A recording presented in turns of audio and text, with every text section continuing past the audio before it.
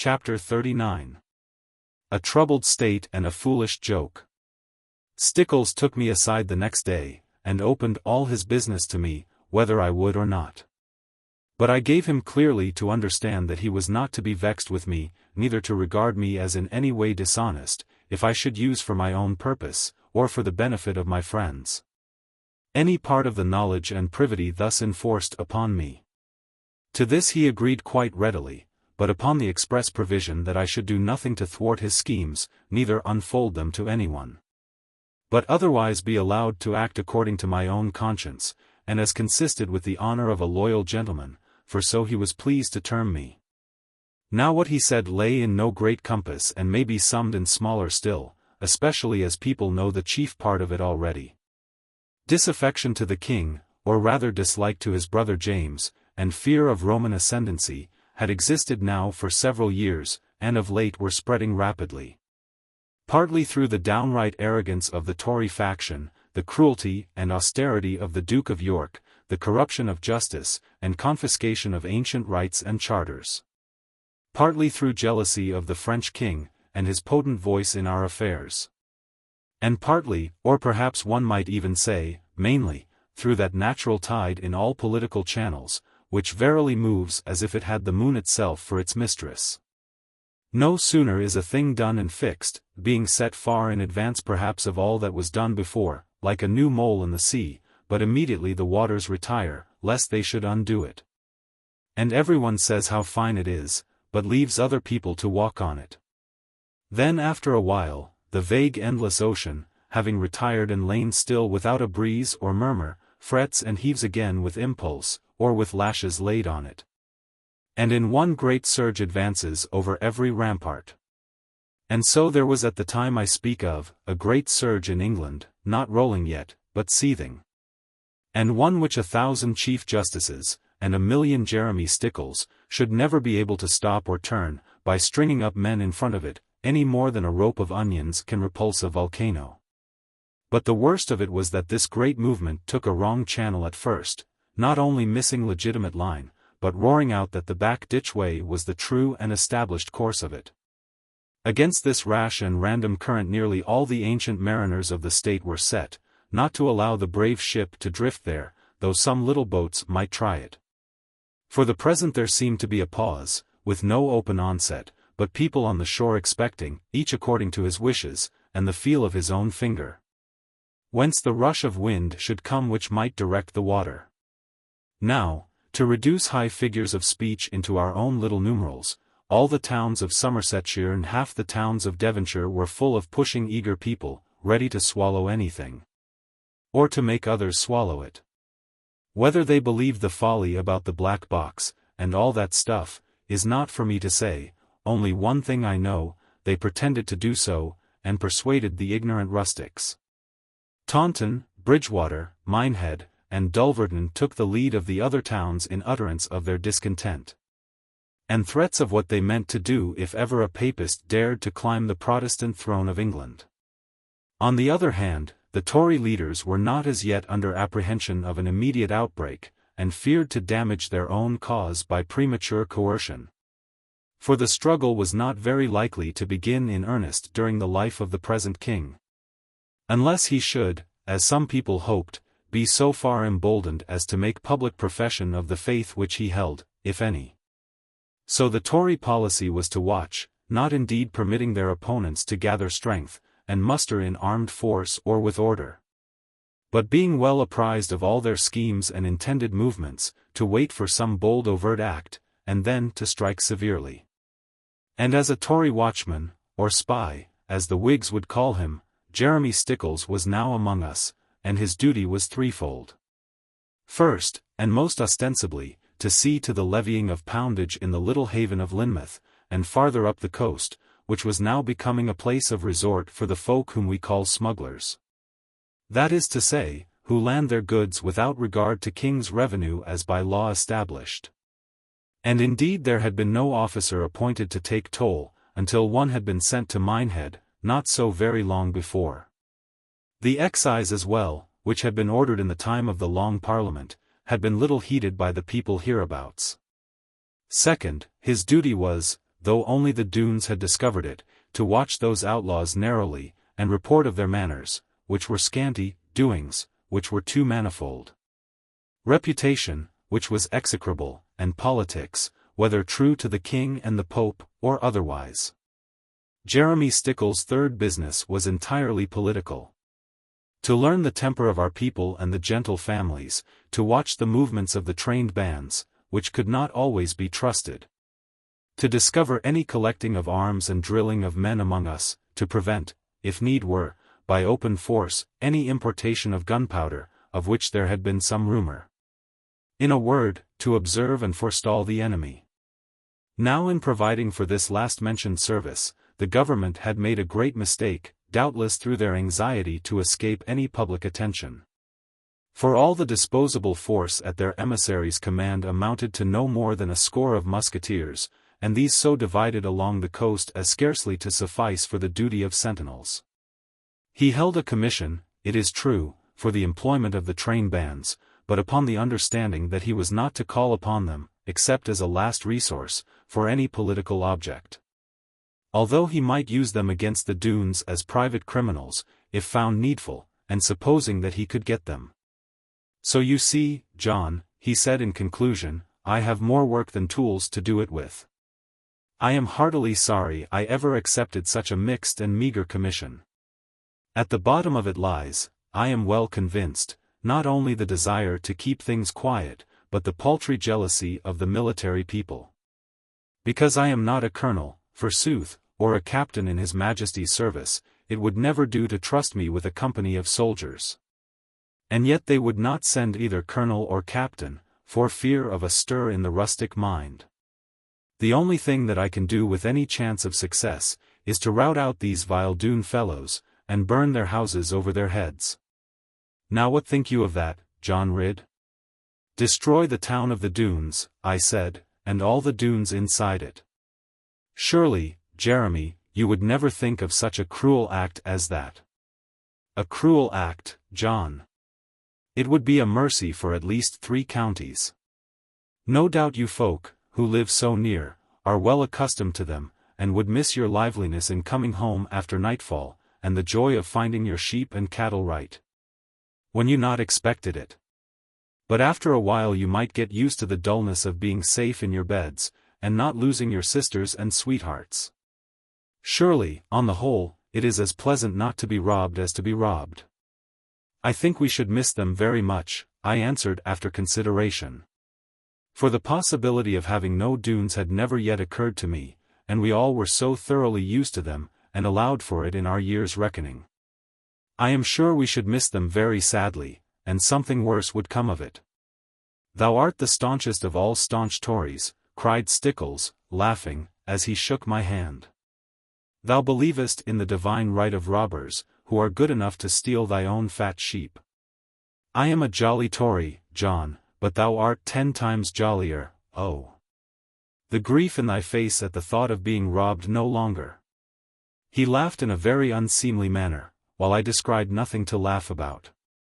For we always like to see our way. And a sudden change upsets us. And unless it were in the loss of the farm, or the death of the king, or of Betty Muxworthy, there was nothing that could so unsettle our minds as the loss of the Doones of Bagworthy. And beside all this, I was thinking, of course, and thinking more than all the rest, about the troubles that might ensue to my own beloved Lorna. If an attack of Glen Doone were made by savage soldiers and rude train bands, what might happen, or what might not, to my delicate, innocent darling? Therefore, when Jeremy Stickles again placed the matter before me, commending my strength and courage and skill, to flatter me of the highest, and finished by saying that I would be worth at least 4 common men to him, I cut him short as follows. Master Stickles, once for all, I will have naught to do with it. The reason why is no odds of thine, nor in any way disloyal. Only in thy plans remember that I will not strike a blow, neither give any counsel, neither guard any prisoners. Not strike a blow, cried Jeremy, against thy father's murderers, John. Not a single blow, Jeremy, unless I knew the man who did it, and he gloried in his sin. It was a foul and dastard deed, yet not done in cold blood, neither in cold blood will I take God's task of avenging it. Very well, John, answered Master Stickles, I know thine obstinacy. When thy mind is made up, to argue with thee is pelting a rock with peppercorns. But thou hast some other reason, lad, unless I am much mistaken, over and above thy merciful nature and Christian forgiveness. Anyhow, come and see it, John. There will be good sport, I reckon. Especially when we thrust our claws into the nest of the ravens. Many a yeoman will find his daughter, and some of the Porlock lads their sweethearts. A nice young maiden, now, for thee, John. If indeed, any. No more of this. I answered very sternly, it is no business of thine, Jeremy, and I will have no joking upon this matter. Good, my lord, so be it. But one thing I tell thee in earnest. We will have thy old double-dealing uncle, Huckaback of Dulverton, and march him first to assault Doone Castle, sure as my name is Stickles. I hear that he hath often vowed to storm the valley himself, if only he could find a dozen musketeers to back him. Now, we will give him chance to do it, and prove his loyalty to the king, which lies under some suspicion of late. With regard to this, I had nothing to say. For it seemed to me very reasonable that Uncle Reuben should have first chance of recovering his stolen goods, about which he had made such a sad to-do, and promised himself such vengeance. I made bold, however, to ask Master Stickles at what time he intended to carry out this great and hazardous attempt. He answered that he had several things requiring first to be set in order, and that he must make an inland journey, even as far as Tiverton, and perhaps Crediton and Exeter, to collect his forces and ammunition for them.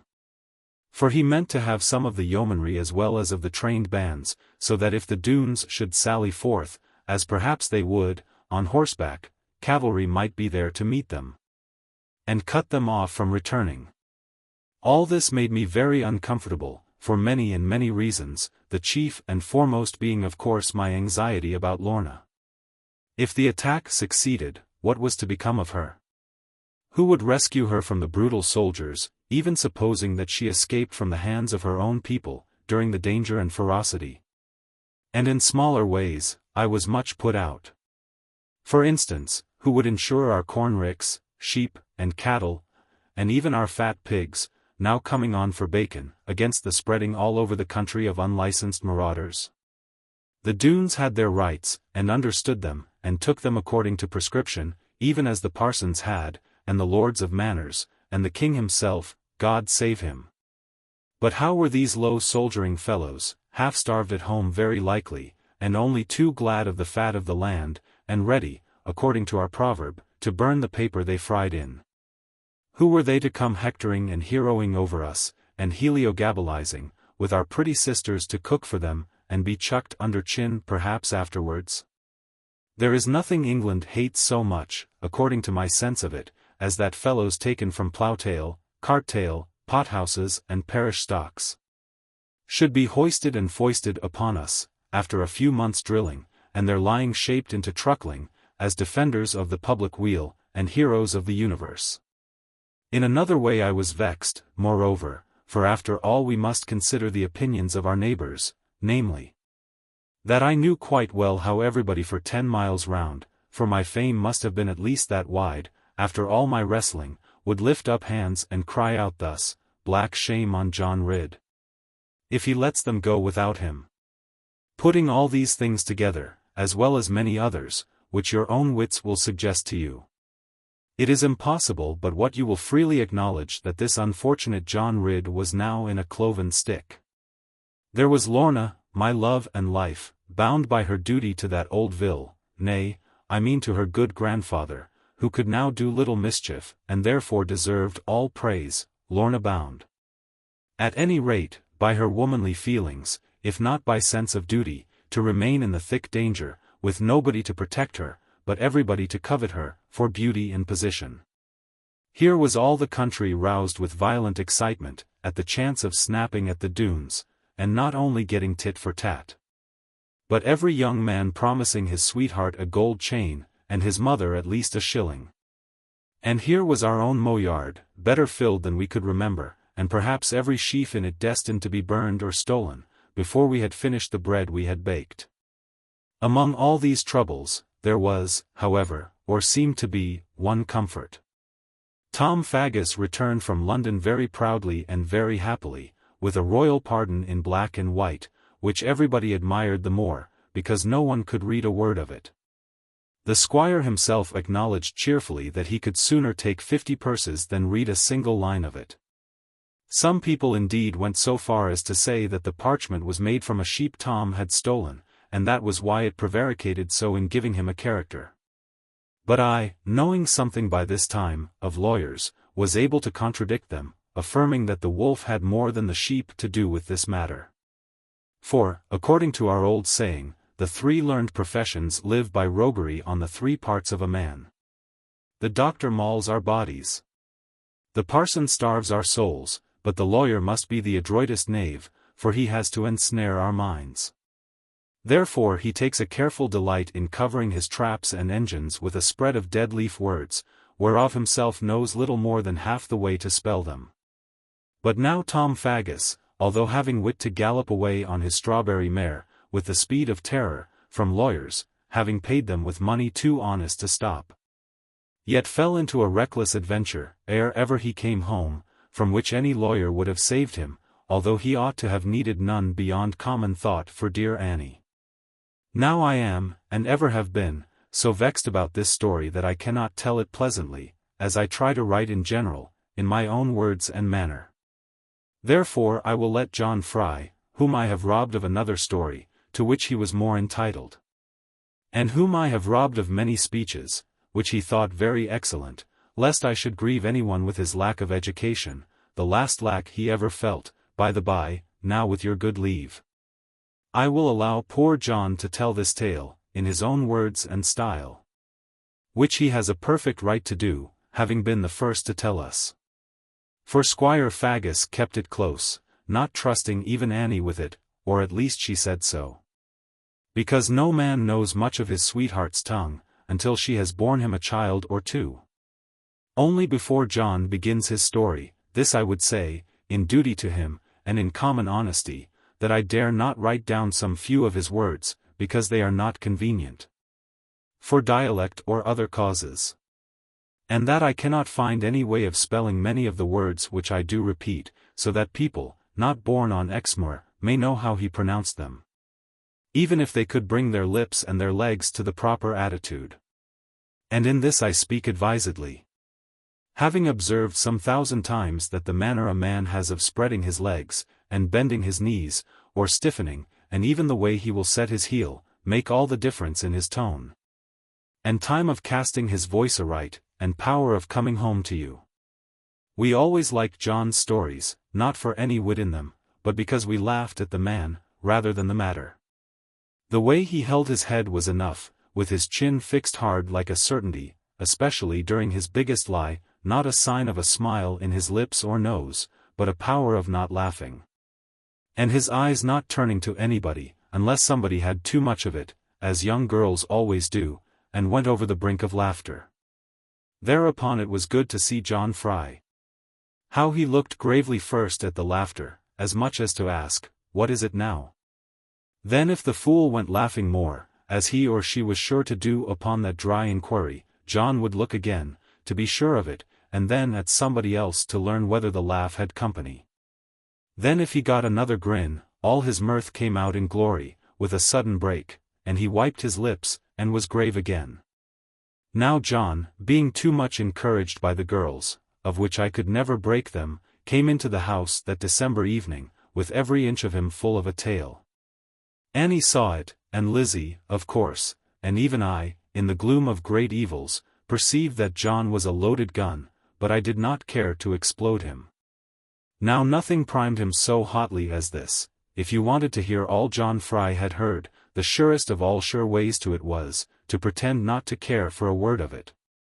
I wore over to Exeford in the morning. John began from the chimney corner, looking straight at Annie, for to see a little calve, Jan, as us couldn't get thee to lave house about. Mesus have got a quare vancy vor on, from what her have heard of the braid. Now zit quite, wool Miss Luzzie, or a want goo on no vada. Vain little tale I'll toll, if so be these it's quite. Wool, as I coom down the hill, I zeed a sate of volks a stapping of the Arroudway. Arl on my, girt goons, or 2 men out of dree ym. Rackcon there war dree score on tax smarl and beg to gather lake, lat aloun the women and chillers. Zoom on my, matches blowing, tothers flint lacks. What be up now? I says to Bill Blacksmith, as had knowledge of me, be the king a coomin? If her be, do want to shut thee not naw, says Bill Blacksmith, just the same as I be a tullin of it, way, man, us expects tam Faggus, and zoom on us manies to shut why out a warrant. Says I, sure naw's better nor thick, Bill. A man mayn't shut to another man, why out have a warrant, Bill. Worship zed so, last time I zeed and nothing to the contrary. Ha, ha. Never froud about that, saith Bill, zame as I be tullin you, us has warrants and warships enow, dree or vour on and more nor a dizen warranties, fro ut I know to contrary. Shut us manies, and shut us will, way, Miss Annie, good Lord, whatever Max, steer so? Nothing at all, John, our Annie answered. Only the horrible ferocity of that miserable blacksmith. That be neither here nor there, John continued, with some wrath at his own interruption. Blacksmith gnawed what the squire had been.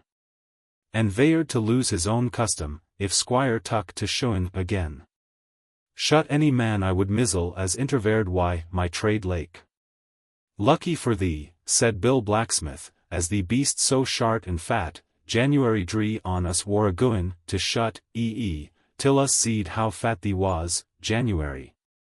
Lor now, Bill.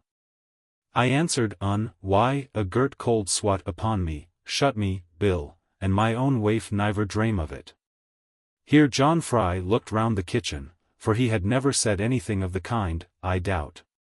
But now made it part of his discourse, from thinking that Mistress Fry was come, as she generally did, to fetch him.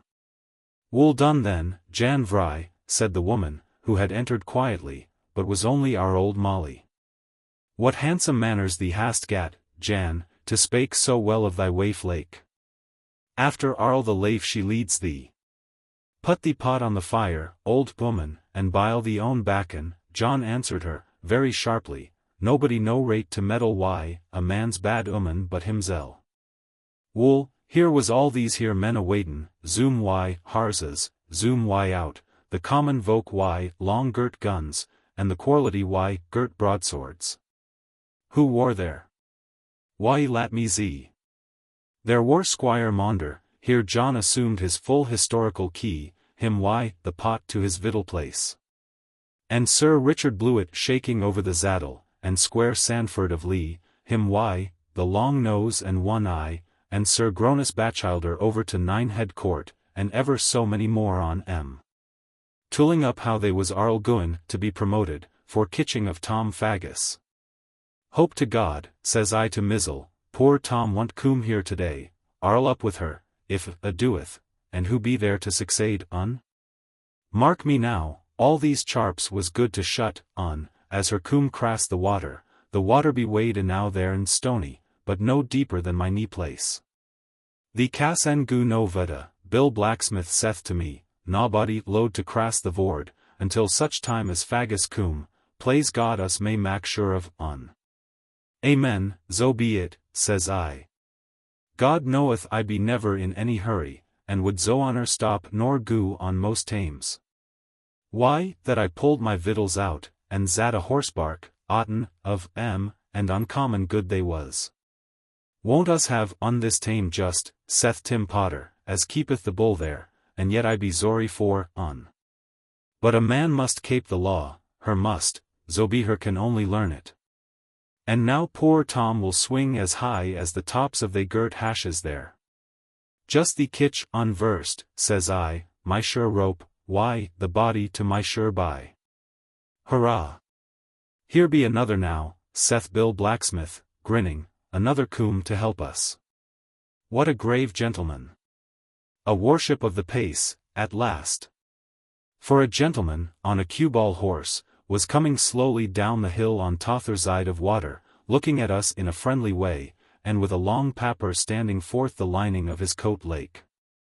Horse stapped to drink in the water, and gentleman spak to, unkindly, and then they coom right on to usen, and the gentleman's face wore so long and so grave. Us veyard a war goin to prash to us. Court o' King's Bench, saith one man, checker and plays, saith another, special commission, I doubt, saith Bill Blacksmith, backed by the mayor of Taunton. Any justice of the king's peace, good people, to be found near here, said the gentleman, lifting his hat to us, and very gracious in his manner.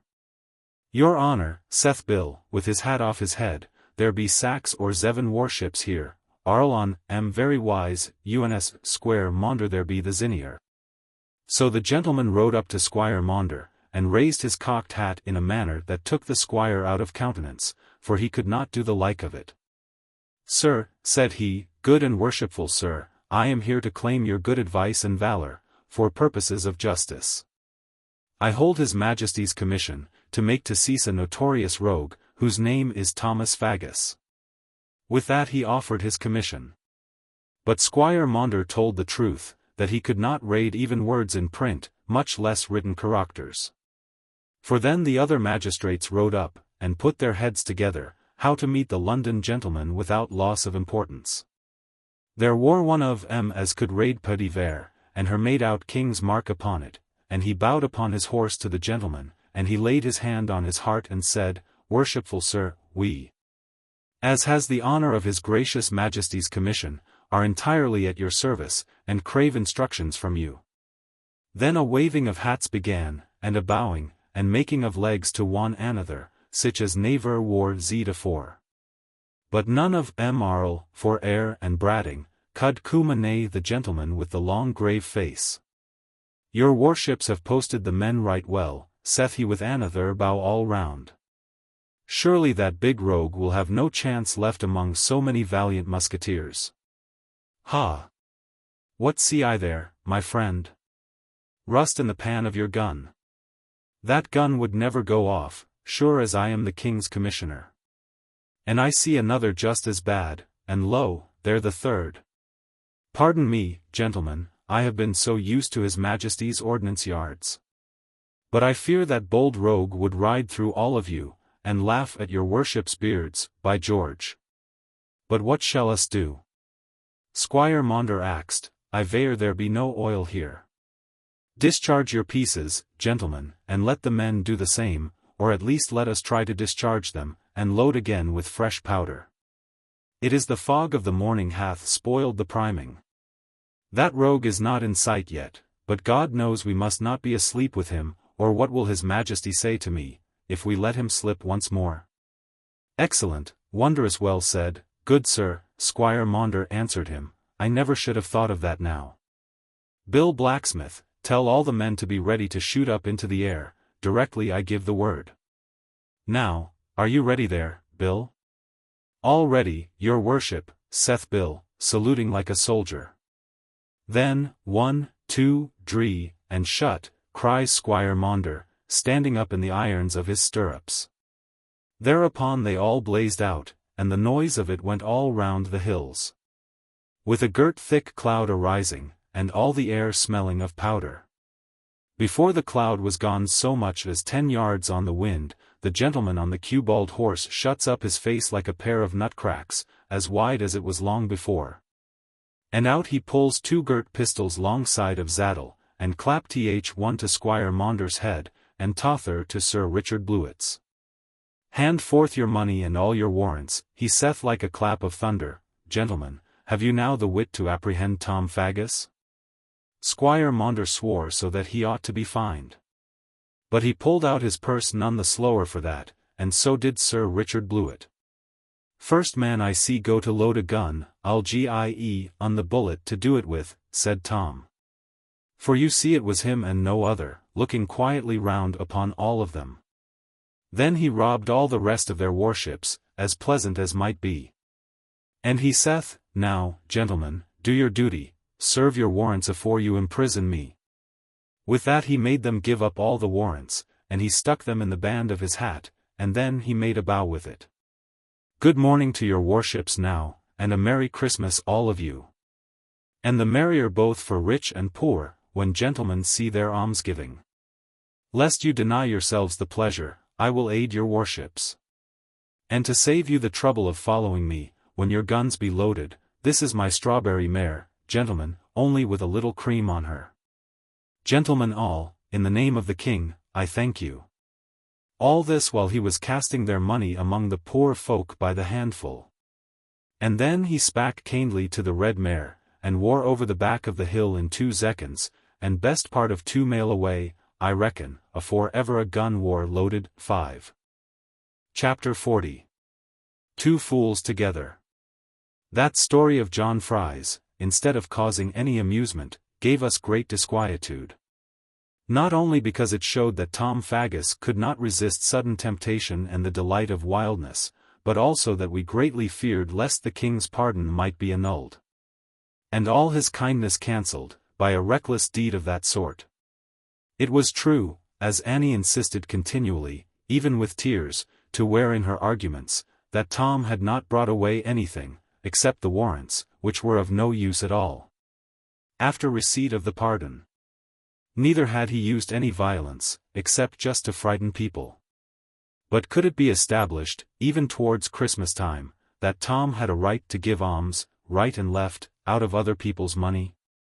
Dear Annie appeared to believe that it could, saying that if the rich continually chose to forget the poor, a man who forced them to remember, and so to do good to themselves and to others, was a public benefactor, and entitled to every blessing. But I knew, and so Lizzie knew, John Fry being now out of hearing, that this was not sound argument. For, if it came to that, any man might take the king by the throat, and make him cast away among the poor the money which he wanted sadly for her grace the Duchess, and the beautiful Countess. Of this, and of that.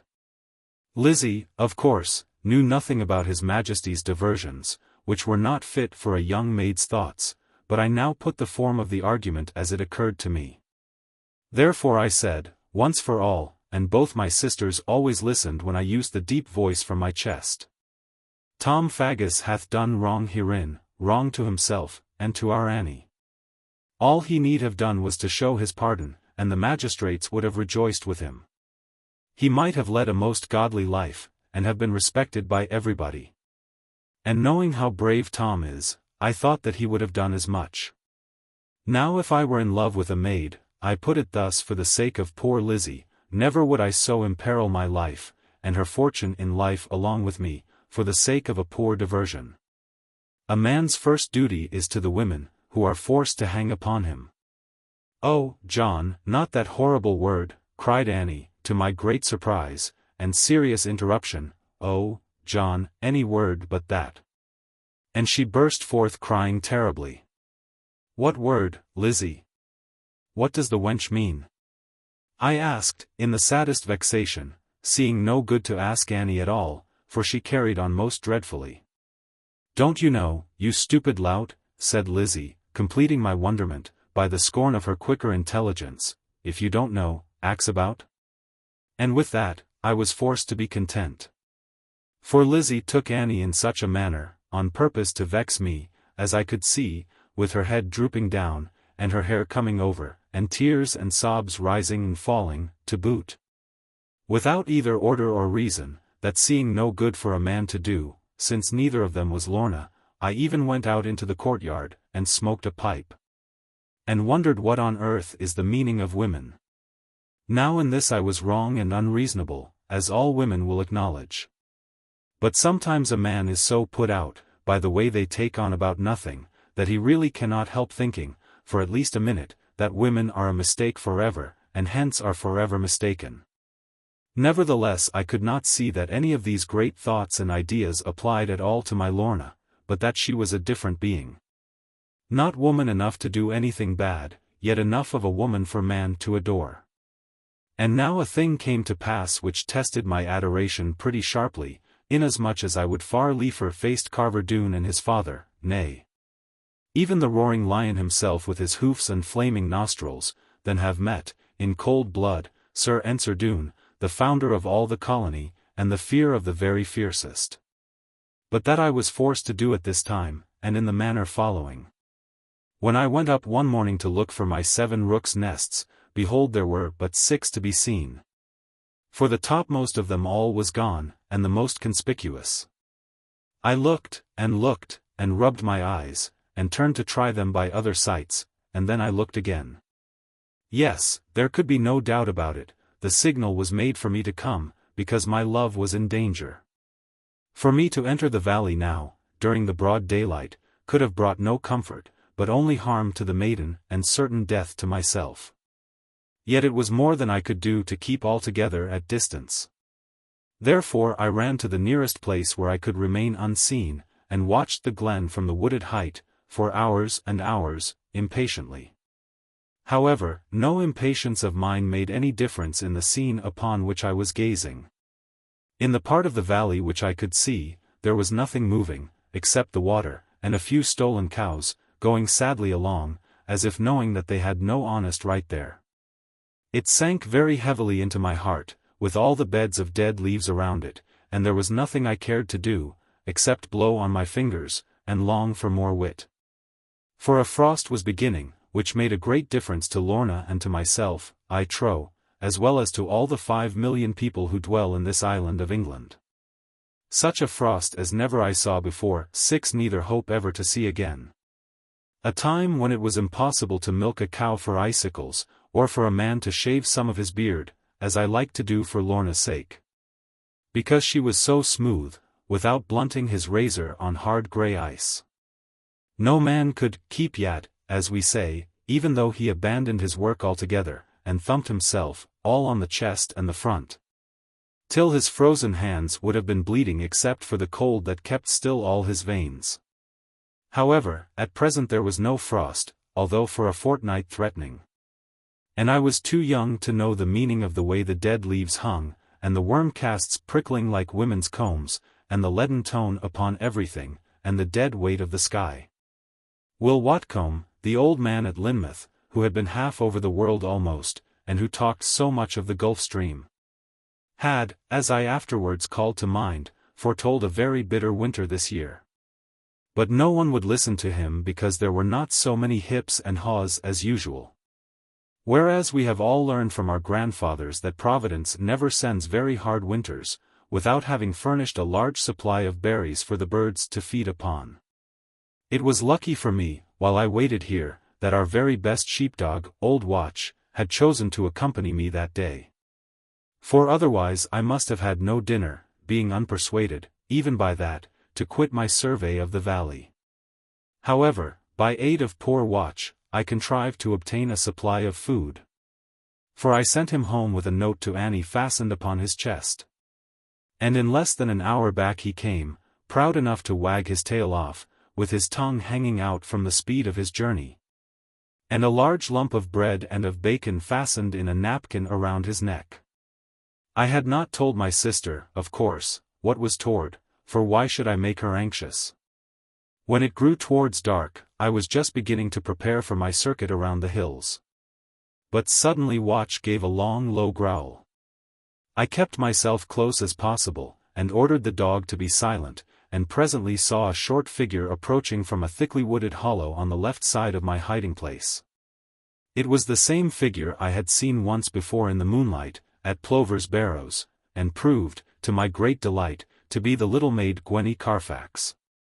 She started a moment, at seeing me, but more with surprise than fear, and then she laid both her hands upon mine, as if she had known me for 20 years. "Young man," she said, "you must come with me. I was Gwaine all the way to fetch thee. Old man be dying, and her can't die, or at least her won't, without first considering thee." "Considering me?" I cried, "What can Sir Ensor Doone want with considering me? Has Mistress Lorna told him all concerning thee, and thy doings, when she knowed old man were so near his end?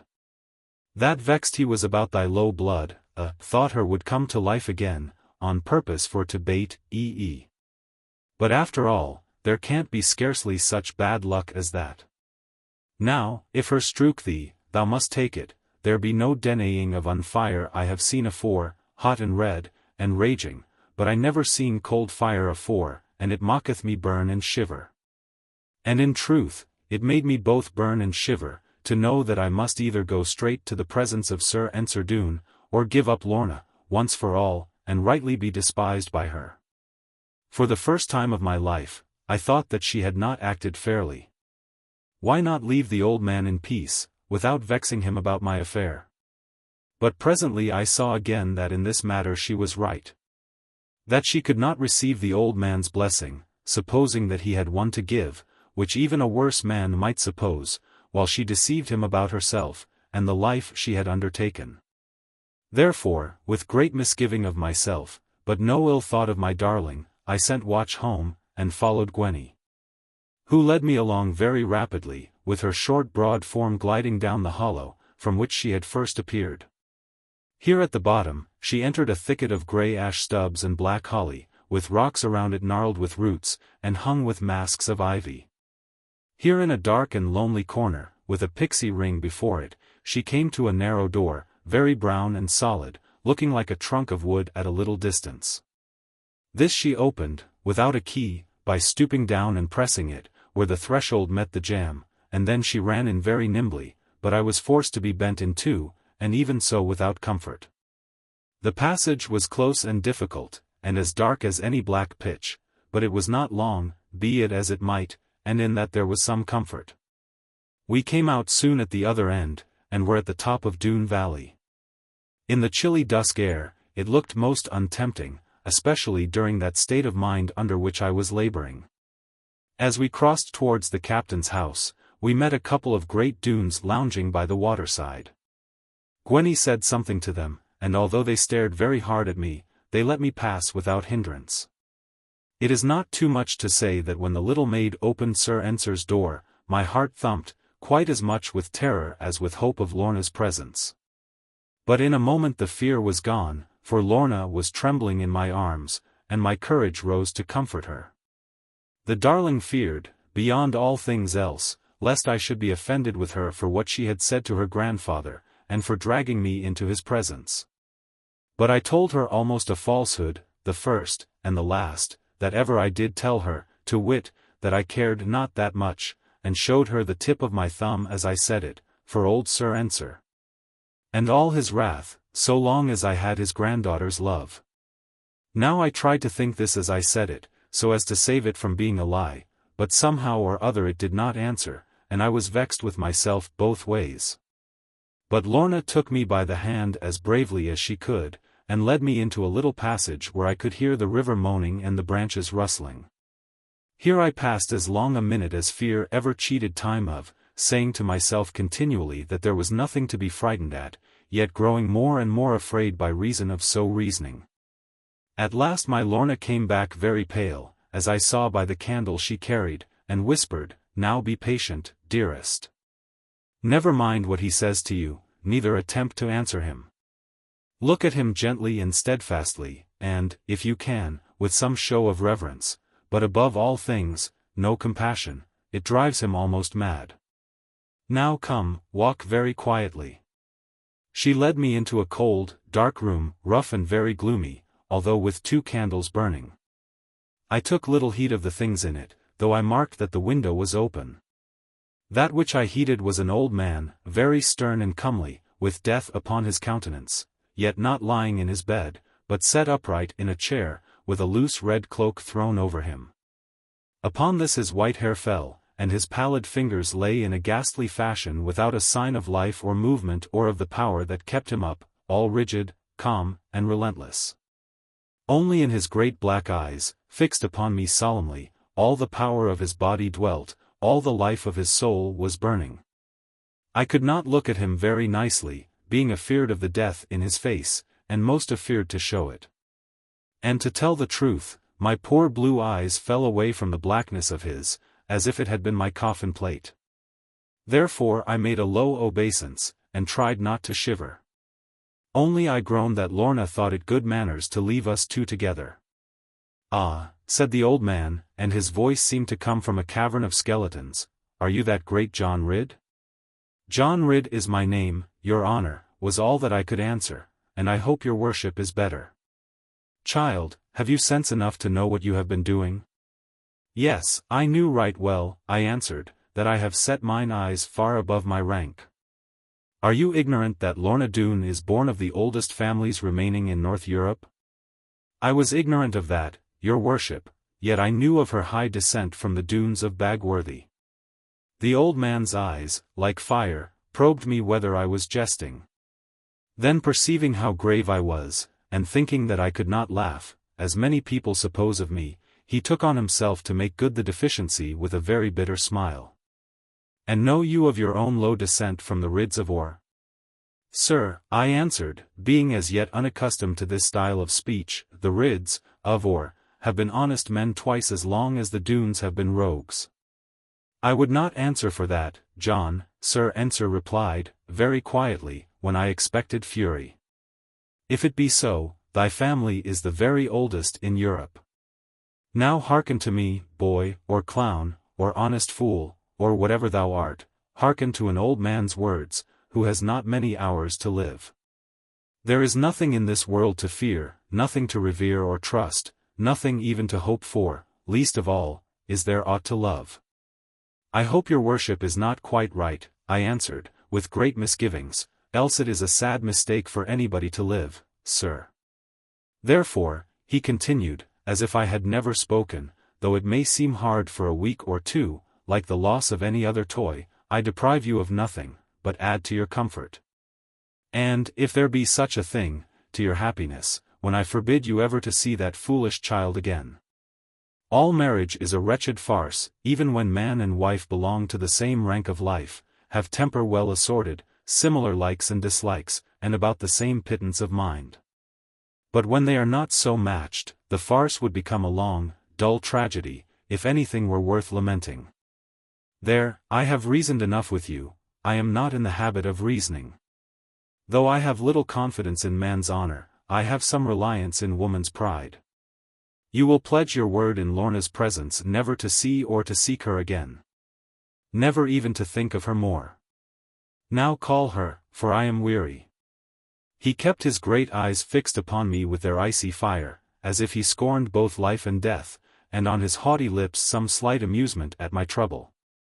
And then he raised one hand, as if I were a poor dumb creature, and pointed to the door. Although my heart rebelled and kindled at his proud disdain, I could not disobey him freely, but made a low salute, and went straightway in search of Lorna. I found my love, or not my love, according as now she should behave, for I was very desperate, being put upon so sadly. Lorna Doone was crying softly at a little window, and listening to the river's grief. I laid my heavy arm around her, not with any air of claiming or of forcing her thoughts to me, but only just to comfort her, and ask what she was thinking of. To my arm she made no answer, neither to my seeking eyes, but to my heart, once for all, she spoke with her own upon it. Not a word, nor sound between us, not even a kiss was interchanged. But man, or maid, who has ever loved hath learned our understanding. Therefore it came to pass, that we saw fit to enter Sir Ensor's room in the following manner. Lorna, with her right hand swallowed entirely by the palm of mine, and her waist retired from view by means of my left arm. All one side of her hair came down, in a way to be remembered, upon the left and fairest part of my favourite otter-skin waistcoat. And her head as well would have lain there doubtless, but for the danger of walking so. I, for my part, was too far gone to lag behind in the matter, but carried my love bravely, fearing neither death nor hell, while she abode beside me. Old Sir Ensor looked much astonished. For 40 years he had been obeyed and feared by all around him. And he knew that I had feared him vastly, before I got hold of Lorna. And indeed I was still afraid of him, only for loving Lorna so, and having to protect her. Then I made him a bow, to the very best of all I had learned both at Tiverton and in London. After that I waited for him to begin, as became his age and rank in life. "Ye two fools," he said at last, with a depth of contempt which no words may express, "ye two fools." "May it please your worship," I answered softly, "maybe we are not such fools as we look. But though we be, we are well content, so long as we may be two fools together." "Why, John," said the old man, with a spark, as of smiling in his eyes, "thou art not altogether the clumsy yokel, and the clod, I took thee for."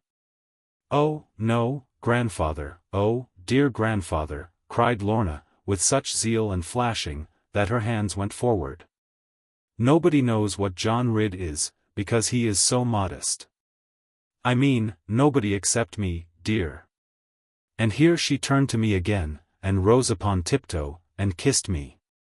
"I have seen a little o' the world," said the old man, while I was half ashamed, although so proud of Lorna, "but this is beyond all I have seen, and nearly all I have heard of.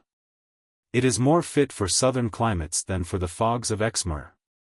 It is fit for all the world, your worship." "With your honour's good leave, and will," I answered in humility, being still ashamed of it, "when it happens so to people, there is nothing that can stop it, sir."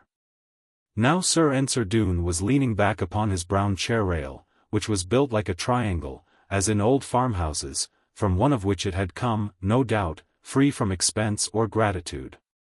And as I spoke he coughed a little, and he sighed a good deal more, and perhaps his dying heart desired to open time again, with such a lift of warmth and hope as he descried in our eyes and arms. I could not understand him then, any more than a baby playing with his grandfather's spectacles. Nevertheless I wondered whether, at his time of life, or rather on the brink of death, he was thinking of his youth and pride. "Fools you are, be fools forever," said Sir Ensor Doone, at last. While we feared to break his thoughts, but let each other know our own, with little ways of pressure, "it is the best thing I can wish you. Boy and girl, be boy and girl, until you have grandchildren." Partly in bitterness he spoke, and partly in pure weariness, and then he turned so as not to see us. And his white hair fell, like a shroud, around him. Chapter 41. Cold Comfort. All things being full of flaw, all things being full of holes, the strength of all things is in shortness. If Sir Ensor Doone had dwelled for half an hour upon himself, and an hour perhaps upon Lorna and me, we must both have wearied of him, and required change of air.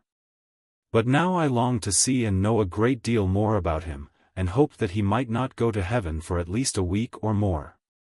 However, he was too good for this world, as we say of all people who leave it, and I verily believe his heart was not a bad one, after all. Evil he had done, no doubt, as evil had been done to him. Yet how many have done evil, while receiving only good? Be that as it may.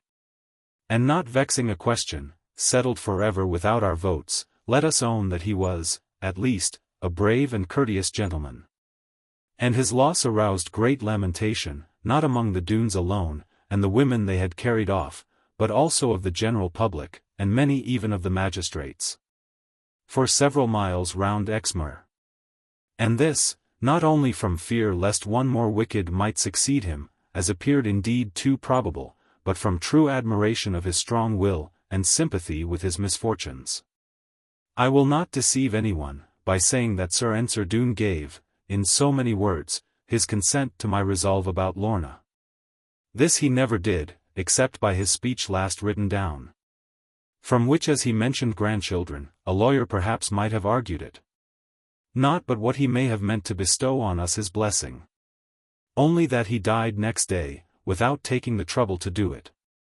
He called indeed for his box of snuff, which was a very high thing to take. And which he never took without being in very good humour, at least for him. And though it would not go up his nostrils, through the failure of his breath, he was pleased to have it there, and not to think of dying. "Will your honour have it wiped?" I asked him very softly, for the brown appearance of it spoiled, to my idea, his white mustachio, but he seemed to shake his head, and I thought it kept his spirits up. I had never before seen anyone do, what all of us have to do some day, and it greatly kept my spirits down, although it did not so very much frighten me. For it takes a man but a little while, his instinct being of death perhaps, at least as much as of life, which accounts for his slaying his fellow men so, and every other creature. It does not take a man very long to enter into another man's death, and bring his own mood to suit it. He knows that his own is sure to come, and nature is fond of the practice. Hence it came to pass that I, after easing my mother's fears, and seeing a little to business, returned, as if drawn by a polar needle, to the deathbed of Sir Ensor.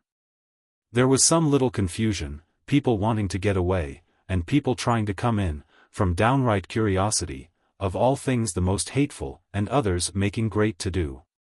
And talking of their own time to come, telling their own age, and so on. But everyone seemed to think, or feel, that I had a right to be there, because the women took that view of it. As for Carver and Counsellor, they were minding their own affairs, so as to win the succession, and never found it in their business, at least so long as I was there, to come near the dying man. He, for his part, never asked for anyone to come near him, not even a priest, nor a monk or friar, but seemed to be going his own way, peaceful, and well contented. Only the chief of the women said that from his face she believed and knew that he liked to have me at one side of his bed, and Lorna upon the other.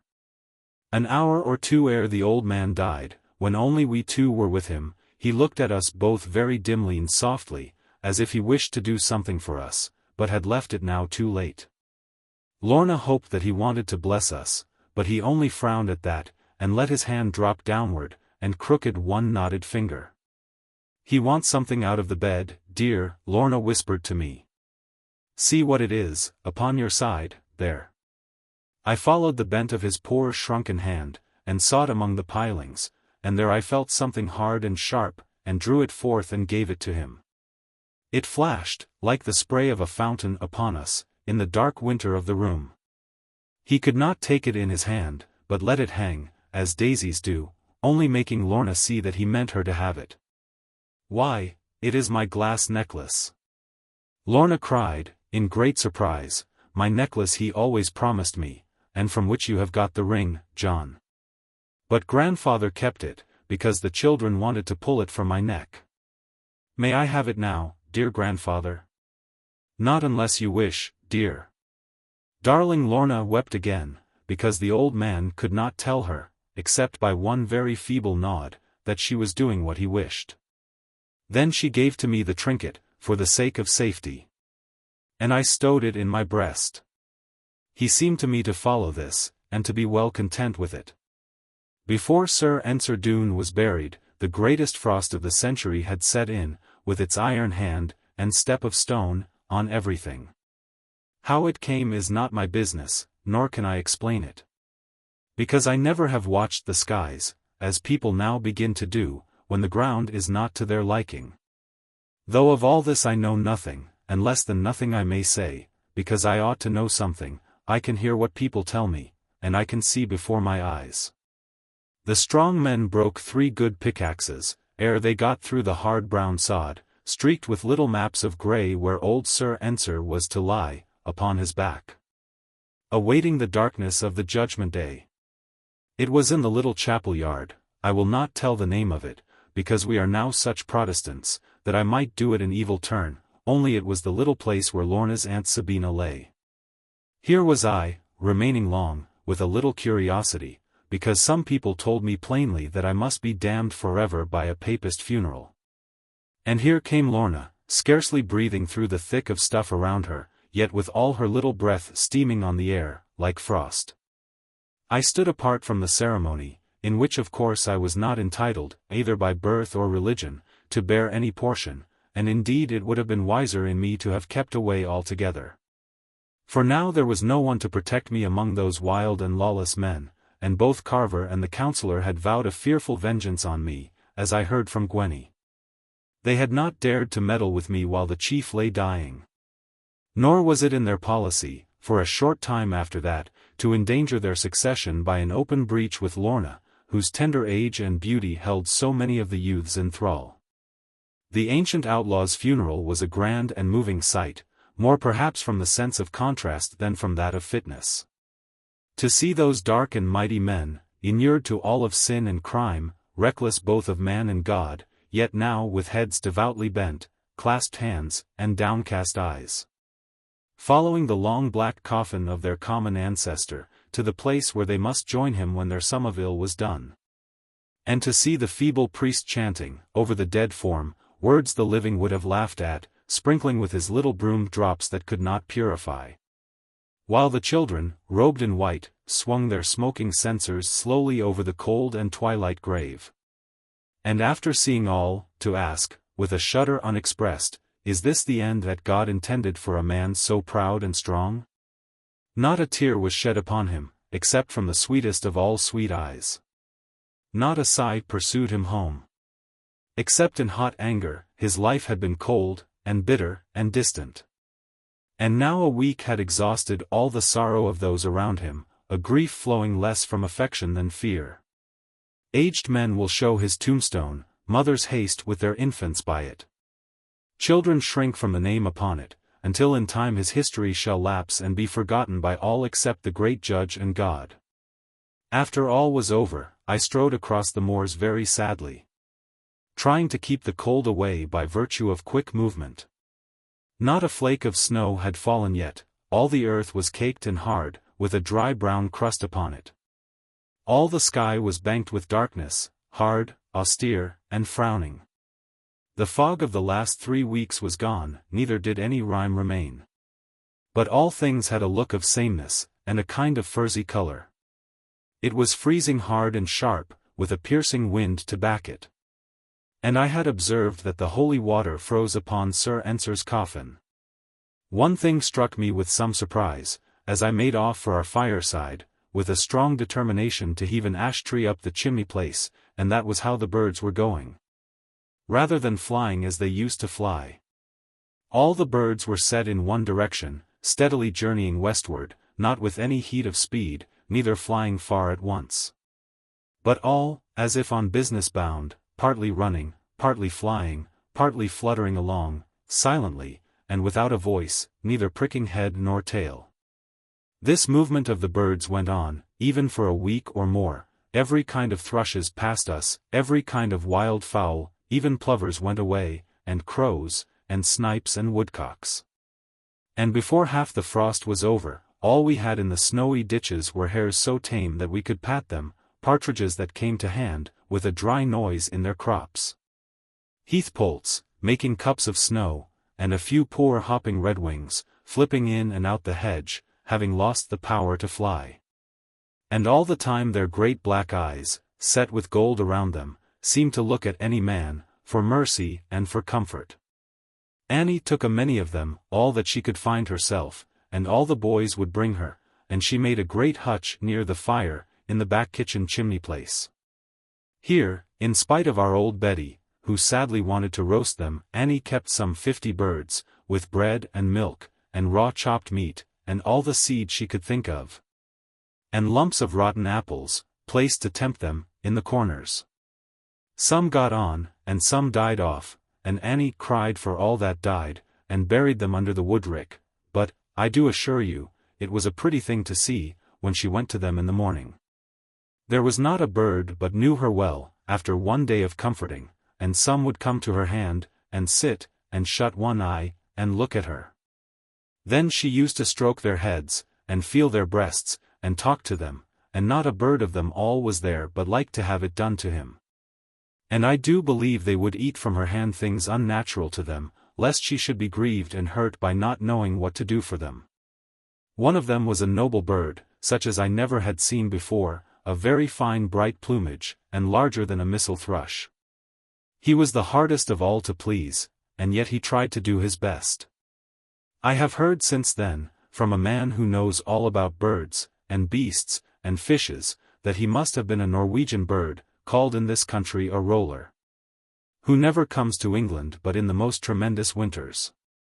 Another little bird there was, whom I longed to welcome home, and protect from enemies, a little bird no native to us, but than any native dearer. But lo, in the very night which followed old Sir Ensor's funeral, such a storm of snow began as never have I heard nor read of, neither could have dreamed it. At what time of night it first began is more than I can say, at least from my own knowledge, for we all went to bed soon after supper, being cold and not inclined to talk. At that time the wind was moaning sadly, and the sky as dark as a wood, and the straw in the yard swirling round and round, and the cows huddling into the great cowhouse, with their chins upon one another. But we, being blinder than they, I suppose, and not having had a great snow for years, made no preparation against the storm, except that the lambing ewes were in shelter. It struck me, as I lay in bed, that we were acting foolishly, for an ancient shepherd had dropped in and taken supper with us, and foretold a heavy fall and great disaster to livestock. He said that he had known a frost beginning, just as this had done, with a black east wind, after days of raw cold fog, and then on the third night of the frost.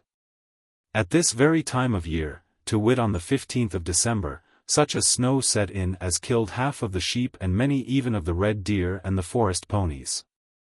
It was 70 years agone, 7 he said, and 'cause he had to remember it, inasmuch as 2 of his toes had been lost by frostnip, while he dug out his sheep on the other side of the dunkery. Hereupon mother nodded at him, having heard from her father about it, and how 3 men had been frozen to death, and how badly their stockings came off from them.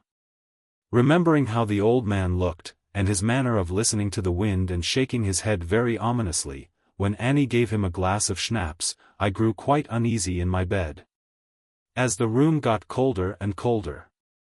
And I made up my mind, if it only pleased God not to send the snow till the morning, that every sheep, and horse, and cow, aye, and even the poultry, should be brought in snug, and with plenty to eat, and fodder enough to roast them. Alas, what use of man's resolves, when they come a day too late, even if they may avail a little, when they are most punctual. In the bitter morning I arose, to follow out my purpose, knowing the time from the force of habit, although the room was so dark and grey.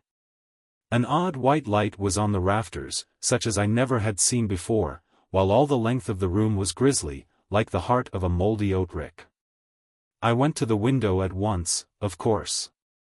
And at first I could not understand what was doing outside of it. It faced due east, as I may have said, with the walnut tree partly sheltering it. And generally I could see the yard, and the wood rick, and even the church beyond. But now, half the lattice was quite blocked up, as if plastered with grey lime. And little fringes, like ferns, came through, where the joining of the lead was. And in the only undarkened part, countless dots came swarming, clustering, beating with a soft, low sound, then gliding down in a slippery manner, not as drops of rain do, but each distinct from his neighbor. Inside the iron frame, which fitted, not to say too comfortably, and went along the stonework, at least a peck of snow had entered, following its own bend and fancy, light as any cobweb. With some trouble, and great care, lest the ancient frame should yield, I spread the lattice open, and saw at once that not a moment must be lost, to save our stock. All the earth was flat with snow, all the air was thick with snow, more than this no man could see, for all the world was snowing. I shut the window and dressed in haste. And when I entered the kitchen, not even Betty, the earliest of all early birds, was there.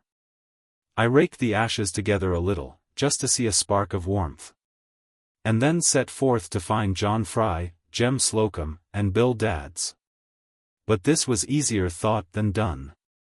For when I opened the courtyard door, I was taken up to my knees at once, and the power of the drifting cloud prevented sight of anything. However, I found my way to the wood rick, and there got hold of a fine ash stake, cut by myself not long ago. With this I ploughed along pretty well, and thundered so hard at John Fry's door, that he thought it was the Doones at least, and cocked his blunderbuss out of the window. John was very loath to come down, when he saw the meaning of it, for he valued his life more than anything else, though he tried to make out that his wife was to blame. But I settled his doubts by telling him, that I would have him on my shoulder naked, unless he came in 5 minutes. Not that he could do much good, but because the other men would be sure to skulk, if he set them the example. With spades, and shovels, and pitchforks, and a round of roping, we 4 set forth to dig out the sheep, and the poor things knew that it was high time. Chapter 42. The great winter. It must have snowed most wonderfully to have made that depth of covering in about 8 hours. For one of Master Stickle's men, who had been out all the night, said that no snow began to fall until nearly midnight. And here it was, blocking up the doors, stopping the ways, and the water courses, and making it very much worse to walk than in a soppet newly used.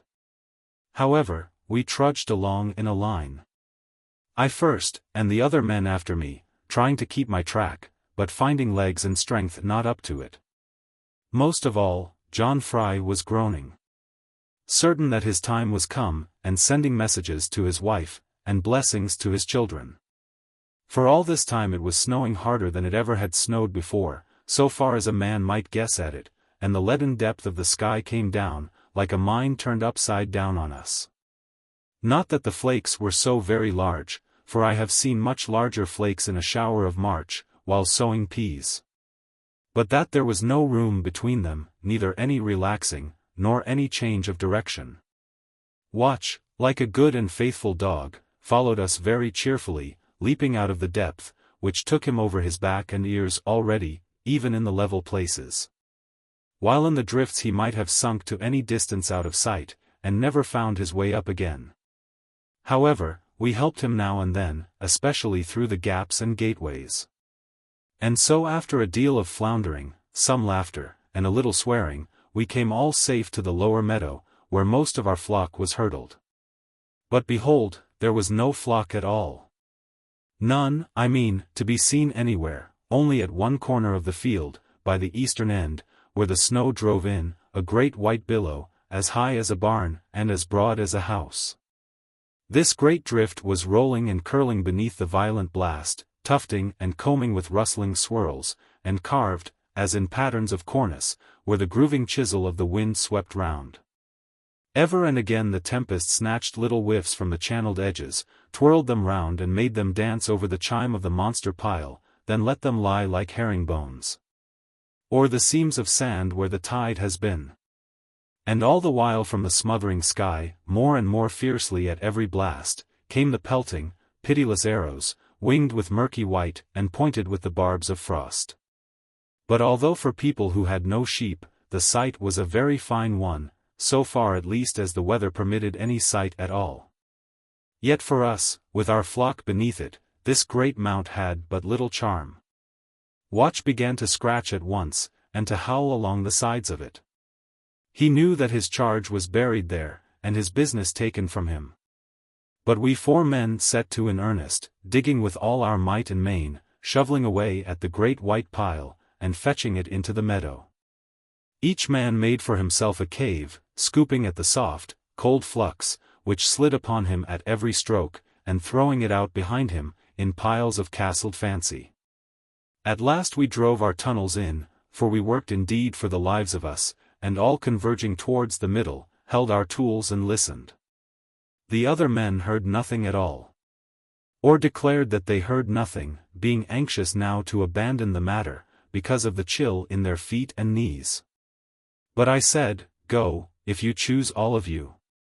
I will work it out by myself, you pie crusts," and upon that they gripped their shovels, being more or less of Englishmen. And the least drop of English blood is worth the best of any other when it comes to lasting out. But before we began again, I laid my head well into the chamber. And there I hears a faint "ma-ah" coming through some ells of snow, like a plaintive, buried hope, or a last appeal. I shouted aloud to cheer him up, for I knew what sheep it was, to wit, the most valiant of all the Weathers, who had met me when I came home from London, and been so glad to see me. And then we all fell to again, and very soon we hauled him out. Watch took charge of him at once, with an air of the noblest patronage, lying on his frozen fleece, and licking all his face and feet, to restore his warmth to him. Then Fighting Tom jumped up at once, and made a little butt at Watch, as if nothing had ever ailed him, and then set off to a shallow place, and looked for something to nibble at.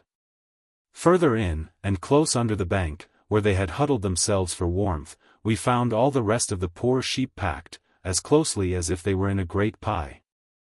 It was strange to observe how their vapor and breath, and the moisture exuding from their wool had scooped, as it were, a coved room for them, lined with a ribbing of deep yellow snow. Also the churned snow beneath their feet was as yellow as gamboge. 2 or 3 of the weaklier hoggets were dead, from want of air, and from pressure. But more than 60 were as lively as ever, though cramped and stiff for a little while. "However shall us get them home?" John Fry asked in great dismay, when we had cleared about a dozen of them, which we were forced to do very carefully, so as not to fetch the roof down. "No manner of manning to drow all they girt driftnesses." "You see to this place, John," I replied, as we leaned on our shovels a moment, and the sheep came rubbing round us. "Let no more of them out for the present, they are better where they be. Watch, here boy, keep them." Watch came, with his little scud of a tail cocked as sharp as duty, and I set him at the narrow mouth of the great snow antre. All the sheep sidled away, and got closer, that the other sheep might be bitten first, as the foolish things imagine, whereas no good sheepdog even so much as lips a sheep to turn it. Then of the outer sheep, all now snowed and frizzled like a lawyer's wig, I took the 2 finest and heaviest, and with one beneath my right arm, and the other beneath my left, I went straight home to the upper sheppy, and set them inside and fastened them. 60 and 6 I took home in that way, 2 at a time on each journey, and the work grew harder and harder each time, as the drifts of the snow were deepening. No other man should meddle with them. I was resolved to try my strength against the strength of the elements, and try it I did, and proved it. A certain fierce delight burned in me, as the struggle grew harder. But rather would I die than yield, and at last I finished it. People talk of it to this day, but none can tell what the labor was, who have not felt that snow and wind. Of the sheep upon the mountain, and the sheep upon the western farm, and the cattle on the upper barrows, scarcely 1 in 10 was saved. Do what we would for them, and this was not through any neglect, now that our wits were sharpened, but from the pure impossibility of finding them at all. That great snow never ceased a moment for 3 days and nights. And then when all the earth was filled, and the topmost hedges were unseen, and the trees broke down with weight, wherever the wind had not lightened them, a brilliant sun broke forth and showed the loss of all our customs. All our house was quite snowed up, except where we had purged away, by dint of constant shovelings. The kitchen was as dark and darker than the cider cellar, and long lines of furrowed scallops ran even up to the chimney stacks. Several windows fell right inwards, through the weight of the snow against them, and the few that stood, bulged in, and bent like an old bruised lantern. We were obliged to cook by candlelight. We were forced to read by candlelight. As for baking, we could not do it, because the oven was too chill, and a load of faggots only brought a little wet down the sides of it. For when the sun burst forth at last upon that world of white, what he brought was neither warmth, nor cheer, nor hope of softening, only a clearer shaft of cold, from the violet depths of sky. Long-drawn alleys of white haze seemed to lead towards him, yet such as he could not come down, with any warmth remaining. Broad white curtains of the frost fog looped around the lower sky, on the verge of hill and valley, and above the laden trees.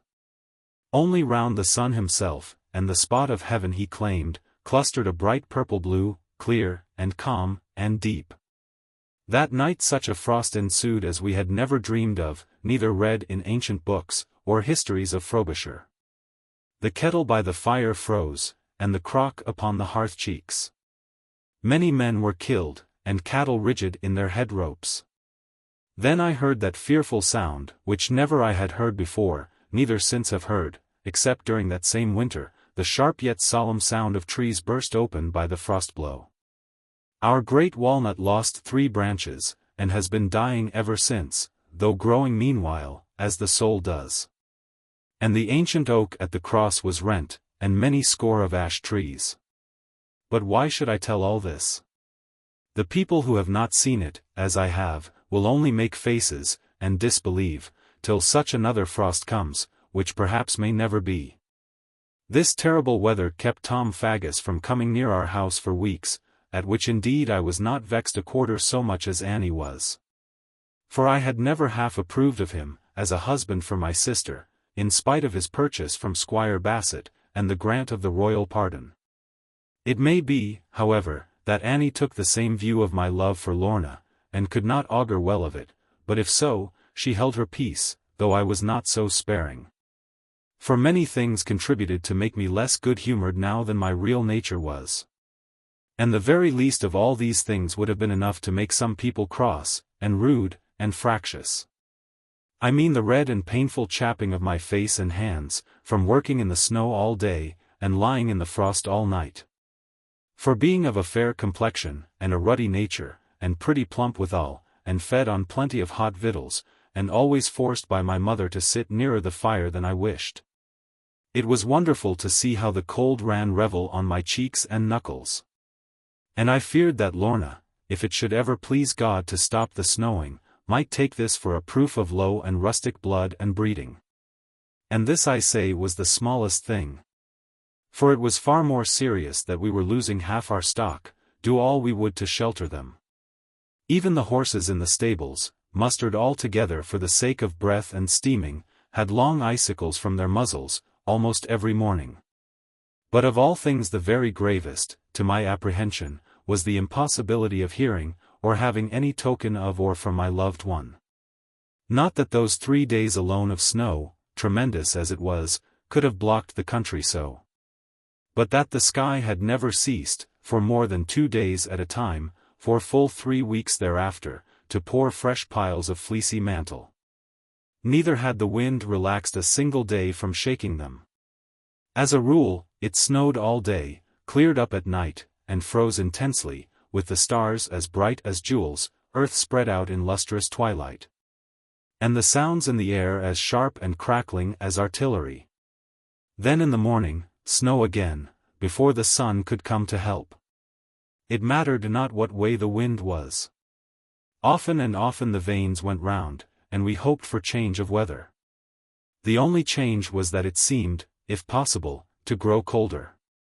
Indeed, after a week or so, the wind would regularly box the compass, as the sailors call it, in the course of every day, following where the sun should be, as if to make a mock of him. And this of course immensely added to the peril of the drifts, because they shifted every day, and no skill or care might learn them. I believe it was on Epiphany morning or somewhere about that period, when Lizzie ran into the kitchen to me, where I was thawing my goose grease, with the dogs among the ashes, the live dogs. I mean, not the iron ones, for them we had given up long ago, and having caught me, by way of wonder, for generally I was out shoveling long before my young lady had her nightcap off. She positively kissed me, for the sake of warming her lips perhaps, or because she had something proud to say. "You great fool, John," said my lady, as Annie and I used to call her, on account of her airs and graces, "what a pity you never read, John. Much use, I should think, in reading." I answered, though pleased with her condescension, "Read, I suppose, with roof coming in, and only this chimney left sticking out of the snow." "The very time to read, John," said Lizzie, looking grander. "Our worst troubles are the need, whence knowledge can deliver us." "Amen," I cried out. "Are you parson or clerk?" "Whichever you are, good morning." Thereupon I was bent on my usual round, a very small one nowadays, but Eliza took me with both hands, and I stopped of course. For I could not bear to shake the child, even in play, for a moment, because her back was tender. Then she looked up at me with her beautiful eyes, so large, unhealthy and delicate, and strangely shadowing outward, as if to spread their meaning. And she said, "Now, John, this is no time to joke. I was almost frozen in bed last night, and Annie like an icicle. Feel how cold my hands are. Now, will you listen to what I have read about climates 10 times worse than this, and where none but clever men can live? Impossible for me to listen now, I have hundreds of things to see to. But I will listen after breakfast to your foreign climates, child. Now attend to mother's hot coffee." She looked a little disappointed, but she knew what I had to do. And after all she was not so utterly unreasonable, although she did read books. And when I had done my morning's work, I listened to her patiently. And it was out of my power to think that all she said was foolish. For I knew common sense pretty well, by this time, whether it happened to be my own, or any other person's, if clearly laid before me. And Lizzie had a particular way of setting forth very clearly whatever she wished to express and enforce. But the queerest part of it all was this, that if she could but have dreamed for a moment what would be the first application made me by of her lesson, she would rather have bitten her tongue off than help me to my purpose. She told me that in the Arctic regions, as they call some places, a long way north, where the Great Bear lies all across the heavens, and no sun is up, for whole months at a time. And yet where people will go exploring, out of pure contradiction, and for the sake of novelty, and love of being frozen, that here they always had such winters as we were having now. It never ceased to freeze, she said, and it never ceased to snow, except when it was too cold, and then all the air was choked with glittering spikes. And a man's skin might come off of him, before he could ask the reason. Nevertheless the people there, although the snow was 50 feet deep, and all their breath fell behind them frozen, like a log of wood dropped from their shoulders, yet they managed to get along. And make the time of the year to each other, by a little cleverness. For seeing how the snow was spread, lightly over everything, covering up the hills and valleys, and the foreskin of the sea, they contrived a way to crown it, and to glide like a flake along. Through the sparkle of the whiteness, and the wreaths of windy tossings, and the ups and downs of cold, any man might get along with a boat on either foot, to prevent his sinking.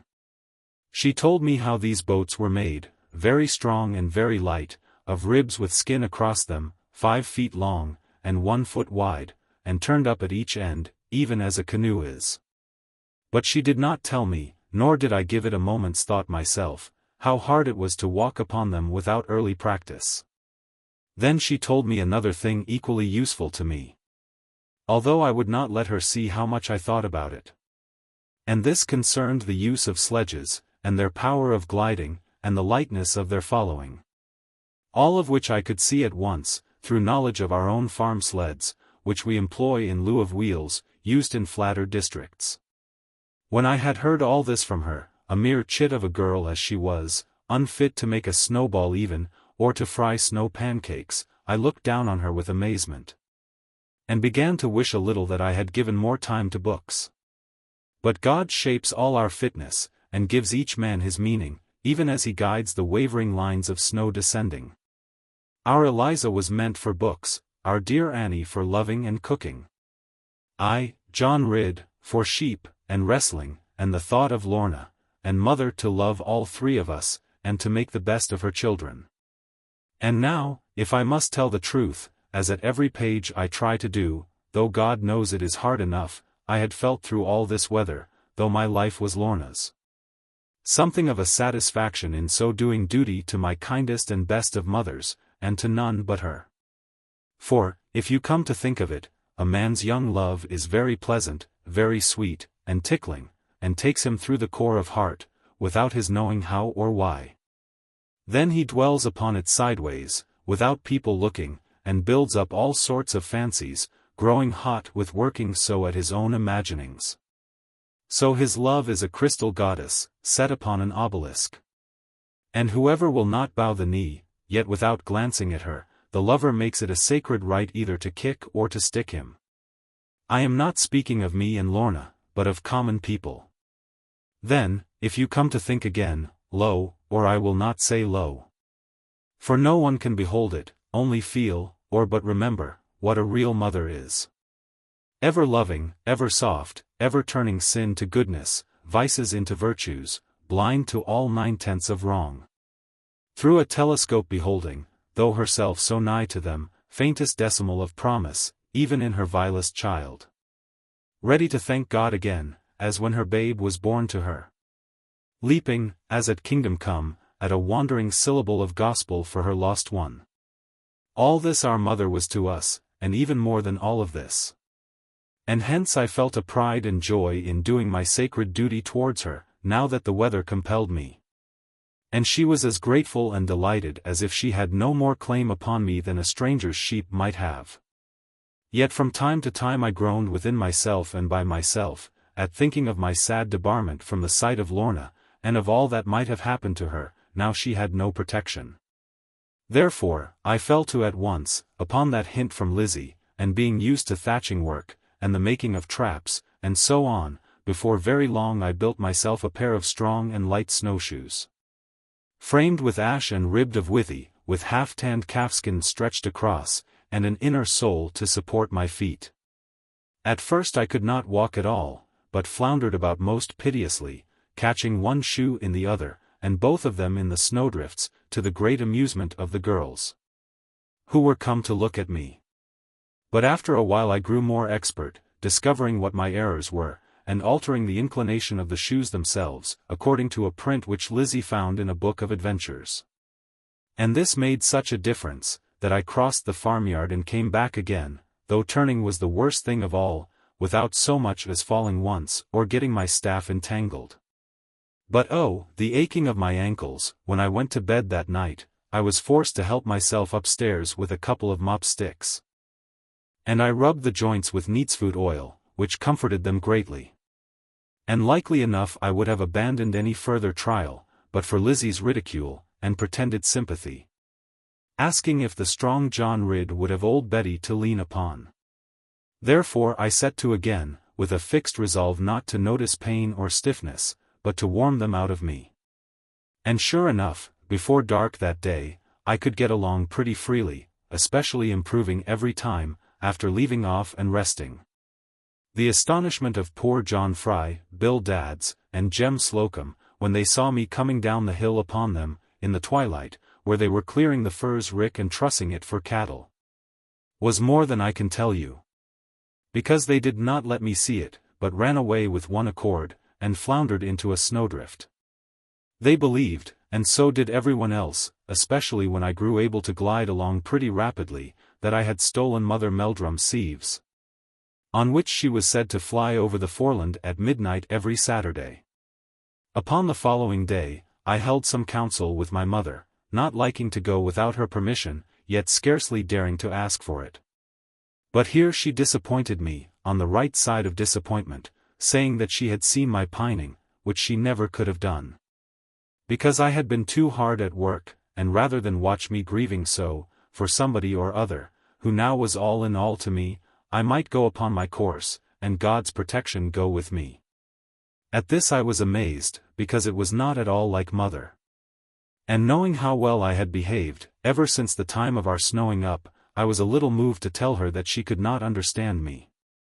However, my sense of duty kept me, and my knowledge of the catechism, from saying such a thing as that, or even thinking twice of it. And so I took her at her word, which she was not prepared for. And telling her how proud I was of her trust in Providence, and how I could run in my new snowshoes, I took a short pipe in my mouth, and started forth accordingly. Chapter 43.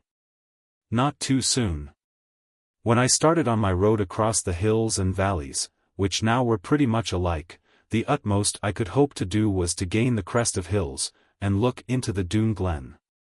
Hence I might at least descry whether Lorna still was safe, by the 6 nests still remaining, and the view of the captain's house. When I was come to the open country, far beyond the sheltered homestead, and in the full brunt of the wind, the keen blast of the cold broke on me, and the mighty breadth of snow. Moor and highland, field and common, cliff and vale, and watercourse, over all the rolling folds of misty white were flung.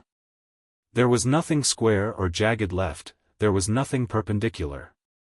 All the rugged lines were eased, and all the breaches smoothly filled. Curves, and mounds, and rounded heavings, took the place of rock and stump. And all the country looked as if a woman's hand had been on it.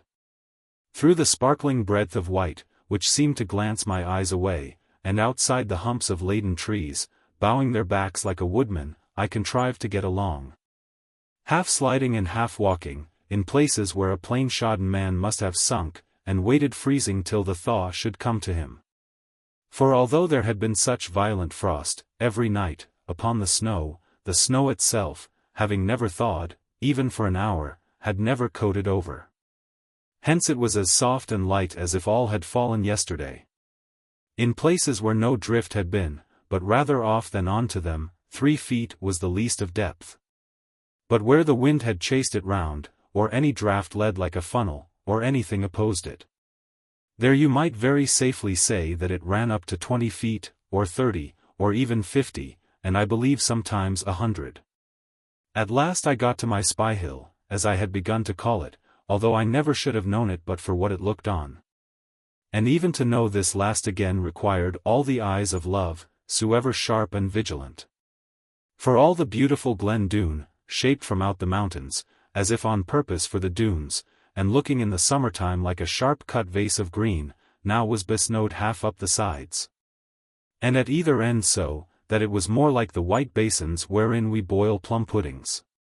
Not a patch of grass was there, not a black branch of a tree, all was white, and the little river flowed beneath an arch of snow, if it managed to flow at all.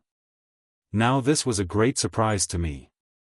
Not only because I believed Glen Doone to be a place outside all frost, but also because I thought perhaps that it was quite impossible to be cold near Lorna. And now it struck me all at once that perhaps her ewer was frozen, as mine had been for the last 3 weeks, requiring embers around it, and perhaps her window would not shut any more than mine would. And perhaps she wanted blankets. This idea worked me up to such a chill of sympathy, that seeing no Doones now about, and doubting if any guns would go off, in this state of the weather, and knowing that no man could catch me up, except with shoes like mine, I even resolved to slide the cliffs, and bravely go to Lorna. It helped me much in this resolve, that the snow came on again, thick enough to blind a man who had not spent his time among it, as I had done now for days and days. Therefore I took my neatsfoot oil, which now was clogged like honey, and rubbed it hard into my leg joints, so far as I could reach them. And then I set my back and elbows well against a snowdrift, hanging far adown the cliff, and saying some of the Lord's Prayer, threw myself on Providence. Before there was time to think or dream, I landed very beautifully upon a ridge of run-up snow in a quiet corner. My good shoes, or boots, preserved me from going far beneath it, though one of them was sadly strained, where a grub had gnawed the ash, in the early summer-time. Having set myself aright, and being in good spirits, I made boldly across the valley, where the snow was furrowed hard, being now afraid of nobody. If Lorna had looked out of the window she would not have known me, with those boots upon my feet, and a well-cleaned sheepskin over me, bearing my own J.R. in red, just between my shoulders, but covered now in snowflakes.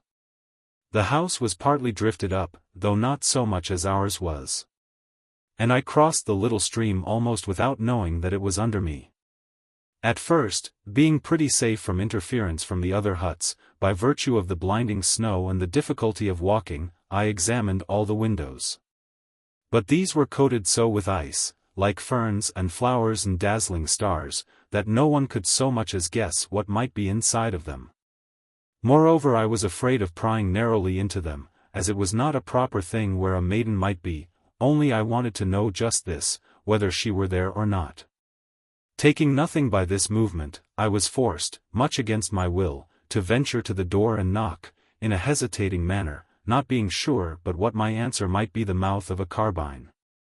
However, it was not so, for I heard a pattering of feet and a whispering going on, and then a shrill voice through the keyhole, asking, "Who's there?" "Only me, John Ridd," I answered. Upon which I heard a little laughter, and a little sobbing, or something that was like it, and then the door was opened about a couple of inches, with a bar behind it still. And then the little voice went on. "Put thy finger in, young man, with the old ring on it. But mind thee, if it be the wrong one, thou shalt never draw it back again." Laughing at Gwenny's mighty threat, I showed my finger in the opening, upon which she let me in, and barred the door again like lightning. "What is the meaning of all this, Gwenny?"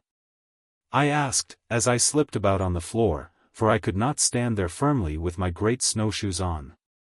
"Manning enough, and bad manning too," the Cornish girl made answer. "Us be shut in here, and starving, and durstn't let anybody in upon us. I wish thou wert good to ate, young man, I could manage most of thee." I was so frightened by her eyes, full of wolfish hunger, that I could only say, "Good God," having never seen the like before. Then drew I forth a large piece of bread, which I had brought in case of accidents, and placed it in her hands. She leaped at it, as a starving dog leaps at sight of his supper, and she set her teeth in it, and then withheld it from her lips, with something very like an oath at her own vile greediness.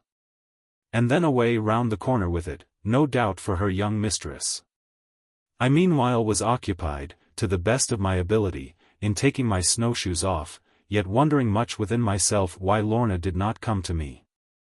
But presently I knew the cause, for Gwenny called me, and I ran, and found my darling quite unable to say so much as, "John, how are you?" Between the hunger and the cold, and the excitement of my coming, she had fainted away, and lay back on a chair, as white as the snow around us. In betwixt her delicate lips, Gwenny was thrusting with all her strength the hard brown crust of the rye bread, which she had snatched from me so. "Get water, or get snow," I said. "Don't you know what fainting is, you very stupid child?" "Never heard on it, in Cornwall," she answered, trusting still to the bread. "Be on the same as bleeding? It will be directly, if you go on squeezing away with that crust so. Eat a piece, I have got some more.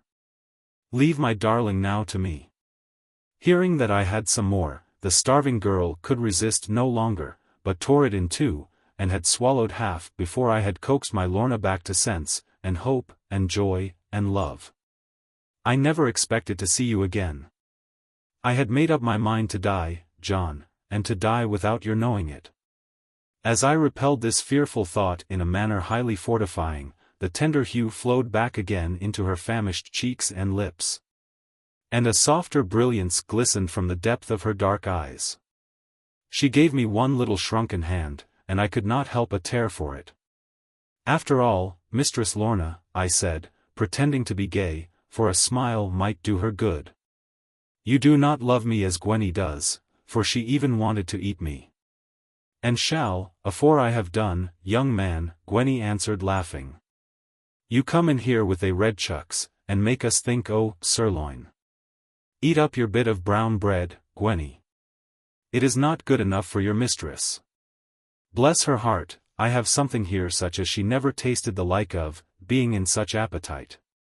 Look here, Lorna, smell it first. I have had it ever since 12th day, and kept it all the time for you. Annie made it. That is enough to warrant it good cooking." And then I showed my great mince pie in a bag of tissue paper, and I told them how the mincemeat was made of golden pippins finely shred, with the undercut of the sirloin. And spice and fruit accordingly and far beyond my knowledge. But Lorna would not touch a morsel until she had thanked God for it, and given me the kindest kiss, and put a piece in Gwenny's mouth. I have eaten many things myself, with very great enjoyment, and keen perception of their merits, and some thanks to God for them.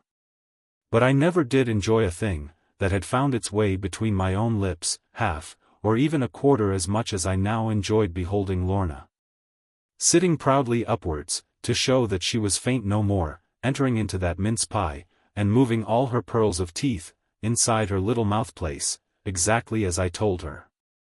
For I was afraid lest she should be too fast in going through it, and cause herself more damage so, than she got of nourishment. But I had no need to fear at all, and Lorna could not help laughing at me for thinking that she had no self-control. Some creatures require a deal of food, I myself among the number, and some can do with a very little, making, no doubt, the best of it. And I have often noticed that the plumpest and most perfect women never eat so hard and fast as the skinny and three-cornered ones. These last be often ashamed of it, and eat most when the men be absent. Hence it came to pass that Lorna, being the loveliest of all maidens, had as much as she could do to finish her own half of pie. Whereas Gwenny Carfax, though generous more than greedy, ate up hers without winking, after finishing the brown loaf, and then I begged to know the meaning of this state of things. "The meaning is sad enough," said Lorna, "and I see no way out of it. We are both to be starved until I let them do what they like with me. That is to say until you choose to marry Carver Doone, and be slowly killed by him." "Slowly. No, John, quickly. I hate him so intensely, that less than a week would kill me. Not a doubt of that, said Gwenny. Oh, she hates him nicely then, but not half so much as I do. I told them that this state of things could be endured no longer, on which point they agreed with me, but saw no means to help it. For even if Lorna could make up her mind to come away with me and live at Plover's Barrows farm, under my good mother's care, as I had urged so often, behold the snow was all around us, heaped as high as mountains, and how could any delicate maiden ever get across it? Then I spoke with a strange tingle upon both sides of my heart, knowing that this undertaking was a serious one for all, and might burn our farm down. If I warrant to take you safe, and without much fright or hardship, Lorna, will you come with me? To be sure I will, dear, said my beauty, with a smile and a glance to follow it. I have small alternative, to starve, or go with you, John. Gwenny, have you courage for it? Will you come with your young mistress? Will I stay behind? Cried Gwenny, in a voice that settled it. And so we began to arrange about it, and I was much excited. It was useless now to leave it longer. If it could be done at all, it could not be too quickly done. It was the counsellor who had ordered, after all other schemes had failed, that his niece should have no food until she would obey him. He had strictly watched the house, taking turns with Carver, to ensure that none came nigh it bearing food or comfort. But this evening, they had thought it needless to remain on guard. And it would have been impossible, because themselves were busy offering high festival to all the valley, in right of their own commandership. And Gwenny said that nothing made her so nearly mad with appetite as the account she received from a woman of all the dishes preparing. Nevertheless she had answered bravely. Go and tell the counsellor, and go and tell the carver, who sent you to spy upon us, that we shall have a finer dish than any set before them. And so in truth they did, although so little dreaming it, for no Doone that was ever born, however much of a carver, might vie with our Annie for mincemeat. Now while we sat reflecting much, and talking a good deal more, in spite of all the cold, for I never was in a hurry to go, when I had Lorna with me, she said, in her silvery voice, which always led me so along, as if I were a slave to a beautiful bell. Now, John, we are wasting time, dear. You have praised my hair, till it curls with pride, and my eyes till you cannot see them, even if they are brown diamonds, which I have heard for the 50th time at least. Though I never saw such a jewel. Don't you think it is high time to put on your snowshoes, John? Certainly not, I answered, till we have settled something more. I was so cold when I came in. And now I am as warm as a cricket. And so are you, you lively soul, though you are not upon my hearth yet. Remember, John, said Lorna, nestling for a moment to me. The severity of the weather makes a great difference between us. And you must never take advantage. I quite understand all that, dear. And the harder it freezes the better, while that understanding continues. Now do try to be serious. I try to be serious. And I have been trying 50 times, and could not bring you to it, John. Although I am sure the situation, as the counsellor says at the beginning of a speech, the situation, to say the least, is serious enough for anything. Come, Gwenny, imitate him. Gwenny was famed for her imitation of the counsellor making a speech, and she began to shake her hair, and mount upon a footstool, but I really could not have this, though even Lorna ordered it. The truth was that my darling maiden was in such wild spirits, at seeing me so unexpected, and at the prospect of release, and of what she had never known, quiet life and happiness, that like all warm and loving natures, she could scarce control herself. Come to this frozen window, John, and see them light the stack fire. They will little know who looks at them. Now be very good, John.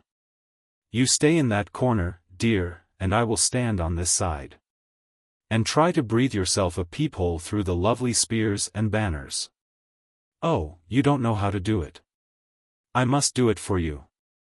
Breathe 3 times, like that, and that. And then you rub it with your fingers, before it has time to freeze again. All this she did so beautifully, with her lips put up like cherries, and her fingers bent half back, as only girls can bend them. And her little waist thrown out against the white of the snowed-up window, that I made her do it 3 times over. And I stopped her every time and let it freeze again, that so she might be the longer. Now I knew that all her love was mine, every bit as much as mine was hers. Yet I must have her to show it, dwelling upon every proof, lengthening out all certainty. Perhaps the jealous heart is loath to own a life worth twice its own. Be that as it may, I know that we thawed the window nicely. And then I saw, far down the stream, or rather down the bed of it, for there was no stream visible, a little form of fire arising, red, and dark, and flickering. Presently it caught on something, and went upward boldly, and then it struck into many forks, and then it fell, and rose again.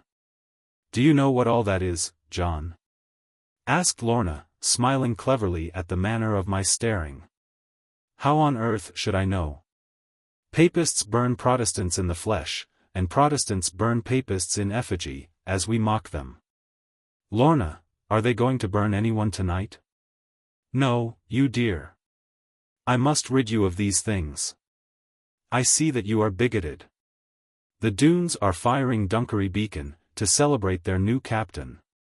But how could they bring it here through the snow? If they have sledges, I can do nothing. They brought it before the snow began. The moment poor grandfather was gone, even before his funeral, the young men, having none to check them, began at once upon it. They had always borne a grudge against it. Not that it ever did them harm, but because it seemed so insolent. Can't a gentleman go home, without a smoke behind him? I have often heard them saying. And though they have done it no serious harm, since they threw the firemen on the fire, many, many years ago, they have often promised to bring it here for their candle, and now they have done it. Ah, now look! The tar is kindled. Though Lorna took it so in joke, I looked upon it very gravely, knowing that this heavy outrage to the feelings of the neighborhood would cause more stir than 100 sheep stolen. Or a score of houses sacked. Not of course that the beacon was of the smallest use to anyone, neither stopped anybody from stealing, nay, rather it was like the parish knell, which begins when all is over, and depresses all the survivors. Yet I knew that we valued it, and were proud, and spoke of it as a mighty institution. And even more than that, our vestry had voted, within the last 2 years, 7 shillings and 6pence to pay for it, in proportion with other parishes. And one of the men who attended to it, or at least who was paid for doing so, was our Jem Slocum's grandfather. However, in spite of all my regrets, the fire went up very merrily, blazing red and white and yellow, as it leaped on different things. And the light danced on the snowdrifts with a misty lilac hue. I was astonished at its burning in such mighty depths of snow, but Gwenny said that the wicked men had been 3 days hard at work, clearing, as it were, a cockpit, for their fire to have its way. And now they had a mighty pile, which must have covered 5 land yards square, heaped up to a goodly height, and eager to take fire. In this I saw great obstacle to what I wished to manage. For when this pyramid should be kindled thoroughly, and pouring light and blazes round, would not all the valley be like a white room full of candles? Thinking thus, I was half inclined to abide my time for another night, and then my second thoughts convinced me that I would be a fool in this. For lo, what an opportunity!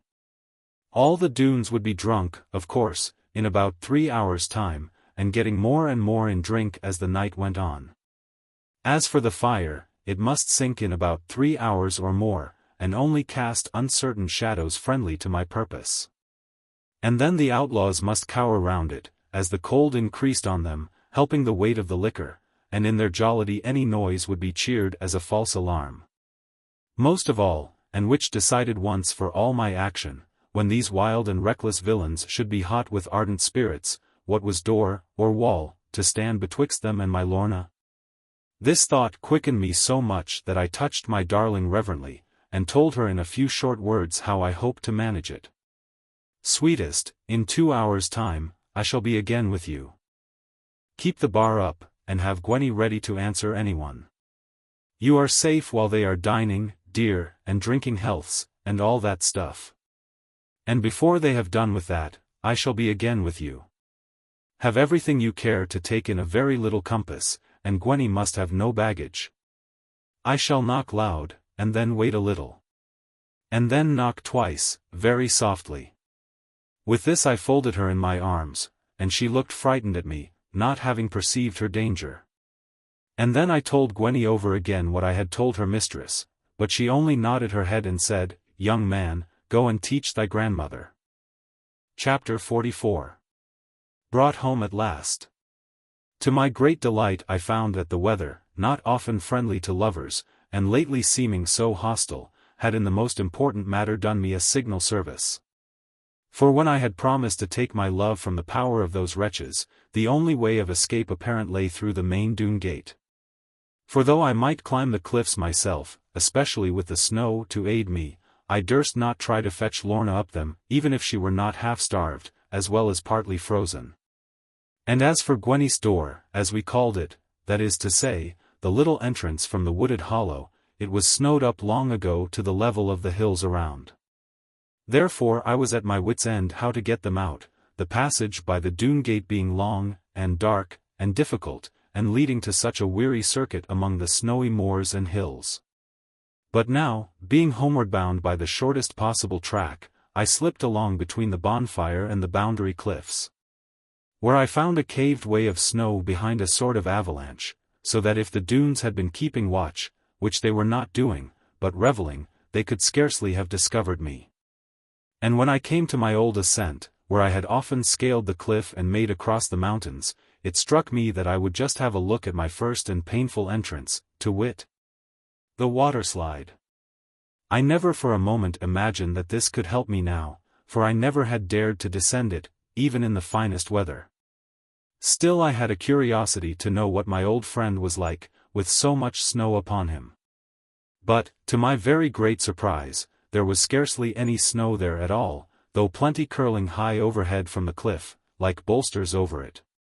Probably the sweeping of the northeast wind up the narrow chasm had kept the showers from blocking it, although the water had no power under the bitter grip of frost. All my waterslide was now less a slide than path of ice, furrowed where the waters ran over fluted ridges, seamed where wind had tossed and combed them even while congealing, and crossed with little steps wherever the freezing torrent lingered. And here and there the ice was fibred with the trail of sludge weed, slanting from the side, and matted, so as to make resting place. Lo, it was easy track and channel, as if for the very purpose made, down which I could guide my sledge with Lorna sitting in it. There were only two things to be feared. One, lest the rolls of snow above should fall in and bury us. The other, lest we should rush too fast, and so be carried headlong into the black whirlpool at the bottom, the middle of which was still unfrozen, and looking more horrible by the contrast. Against this danger I made provision, by fixing a stout bar across, but of the other we must take our chance, and trust ourselves to Providence. I hastened home at my utmost speed, and told my mother for God's sake to keep the house up till my return, and to have plenty of fire blazing, and plenty of water boiling, and food enough hot for 12 people, and the best bed aired with the warming pan. Dear mother smiled softly at my excitement, though her own was not much less, I am sure, and enhanced by sore anxiety. Then I gave very strict directions to Annie, and praised her a little, and kissed her, and I even endeavored to flatter Eliza, lest she should be disagreeable. After this I took some brandy, both within and about me, the former, because I had sharp work to do, and the latter in fear of whatever might happen, in such great cold, to my comrades. Also I carried some other provisions, grieving much at their coldness, and then I went to the upper Linney, and took our new light pony sled, which had been made almost as much for pleasure as for business. Though God only knows how our girls could have found any pleasure in bumping along so. On the snow, however, it ran as sweetly as if it had been made for it, yet I durst not take the pony with it. In the first place, because his hoofs would break through the ever-shifting surface of the light and piling snow. And secondly, because these ponies, coming from the forest, have a dreadful trick of neighing, and most of all in frosty weather.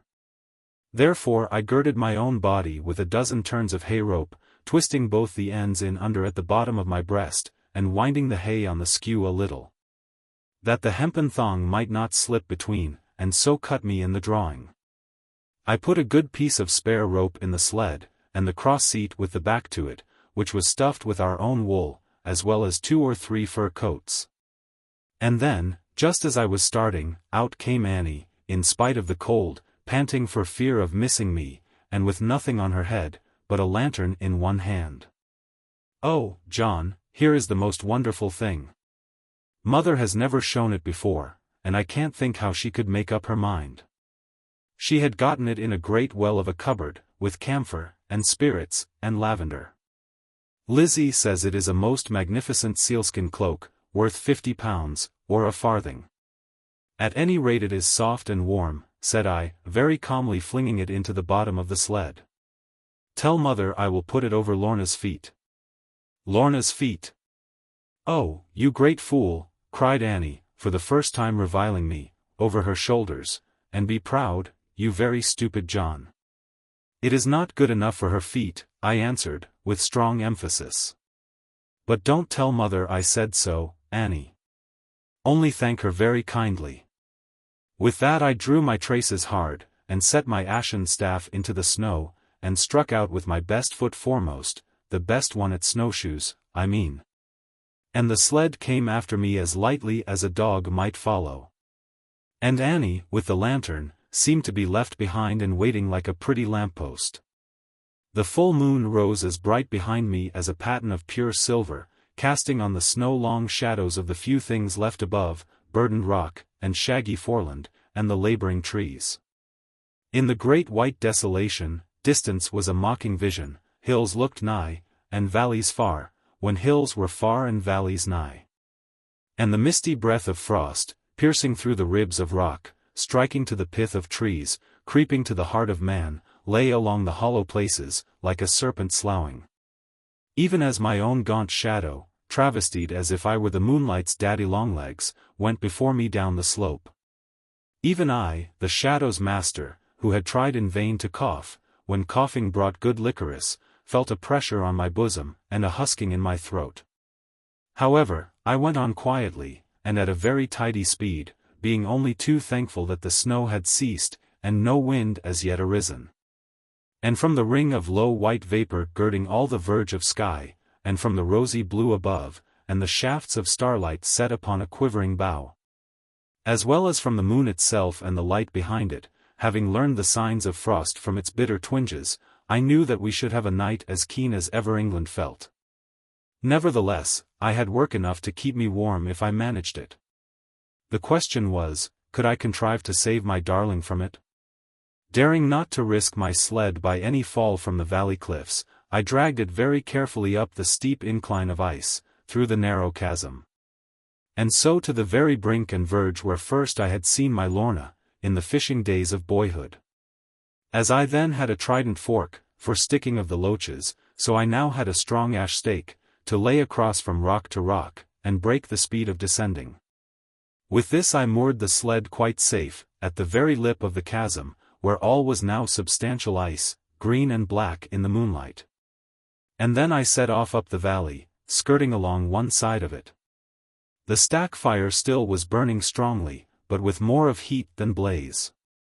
And many of the younger Doones were playing on the verge of it, the children making rings of fire, and their mothers watching them.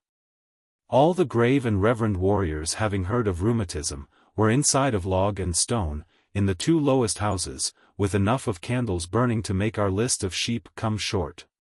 All these I passed, without the smallest risk or difficulty, walking up the channel of drift which I spoke of once before. And then I crossed, with more of care, and to the door of Lorna's house, and made the sign, and listened, after taking my snowshoes off. But no one came, as I expected, neither could I espy a light. And I seemed to hear a faint low sound, like the moaning of the snow wind. Then I knocked again more loudly, with a knocking at my heart, and receiving no answer, set all my power at once against the door. In a moment it flew inwards, and I glided along the passage with my feet still slippery. There in Lorna's room I saw, by the moonlight flowing in, a sight which drove me beyond sense. Lorna was behind a chair, crouching in the corner, with her hands up, and a crucifix, or something that looked like it. In the middle of the room lay Gwenny Carfax, stupid, yet with one hand clutching the ankle of a struggling man. Another man stood above my Lorna, trying to draw the chair away. In a moment I had him round the waist, and he went out of the window with a mighty crash of glass. Luckily for him that window had no bars like some of them. Then I took the other man by the neck. And he could not plead for mercy. I bore him out of the house as lightly as I would bear a baby, yet squeezing his throat a little more than I fain would do to an infant. By the bright moonlight I saw that I carried Marwood de Witchhalse. For his father's sake I spared him, and because he had been my schoolfellow. But with every muscle of my body strung with indignation, I cast him, like a skittle, from me into a snowdrift, which closed over him. Then I looked for the other fellow, tossed through Lorna's window, and found him lying stunned and bleeding, neither able to groan yet. Charleworth Doone, if his gushing blood did not much mislead me. It was no time to linger now. I fastened my shoes in a moment, and caught up my own darling with her head upon my shoulder, where she whispered faintly. And telling Gwenny to follow me, or else I would come back for her, if she could not walk the snow, I ran the whole distance to my sled, caring not who might follow me. Then by the time I had set up Lorna, beautiful and smiling, with the sealskin cloak all over her, sturdy Gwenny came along, having trudged in the track of my snowshoes. Although with 2 bags on her back. I set her in beside her mistress, to support her, and keep warm. And then with one look back at the glen, which had been so long my home of heart, I hung behind the sled, and launched it down the steep and dangerous way. Though the cliffs were black above us, and the road unseen in front, and a great white grave of snow might at a single word come down, Lorna was as calm and happy as an infant in its bed. She knew that I was with her, and when I told her not to speak, she touched my hand in silence. Gwenny was in a much greater fright, having never seen such a thing before, neither knowing what it is to yield to pure love's confidence. I could hardly keep her quiet, without making a noise myself. With my staff from rock to rock, and my weight thrown backward, I broke the sled's too rapid way, and brought my grown love safely out. By the selfsame road which first had led me to her girlish fancy, and my boyish slavery. Unpursued, yet looking back as if someone must be after us, we skirted round the black whirling pool, and gained the meadows beyond it. Here there was hard collar work, the track being all uphill and rough, and Gwenny wanted to jump out, to lighten the sled and to push behind. But I would not hear of it. Because it was now so deadly cold, and I feared that Lorna might get frozen, without having Gwenny to keep her warm. And after all, it was the sweetest labor I had ever known in all my life, to be sure that I was pulling Lorna, and pulling her to our own farmhouse. Gwenny's nose was touched with frost, before we had gone much farther, because she would not keep it quiet and snug beneath the sealskin. And here I had to stop in the moonlight, which was very dangerous, and rub it with a clove of snow, as Eliza had taught me, and Gwenny scolding all the time, as if myself had frozen it. Lorna was now so far oppressed with all the troubles of the evening, and the joy that followed them, as well as by the piercing cold and difficulty of breathing, that she lay quite motionless. Like fairest wax in the moonlight, when we stole a glance at her, beneath the dark folds of the cloak. And I thought that she was falling into the heavy snow sleep, whence there is no awaking. Therefore, I drew my traces tight, and set my whole strength to the business. And we slipped along at a merry pace, although with many joltings, which must have sent my darling out into the cold snowdrifts but for the short strong arm of Gwenny. And so in about an hour's time, in spite of many hindrances, we came home to the old courtyard, and all the dogs saluted us. My heart was quivering, and my cheeks as hot as the Doones bonfire, with wondering both what Lorna would think of our farmyard, and what my mother would think of her. Upon the former subject my anxiety was wasted, for Lorna neither saw a thing, nor even opened her heavy eyes. And as to what mother would think of her, she was certain not to think at all, until she had cried over her. And so indeed it came to pass. Even at this length of time, I can hardly tell it, although so bright before my mind, because it moves my heart so. The sled was at the open door, with only Lorna in it. For Gwenny Carfax had jumped out, and hung back in the clearing, giving any reason rather than the only true one, that she would not be intruding. At the door were all our people. First, of course, Betty Muxworthy, teaching me how to draw the sled, as if she had been born in it, and flourishing with a great broom, wherever a speck of snow lay. Then dear Annie, and old Molly, who was very quiet, and counted almost for nobody, and behind them, Mother, looking as if she wanted to come first, but doubted how the manners lay. In the distance Lizzie stood, fearful of encouraging, but unable to keep out of it. Betty was going to poke her broom right in under the sealskin cloak, where Lorna lay unconscious, and where her precious breath hung frozen, like a silver cobweb. But I caught up Betty's broom, and flung it clean away over the corn chamber, and then I put the others by, and fetched my mother forward. "You shall see her first," I said. "Is she not your daughter? Hold the light there, Annie." Dear mother's hands were quick and trembling, as she opened the shining folds. And there she saw my Lorna sleeping, with her black hair all dishevelled, and she bent and kissed her forehead, and only said, "God bless her, John." And then she was taken with violent weeping, and I was forced to hold her. "Us may titch of her now, I reckon," said Betty in her most jealous way. "Annie, tack her by the head, and I'll tack her by the toesen. No tame to stand here like Gert Gawks. Donny e tack on zo, missus. There be vainer vish in the zee, lor, but, her be a booty." With this, they carried her into the house, Betty chattering all the while, and going on now about Lorna's hands, and the others crowding round her. So that I thought I was not wanted among so many women, and should only get the worst of it, and perhaps do harm to my darling. Therefore I went and brought Gwenny in, and gave her a potful of bacon and peas, and an iron spoon to eat it with, which she did right heartily. Then I asked her how she could have been such a fool as to let those two vile fellows enter the house where Lorna was, and she accounted for it so naturally, that I could only blame myself. For my agreement had been to give one loud knock, if you happen to remember, and after that 2 little knocks. Well, these 2 drunken rogues had come. And one, being very drunk indeed, had given a great thump, and then nothing more to do with it. And the other, being 3/4 drunk, had followed his leader, as one might say, but feebly, and making 2 of it. Whereupon up jumped Lorna, and declared that her John was there.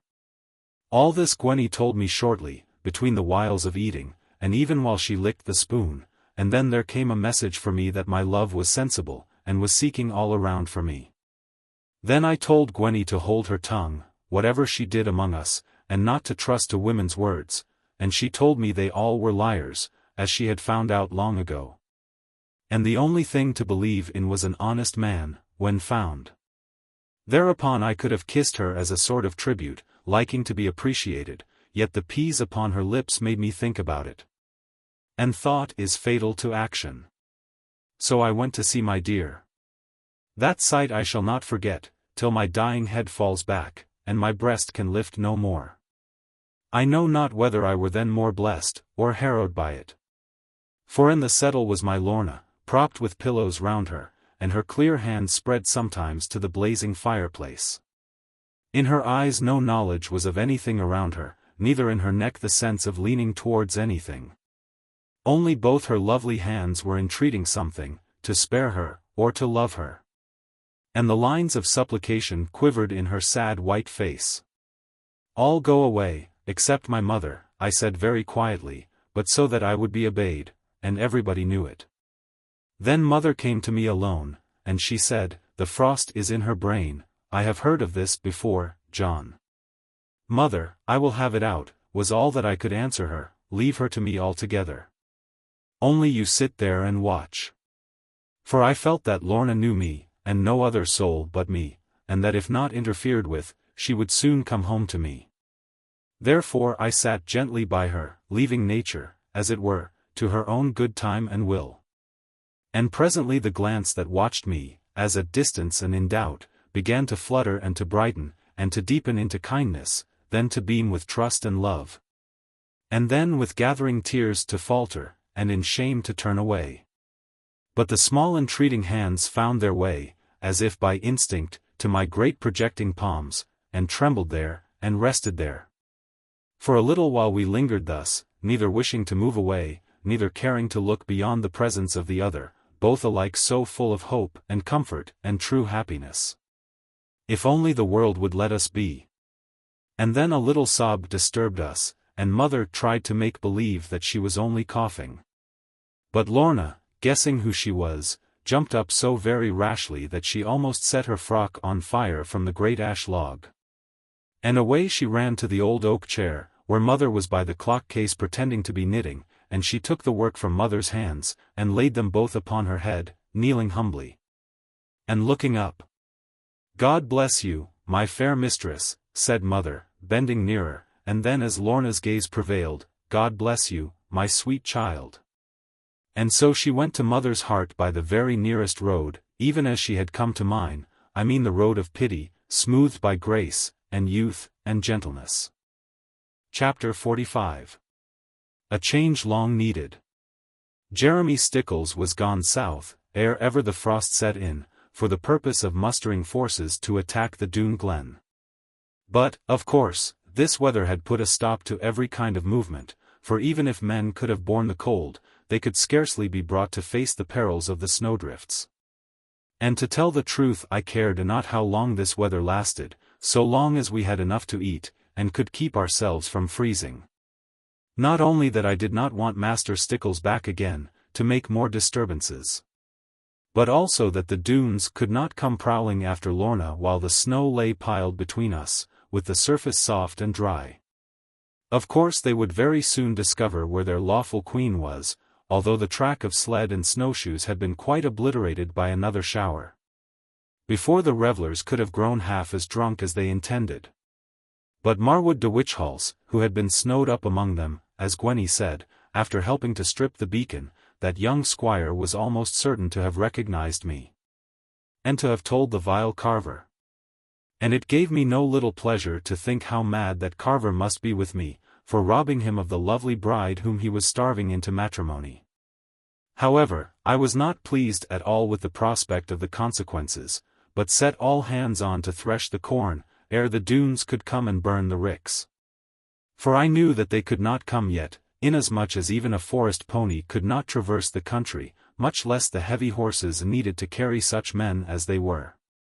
And hundreds of the forest ponies died in this hard weather, some being buried in the snow, and more of them starved for want of grass. Going through this state of things, and laying down the law about it, subject to correction, I very soon persuaded Lorna that for the present she was safe. And, which made her still more happy, that she was not only welcome, but as gladdening to our eyes as the flowers of May. Of course, so far as regarded myself, this was not 100th part of the real truth, and even as regarded others, I might have said it 10 times over. For Lorna had so won them all, by her kind and gentle ways, and her mode of hearkening to everybody's trouble, and replying without words, as well as by her beauty, and simple grace of all things, that I could almost wish sometimes the rest would leave her more to me. But Mother could not do enough, and Annie almost worshipped her, and even Lizzie could not keep her bitterness towards her, especially when she found that Lorna knew as much of books as need be. As for John Fry, and Betty, and Molly, they were a perfect plague when Lorna came into the kitchen. For betwixt their curiosity to see a live Doone in the flesh, when certain not to eat them, and their high respect for birth, with or without honesty, and their intense desire to know all about Master John's sweetheart, dropped, as they said, from the snow clouds. And most of all their admiration of a beauty such as never even their angels could have seen, betwixt and between all this, I say, there was no getting the dinner cooked, with Lorna in the kitchen. And the worst of it was that Lorna took the strangest of all strange fancies for this very kitchen, and it was hard to keep her out of it. Not that she had any special bent for cooking, as our Annie had, rather indeed the contrary, for she liked to have her food ready cooked. But that she loved the look of the place, and the cheerful fire burning, and the racks of bacon to be seen, and the richness, and the homeliness, and the pleasant smell of everything. And who knows but what she may have liked, as the very best of maidens do, to be admired, now and then, between the times of business. Therefore if you wanted Lorna, as I was always sure to do, God knows how many times a day, the very surest place to find her was our own old kitchen. Not gossiping, I mean, nor loitering, neither seeking into things, but seeming to be quite at home, as if she had known it from a child, and seeming, to my eyes at least, to light it up, and make life and color out of all the dullness, as I have seen the breaking sun do among brown shocks of wheat. But anyone who wished to learn whether girls can change or not, as the things around them change, while yet their hearts are steadfast, and forever anchored, he should just have seen my Lorna. After a fortnight of our life, and freedom from anxiety. It is possible that my company, although I am accounted stupid by folk who do not know my way, may have had something to do with it, but upon this I will not say much, lest I lose my character. And indeed, as regards company, I had all the threshing to see to, and more than half to do myself, though anyone would have thought that even John Fry must work hard this weather. Else I could not hope at all to get our corn into such compass that a good gun might protect it. But to come back to Lorna again, which I always longed to do, and must long forever, all the change between night and day, all the shifts of cloud and sun, all the difference between black death and brightsome liveliness, scarcely may suggest or equal Lorna's transformation. Quick she had always been and pert, as we say on Exmoor, and gifted with a leap of thought too swift for me to follow, and hence you may find fault with much, when I report her sayings. But through the whole had always run, as a black string goes through pearls, something dark and touched with shadow, colored as with an early end. But, now, behold, there was none of this. There was no getting her, for a moment, even to be serious. All her bright young wit was flashing, like a newly awakened flame, and all her high young spirits leaped, as if dancing to its fire. And yet she never spoke a word which gave more pain than pleasure. And even in her outward look there was much of difference. Whether it was our warmth, and freedom, and our harmless love of God, and trust in one another, or whether it were our air, and water, and the pea-fed bacon.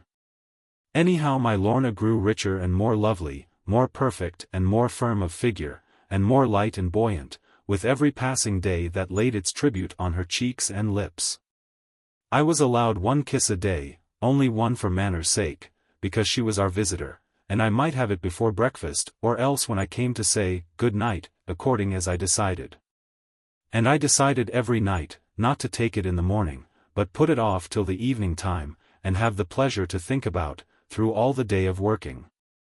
But when my darling came up to me in the early daylight, fresher than the day-star, and with no one looking, only her bright eyes smiling, and sweet lips quite ready, was it likely I could wait, and think all day about it?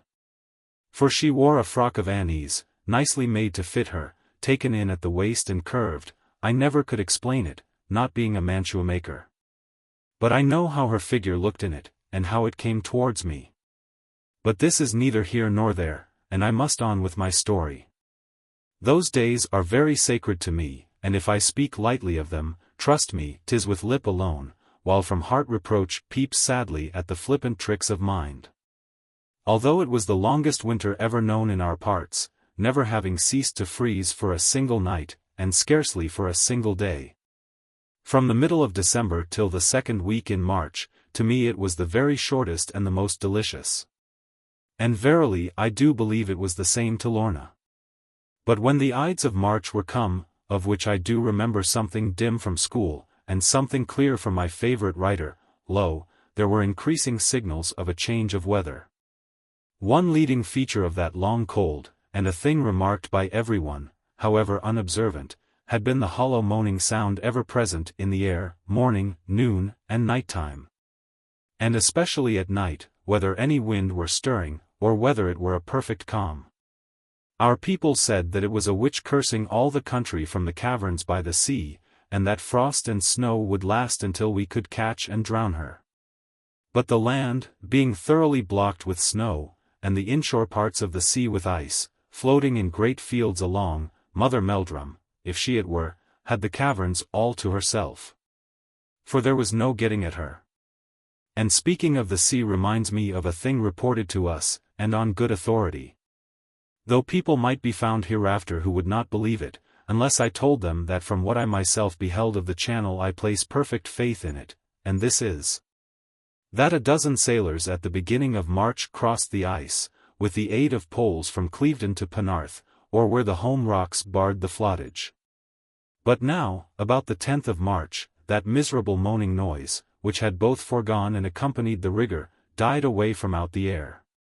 And we, being now so used to it, thought at first that we must be deaf.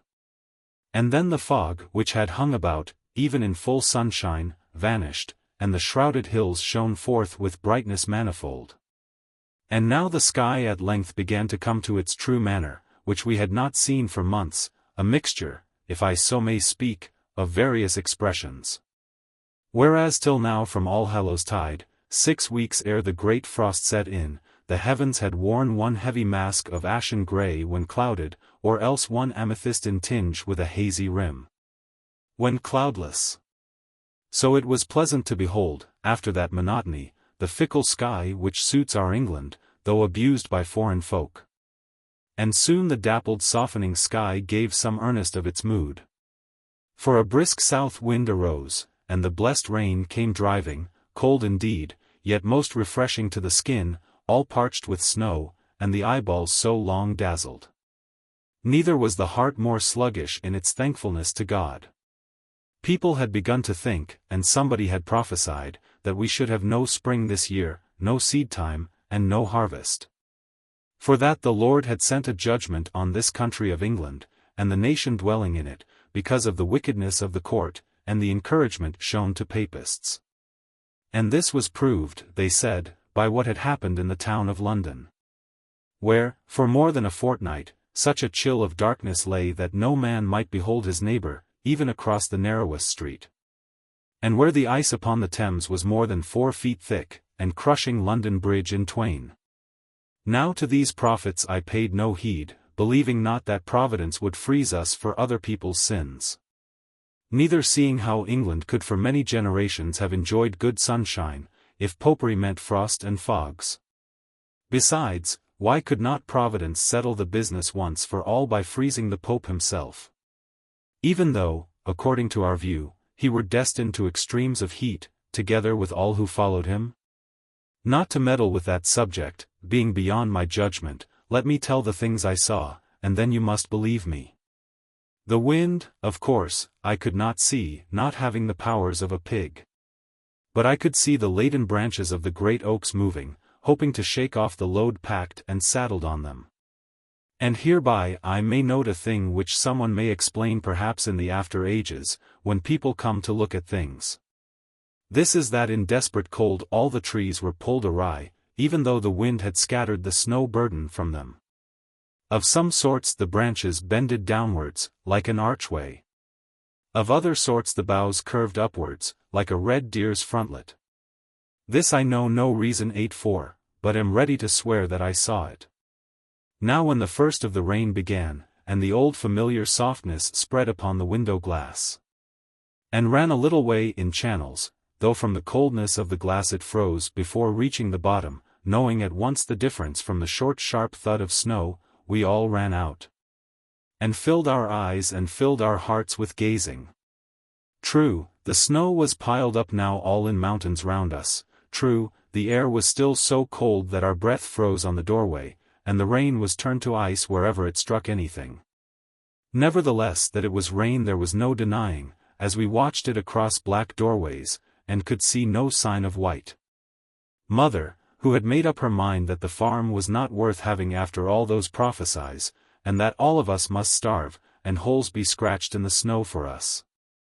And no use to put up a tombstone, for our church had been shut up long ago, mother fell upon my breast, and sobbed that I was the cleverest fellow ever born of woman. And this because I had condemned the prophets for a pack of fools, not seeing how business could go on, if people stopped to hearken to them. Then Lorna came and glorified me, for I had predicted a change of weather, more to keep their spirits up, than with real hope of it. And then came Annie blushing shyly, as I looked at her, and said that Winnie would soon have 4 legs now. This referred to some stupid joke made by John Fry or somebody, that in this weather a man had no legs, and a horse had only 2. But as the rain came down upon us from the southwest wind, and we could not have enough of it, even putting our tongues to catch it, as little children might do, and beginning to talk of primroses. The very noblest thing of all was to hear and see the gratitude of the poor beasts yet remaining and the few surviving birds. From the cowhouse lowing came, more than of 50 milking times. Moo and moo, and a turn-up noise at the end of every bellow, as if from the very heart of kine. Then the horses in the stables, packed as closely as they could stick, at the risk of kicking, to keep the warmth in one another, and their spirits up by discoursing. These began with one accord to lift up their voices, snorting, snaffling, whinnying, and neighing, and trotting to the door to know when they should have work again. To whom, as if in answer, came the feeble bleating of the sheep, what few, by dint of greatest care, had kept their fleeces on their backs, and their 4 legs under them. Neither was it a trifling thing, let whoso will say the contrary, to behold the ducks and geese marching forth in handsome order from their beds of fern and straw. What a goodly noise they kept, what a flapping of their wings, and a jerking of their tails, as they stood right up and tried with a whistling in their throats to imitate a cockscrow. And then how daintily they took the wet upon their dusty plumes, and ducked their shoulders to it, and began to dress themselves, and laid their grooved bills on the snow, and dabbled for more ooziness. Lorna had never seen, I dare say, anything like this before, and it was all that we could do to keep her from rushing forth with only little lambswool shoes on, and kissing every one of them. "Oh, the dear things, oh, the dear things," she kept saying continually, "how wonderfully clever they are. Only look at that one with his foot up, giving orders to the others, John." "And I must give orders to you, my darling," I answered, gazing on her face, so brilliant with excitement, "and that is, that you come in at once, with that worrisome cough of yours. And sit by the fire, and warm yourself." "Oh, no, John. Not for a minute, if you please, good John.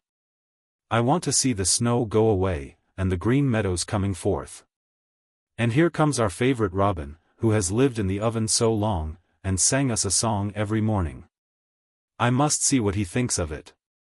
"You will do nothing of the sort," I answered very shortly, being only too glad of a cause for having her in my arms again. So I caught her up, and carried her in.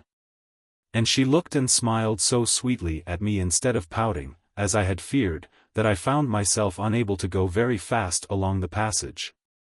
And I set her there in her favorite place, by the sweet-scented wood fire, and she paid me porterage without my even asking her, and for all the beauty of the rain, I was fain to stay with her.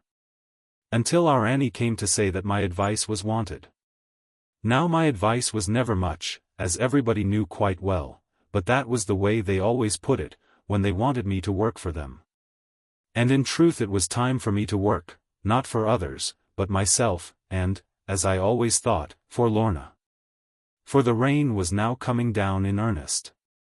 And the top of the snow being frozen at last, and glazed as hard as a china cup, by means of the sun and frost afterwards, all the rain ran right away from the steep inclines. And all the outlets being blocked with ice set up like tables, it threatened to flood everything. Already it was ponding up, like a tide advancing at the threshold of the door from which we had watched the duck-birds. Both because great piles of snow trended in that direction, in spite of all our scraping, and also that the gully hole, where the water of the chute went out, I mean when it was water, now was choked with lumps of ice, as big as a man's body. For the chute, as we called our little runnel of everlasting water, never known to freeze before, and always ready for any man either to wash his hands, or drink. Where it spouted from a trough of bark, set among white flint stones. This at last had given in, and its music ceased to lull us, as we lay in bed. It was not long before I managed to drain off this threatening flood, by opening the old sluice hole. But I had much harder work to keep the stables, and the cowhouse, and the other sheds, from flooding. For we have a sapient practice, and I never saw the contrary round about our parts, I mean, of keeping all rooms underground, so that you step down to them. We say that thus we keep them warmer, both for cattle and for men, in the time of winter, and cooler in the summer-time. This I will not contradict, though having my own opinion. But it seems to me to be a relic of the time when people in the western countries lived in caves beneath the ground, and blocked the mouths with neat skins. Let that question still abide, for men who study ancient times to inform me, if they will. All I know is, that now we had no blessings for the system.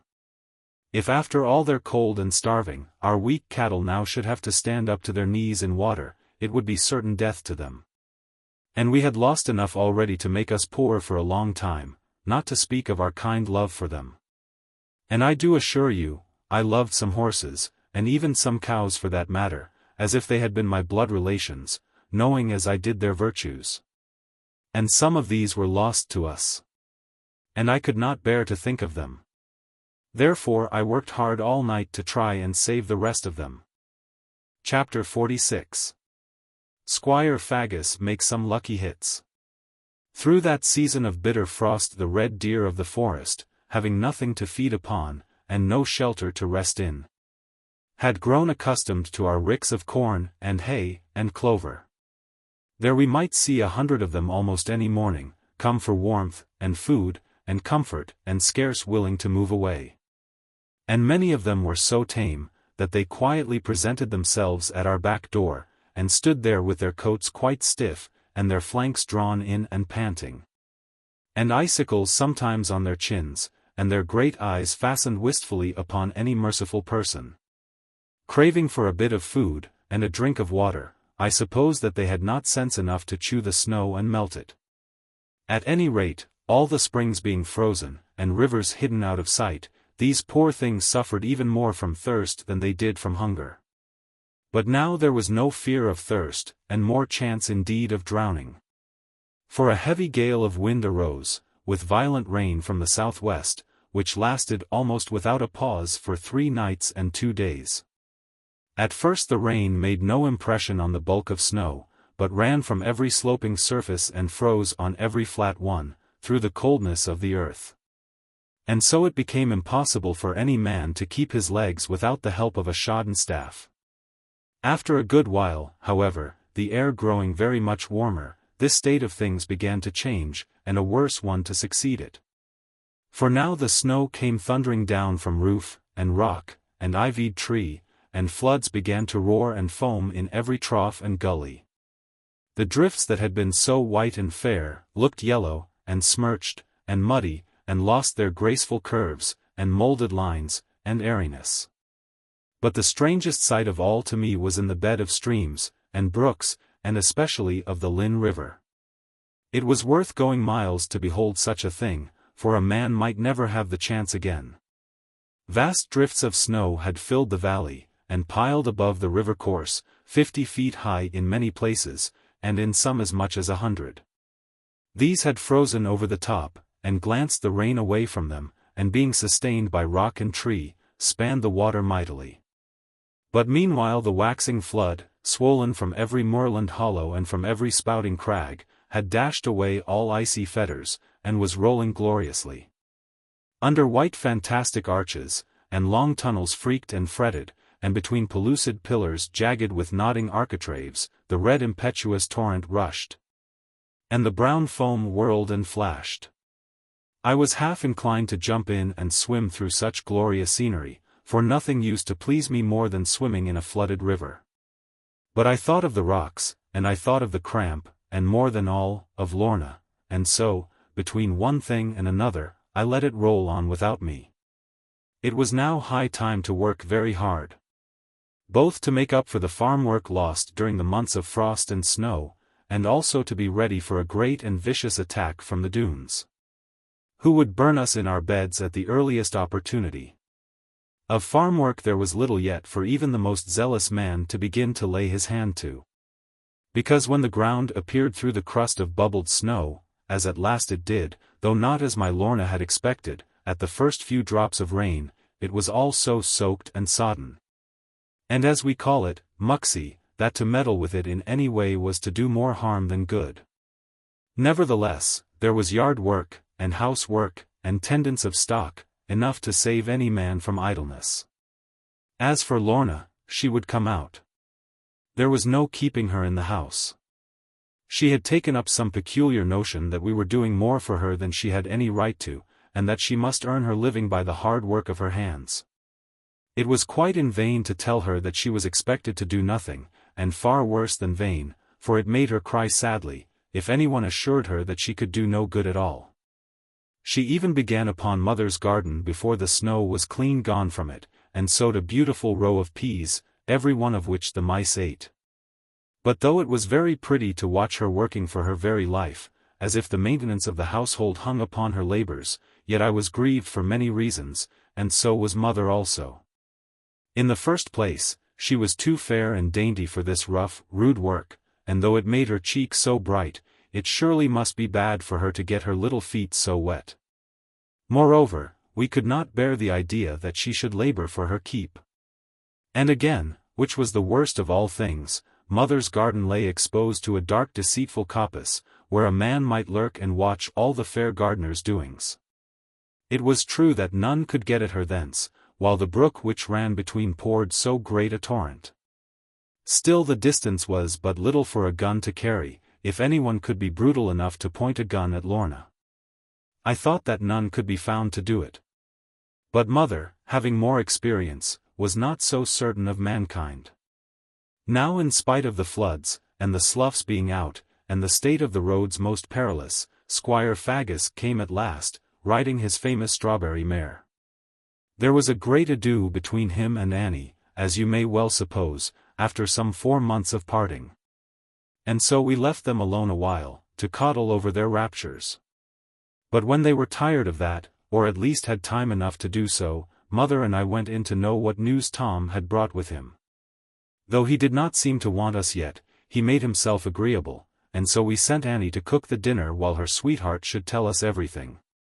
Tom Faggus had very good news to tell, and he told it with such force of expression as made us laugh very heartily. He had taken up his purchase from old Sir Roger Bassett of a nice bit of land, to the south of the moors, and in the parish of Moland. When the lawyers knew thoroughly who he was, and how he had made his money, they behaved uncommonly well to him, and showed great sympathy with his pursuits. He put them up to a thing or two. And they poked him in the ribs, and laughed, and said that he was quite a boy, but of the right sort, none the less. And so they made old Squire Bassett pay the bill for both sides. And all he got for 300 acres was £120, though Tom had paid 500. But lawyers know that this must be so, in spite of all their endeavors. And the old gentleman, who now expected to find a bill for him to pay, almost thought himself a rogue, for getting anything out of them. It is true that the land was poor and wild, and the soil exceeding shallow, lying on the slope of rock, and burned up in hot summers. But with us, hot summers are things known by tradition only, as this great winter may be. We generally have more moisture, especially in July, than we well know what to do with. I have known a fog for a fortnight at the summer solstice, and farmers talking in church about it when they ought to be praying. But it always contrives to come right in the end, as other visitations do, if we take them as true visits, and receive them kindly.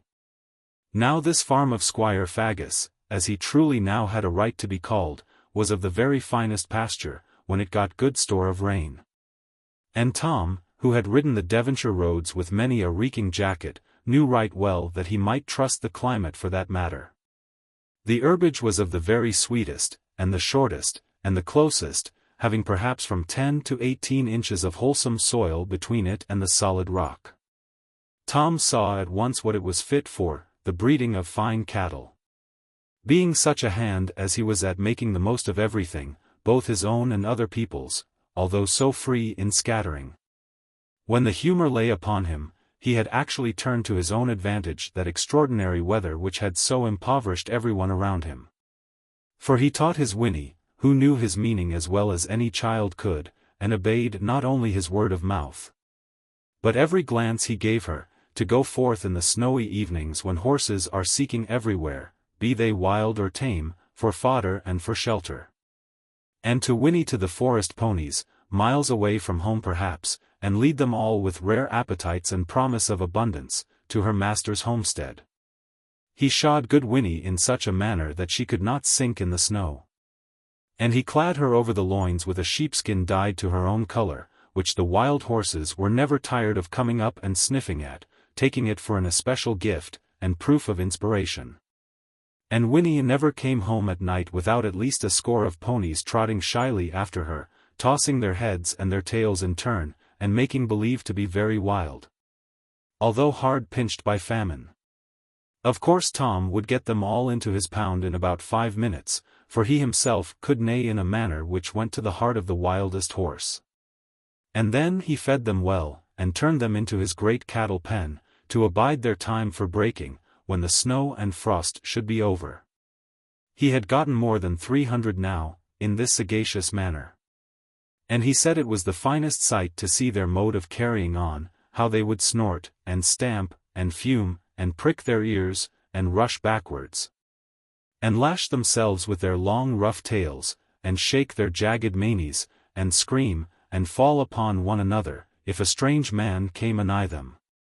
But as for feeding time, Tom said it was better than 50 plays to watch them, and the tricks they were up to cheat their feeders, and one another. I asked him how on earth he had managed to get fodder, in such impassable weather, for such a herd of horses, but he said that they lived upon straw and sawdust. And he knew that I did not believe him any more than about his star shavings. And this was just the thing he loved, to mystify honest people, and be a great deal too knowing. However, I may judge him harshly, because I myself tell everything. I asked him what he meant to do with all that enormous lot of horses, and why he had not exerted his wits to catch the red deer as well. He said that the latter would have been against the laws of venery, and might have brought him into trouble, but as for disposing of his stud, it would give him little difficulty. He would break them, when the spring weather came on, and deal with them as they required, and keep the handsomest for breeding. The rest he would dispatch to London, where he knew plenty of horse dealers, and he doubted not that they would fetch him as much as £10 apiece all round, being now in great demand. I told him I wished that he might get it, but as it proved afterwards, he did. Then he pressed us both on another point, the time for his marriage to Annie. And mother looked at me to say when, and I looked back at mother. However, knowing something of the world, and unable to make any further objection, by reason of his prosperity, I said that we must even do as the fashionable people did, and allow the maid herself to settle, when she would leave home and all. And this I spoke with a very bad grace, being perhaps of an ancient caste, and over fond of honesty, I mean, of course, among lower people. But Tom paid little heed to this, knowing the world a great deal better than ever I could pretend to do. And being ready to take a thing, upon which he had set his mind, whether it came with a good grace, or whether it came with a bad one. And seeing that it would be awkward to provoke my anger, he left the room, before more words, to submit himself to Annie. Upon this I went in search of Lorna, to tell her of our cousin's arrival, and to ask whether she would think fit to see him, or to dine by herself that day. For she should do exactly as it pleased her in everything, while remaining still our guest. But I rather wished that she might choose not to sit in Tom's company, though she might be introduced to him. Not but what he could behave quite as well as could, and much better, as regarded elegance and assurance, only that his honesty had not been as one might desire. But Lorna had some curiosity to know what this famous man was like, and declared that she would by all means have the pleasure of dining with him, if he did not object to her company on the ground of the Doones' dishonesty. Moreover, she said that it would seem a most foolish air on her part, and one which would cause the greatest pain to Annie, who had been so good to her, if she should refuse to sit at table with a man who held the king's pardon, and was now a pattern of honesty. Against this I had not a word to say, and could not help acknowledging in my heart that she was right, as well as wise, in her decision. And afterwards I discovered that mother would have been much displeased, if she had decided otherwise. Accordingly she turned away, with one of her very sweetest smiles, whose beauty none can describe, saying that she must not meet a man of such fashion and renown, in her common gardening frock, but must try to look as nice as she could, if only in honor of dear Annie. And truth to tell, when she came to dinner, everything about her was the neatest and prettiest that can possibly be imagined. She contrived to match the colors so, to suit one another and her own, and yet with a certain delicate harmony of contrast, and the shape of everything was so nice. So that when she came into the room, with a crown of winning modesty upon the consciousness of beauty, I was quite as proud as if the Queen of England entered. My mother could not help remarking, though she knew that it was not mannerly, how like a Princess Lorna looked, now she had her best things on. But two things caught Squire Faggus's eyes, after he had made a most gallant bow, and received a most graceful courtesy. And he kept his bright bold gaze upon them, first on one, and then on the other, until my darling was hot with blushes, and I was ready to knock him down if he had not been our visitor. But here again I should have been wrong, as I was apt to be in those days, for Tom intended no harm whatever, and his gaze was of pure curiosity, though Annie herself was vexed with it. The two objects of his close regard were first, and most worthily, Lorna's face, and secondly, the ancient necklace restored to her by Sir Ensor Doone. Now wishing to save my darling's comfort, and to keep things quiet, I shouted out that dinner was ready, so that half the parish could hear me. Upon which my mother laughed, and chid me, and dispatched her guests before her. And a very good dinner we made, I remember, and a very happy one. Attending to the women first, as now is the manner of eating, except among the workmen. With them, of course, it is needful that the man, who has his hours fixed, should be served first, and make the utmost of his time for feeding, while the women may go on, as much as ever they please, afterwards. But with us, who are not bound to time, there is no such reason to be quoted, and the women being the weaker vessels, should be the first to begin to fill. And so we always arranged it. Now, though our Annie was a graceful maid, and Lizzie a very learned one, you should have seen how differently Lorna managed her dining. She never took more than about a quarter of a mouthful at a time, and she never appeared to be chewing that, although she must have done so. Indeed, she appeared to dine as if it were a matter of no consequence, and as if she could think of other things more than of her business. All this, and her own manner of eating, I described to Eliza once, when I wanted to vex her for something very spiteful that she had said. And I never succeeded so well before, for the girl was quite outrageous, having her own perception of it, which made my observation 10 times as bitter to her. And I am not sure but what she ceased to like poor Lorna from that day, and if so, I was quite paid out, as I well deserved, for my bit of satire. For it strikes me that of all human dealings, satire is the very lowest, and most mean and common. It is the equivalent in words of what bullying is in deeds. And no more bespeaks a clever man, than the other does a brave one. These two wretched tricks exalt a fool in his own low esteem, but never in his neighbor's. For the deep common sense of our nature tells that no man of a genial heart, or of any spread of mind, can take pride in either. And though a good man may commit the one fault or the other, now and then, by way of outlet, he is sure to have compunction soon, and to scorn himself more than the sufferer. Now when the young maidens were gone, for we had quite a high dinner of fashion that day, with Betty Muxworthy waiting, and Gwenny Carfax at the gravy, and only mother and Tom. And I remained at the white deal table, with brandy, and schnapps, and hot water jugs. Squire Faggus said quite suddenly, and perhaps on purpose to take us aback, in case of our hiding anything, "What do you know of the history of that beautiful maiden, good mother?" "Not half so much as my son does," mother answered, with a soft smile at me, "and when John does not choose to tell a thing, wild horses will not pull it out of him."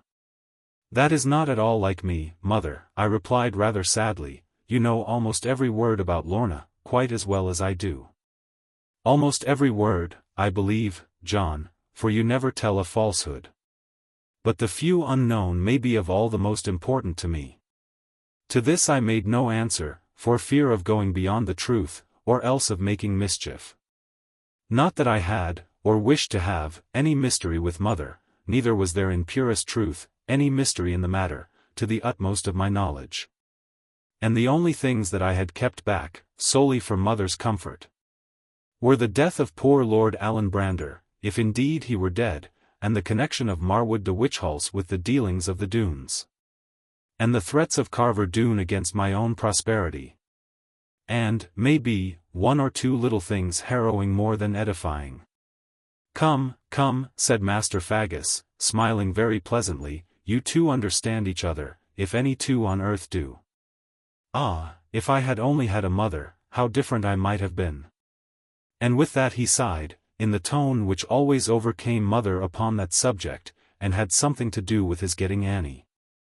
And then he produced his pretty box, full of rolled tobacco, and offered me one, as I now had joined the goodly company of smokers. So I took it, and watched what he did with his own, lest I might go wrong about mine. But when our cylinders were both lighted, and I enjoying mine wonderfully, and astonishing mother by my skill, Tom Faggus told us that he was sure he had seen my Lorna's face before. Many and many years ago, when she was quite a little child, but he could not remember where it was, or anything more about it at present, though he would try to do so afterwards. He could not be mistaken, he said, for he had noticed her eyes especially, and had never seen such eyes before, neither again, until this day. I asked him if he had ever ventured into the Doone Valley, but he shook his head, and replied that he valued his life a deal too much for that. Then we put it to him, whether anything might assist his memory, but he said that he knew not of aught to do so, unless it were another glass of schnapps. This being provided, he grew very wise, and told us clearly and candidly that we were both very foolish. For he said that we were keeping Lorna, at the risk not only of our stock, and the house above our heads, but also of our precious lives, and after all was she worth it, although so very beautiful? Upon which I told him, with indignation, that her beauty was the least part of her goodness, and that I would thank him for his opinion when I had requested it. "Bravo, our John Ridd," he answered. "Fools will be fools till the end of the chapter, and I might be as big a one, if I were in thy shoes, John. Nevertheless, in the name of God, don't let that helpless child go about with a thing worth half the county on her." "She is worth all the county herself," said I, "and all England put together. But she has nothing worth half a rick of hay upon her, for the ring I gave her cost only," and here I stopped, for mother was looking, and I never would tell her how much it had cost me, though she had tried 50 times to find out. "Tush, the ring!" Tom Faggus cried, with a contempt that moved me. I would never have stopped a man for that. "But the necklace, you great oaf, the necklace is worth all your farm put together, and your Uncle Ben's fortune to the back of it, aye, and all the town of Dulverton." "What," said I, "that common glass thing, which she has had from her childhood?" "Glass indeed! They are the finest brilliants ever I set eyes on, and I have handled a good many." "Surely," cried mother, now flushing as red as Tom's own cheeks with excitement, "you must be wrong, or the young mistress would herself have known it." I was greatly pleased with my mother, for calling Lorna, the young mistress, it was not done for the sake of her diamonds, whether they were glass or not, but because she felt as I had done, that Tom Faggus, a man of no birth whatever, was speaking beyond his mark, in calling a lady like Lorna a helpless child, as well as in his general tone, which displayed no deference. He might have been used to the quality, in the way of stopping their coaches, or roistering at hotels with them. But he never had met a high lady before, in equality, and upon virtue. And we both felt that he ought to have known it, and to have thanked us for the opportunity, in a word, to have behaved a great deal more humbly than he had even tried to do. "Trust me," answered Tom, in his loftiest manner, which Annie said was so noble, but which seemed to me rather flashy, "trust me, good mother, and simple John, for knowing brilliants. When I see them, I would have stopped an 8-horse coach, with 4 carabined outriders, for such a booty as that. But alas, those days are over, those were days worth living in. Ah, I never shall know the like again. How fine it was by moonlight! Master Faggus, began my mother, with a manner of some dignity, such as she could sometimes use, by right of her integrity, and thorough kindness to everyone. This is not the tone in which you have hitherto spoken to me about your former pursuits in life. I fear that the spirits, but here she stopped, because the spirits were her own. And Tom was our visitor. What I mean, Master Faggus, is this: you have won my daughter's heart somehow. And you won my consent to the matter through your honest sorrow, and manly undertaking to lead a different life, and touch no property but your own. Annie is my eldest daughter, and the child of a most upright man. I love her best of all on earth, next to my boy John here. Here mother gave me a mighty squeeze. To be sure that she would have me at least, and I will not risk my Annie's life with a man who yearns for the highway. Having made this very long speech, for her, mother came home upon my shoulder, and wept so that, but for heeding her, I would have taken Tom by the nose, and thrown him, and Winnie after him, over our farmyard gate. For I am violent when roused, and freely hereby acknowledge it, though even my enemies will own that it takes a great deal to rouse me. But I do consider the grief and tears, when justly caused, of my dearest friends, to be a great deal to rouse me. Chapter 47. Jeremy in Danger. Nothing very long abides, as the greatest of all writers, in whose extent I am forever lost in raptured wonder, and yet forever quite at home, as if his heart were mine. Although his brain so different, in a word as Mr. William Shakespeare, in every one of his works insists, with a humoured melancholy. And if my journey to London led to nothing else of advancement, it took me 100 years in front of what I might else have been, by the most simple accident. Two women were scolding one another across the road, very violently, both from upstairs windows. And I, in my hurry for quiet life, and not knowing what might come down upon me, quickened my step for the nearest corner. But suddenly something fell on my head. And at first I was afraid to look, especially as it weighed heavily. But hearing no breakage of ware, and only the other scold laughing heartily, I turned me about and espied a book, which one had cast at the other, hoping to break her window. So I took the book, and tendered it at the door of the house from which it had fallen. But the watchman came along just then, and the man at the door declared that it never came from their house, and begged me to say no more. This I promised readily, never wishing to make mischief. And I said, "Good sir, now take the book, I will go on to my business." But he answered that he would do no such thing. For the book alone, being hurled so hard, would convict his people of a lewd assault, and he begged me, if I would do a good turn, to put the book under my coat and go. And so I did, in part at least. For I did not put the book under my coat, but went along with it openly, looking for any to challenge it. Now this book, so acquired, has been not only the joy of my younger days, and main delight of my manhood, but also the comfort, and even the hope, of my now declining years. In a word, it is next to my Bible to me, and written in equal English. And if you be any goodness whatever in my own loose style of writing, you must not thank me, John Ridd, for it, but the writer who holds the champion's belt in wit, as I once did in wrestling. Now, as nothing very long abides, it cannot be expected that a woman's anger should last very long, if she be at all of the proper sort.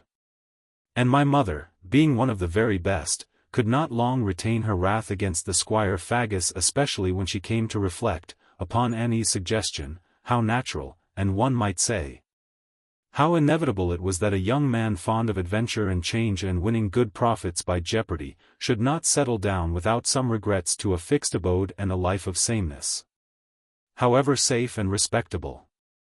And even as Annie put the case, Tom deserved the greater credit for vanquishing so nobly these yearnings of his nature, and it seemed very hard to upbraid him, considering how good his motives were. Neither could Annie understand how mother could reconcile it with her knowledge of the Bible, and the one sheep that was lost, and the 100th piece of silver, and the man that went down to Jericho. Whether Annie's logic was good and sound, I am sure I cannot tell. But it seemed to me that she ought to have let the Jericho traveller alone, inasmuch as he rather fell among Tom Faggus's, than resembled them. However, Her reasoning was too much for mother to hold out against, and Tom was replaced, and more than that, being regarded now as an injured man. But how my mother contrived to know, that because she had been too hard upon Tom, he must be right about the necklace, is a point which I never could clearly perceive. Though no doubt she could explain it. To prove herself right in the conclusion, she went herself to fetch Lorna, that the trinket might be examined, before the day grew dark. My darling came in, with a very quick glance and smile at my cigarro, for I was having the third by this time, to keep things in amity. And I waved it towards her, as much as to say, you see that I can do it. And then mother led her up to the light, for Tom to examine her necklace. On the shapely curve of her neck it hung, like dewdrops upon a white hyacinth, and I was vexed that Tom should have the chance to see it there. But even if she had read my thoughts, or outrun them with her own, Lorna turned away, and softly took the jewels from the place which so much adorned them. And as she turned away, they sparkled through the rich dark waves of hair. Then she laid the glittering circlet in my mother's hands, and Tom Faggus took it eagerly, and bore it to the window. Don't you go out of sight, I said, you cannot resist such things as those, if they be what you think them. Jack, I shall have to trounce thee yet. I am now a man of honor, and entitled to the duello. What will you take for it, Mistress Lorna? At a hazard, say now. I am not accustomed to sell things, sir, replied Lorna, who did not like him much, else she would have answered sportively, what is it worth, in your opinion? Do you think it is worth £5, now? Oh, no. I never had so much money as that in all my life. It is very bright, and very pretty, but it cannot be worth £5, I am sure. What a chance for a bargain. Oh, if it were not for Annie, I could make my fortune. But, sir, I would not sell it to you, not for 20 times £5. My grandfather was so kind about it. And I think it belonged to my mother. There are 25 rose diamonds in it, and 25 large brilliants that cannot be matched in London. How say you, Mistress Lorna, to £100,000? My darling's eyes so flashed at this, brighter than any diamonds, that I said to myself, well, all have faults. And now I have found out Lorna's, she is fond of money. And then I sighed rather heavily, for of all faults this seems to me one of the worst in a woman. But even before my sigh was finished, I had cause to condemn myself. For Lorna took the necklace very quietly from the hands of Squire Faggus, who had not half done with admiring it, and she went up to my mother with the sweetest smile I ever saw. Dear kind mother, I am so glad, she said in a whisper, coaxing mother out of sight of all but me, now you will have it, won't you, dear? And I shall be so happy. For 1,000th part of your kindness to me no jewels in the world can match. I cannot lay before you the grace with which she did it, all the air of seeking favor, rather than conferring it, and the high-bred fear of giving offense, which is of all fears the noblest. Mother knew not what to say. Of course she would never dream of taking such a gift as that, and yet she saw how sadly Lorna would be disappointed. Therefore, mother did, from habit, what she almost always did, she called me to help her. But knowing that my eyes were full, for anything noble moves me so, quite as rashly as things pitiful, I pretended not to hear my mother, but to see a wild cat in the dairy. Therefore I cannot tell what mother said in reply to Lorna. For when I came back, quite eager to let my love know how I worshipped her, and how deeply I was ashamed of myself, for meanly wronging her in my heart. Behold, Tom Faggus had gotten again the necklace which had such charms for him, and was delivering all around, but especially to Annie, who was wondering at his learning, a dissertation on precious stones, and his sentiments about those in his hand. He said that the work was very ancient, but undoubtedly very good, the cutting of every line was true, and every angle was in its place. And this, he said, made all the difference in the luster of the stone, and therefore in its value. For if the facets were ill-matched, and the points of light so ever little out of perfect harmony, all the luster of the jewel would be loose and wavering, and the central fire dulled.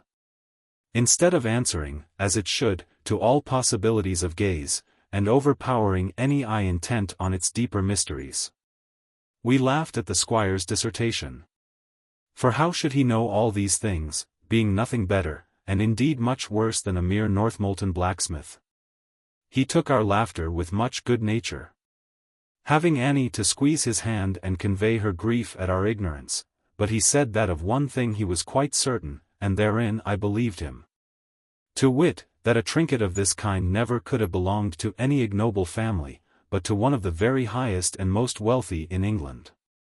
And looking at Lorna, I felt that she must have come from a higher source than the very best of diamonds. Tom Faggus said that the necklace was made, he would answer for it, in Amsterdam, 200 or 300 years ago, long before London jewelers had begun to meddle with diamonds. And on the gold clasp he found some letters, done in some inverted way, the meaning of which was beyond him, also a bearing of some kind, which he believed was a mountain cat. And thereupon he declared that now he had earned another glass of schnapps, and would Mistress Lorna mix it for him? I was amazed at his impudence. And Annie, who thought this her business, did not look best pleased, and I hoped that Lorna would tell him at once to go and do it for himself. But instead of that she rose to do it with a soft humility, which went direct to the heart of Tom. And he leaped up with a curse at himself, and took the hot water from her, and would not allow her to do anything except to put the sugar in, and then he bowed to her grandly. I knew what Lorna was thinking of. She was thinking all the time that her necklace had been taken by the Doones with violence upon some great robbery. And that Squire Faggus knew it, though he would not show his knowledge, and that this was perhaps the reason why mother had refused it so. We said no more about the necklace for a long time afterwards, neither did my darling wear it, now that she knew its value, but did not know its history. She came to me the very next day, trying to look cheerful, and begged me if I loved her, never mind how little, to take charge of it again, as I once had done before. And not even to let her know in what place I stored it. I told her that this last request I could not comply with, for having been round her neck so often, it was now a sacred thing, more than £1,000,000 could be. Therefore it should dwell for the present in the neighborhood of my heart, and so could not be far from her. At this she smiled her own sweet smile, and touched my forehead with her lips and wished that she could only learn how to deserve such love as mine. Tom Faggus took his good departure, which was a kind farewell to me, on the very day I am speaking of, the day after his arrival. Tom was a thoroughly upright man, according to his own standard. And you might rely upon him always, up to a certain point I mean, to be there or thereabouts. But sometimes things were too many for Tom, especially with ardent spirits, and then he judged, perhaps too much, with only himself for the jury. At any rate, I would trust him fully, for candor and for honesty, in almost every case in which he himself could have no interest. And so we got on very well together, and he thought me a fool. And I tried my best not to think anything worse of him. Scarcely was Tom clean out of sight, and Annie's tears not dry yet, for she always made a point of crying upon his departure, when in came Master Jeremy Stickles. Splashed with mud from head to foot, and not in the very best of humours, though happy to get back again.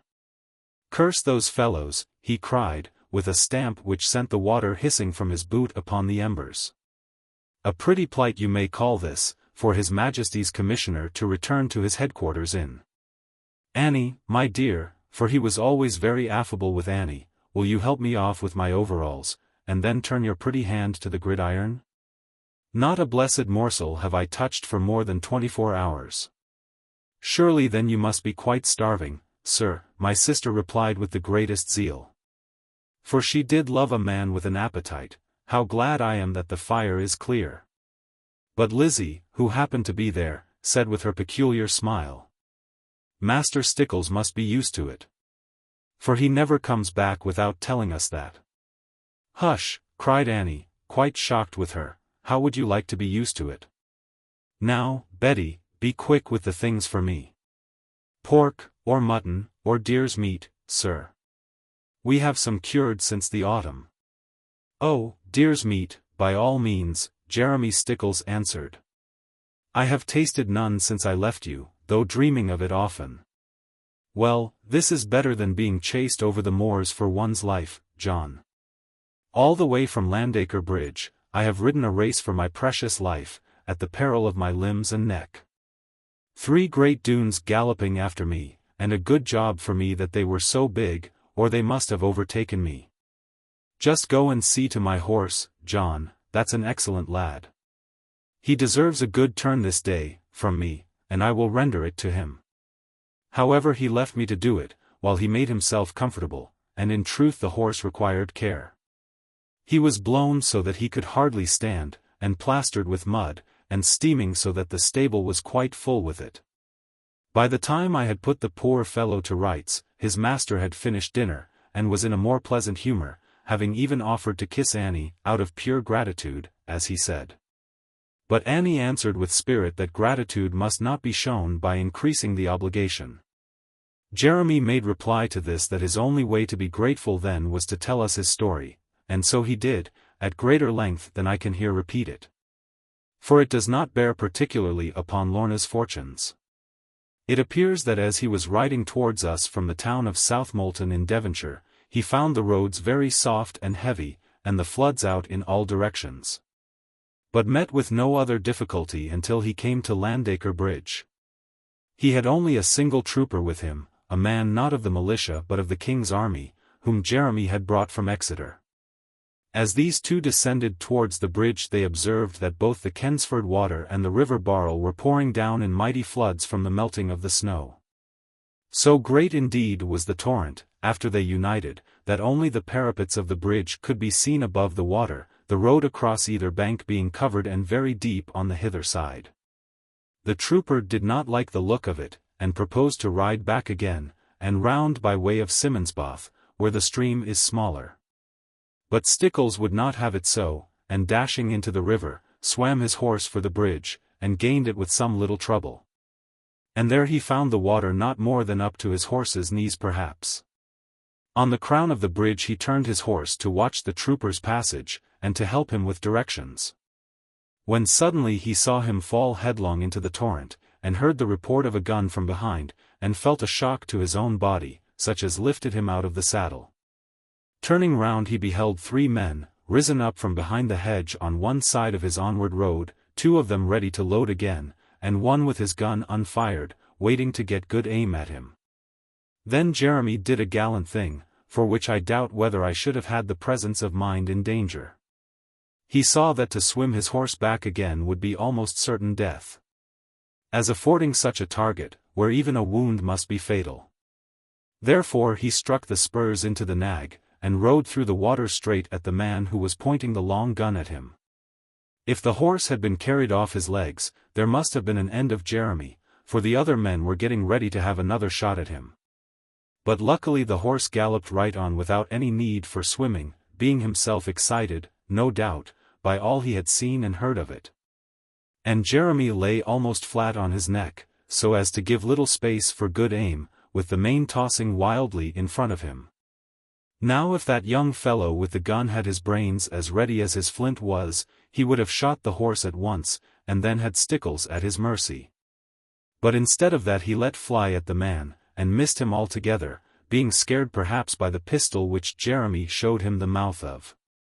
And galloping by at full speed, Master Stickles tried to leave his mark behind him, for he changed the aim of his pistol to the biggest man, who was loading his gun and cursing like 10 cannons. But the pistol missed fire, no doubt from the flood which had gurgled in over the holsters. And Jeremy, seeing 3 horses tethered at a gate just up the hill, knew that he had not yet escaped, but had more of danger behind him. He tried his other great pistol at one of the horses tethered there, so as to lessen, if possible, the number of his pursuers. But the powder again failed him. And he durst not stop to cut the bridles, bearing the men coming up the hill. So he even made the most of his start, thanking God that his weight was light, compared at least to what theirs was.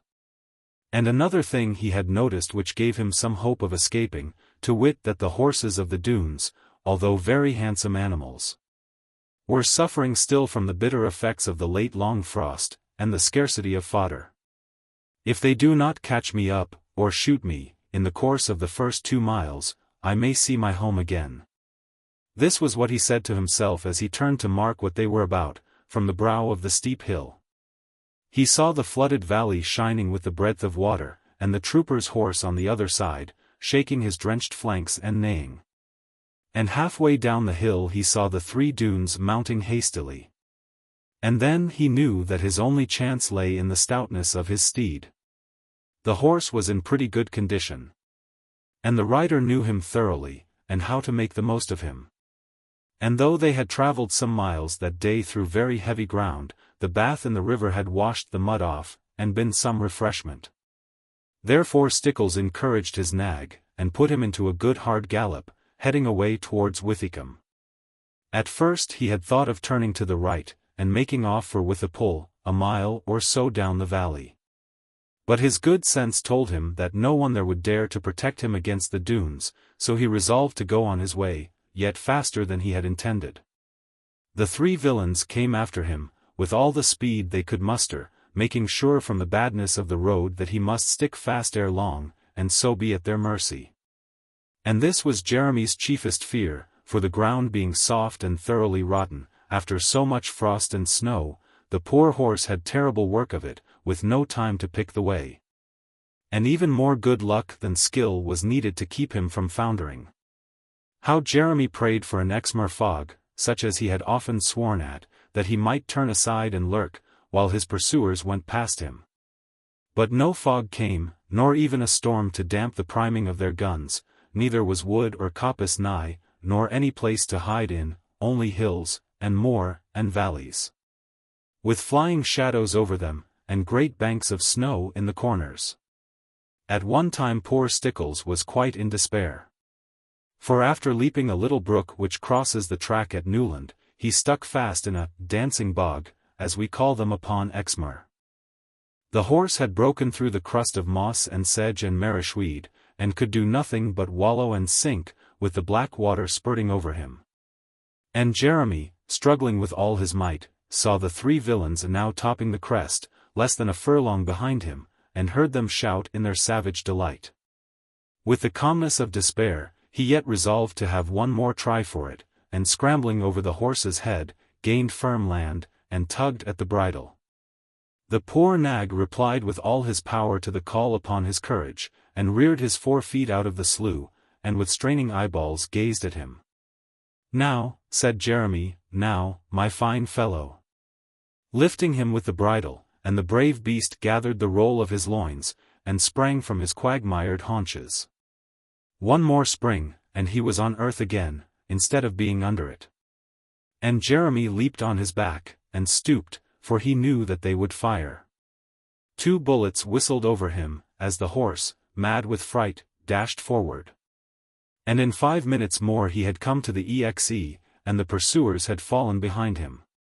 The EXE, though a much smaller stream than the Barle, now ran in a foaming torrent, unbridged, and too wide for leaping. But Jeremy's horse took the water well. And both he and his rider were lightened, as well as comforted by it. And as they passed towards Lucot Hill, and struck upon the founts of Lynn, the horses of the 3 pursuers began to tire under them. Then Jeremy Stickles knew that if he could only escape the sloughs, he was safe for the present, and so he stood up in his stirrups, and gave them a loud halloo, as if they had been so many foxes. Their only answer was to fire the remaining charge at him, but the distance was too great for any aim from horseback, and the dropping bullet idly ploughed the sod upon one side of him. He acknowledged it with a wave of his hat, and laid one thumb to his nose, in the manner fashionable in London for expression of contempt. However, they followed him yet farther, hoping to make him pay out dearly, if he should only miss the track, or fall upon morasses. But the neighbourhood of our Lynn stream is not so very boggy. And the king's messenger now knew his way as well as any of his pursuers did, and so he arrived at Plover's Barrows, thankful, and in rare appetite. "But was the poor soldier drowned?" asked Annie. "And you never went to look for him?" "Oh, how very dreadful!" "Shot, or drowned, I know not which. Thank God it was only a trooper. But they shall pay for it, as dearly as if it had been a captain." And how was it you were struck by a bullet, and only shaken in your saddle? Had you a coat of mail on, or of Milanese chain armor? Now, Master Stickles, had you? No, Mistress Lizzie. We do not wear things of that kind nowadays. You are apt, I perceive, at romances. But I happen to have a little flat bottle of the best stoneware slung beneath my saddle cloak, and filled with the very best eau-de-vie, from the George Hotel, at Southmolton. The brand of it now is upon my back. Oh, the murderous scoundrels, what a brave spirit they have spilled. You had better set to and thank God, said I, that they have not spilled a braver one. Chapter 48. Every man must defend himself. It was only right in Jeremy Stickles, and of the simplest common sense, that he would not tell, before our girls, what the result of his journey was. But he led me aside in the course of the evening, and told me all about it, saying that I knew, as well as he did, that it was not woman's business. This I took, as it was meant, for a gentle caution that Lorna, whom he had not seen as yet, must not be informed of any of his doings. Herein I quite agreed with him. Not only for his furtherance, but because I always think that women, of whatever mind, are best when least they meddle with the things that appertain to men. Master Stickles complained that the weather had been against him bitterly, closing all the roads around him, even as it had done with us. It had taken him 8 days, he said, to get from Exeter to Plymouth, whither he found that most of the troops had been drafted off from Exeter. When all were told, there was but a battalion of one of the King's horse regiments, and 2 companies of foot soldiers. And their commanders had orders, later than the date of Jeremy's commission, on no account to quit the southern coast, and march inland. Therefore, although they would gladly have come for a brush with the celebrated Doones, it was more than they durst attempt, in the face of their instructions. However, they spared him a single trooper, as a companion of the road, and to prove to the justices of the county, and the Lord Lieutenant, that he had their approval. To these authorities Master Stickles now was forced to address himself, although he would rather have had 1 trooper than a score from the very best trained bands. For these trained bands had afforded very good soldiers, in the time of the civil wars, and for some years afterwards, but now their discipline was gone. And the younger generation had seen no real fighting. Each would have his own opinion, and would want to argue it. And if he were not allowed, he went about his duty in such a temper as to prove that his own way was the best. Neither was this the worst of it.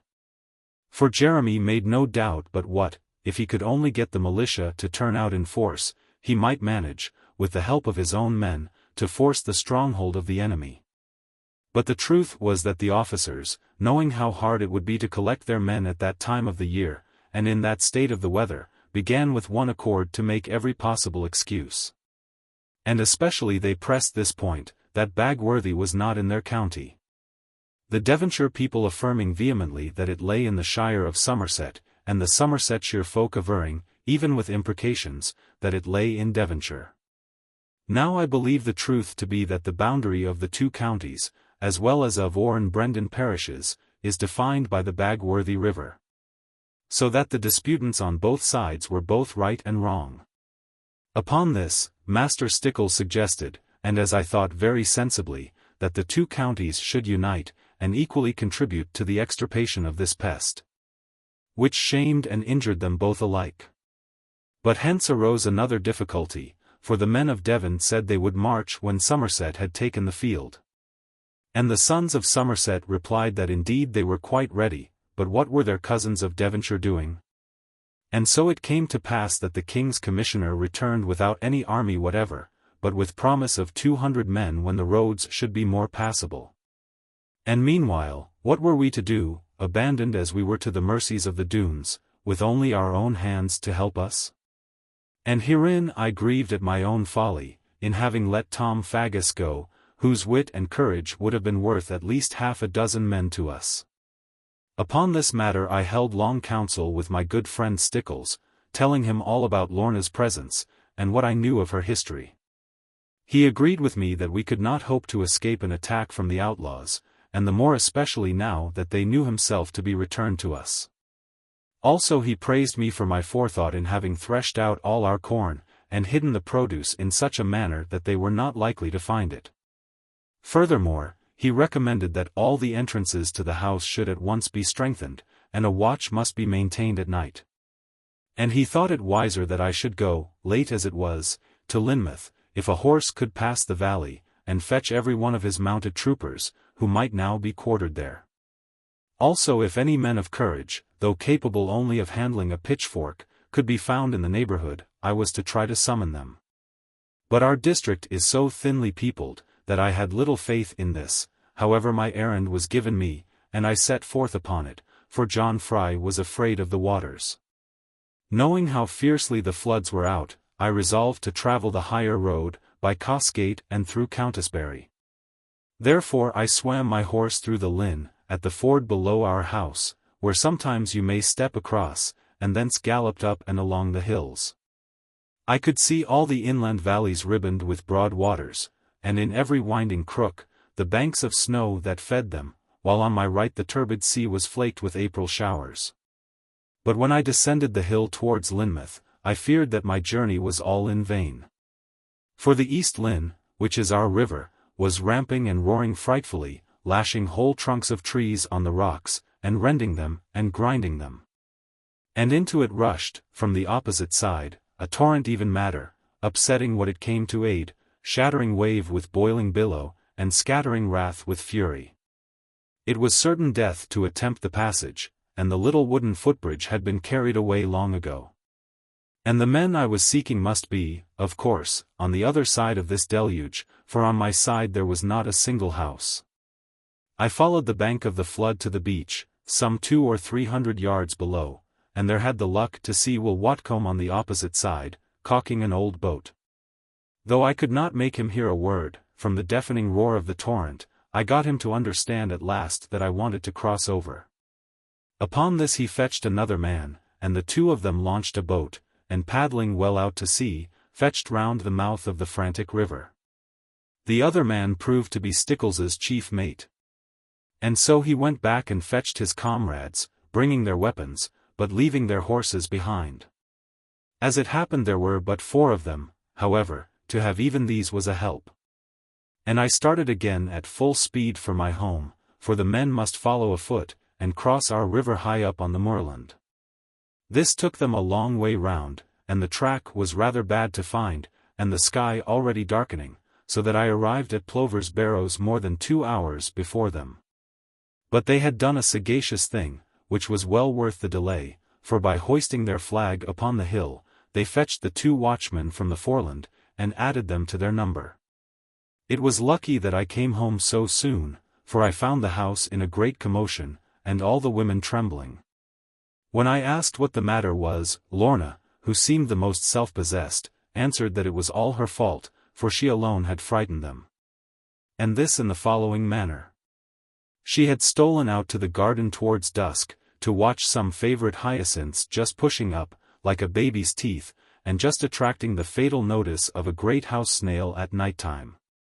Lorna at last had discovered the glutton, and was bearing him off in triumph to the tribunal of the ducks, when she descried 2 glittering eyes glaring at her steadfastly from the elder bush beyond the stream.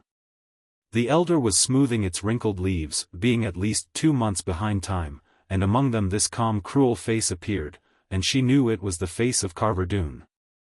The maiden, although so used to terror, as she told me once before, lost all presence of mind her eat, and could neither shriek nor fly, but only gaze, as if bewitched. Then Carver Doone, with his deadly smile, gloating upon her horror, lifted his long gun, and pointed full at Lorna's heart. In vain she strove to turn away, fright had stricken her stiff as stone. With the inborn love of life, she tried to cover the vital part wherein the winged death must lodge, for she knew Carver's certain aim, but her hands hung numbed, and heavy. In nothing but her eyes was life. With no sign of pity in his face, no quiver of relenting, but a well-pleased grin at all the charming palsy of his victim, Carver Doone lowered, inch by inch, the muzzle of his gun. When it pointed to the ground, between her delicate arched insteps, he pulled the trigger, and the bullet flung the mould all over her. It was a refinement of bullying, for which I swore to God that night, upon my knees, in secret, that I would smite down Carver Doone or else he should smite me down. Base beast! What largest humanity, or what dreams of divinity, could make a man put up with this? My darling, the loveliest, and most harmless, in the world of maidens, fell away on a bank of grass, and wept at her own cowardice, and trembled, and wondered where I was. And what I would think of this. Good God! What could I think of it? She overrated my slow nature, to admit the question. While she leaned there, quite unable yet to save herself, Carver came to the brink of the flood, which alone was between them, and then he stroked his jet-black beard, and waited for Lorna to begin. Very likely, he thought that she would thank him for his kindness to her. But she was now recovering the power of her nimble limbs, and ready to be off like hope, and wonder at her own cowardice. "I have spared you this time," he said, in his deep calm voice, "only because it suits my plans, and I never yield to temper. But unless you come back tomorrow, pure, and with all you took away, and teach me to destroy that fool, who has destroyed himself for you, your death is here, your death is here. Where it has long been waiting." Although his gun was empty, he struck the breech of it with his finger, and then he turned away, not deigning even once to look back again. And Lorna saw his giant figure striding across the meadowland, as if the Ridds were nobodies, and he the proper owner. Both mother and I were greatly hurt at hearing of this insolence, for we had owned that meadow, from the time of the great Alfred. And even when that good king lay in the Isle of Athelney, he had a Ridd along with him. Now I spoke to Lorna gently, seeing how much she had been tried. And I praised her for her courage, in not having run away, when she was so unable, and my darling was pleased with this, and smiled upon me for saying it. Though she knew right well that, in this matter, my judgment was not impartial. But you may take this as a general rule, that a woman likes praise from the man whom she loves, and cannot stop always to balance it. Now expecting a sharp attack that night, when Jeremy Stickles the more expected, after the words of Carver, which seemed to be meant to mislead us, we prepared a great quantity of knuckles of pork, and a ham in full cut, and a fillet of hung mutton. For we would almost surrender rather than keep our garrison hungry. And all our men were exceedingly brave, and counted their rounds of the house in half-pints. Before the maidens went to bed, Lorna made a remark which seemed to me a very clever one, and then I wondered how on earth it had never occurred to me before. But first she had done a thing which I could not in the least approve of, for she had gone up to my mother, and thrown herself into her arms, and begged to be allowed to return to Glen Doone. "My child, are you unhappy here?" mother asked her, very gently, for she had begun to regard her now as a daughter of her own. "Oh, no. Too happy, by far too happy, Mrs. Ridd. I never knew rest or peace before, or met with real kindness. But I cannot be so ungrateful, I cannot be so wicked, as to bring you all into deadly peril, for my sake alone. Let me go, you must not pay this great price for my happiness." "Dear child, we are paying no price at all," replied my mother, embracing her, "we are not threatened for your sake only. Ask John, he will tell you. He knows every bit about politics, and this is a political matter." Dear mother was rather proud in her heart, as well as terribly frightened, at the importance now accruing to Plover's Barrows farm. And she often declared that it would be as famous in history as the Rye House, or the Meal Tub, or even the Great Black Box. In which she was a firm believer, and even my knowledge of politics could not move her upon that matter.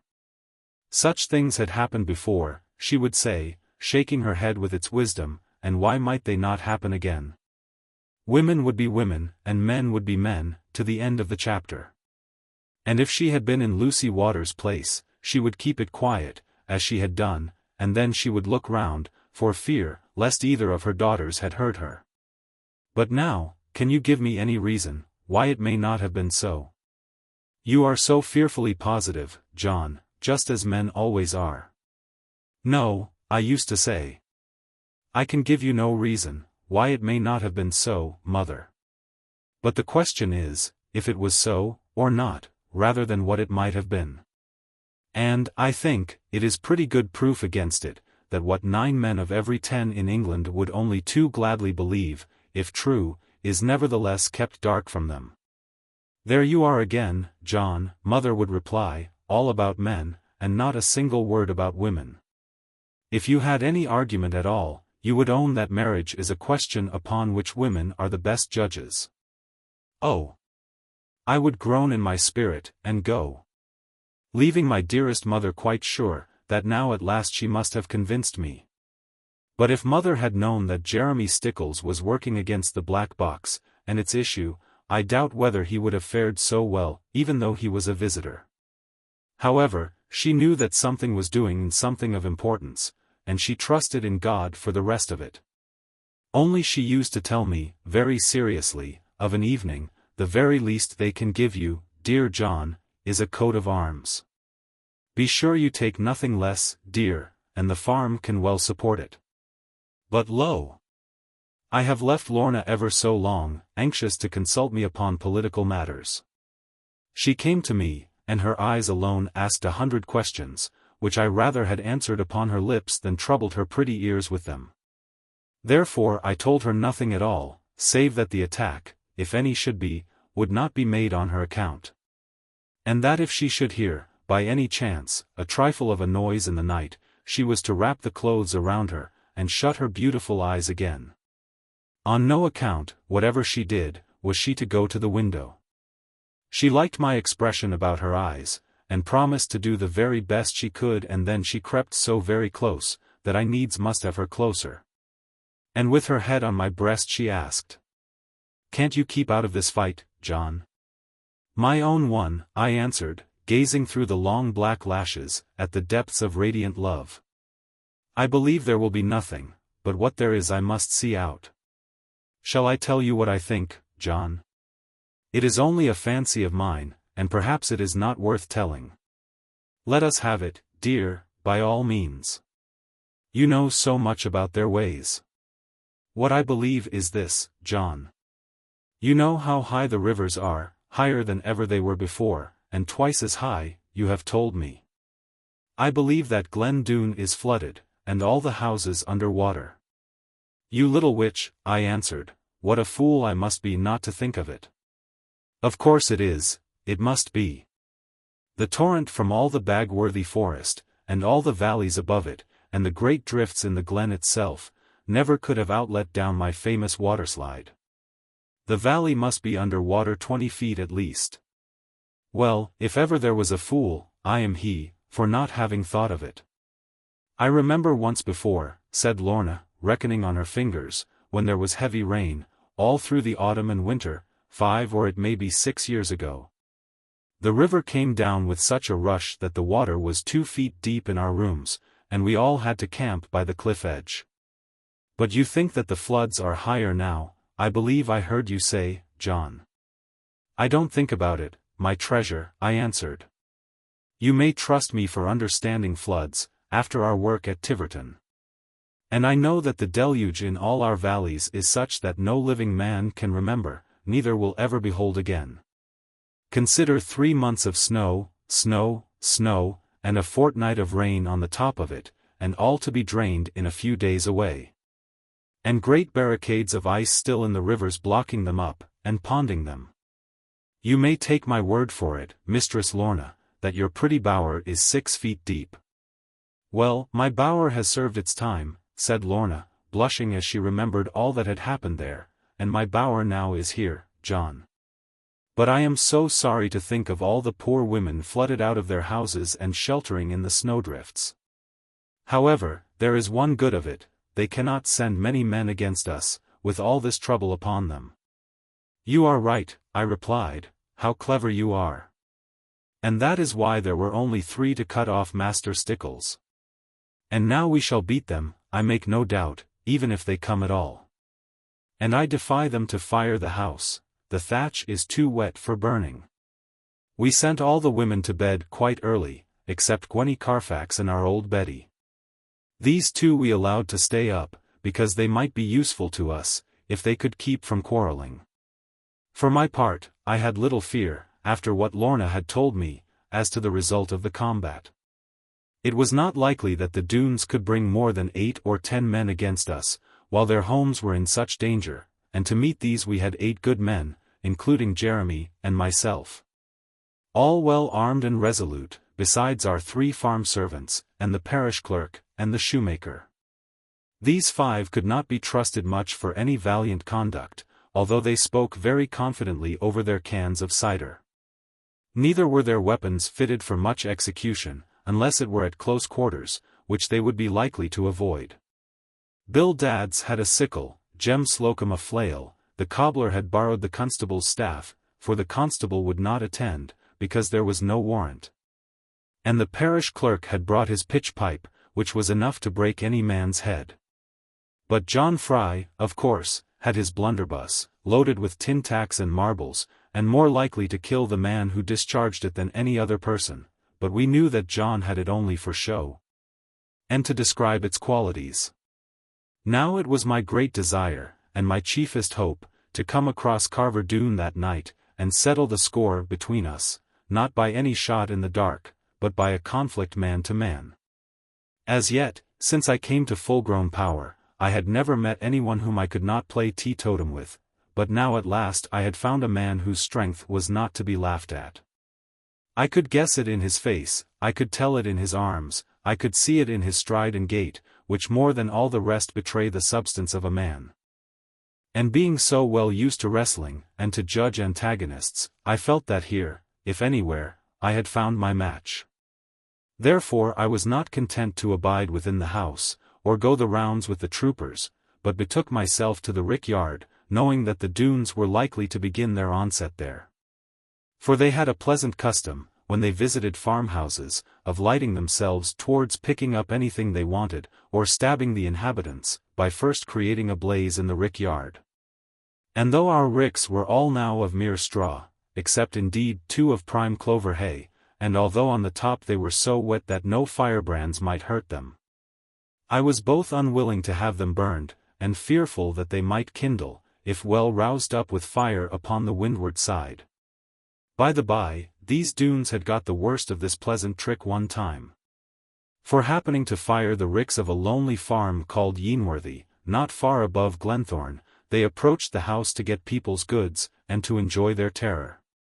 The master of the farm was lately dead, and had left, inside the clock case, loaded, the great long gun, wherewith he had used to sport at the ducks and the geese on the shore. Now Widow Fisher took out this gun, and not caring much what became of her, for she had loved her husband dearly, she laid it upon the windowsill, which looked upon the rick yard. And she backed up the butt with a chest of oak drawers, and she opened the window a little back, and let the muzzle out on the slope. Presently 5 or 6 fine young Doones came dancing a reel, as their manner was, betwixt her and the flaming rick. Upon which she pulled the trigger with all the force of her thumb, and 1/4 pound of duck-shot went out with a blaze on the dancers. You may suppose what their dancing was, and their reeling how changed to staggering, and their music none of the sweetest. One of them fell into the rick, and was burned, and buried in a ditch next day, but the others were set upon their horses, and carried home on a path of blood. And strange to say, they never avenged this very dreadful injury. But having heard that a woman had fired this desperate shot among them, they said that she ought to be a Doone, and inquired how old she was. Now I had not been so very long waiting in our mow yard, with my best gun ready, and a big club by me, before a heaviness of sleep began to creep upon me. The flow of water was in my ears, and in my eyes a hazy spreading, and upon my brain a closure, as a cobbler sews a vamp up. So I leaned back in the clover rick, and the dust of the seed and the smell came round me, without any trouble, and I dozed about Lorna, just once or twice, and what she had said about new-mown hay. And then back went my head, and my chin went up, and if ever a man was blessed with slumber, down it came upon me, and away went I into it. Now this was very vile of me, and against all good resolutions, even such as I would have sworn to an hour ago or less. But if you had been in the water as I had, and had long fight with it, after a good day's work, and then great anxiety afterwards, and brain work, which is not fair for me. And upon that a stout supper, mayhap you would not be so hard on my sleep. Though you felt it your duty to wake me. Chapter 49. Maiden sentinels are best. It was not likely that the outlaws would attack out premises until some time after the moon was risen. Because it would be too dangerous to cross the flooded valleys in the darkness of the night. And but for this consideration, I must have striven harder against the stealthy approach of slumber. But even so, it was very foolish to abandon watch, especially in such as I, who sleep like any dormouse.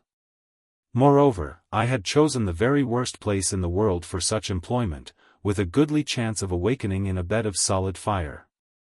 And so it might have been, nay, it must have been, but for Lorna's vigilance. Her light hand upon my arm awoke me, not too readily. And leaping up, I seized my club, and prepared to knock down somebody. "Who's that?" I cried. "Stand back, I say, and let me have fair chance at you." "Are you going to knock me down, dear John?" replied the voice I loved so well. "I am sure I should never get up again, after one blow from you, John." "My darling, is it you?" I cried, "and breaking all your orders? Come back into the house at once, and nothing on your head, dear. How could I sleep, while at any moment you might be killed beneath my window? And now is the time of real danger. For men can see to travel." I saw at once the truth of this. The moon was high and clearly lighting all the watered valleys. To sleep any longer might be death, not only to myself, but all. "The man on guard at the back of the house is fast asleep," she continued. "Gwenny, who let me out, and came with me, has heard him snoring for 2 hours. I think the women ought to be the watch, because they have had no travelling. Where do you suppose little Gwenny is? Surely not gone to Glen Doone?" I was not sure, however, for I could believe almost anything of the Cornish maiden's hardihood. "No," replied Lorna, although she wanted even to do that. "But of course I would not hear of it, on account of the swollen waters. But she is perched on yonder tree, which commands the Barrow Valley. She says that they are almost sure to cross the streamlet there, and now it is so wide and large, that she can trace it in the moonlight, half a mile beyond her. If they cross, she is sure to see them, and in good time to let us know." "What a shame," I cried, "that the men should sleep, and the maidens be the soldiers. I will sit in that tree myself, and send little Gwenny back to you. Go to bed, my best and dearest. I will take good care not to sleep again." "Please not to send me away, dear John," she answered very mournfully. "You and I have been together through perils worse than this. I shall only be more timid, and more miserable, indoors." "I cannot let you stay here," I said. "It is altogether impossible." "Do you suppose that I can fight, with you among the bullets, Lorna? If this is the way you mean to take it, we had better go both to the apple room, and lock ourselves in, and hide under the tiles, and let them burn all the rest of the premises." At this idea Lorna laughed, as I could see by the moonlight, and then she said, "You are right, John. I should only do more harm than good, and of all things I hate fighting most, and disobedience next to it. Therefore I will go indoors, although I cannot go to bed. But promise me one thing, dearest John. You will keep yourself out of the way, now won't you, as much as you can, for my sake?" "Of that you may be quite certain, Lorna. I will shoot them all through the hayricks." "That is right, dear," she answered, never doubting but what I could do it, "and then they cannot see you, you know. But don't think of climbing that tree, John, it is a great deal too dangerous. It is all very well for Gwenny, she has no bones to break." "None worth breaking, you mean, I suppose. Very well. I will not climb the tree, for I should defeat my own purpose, I fear, being such a conspicuous object. Now go indoors, darling, without more words. The more you linger, the more I shall keep you." She laughed her own bright laugh at this, and only said, "God keep you, love," and then away she tripped across the yard, with the step I loved to watch so. And thereupon I shouldered arms, and resolved to tramp till morning. For I was vexed at my own neglect, and that Lorna should have to write it. But before I had been long on duty, making the round of the ricks and stables, and hailing Gwenny now and then from the bottom of her tree, a short wide figure stole towards me. In and out the shadows, and I saw that it was no other than the little maid herself, and that she bore some tidings.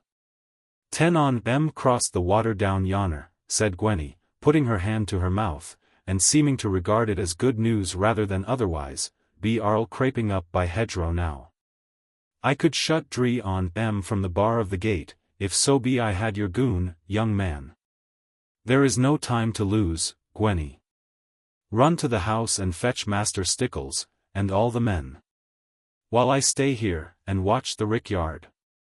Perhaps I was wrong in heeding the ricks at such a time as that, especially as only the clover was of much importance. But it seemed to me like a sort of triumph that they should be even able to boast of having fired our mow yard.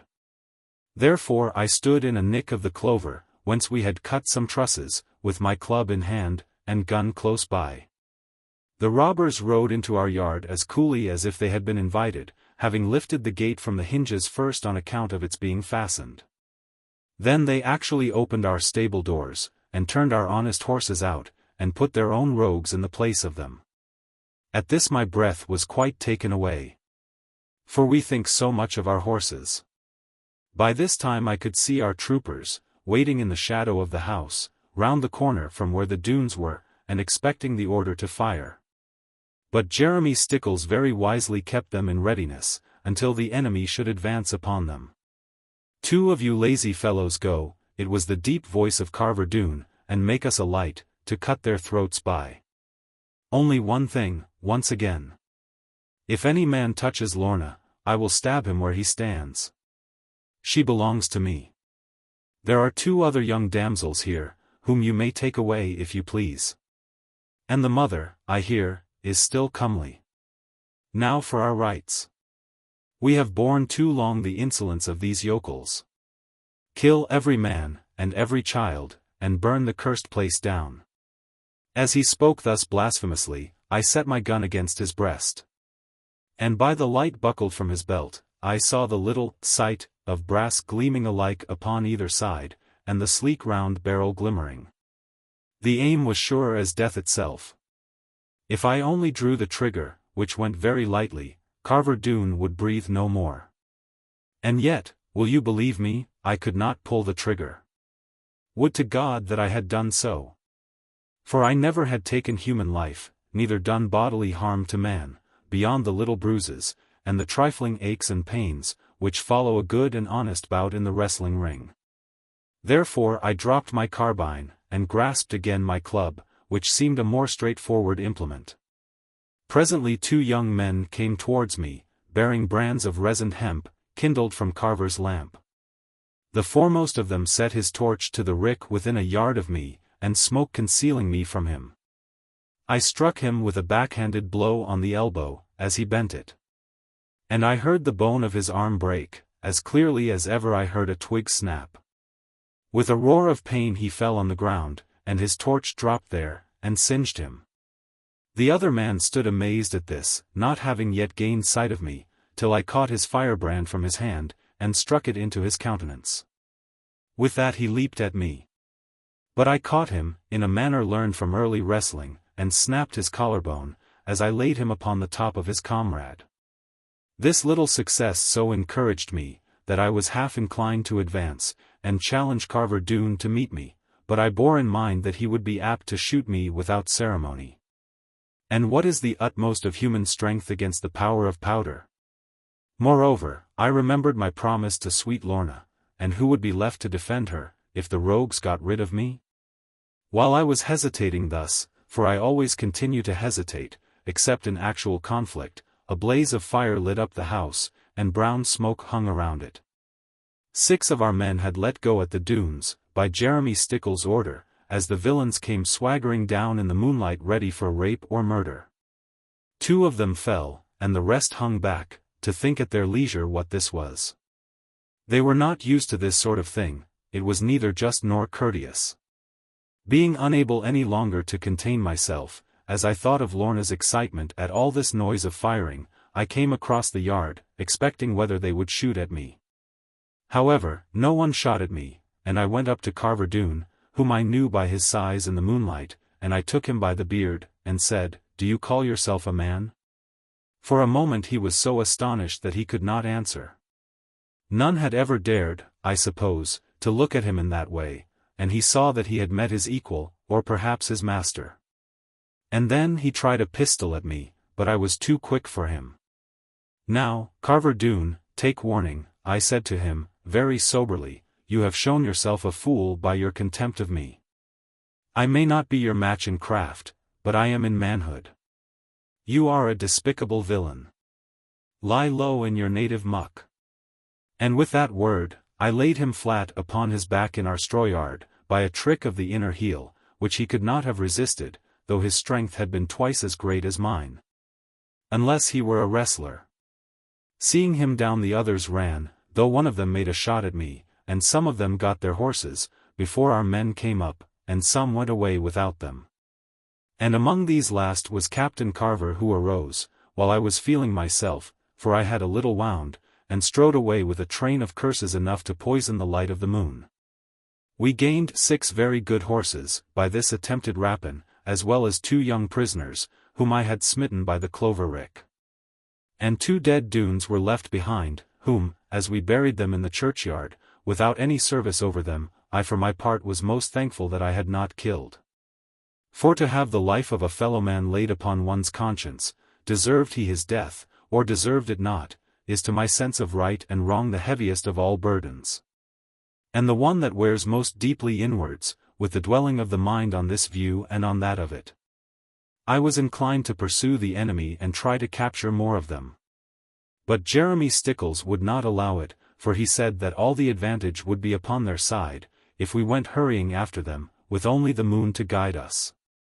And who could tell but what there might be another band of them, ready to fall upon the house, and burn it, and seize the women, if we left them unprotected? When he put the case thus, I was glad enough to abide by his decision. And one thing was quite certain, that the Doones had never before received so rude a shock, and so violent a blow to their supremacy, since first they had built up their power, and become the lords of Exmoor. I knew that Carver Doone would gnash those mighty teeth of his, and curse the men around him, for the blunder, which was in truth his own, of overconfidence and carelessness. And at the same time, all the rest would feel that such a thing had never happened, while old Sir Ensor was alive, and that it was caused by nothing short of gross mismanagement. I scarcely know who made the greatest fuss about my little wound, mother, or Annie, or Lorna. I was heartily ashamed to be so treated like a milksop. But most unluckily it had been impossible to hide it. For the ball had cut along my temple, just above the eyebrow, and being fired so near at hand, the powder too had scarred me. Therefore it seemed a great deal worse than it really was, and the sponging, and the plastering, and the sobbing, and the moaning, made me quite ashamed to look Master Stickles in the face. However, at last I persuaded them that I had no intention of giving up the ghost that night, and then they all fell to, and thanked God with an emphasis quite unknown in church. And hereupon Master Stickles said, in his free and easy manner, for no one courted his observation, that I was the luckiest of all mortals in having a mother, and a sister, and a sweetheart. To make much of me. For his part, he said, he was just as well off in not having any to care for him.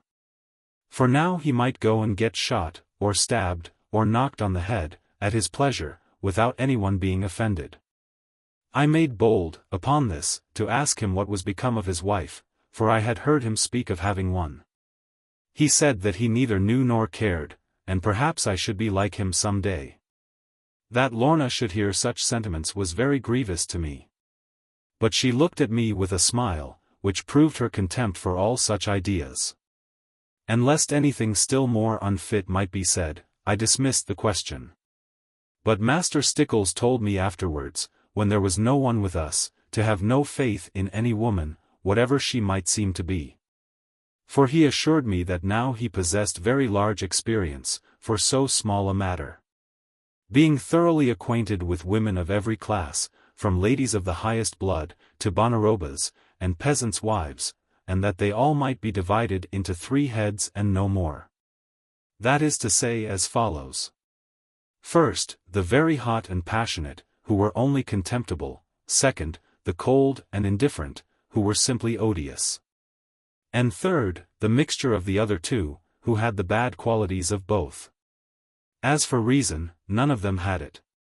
It was like a sealed book to them, which if they ever tried to open, they began at the back of the cover. Now I did not like to hear such things. And to me they appeared to be insolent, as well as narrow-minded. For if you came to that, why might not men, as well as women, be divided into the same 3 classes, and be pronounced upon by women, as beings even more devoid than their gentle judges of reason? Moreover, I knew, both from my own sense, and from the greatest of all great poets, that there are, and always have been, plenty of women, good, and gentle, warm-hearted, loving, and lovable. Very keen, moreover, at seeing the right, be it by reason, or otherwise. And upon the whole, I prefer them much to the people of my own sex, as goodness of heart is more important than to show good reason for having it. And so I said to Jeremy, "You have been ill-treated, perhaps, Master Stickles, by some woman or other?" "Ah, that have I," he replied with an oath. "And the last on earth who should serve me so, the woman who was my wife. A woman whom I never struck, never wronged in any way, never even let her know that I like another better. And yet when I was at barrack last, with the regiment on guard there against those vile moss troopers, what does that woman do but fly in the face of all authority, and of my especial business? By running away herself with the biggest of all moss troopers? Not that I care to gloat about her, and I wish the fool well rid of her, but the insolence of the thing was such that everybody laughed at me. And back I went to London, losing a far better and safer job than this, and all through her. Come, let's have another onion." Master Stickles's view of the matter was so entirely unromantic, that I scarcely wondered at Mistress Stickles for having run away from him to an adventurous moss trooper. For 9 women out of 10 must have some kind of romance or other, to make their lives endurable. And when their love has lost this attractive element, this soft dew fog, if such it be, the love itself is apt to languish, unless its bloom be well replaced by the budding hopes of children. Now Master Stickles neither had, nor wished to have, any children. Without waiting for any warrant, only saying something about captus in flagranti delicto, if that be the way to spell it, Stickles sent our prisoners off, bound and looking miserable, to the jail at Taunton. I was desirous to let them go free, if they would promise amendment, but although I had taken them, and surely therefore had every right to let them go again, Master Stickles said, not so. He assured me that it was a matter of public polity, and of course, not knowing what he meant, I could not contradict him, but thought that surely my private rights ought to be respected. For if I throw a man in wrestling, I expect to get his stakes. And if I take a man prisoner, why, he ought, in common justice, to belong to me, and I have a good right to let him go, if I think proper to do so. However, Master Stickles said that I was quite benighted, and knew nothing of the Constitution, which was the very thing I knew, beyond any man in our parish.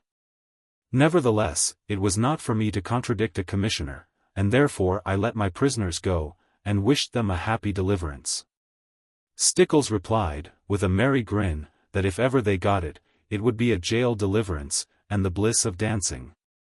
And he laid his hand to his throat in a manner which seemed to me most uncourteous. However, his foresight proved too correct, for both those poor fellows were executed, soon after the next assizes. Lorna had done her very best to earn another chance for them, even going down on her knees to that common Jeremy, and pleading with great tears for them.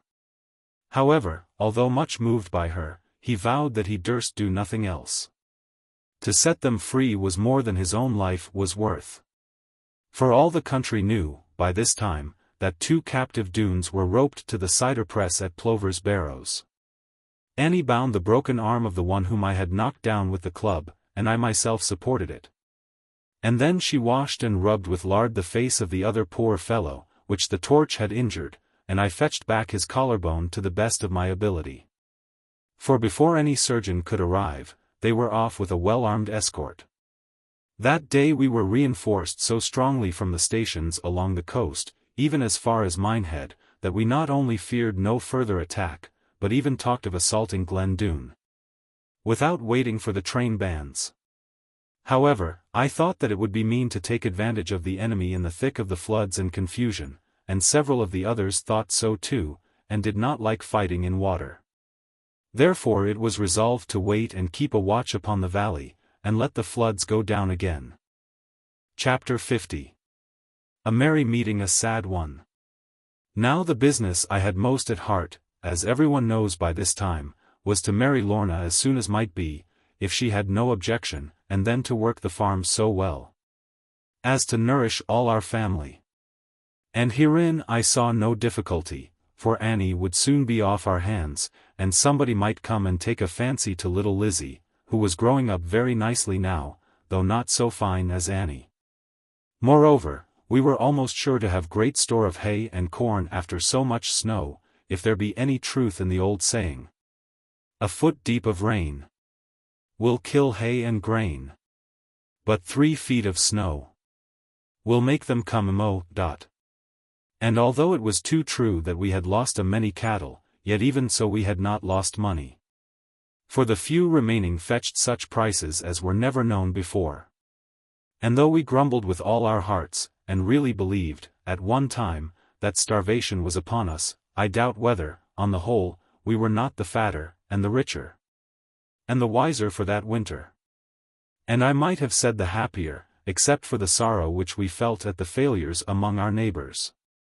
The snows lost every sheep they had, and 9 out of 10 horned cattle. And poor Jasper Kebby would have been forced to throw up the lease of his farm, and perhaps to go to prison, but for the help we gave him.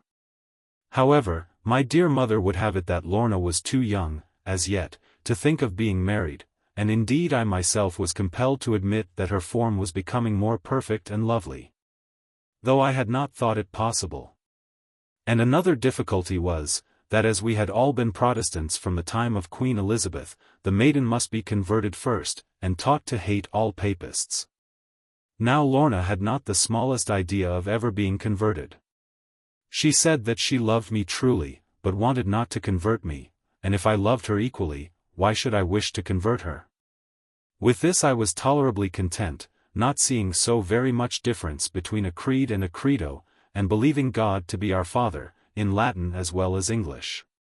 Moreover, my darling knew but little of the popish ways, whether excellent or otherwise, inasmuch as the Doones, though they stole their houses, or at least the joiners' work, had never been tempted enough by the devil to steal either church or chapel. Lorna came to our little church, when Parson Bowden reappeared after the snow was over. And she said that all was very nice, and very like what she had seen in the time of her Aunt Sabina, when they went far away to the little chapel, with a shilling in their gloves. It made the tears come into her eyes, by the force of memory, when Parson Bowden did the things, not so gracefully nor so well, yet with pleasant imitation of her old priest's sacred rites. "He is a worthy man," she said, being used to talk in the service time. And my mother was obliged to cough. "I like him very much indeed, but I wish he would let me put his things the right way on his shoulders." Everybody in our parish, who could walk at all, or hire a boy in a wheelbarrow, and half the folk from Countisbury, Brendan, and even Lynmouth, was and were to be found that Sunday in our little church of Oare. People who would not come anigh us, when the Doones were threatening with carbine and with firebrand, flocked in their very best clothes, to see a Lady Doone go to church. Now all this came of that vile John Fry. I knew it as well as possible. His tongue was worse than the clacker of a charity school bell, or the ladle in the frying pan, when the bees are swarming. However, Lorna was not troubled, partly because of her natural dignity and gentleness, partly because she never dreamed that the people were come to look at her. But when we came to the psalms of the day, with some vague sense of being stared at more than ought to be, she dropped the heavy black lace fringing of the velvet hat she wore, and concealed from the congregation all except her bright red lips, and the oval snowdrift of her chin. I touched her hand, and she pressed mine, and we felt that we were close together, and God saw no harm in it. As for Parson Bowden, as worthy a man as ever lived, and one who could shoot flying, he scarcely knew what he was doing, without the clerk to help him. He had borne it very well indeed, when I returned from London. But to see a live Doone in his church, and a Lady Doone, and a lovely Doone, moreover one engaged to me, upon whom he almost looked as the squire of his parish, although not rightly an armiger. And to feel that this lovely Doone was a papist, and therefore of higher religion, as all our parsons think, and that she knew exactly how he ought to do all the service, of which he himself knew little. I wish to express my firm belief that all these things together turned Parson Bowden's head a little, and made him look to me for orders. My mother, the very best of women, was, as I could well perceive, a little annoyed and vexed with things. For this particular occasion, she had procured from Dulverton, by special message to Ruth Huckaback, whereof more anon, a headdress with a feather never seen before upon Exmoor. To the best of everyone's knowledge, it came from a bird called a flaming something, a flaming o, or a flaming I will not be positive, but I can assure you that it did flame. And dear mother had no other thought, but that all the congregation would neither see nor think of any other mortal thing, or immortal even, to the very end of the sermon. Herein she was so disappointed, that no sooner did she get home, but upstairs she went at speed, not even stopping at the mirror in our little parlour, and flung the whole thing into a cupboard. As I knew by the bang of the door, having eased the lock for her lately. Lorna saw there was something wrong, and she looked at Annie and Lizzie, as more likely to understand it, with her former timid glance, which I knew so well, and which had first enslaved me. "I know not what ails mother," said Annie, who looked very beautiful, with lilac lutestring ribbons, which I saw the Snow girls envying. "But she has not attended to one of the prayers, nor said Amen, all the morning." "Never fear, darling Lorna, it is nothing about you. It is something about our John, I am sure. For she never worries herself very much about anybody but him." And here Annie made a look at me, such as I had had 500 of. "You keep your opinions to yourself," I replied. "Because I knew the dear, and her little bits of jealousy, it happens that you are quite wrong, this time. Lorna, come with me, my darling." "Oh yes, Lorna." "Go with him," cried Lizzie, dropping her lip, in a way which you must see to know its meaning. "John wants nobody now but you, and none can find fault with his taste, dear." "You little fool, I should think not," I answered, very rudely, for, betwixt the lot of them, my Lorna's eyelashes were quivering. "Now, dearest angel, come with me. And snap your hands at the whole of them."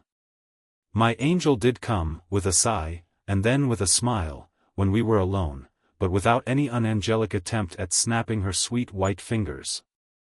These little things are enough to show that while everyone so admired Lorna, and so kindly took to her, still there would, just now and then, be petty and paltry flashes of jealousy concerning her.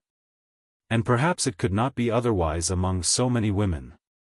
However, we were always doubly kind to her afterwards. And although her mind was so sensitive and quick that she must have suffered, she never allowed us to perceive it, nor lowered herself by resenting it. Possibly I may have mentioned that little Ruth Huckaback had been asked, and had even promised to spend her Christmas with us. And this was the more desirable, because she had left us through some offense, or sorrow, about things said of her. Now my dear mother, being the kindest and best-hearted of all women, could not bear that poor dear Ruth, who would some day have such a fortune, should be entirely lost to us.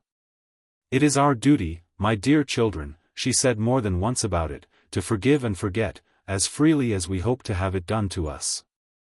If dear little Ruth has not behaved quite as we might have expected, great allowance should be made for a girl with so much money. Designing people get hold of her, and flatter her, and coax her, to obtain a base influence over her. So that when she falls among simple folk, who speak the honest truth of her, no wonder the poor child is vexed, and gives herself airs, and so on. Ruth can be very useful to us in a number of little ways, and I consider it quite a duty to pardon her freak of petulance. Now one of the little ways in which Ruth had been very useful, was the purchase of the scarlet feathers of the flaming bird. And now that the house was quite safe from attack, and the mark on my forehead was healing, I was begged, over and over again, to go and see Ruth, and make all things straight, and pay for the gorgeous plumage. This last I was very desirous to do, that I might know the price of it, having made a small bet on the subject with Annie. And having held counsel with myself, whether or not it were possible to get something of the kind for Lorna, of still more distinguished appearance. Of course she could not wear scarlet as yet, even if I had wished it, but I believed that people of fashion often wore purple for mourning. Purple too was the royal color, and Lorna was by right a queen. Therefore I was quite resolved to ransack Uncle Reuben's stores, in search of some bright purple bird, if nature had kindly provided one. All this, however, I kept to myself, intending to trust Ruth Huckaback, and no one else in the matter. And so, one beautiful spring morning, when all the earth was kissed with scent, and all the air caressed with song, up the lane I stoutly rode, well armed, and well provided. Now though it is part of my life to heed, it is no part of my tale to tell, how the wheat was coming on. I reckon that you, who read this story, after I am dead and gone, and before that none shall read it, will say, Tush! What is his wheat to us? We are not wheat, we are human beings, and all we care for is human doings. This may be very good argument, and in the main, I believe that it is so. Nevertheless, if a man is to tell only what he thought and did, and not what came around him, he must not mention his own clothes, which his father and mother bought for him. And more than my own clothes to me, aye, and as much as my own skin, are the works of nature round about, whereof a man is the smallest. And now I will tell you, although most likely only to be laughed at, because I cannot put it in the style of Mr. Dryden, whom to compare to Shakespeare. But if once I begin upon that, you will never hear the last of me. Nevertheless, I will tell you this, not wishing to be rude, but only just because I know it. The more a man can fling his arms, so to say, round nature's neck, the more he can upon her bosom, like an infant, lie and suck, the more that man shall earn the trust and love of all his fellow men. In this matter is no jealousy, when the man is dead, because thereafter all others know how much of the milk be had, and he can suck no longer. And they value him accordingly, for the nourishment he is to them. Even as when we keep a roaster of the sucking pigs, we choose, and praise at table most, the favorite of its mother. 50 times have I seen this, and smiled, and praised our people's taste, and offered them more of the vitals. Now here am I upon Shakespeare, who died, of his own fruition, at the age of 52, yet lived more than 50,000 men, within his little span of life. When all the while I ought to be riding as hard as I can to Dulverton. But, to tell the truth, I could not ride hard, being held at every turn, and often without any turn at all, by the beauty of things around me. These things grow upon a man if once he stops to notice them. It wanted yet 2 hours to noon, when I came to Master Huckaback's door, and struck the panels smartly. Knowing nothing of their manners, only that people in a town could not be expected to entertain, as we do in farmhouses, having, moreover, keen expectation of Master Huckaback's avarice. I had brought some stuff to eat, made by Annie, and packed by Lorna, and requiring no thinking about it. Ruth herself came and let me in, blushing very heartily, for which color I praised her health, and my praises heightened it. That little thing had lovely eyes, and could be trusted thoroughly. I do like an obstinate little woman, when she is sure that she is right. And indeed if love had never sped me straight to the heart of Lorna, compared to whom, Ruth was no more than the thief is to the candle, who knows but what I might have yielded to the law of nature. That thorough trimmer of balances, and verified the proverb that the giant loves the dwarf? I take the privilege, Mistress Ruth, of saluting you according to kinship, and the ordering of the canons. And therewith I bussed her well, and put my arm around her waist, being so terribly restricted in the matter of Lorna, and knowing the use of practice. Not that I had any warmth, all that was darling Lorna's, only out of pure gallantry, and my knowledge of London fashions. Ruth blushed to such a pitch at this, and looked up at me with such a gleam, as if I must have my own way, that all my love of kissing sunk, and I felt that I was wronging her. Only my mother had told me, when the girls were out of the way, to do all I could to please darling Ruth, and I had gone about it accordingly. Now Ruth as yet had never heard a word about dear Lorna. And when she led me into the kitchen, where everything looked beautiful, and told me not to mind, for a moment, about the scrubbing of my boots, because she would only be too glad to clean it all up after me, and told me how glad she was to see me, blushing more at every word, and recalling some of them, and stooping down for pots and pans. When I looked at her too ruddily, all these things came upon me so, without any legal notice, that I could only look at Ruth, and think how very good she was, and how bright her handles were, and wonder if I had wronged her. Once or twice, I began, this I say upon my honor, to endeavor to explain exactly, how we were at Plover's Barrows. How we all had been bound to fight, and had defeated the enemy, keeping their queen amongst us. But Ruth would make some great mistake between Lorna and Gwenny Carfax, and gave me no chance to set her aright, and cared about nothing much, except some news of Sally Snow. What could I do with this little thing? All my sense of modesty, and value for my dinner, were against my overpressing all the graceful hints I had given about Lorna. Ruth was just a girl of that sort, who will not believe one word, except from her own seeing, not so much from any doubt, as from the practice of using eyes which have been in business. I asked Cousin Ruth, as we used to call her, though the cousinship was distant, what was become of Uncle Ben, and how it was that we never heard anything of or from him now. She replied that she hardly knew what to make of her grandfather's manner of carrying on, for the last half-year or more. He was apt to leave his home, she said, at any hour of the day or night, going none knew whither, and returning no one might say when. And his dress, in her opinion, was enough to frighten a hodman, of a scavenger of the roads, instead of the decent suit of kersey, or of Sabbath doeskins, such as had won the respect and reverence of his fellow townsmen. But the worst of all things was, as she confessed with tears in her eyes, that the poor old gentleman had something weighing heavily on his mind. It will shorten his days, Cousin Rid, she said, for she never would call me Cousin John. He has no enjoyment of anything that he eats or drinks, nor even in counting his money, as he used to do all Sunday. Indeed, no pleasure in anything, unless it be smoking his pipe, and thinking and staring at bits of brown stone, which he pulls, every now and then, out of his pockets. And the business he used to take such pride in is now left almost entirely to the foreman, and to me. And what will become of you, dear Ruth, if anything happens to the old man? I am sure I know not, she answered simply, and I cannot bear to think of it. It must depend, I suppose, upon dear grandfather's pleasure about me. It must rather depend, said I, though having no business to say it, upon your own good pleasure, Ruth, for all the world will pay court to you.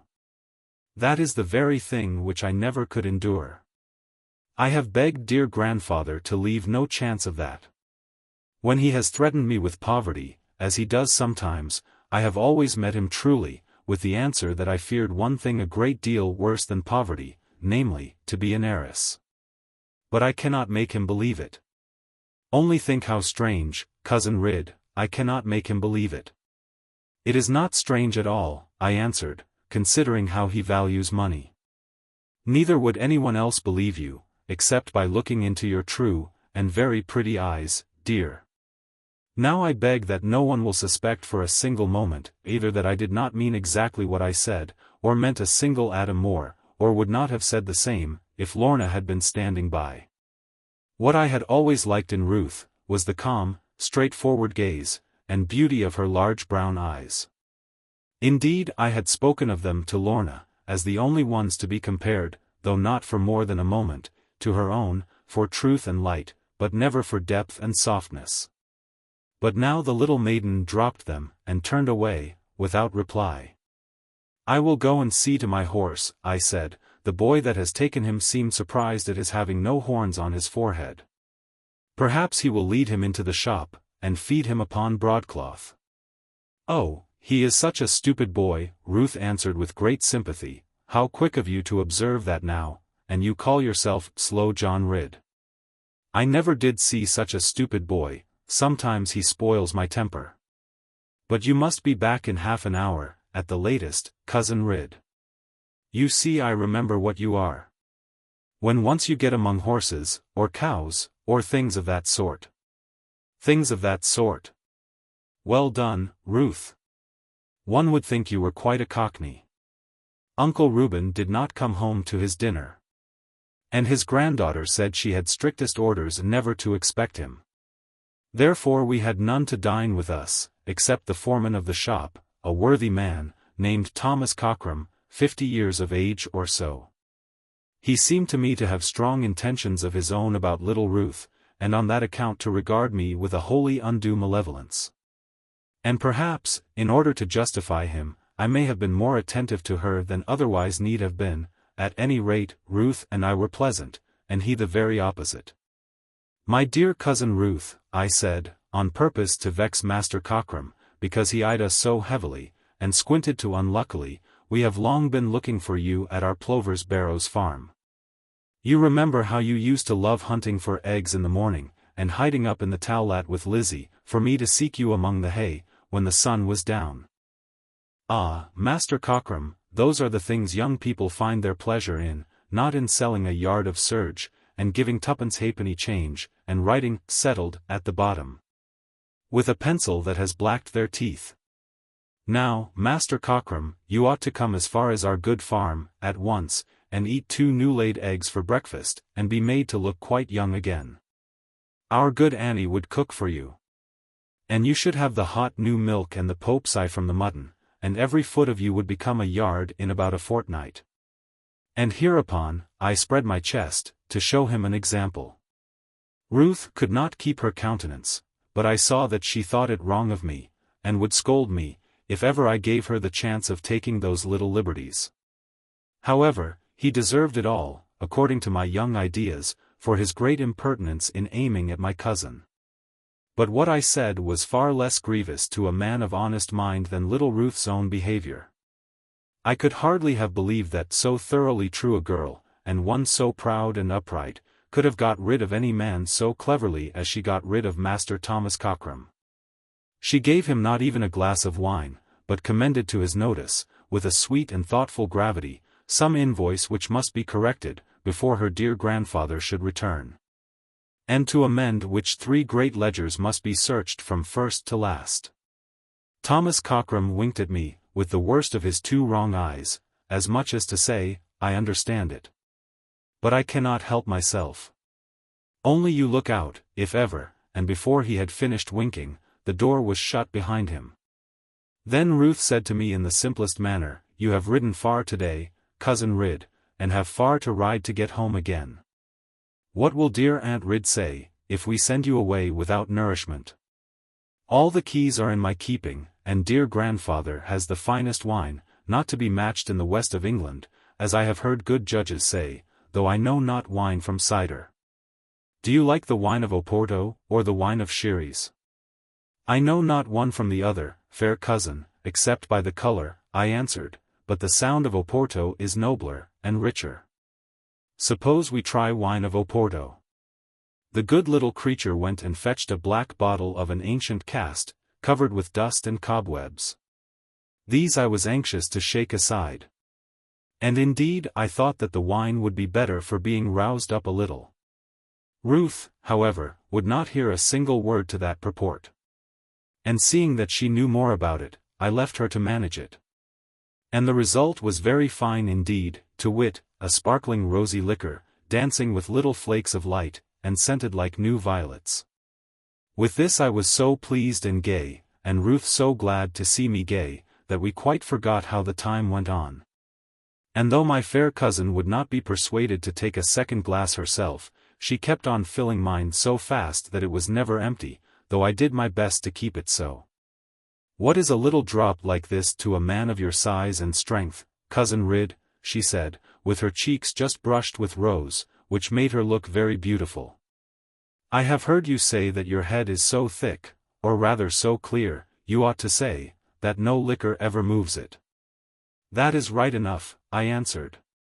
What a witch you must be, dear Ruth, to have remembered that now. Oh, I remember every word I have ever heard you say, Cousin Ridd. Because your voice is so deep, you know, and you talk so little. Now it is useless to say, no, these bottles hold almost nothing. Dear grandfather will not come home, I fear, until long after you are gone. What will Aunt Ridd think of me, I am sure. You are all so dreadfully hospitable. Now not another, no, Cousin Ridd. We must have another bottle. Well, must is must, I answered, with a certain resignation. I cannot bear bad manners, dear, and how old are you next birthday? 18, dear John, said Ruth, coming over with the empty bottle, and I was pleased at her calling me John, and had a great mind to kiss her. However, I thought of my Lorna suddenly, and of the anger I should feel if a man went on with her so, therefore I lay back in my chair, to wait for the other bottle. Do you remember how we danced that night? I asked, while she was opening it, and how you were afraid of me first, because I looked so tall, dear? Yes, and so very broad, Cousin Ridd. I thought that you would eat me. But I have come to know, since then, how very kind and good you are. And will you come and dance again, at my wedding, Cousin Ruth? She nearly let the bottle fall, the last of which she was sloping carefully into a vessel of bright glass, and then she raised her hand again, and finished it judiciously. And after that, she took the window, to see that all her work was clear. And then she poured me out a glass and said, with very pale cheeks, but else no sign of meaning about her, what did you ask me, Cousin Ridd? Nothing of any importance, Ruth. Only we are so fond of you. I mean to be married as soon as I can. Will you come and help us? To be sure I will, Cousin Ridd, unless, dear grandfather cannot spare me from the business. She went away, and her breast was heaving, like a rick of undercarried hay. And she stood at the window long, trying to make yawns of sighs. For my part, I knew not what to do. And yet I could think about it, as I never could with Lorna, with whom I was always in a whirl, from the power of my love. So I thought some time about it. And perceived that it was the manliest way, just to tell her everything, except that I feared she liked me. But it seemed to me unaccountable that she did not even ask the name of my intended wife. Perhaps she thought that it must be Sally, or perhaps she feared to trust her voice. Come and sit by me, dear Ruth, and listen to a long, long story, how things have come about with me. No, thank you, Cousin Ridd, she answered, at least I mean that I shall be happy, that I shall be ready to hear you, to listen to you, I mean of course. But I would rather stay where I am, and have the air, or rather be able to watch for dear grandfather coming home. He is so kind and good to me. What should I do without him? Then I told her how, for years and years, I had been attached to Lorna, and all the dangers and difficulties which had so long beset us, and how I hoped that these were passing. And no other might come between us, except on the score of religion. Upon which point I trusted soon to overcome my mother's objections. And then I told her how poor, and helpless, and alone in the world, my Lorna was. And how sad all her youth had been, until I brought her away at last. And many other little things I mentioned, which there is no need for me again to dwell upon. Ruth heard it all without a word, and without once looking at me, and only by her attitude could I guess that she was weeping. Then when all my tale was told, she asked in a low and gentle voice, but still without showing her face to me. And does she love you, Cousin Ridd? Does she say that she loves you with all her heart? Certainly, she does, I answered. Do you think it impossible for one like her to do so? She said no more, but crossed the room before I had time to look at her, and came behind my chair, and kissed me gently on the forehead. I hope you may be very happy, in your new life, she whispered very softly, as happy as you deserve to be, and as happy as you can make others be. Now how I have been neglecting you. I am quite ashamed of myself for thinking only of grandfather, and it makes me so low-spirited. You have told me a very nice romance, and I have never even helped you to a glass of wine. Here, pour it for yourself, dear cousin, I shall be back again directly." With that she was out of the door in a moment. And when she came back, you would not have thought that a tear had dimmed those large bright eyes, or wandered down those pale clear cheeks. Only her hands were cold and trembling, and she made me help myself. Uncle Reuben did not appear at all. And Ruth, who had promised to come and see us, and stay for a fortnight at our house, if her grandfather could spare her, now discovered, before I left, that she must not think of doing so. Perhaps she was right in deciding thus, at any rate it had now become improper for me to press her. And yet I now desired tenfold that she should consent to come, thinking that Lorna herself would work the speediest cure of her passing whim. For such, I tried to persuade myself, was the nature of Ruth's regard for me, and upon looking back I could not charge myself with any misconduct towards the little maiden.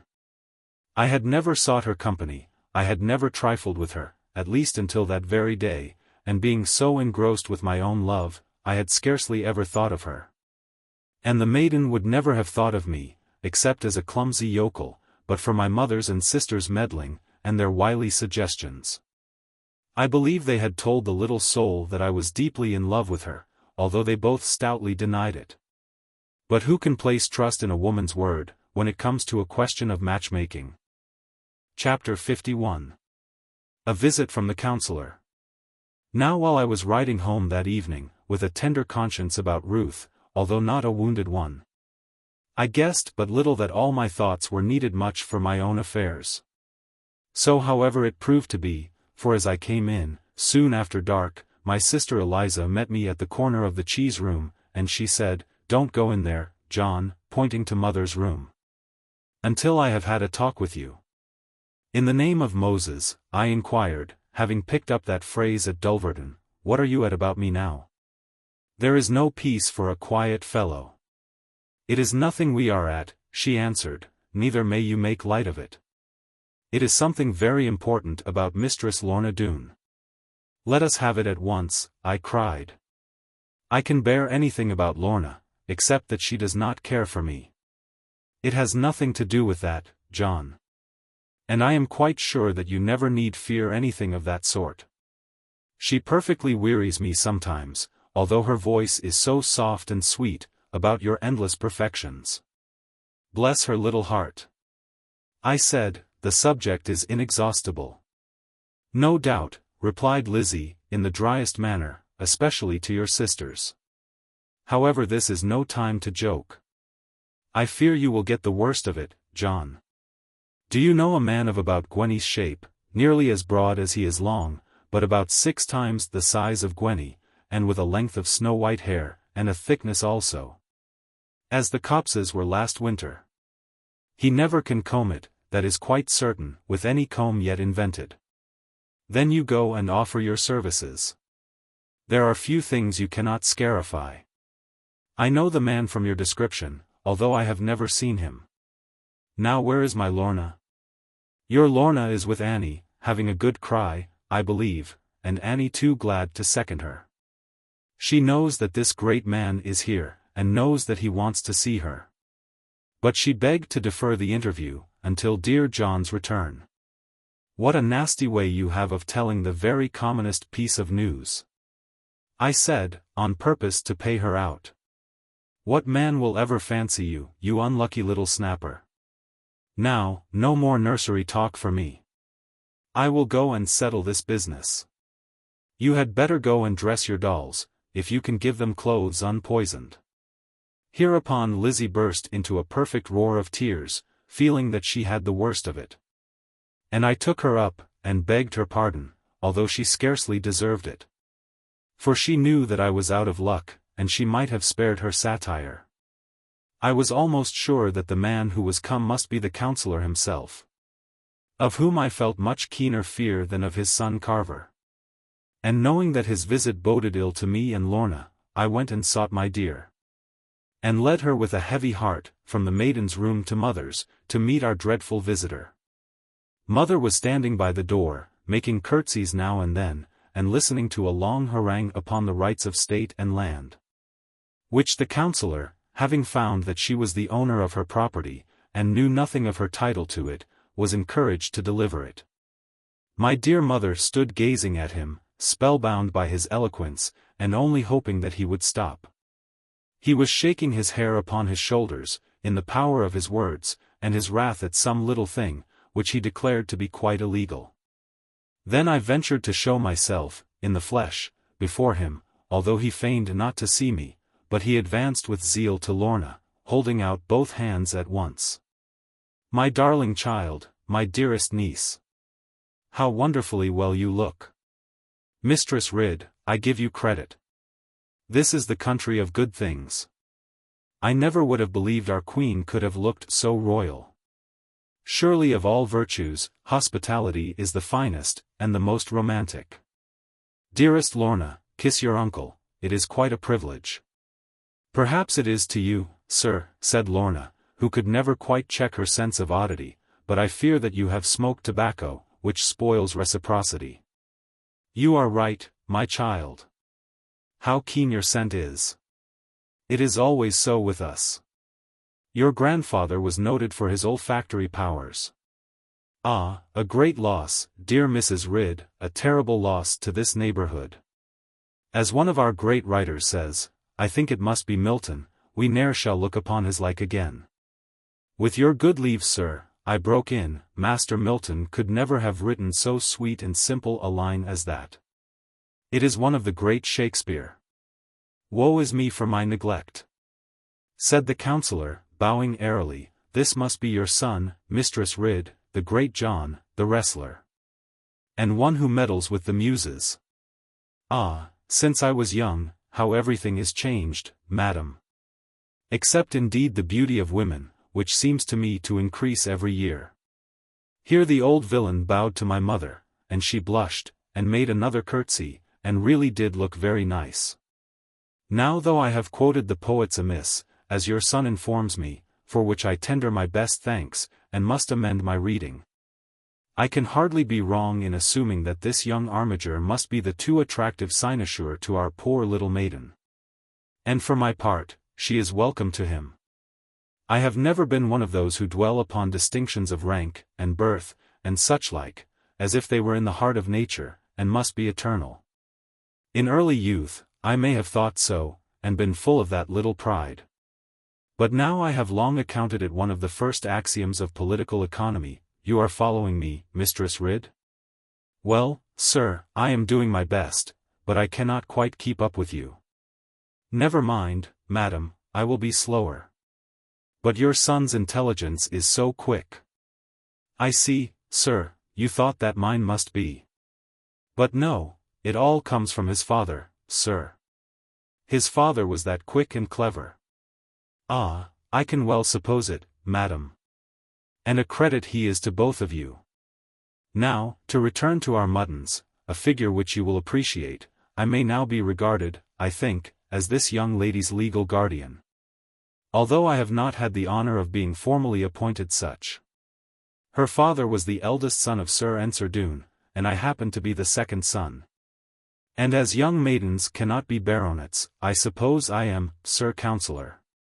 Is it so, Mistress Ridd, according to your theory of genealogy? I am sure I don't know, sir, my mother answered carefully. I know not anything of that name, sir, except in the Gospel of Matthew, but I see not why it should be otherwise. Good, madam. I may look upon that as your sanction and approval, and the College of Heralds shall hear of it. And in return, as Lorna's guardian, I give my full and ready consent to her marriage with your son, madam. Oh, how good of you, sir, how kind. Well, I always did say, that the learnedest people were, almost always, the best and kindest, and the most simple-hearted. Madam, that is a great sentiment. What a goodly couple they will be. And if we can add him to our strength. Oh no, sir, oh no, cried mother, you really must not think of it. He has always been brought up so honest. Hem. That makes a difference. A decided disqualification for domestic life among the Doones. But, surely, he might get over those prejudices, madam? Oh no, sir. He never can indeed. When he was only that high, sir, he could not steal even an apple, when some wicked boys tried to mislead him. Ah, replied the counsellor, shaking his white head gravely. Then I greatly fear that his case is quite incurable. I have known such cases, violent prejudice, bred entirely of education, and anti-economical to the last degree. And when it is so, it is desperate. No man, after imbibing ideas of that sort, can in any way be useful.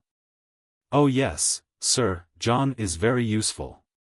He can do as much work as 3 other men. And you should see him load a sled, sir. I was speaking, madam, of higher usefulness, power of the brain and heart. The main thing for us upon earth is to take a large view of things. But while we talk of the heart, what is my niece Lorna doing, that she does not come and thank me, for my perhaps too prompt concession to her youthful fancies? Ah, if I had wanted thanks, I should have been more stubborn. Lorna, being challenged thus, came up and looked at her uncle, with her noble eyes fixed full upon his, which beneath his white eyebrows glistened, like dormer windows piled with snow. For what am I to thank you, uncle? My dear niece, I have told you. For removing the heaviest obstacle, which to a mind so well regulated could possibly have existed, between your dutiful self and the object of your affections. Well, uncle, I should be very grateful, if I thought that you did so from love of me, or if I did not know that you have something yet concealed from me. And my consent, said the counsellor, is the more meritorious, the more liberal, frank, and candid, in the face of an existing fact, and a very clearly established one. Which might have appeared to weaker minds in the light of an impediment, but to my loftier view of matrimony seems quite a recommendation. What fact do you mean, sir? Is it one that I ought to know? In my opinion it is, good niece.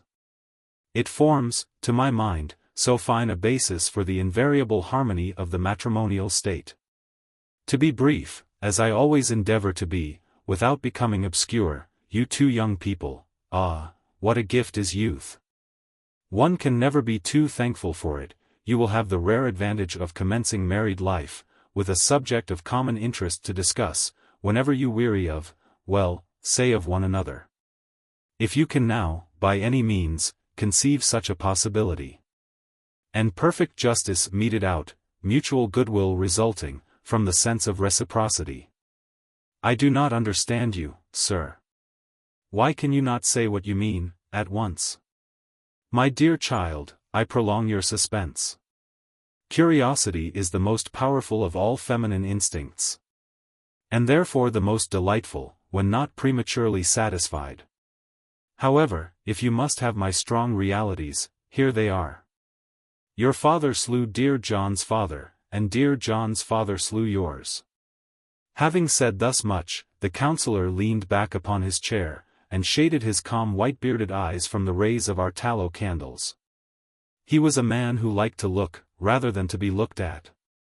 But Lorna came to me for aid, and I went up to Lorna, and mother looked at both of us.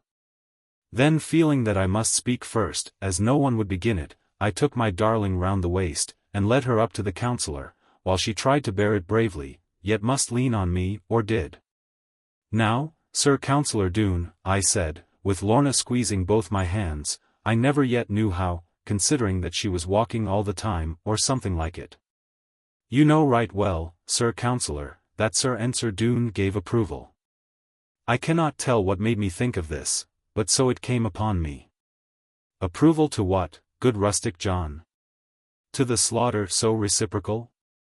No, sir, not to that, even if it ever happened, which I do not believe. But to the love betwixt me and Lorna. Which your story shall not break, without more evidence than your word. And even so, shall never break, if Lorna thinks as I do. The maiden gave me a little touch, as much as to say, you are right, darling, give it to him, again, like that. However, I held my peace, well knowing that too many words do mischief. Then mother looked at me with wonder, being herself too amazed to speak, and the counsellor looked, with great wrath in his eyes, which he tried to keep from burning. "How say you then, John Ridd," he cried, stretching out one hand, like Elijah, "is this a thing of the sort you love? Is this what you are used to?" "So please your worship," I answered. "No kind of violence can surprise us, since first came Doones upon Exmoor. Up to that time none heard of harm, except of taking a purse, maybe, or cutting a strange sheep's throat. And the poor folk who did this were hanged, with some benefit of clergy. But ever since the Doones came first, we are used to anything." "Thou varlet," cried the counsellor, with the colour of his eyes quite changed with the sparkles of his fury, "is this the way we are to deal with such a low-bred clod as thou? To question the doings of our people, and to talk of clergy? What, dream you not that we could have clergy, and of the right sort, too, if only we cared to have them? Tush! Am I to spend my time arguing with a ploughtail Bob?" "If your worship will hearken to me," I answered very modestly, not wishing to speak harshly, with Lorna looking up at me. "There are many things that might be said without any kind of argument, which I would never wish to try with one of your worship's learning. And in the first place it seems to me that if our fathers hated one another bitterly, yet neither won the victory, only mutual discomfiture. Surely that is but a reason why we should be wiser than they, and make it up in this generation by goodwill and loving." "Oh, John, you wiser than your father," mother broke upon me here. "Not but what you might be as wise, when you come to be old enough. Young people of the present age," said the counsellor severely, "have no right feeling of any sort, upon the simplest matter. Lorna Doone, stand forth from contact with that air of parricide, and state in your own mellifluous voice, whether you regard this slaughter as a pleasant trifle." "You know," without any words of mine, she answered very softly, yet not withdrawing from my hand, "that although I have been seasoned well to every kind of outrage, among my gentle relatives, I have not yet so purely lost all sense of right and wrong as to receive what you have said, as lightly as you declared it. You think it a happy basis for our future concord. I do not quite think that, my uncle, neither do I quite believe that a word of it is true. In our happy valley, 9/10 of what is said is false, and you were always wont to argue that true and false are but a blind turned upon a pivot.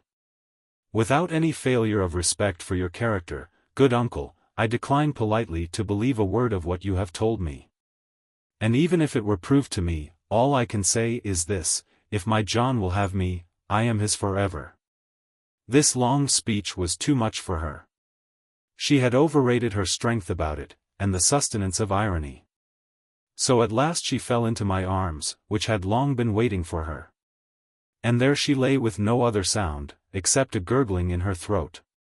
"You old villain," cried my mother, shaking her fist at the counsellor, while I could do nothing else but hold, and bend across, my darling, and whisper to deaf ears. "What is the good of the quality, if this is all that comes of it? Out of the way. You know the words that make the deadly mischief, but not the ways that heal them. Give me that bottle, if hands you have. What is the use of counsellors?" I saw that dear mother was carried away, and indeed I myself was something like it. With the pale face upon my bosom, and the heaving of the heart, and the heat and cold all through me, as my darling breathed or lay. Meanwhile the counsellor stood back, and seemed a little sorry. Although of course it was not in his power to be at all ashamed of himself. "My sweet love, my darling child," our mother went on to Lorna, in a way that I shall never forget, though I live to be 100, "pretty pet, not a word of it is true, upon that old liar's oath. And if every word were true, poor chick, you should have our John all the more for it. You and John were made by God and meant for one another, whatever falls between you. Little lamb, look up and speak, here is your own John and I, and the devil take the counsellor." I was amazed at mother's words, being so unlike her. While I loved her all the more because she forgot herself so. In another moment in ran Annie, I and Lizzie also, knowing by some mystic sense, which I have often noticed, but never could explain, that something was astir, belonging to the world of women, yet foreign to the eyes of men. And now the counsellor, being wellborn, although such a heartless miscreant, beckoned to me to come away. Which I, being smothered with women, was only too glad to do, as soon as my own love would let go of me. That is the worst of them, said the old man. When I had led him into our kitchen, with an apology at every step, and given him hot schnapps and water, and a cigarro of brave Tom Faggus, you never can say much, sir, in the way of reasoning, however gently meant and put, but what these women will fly out. It is wiser to put a wild bird in a cage, and expect him to sit and look at you, and chirp without a feather rumpled, than it is to expect a woman to answer reason reasonably. Saying this, he looked at his puff of smoke as if it contained more reason.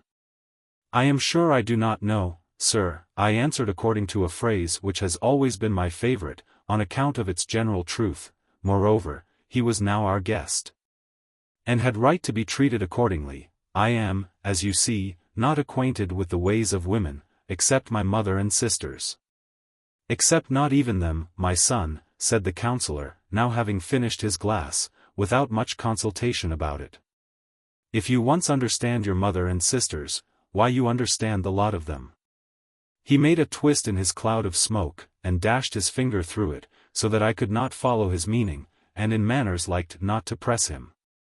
Now of this business, John, he said, after getting to the bottom of the second glass, and having a trifle or so to eat, and praising our chimney corner.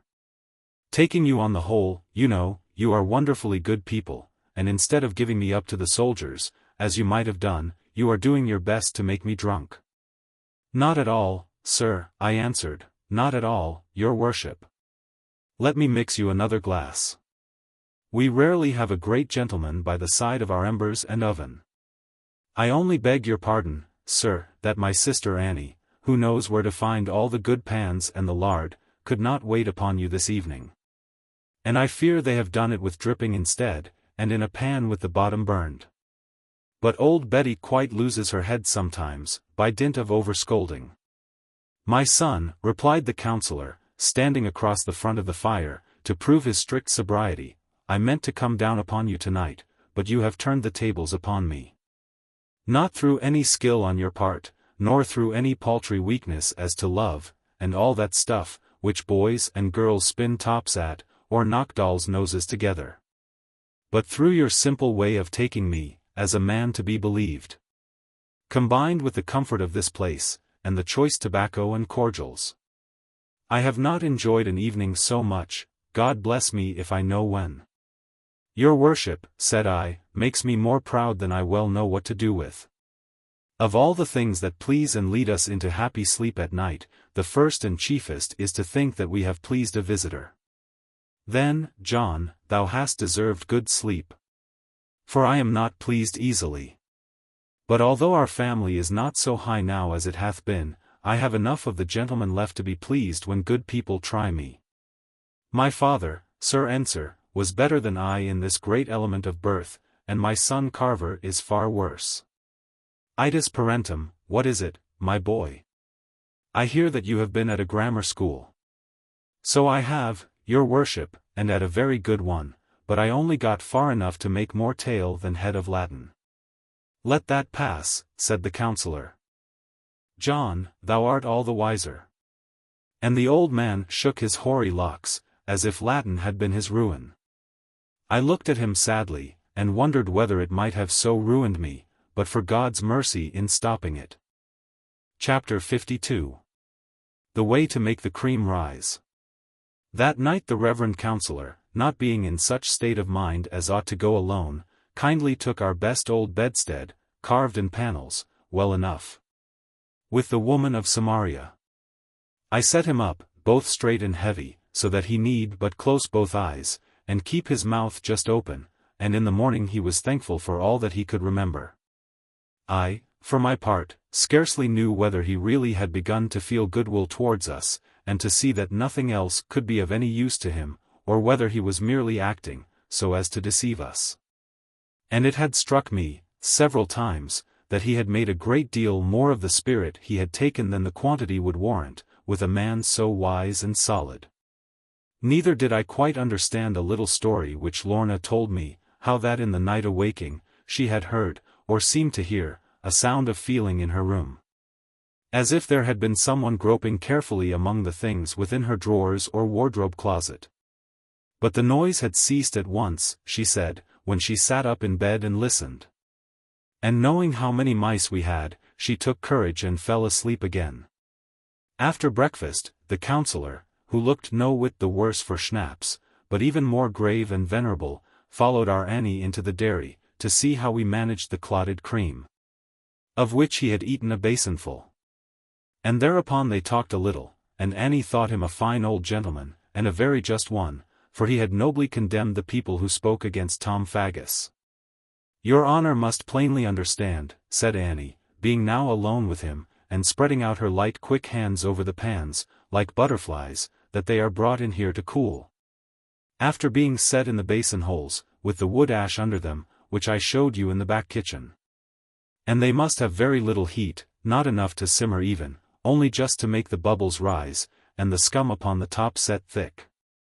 And after that, it clots as firm, oh, as firm as my 2 hands be. Have you ever heard, asked the counsellor, who enjoyed this talk with Annie, that if you pass across the top, without breaking the surface, a string of beads, or polished glass, or anything of that kind, the cream will set 3 times as solid, and in thrice the quantity? No, sir, I have never heard that, said Annie, staring with all her simple eyes. What a thing it is to read books, and grow learned. But it is very easy to try it. I will get my coral necklace. It will not be witchcraft, will it, sir? Certainly not, the old man replied. I will make the experiment myself, and you may trust me not to be hurt, my dear. But coral will not do, my child, neither will anything colored. The beads must be of plain common glass, but the brighter they are the better. Then I know the very thing, cried Annie. As bright can be, and without any color in it, except in the sun or candle light. Dearest Lorna has the very thing, a necklace of some old glass beads, or I think they called them jewels. She will be too glad to lend it to us. I will go for it, in a moment. My dear, it cannot be half so bright as your own pretty eyes. But remember one thing, Annie, you must not say what it is for, or even that I am going to use it, or anything at all about it. Else the charm will be broken. Bring it here, without a word, if you know where she keeps it. To be sure I do, she answered. John used to keep it for her. But she took it away from him last week, and she wore it when somebody was here. And he said it was very valuable, and spoke with great learning about it, and called it by some particular name, which I forget at this moment. But valuable or not, we cannot hurt it, can we, sir, by passing it over the cream pan? Hurt it, cried the counsellor. Nay, we shall do it good, my dear. It will help to raise the cream, and you may take my word for it, young maiden, none can do good in this world, without in turn receiving it. Pronouncing this great sentiment, he looked so grand and benevolent, that Annie, as she said afterwards, could scarce forbear from kissing him, yet feared to take the liberty.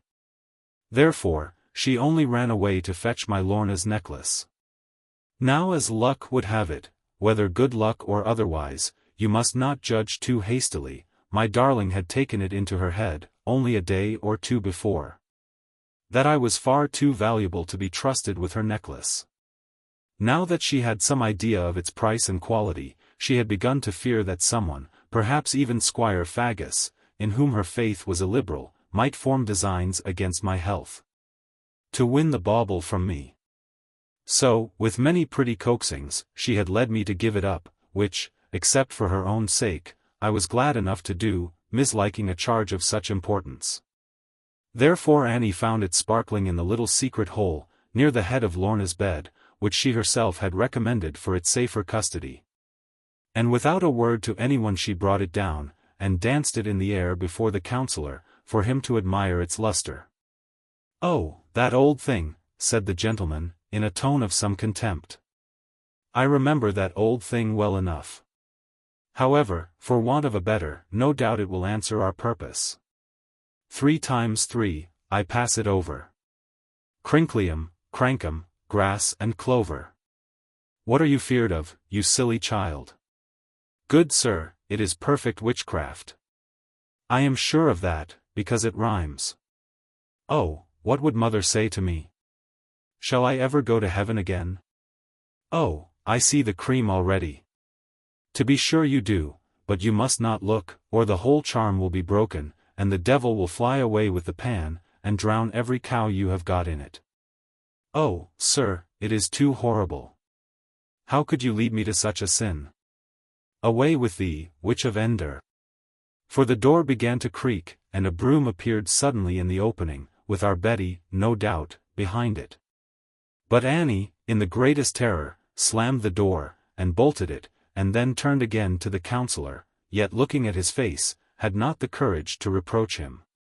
For his eyes rolled like 2 blazing barrels, and his white shagged brows were knit across them, and his forehead scowled in black furrows, so that Annie said that if she ever saw the devil, she saw him then, and no mistake.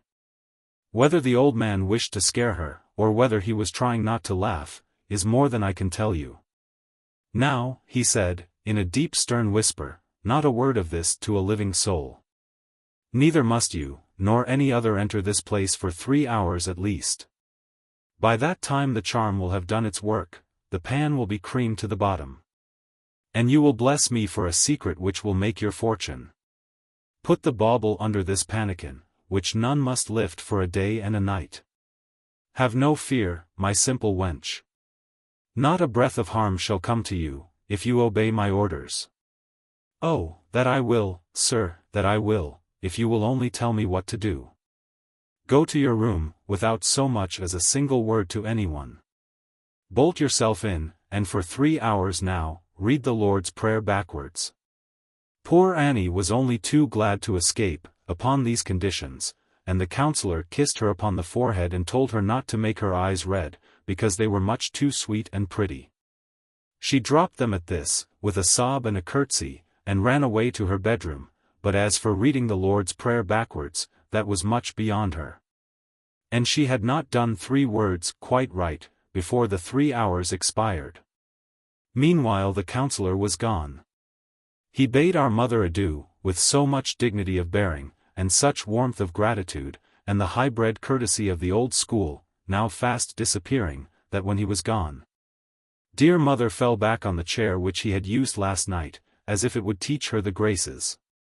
And for more than an hour she made believe not to know what there was for dinner. Oh, the wickedness of the world! Oh, the lies that are told of people, or rather I mean the falsehoods, because a man is better born, and has better manners. Why, Lorna, how is it that you never speak about your charming uncle? Did you notice, Lizzie, how his silver hair was waving upon his velvet collar, and how white his hands were, and every nail like an acorn, only pink like shellfish, or at least like shells? And the way he bowed, and dropped his eyes, from his pure respect for me. And then, that he would not even speak, on account of his emotion, but pressed my hand in silence. Oh, Lizzie, you have read me beautiful things about Sir Galahad, and the rest, but nothing to equal Sir Counsellor. You had better marry him, madam, said I, coming in very sternly. Though I knew I ought not to say it, he can repay your adoration. He has stolen 100,000 pounds. John, cried my mother, you are mad. And yet she turned as pale as death. For women are so quick at turning, and she inkled what it was. Of course I am, mother, mad about the marvels of Sir Galahad. He has gone off with my Lorna's necklace. 50 farms like ours can never make it good to Lorna. Hereupon ensued grim silence. Mother looked at Lizzie's face, for she could not look at me. And Lizzie looked at me, to know, and as for me, I could have stamped almost on the heart of anyone. It was not the value of the necklace, I am not so low a hound as that, nor was it even the damned folly shown by every one of us, it was the thought of Lorna's sorrow for her ancient plaything. And even more, my fury at the breach of hospitality. But Lorna came up to me softly, as a woman should always come, and she laid one hand upon my shoulder, and she only looked at me. She even seemed to fear to look, and dropped her eyes, and sighed at me. Without a word, I knew by that, how I must have looked like Satan, and the evil spirit left my heart. When she had made me think of it. "Darling John, did you want me to think that you cared for my money, more than for me?" I led her away from the rest of them, being desirous of explaining things, when I saw the depth of her nature opened, like an everlasting well, to me. But she would not let me say a word, or do anything by ourselves, as it were. She said, "Your duty is to your mother, this blow is on her, and not on me." I saw that she was right.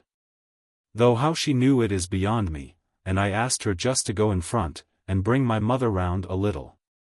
For I must let my passion pass, it may drop its weapons quickly. But it cannot come and go, before a man has time to think. Then Lorna went up to my mother, who was still in the chair of elegance. And she took her by both hands, and said, "Dearest mother, I shall fret so, if I see you fretting.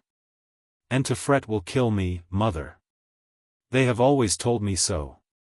Poor mother bent on Lorna's shoulder, without thought of attitude, and laid her cheek on Lorna's breast, and sobbed till Lizzie was jealous, and came with 2 pocket handkerchiefs. As for me, my heart was lighter, if they would only dry their eyes, and come round by dinner time, than it had been since the day on which Tom Faggus discovered the value of that blessed and cursed necklace. None could say that I wanted Lorna for her money now. And perhaps the Doones would let me have her, now that her property was gone. But who shall tell of Annie's grief? The poor little thing would have staked her life upon finding the trinket, in all its beauty, lying under the pannikin. She proudly challenged me to lift it, which I had done, long ere that, of course, if only I would take the risk of the spell for my incredulity. I told her not to talk of spells, until she could spell a word backwards, and then to look into the pan where the charmed cream should be. She would not acknowledge that the cream was the same as all the rest was, and indeed it was not quite the same. For the points of poor Lorna's diamonds had made a few star rays across the rich firm crust of yellow. But when we raised the pannikin, and there was nothing under it, poor Annie fell against the wall, which had been whitened lately, and her face put all the white to scorn. My love, who was as fond of her, as if she had known her for 50 years, hereupon ran up and caught her, and abused all diamonds. I will dwell no more upon Annie's grief, because we felt it all so much. But I could not help telling her, if she wanted a witch, to seek good Mother Meldrum, a legitimate performer. That same night Master Jeremy Stickles, of whose absence the Counsellor must have known, came back, with all equipment ready for the grand attack. Now the Doones knew, quite as well as we did, that this attack was threatening, and that but for the wonderful weather it would have been made long ago. Therefore we, or at least our people, for I was doubtful about going, were sure to meet with a good resistance, and due preparation. It was very strange to hear and see, and quite impossible to account for, that now some hundreds of country people, who feared to whisper so much as a word against the Doones a year ago, and would sooner have thought of attacking a church, in service time, than Glen Doone, now sharpened their old cutlasses, and laid pitchforks on the grindstone, and bragged at every village cross. As if each would kill 10 Doones himself, neither care to wipe his hands afterwards. And this fierce bravery, and tall contempt, had been growing ever since the news of the attack upon our premises had taken good people by surprise, at least as concerned the issue. Jeremy Stickles laughed heartily about Annie's new manner of charming the cream, but he looked very grave at the loss of the jewels, so soon as he knew their value. "My son," he exclaimed, "this is very heavy. It will go ill with all of you to make good this loss, as I fear that you will have to do." "What?" cried I, with my blood running cold. "We make good the loss, Master Stickles. Every farthing we have in the world, and the labor of our lives to boot, will never make good the 10th of it." "It would cut me to the heart," he answered, laying his hand on mine, "to hear of such a deadly blow to you and your good mother. And this farm, how long, John, has it been in your family?" "For at least 600 years, I said, with a foolish pride that was only too like to end in groans, "and some people say, by a royal grant, in the time of the great King Alfred. At any rate, a rid was with him throughout all his hiding time. We have always held by the king and crown, surely none will turn us out, unless we are guilty of treason? My son, replied Jeremy very gently, so that I could love him for it, not a word to your good mother of this unlucky matter. Keep it to yourself, my boy, and try to think but little of it. After all, I may be wrong, at any rate, least said best mended. But Jeremy, dear Jeremy, how can I bear to leave it so? Do you suppose that I can sleep, and eat my food, and go about, and look at other people, as if nothing at all had happened? And all the time have it on my mind, that not an acre of all the land, nor even our old sheepdog, belongs to us, of right at all. It is more than I can do, Jeremy. Let me talk, and know the worst of it. Very well, replied Master Stickles, seeing that both the doors were closed. I thought that nothing could move you, John, or I never would have told you. Likely enough I am quite wrong, and God send that I be so. But what I guessed at some time back seems more than a guess, now that you have told me about these wondrous jewels. Now will you keep, as close as death, every word I tell you? By the honor of a man, I will. Until you yourself release me. That is quite enough, John. From you I want no oath. Which, according to my experience, tempts a man to lie the more, by making it more important. I know you now too well to swear you, though I have the power. Now, my lad, what I have to say will scare your mind in one way, and ease it in another. I think that you have been hard pressed. I can read you like a book, John, by something which that old villain said, before he stole the necklace. You have tried not to dwell upon it. You have even tried to make light of it for the sake of the women, but on the whole it has grieved you more than even this dastard robbery. It would have done so, Jeremy Stickles, if I could once have believed it. And even without much belief, it is so against our manners, that it makes me miserable. Only think of loving Lorna, only think of kissing her, and then remembering that her father had destroyed the life of mine. Only think, said Master Stickles, imitating my very voice, of Lorna loving you, John, of Lorna kissing you, John, and all the while saying to herself, this man's father murdered mine. Now look at it in Lorna's way as well as in your own way. How one-sided all men are. I may look at it in 50 ways, and yet no good will come of it. Jeremy, I confess to you, that I tried to make the best of it, partly to baffle the Counsellor, and partly because my darling needed my help, and bore it so, and behaved to me so nobly. But to you in secret, I am not ashamed to say that a woman may look over this easier than a man may. Because her nature is larger, my son, when she truly loves, although her mind be smaller. Now, if I can ease you from this secret burden, will you bear, with strength and courage, the other which I plant on you? I will do my best, said I. No man can do more, said he, and so began his story. Chapter 53. Jeremy finds out something. You know, my son, said Jeremy Stickles, with a good pull at his pipe, because he was going to talk so much, and putting his legs well along the settle.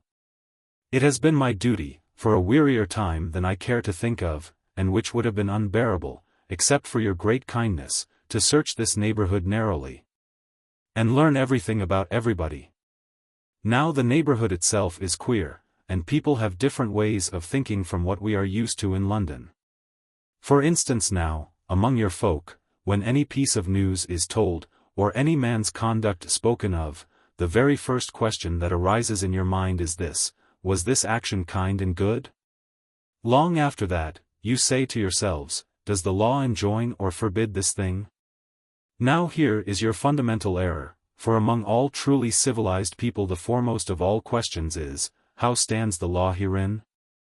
And if the law approve, no need for any further questioning. That this is so, you may take my word, for I know the law pretty thoroughly. Very well, I need not say any more about that, for I have shown that you are all quite wrong.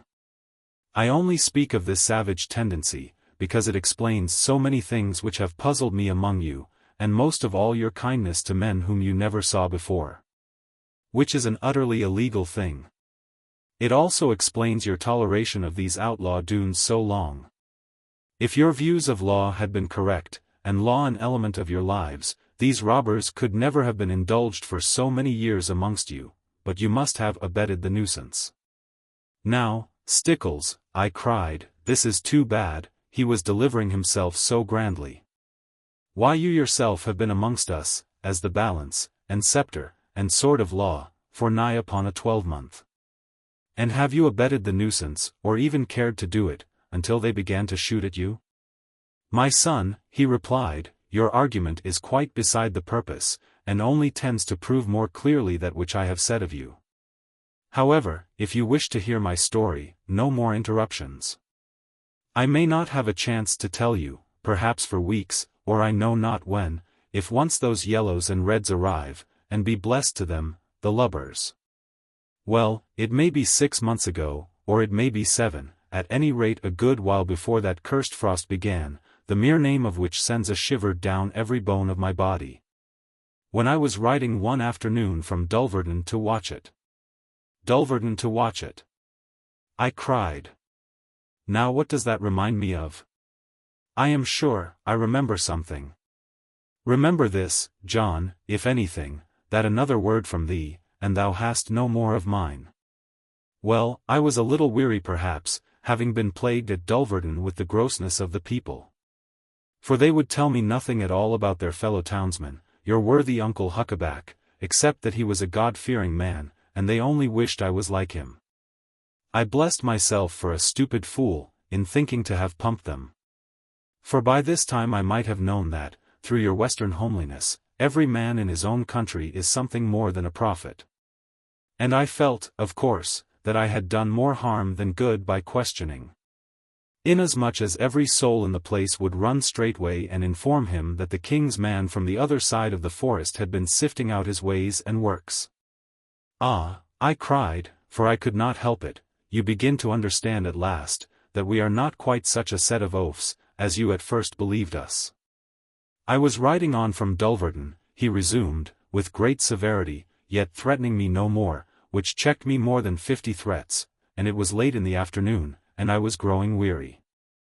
The road, if road it could be called, turned suddenly down from the higher land to the very brink of the sea, and rounding a little jut of cliff, I met the roar of the breakers.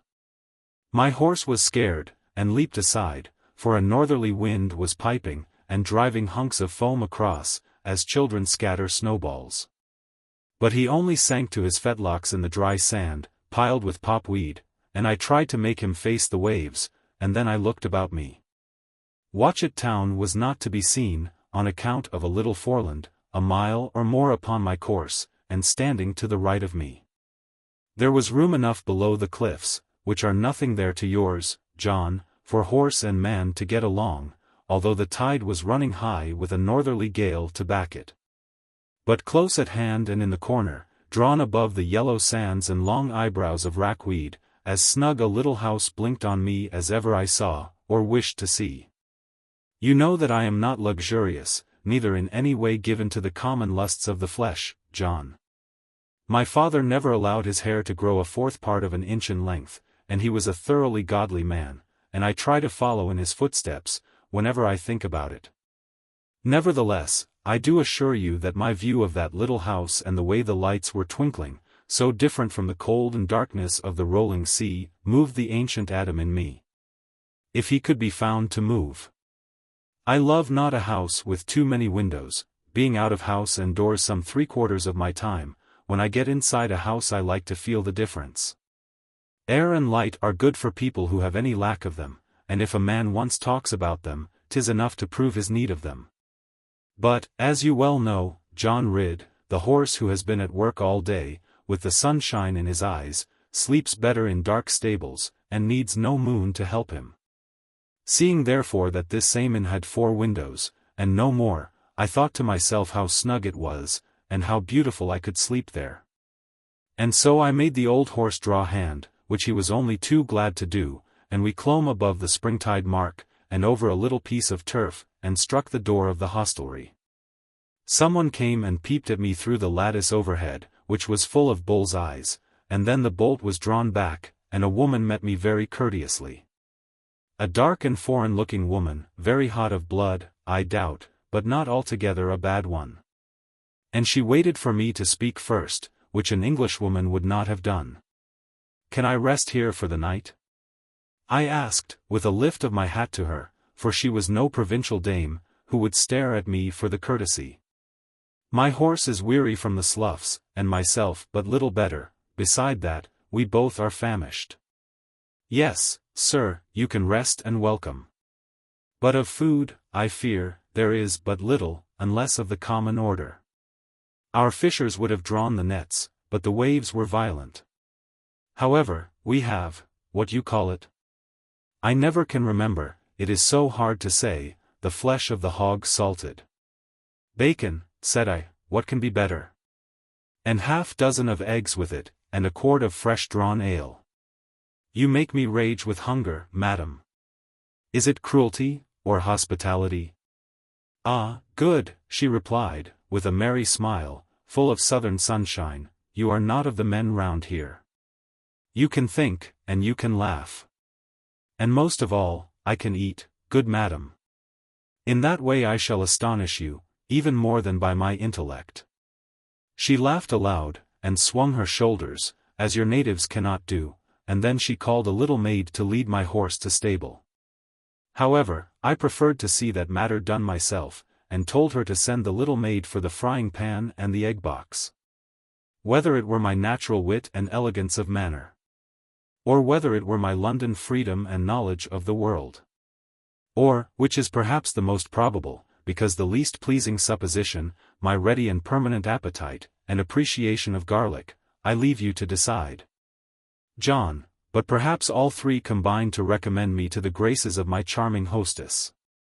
When I say charming, I mean of course by manners and by intelligence, and most of all by cooking. For as regards external charms, most fleeting and fallacious, hers had ceased to cause distress, for I cannot say how many years. She said that it was the climate, for even upon that subject she requested my opinion, and I answered, if there be a change, let madam blame the seasons. However, not to dwell too much upon our little pleasantries, for I always get on with these foreign women better than with your Malls and Pegs, I became, not inquisitive, but reasonably desirous to know, by what strange hap or hazard, a clever and a handsome woman, as she must have been some day, a woman moreover with great contempt for the rustic minds around her, could have settled here in this lonely inn, with only the waves for company, and a boorish husband who slaved all day in turning a potter's wheel at Watchet. And what was the meaning of the emblem set above her doorway, a very unattractive cat sitting in a ruined tree? However, I had not very long to strain my curiosity. For when she found out who I was, and how I held the king's commission, and might be called an officer, her desire to tell me all was more than equal to mine of hearing it. Many and many a day, she had longed for someone both skillful and trustworthy, most of all for someone bearing warrant from a court of justice. But the magistrates of the neighborhood would have nothing to say to her, declaring that she was a crack-brained woman, and a wicked, and even a foreign one. With many grimaces she assured me that never by her own free will would she have lived so many years in that hateful country, where the sky for half the year was fog, and rain for nearly the other half. It was so the very night when first her evil fortune brought her there, and so no doubt it would be, long after it had killed her. But if I wished to know the reason of her being there, she would tell me in few words, which I will repeat as briefly. By birth she was an Italian, from the mountains of Apulia, who had gone to Rome to seek her fortunes, after being badly treated in some love affair. Her Christian name was Benita. As for her surname, that could make no difference to anyone. Being a quick and active girl, and resolved to work down her troubles, she found employment in a large hotel, and rising gradually, began to send money to her parents. And here she might have thriven well, and married well under sunny skies, and been a happy woman, but that some black day sent thither a rich and noble English family, eager to behold the Pope. It was not, however, their fervent longing for the Holy Father which had brought them to St. Peter's roof, but rather their own bad luck in making their home too hot to hold them. For although in the main good Catholics, and pleasant receivers of anything, one of their number had given offence, by the folly of trying to think for himself. Some bitter feud had been among them, Benita knew not how it was, and the sister of the nobleman who had died quite lately was married to the rival claimant, whom they all detested. It was something about dividing land, Benita knew not what it was. But this Benita did know, that they were all great people, and rich, and very liberal. So that when they offered to take her, to attend to the children, and to speak the language for them, and to comfort the lady, she was only too glad to go, little foreseeing the end of it. Moreover, she loved the children so, from their pretty ways and the things they gave her, and the style of their dresses, that it would have broken her heart almost never to see the dears again. And so, in a very evil hour, she accepted the service of the noble Englishman, and sent her father an old shoe filled to the tongue with money, and trusted herself to fortune. But even before she went, she knew that it could not turn out well. For the laurel leaf which she threw on the fire would not crackle even once, and the horn of the goat came wrong in the twist, and the heel of her foot was shining. This made her sigh at the starting time, and after that what could you hope for? However, at first all things went well. My lord was as gay could be, and never would come inside the carriage, when a decent horse could be got to ride. He would gallop in front, at a reckless pace, without a weapon of any kind, delighted with the pure blue air, and throwing his heart around him. Benita had never seen any man so admirable, and so childish. As innocent as an infant, and not only contented, but noisily happy with anything. Only other people must share his joy. And the shadow of sorrow scattered it, though it were but the shade of poverty. Here Benita wept a little, and I liked her none the less, and believed her 10 times more. In virtue of a tear or two. And so they travelled through northern Italy, and throughout the south of France, making their way anyhow. Sometimes in coaches, sometimes in carts, sometimes upon muleback, sometimes even afoot and weary, but always as happy as could be. The children laughed, and grew, and throve, especially the young lady, the elder of the two, and Benita began to think that omens must not be relied upon. But suddenly her faith in omens was confirmed forever. My lord, who was quite a young man still, and laughed at English arrogance, rode on in front of his wife and friends, to catch the first of a famous view, on the French side of the Pyrenees hills. He kissed his hand to his wife, and said that he would save her the trouble of coming. For those two were so one in one, that they could make each other know whatever he or she had felt. And so my lord went round the corner, with a fine young horse leaping up at the steps. They waited for him, long and long, but he never came again. And within a week, his mangled body lay in a little chapel yard, and if the priests only said a quarter of the prayers they took the money for, God knows they can have no throats left. Only a relaxation. My lady dwelled for 6 months more. It is a melancholy tale, what true tale is not so? Scarcely able to believe that all her fright was not a dream. She would not wear a piece or shape of any mourning clothes, she would not have a person cry, or any sorrow among us. She simply disbelieved the thing, and trusted God to right it. The Protestants, who have no faith, cannot understand this feeling. Enough that so it was, and so my lady went to heaven. For when the snow came down in autumn on the roots of the Pyrenees, and the chapel yard was white with it, many people told the lady that it was time for her to go. And the strongest plea of all was this, that now she bore another hope of repeating her husband's virtues. So at the end of October, when wolves came down to the farmlands, the little English family went home towards their England. They landed somewhere on the Devonshire coast, 10 or 11 years agone, and stayed some days at Exeter. And set out thence in a hired coach, without any proper attendance, for Watchet, in the north of Somerset. For the lady owned a quiet mansion in the neighbourhood of that town, and her one desire was to find refuge there, and to meet her lord. Who was sure to come, she said, when he heard of his new infant. Therefore with only 2 serving men and 2 maids, including Benita, the party set forth from Exeter, and lay the first night at Bampton. On the following morn they started bravely, with earnest hope of arriving at their journey's end by daylight. But the roads were soft and very deep, and the sloughs were out in places.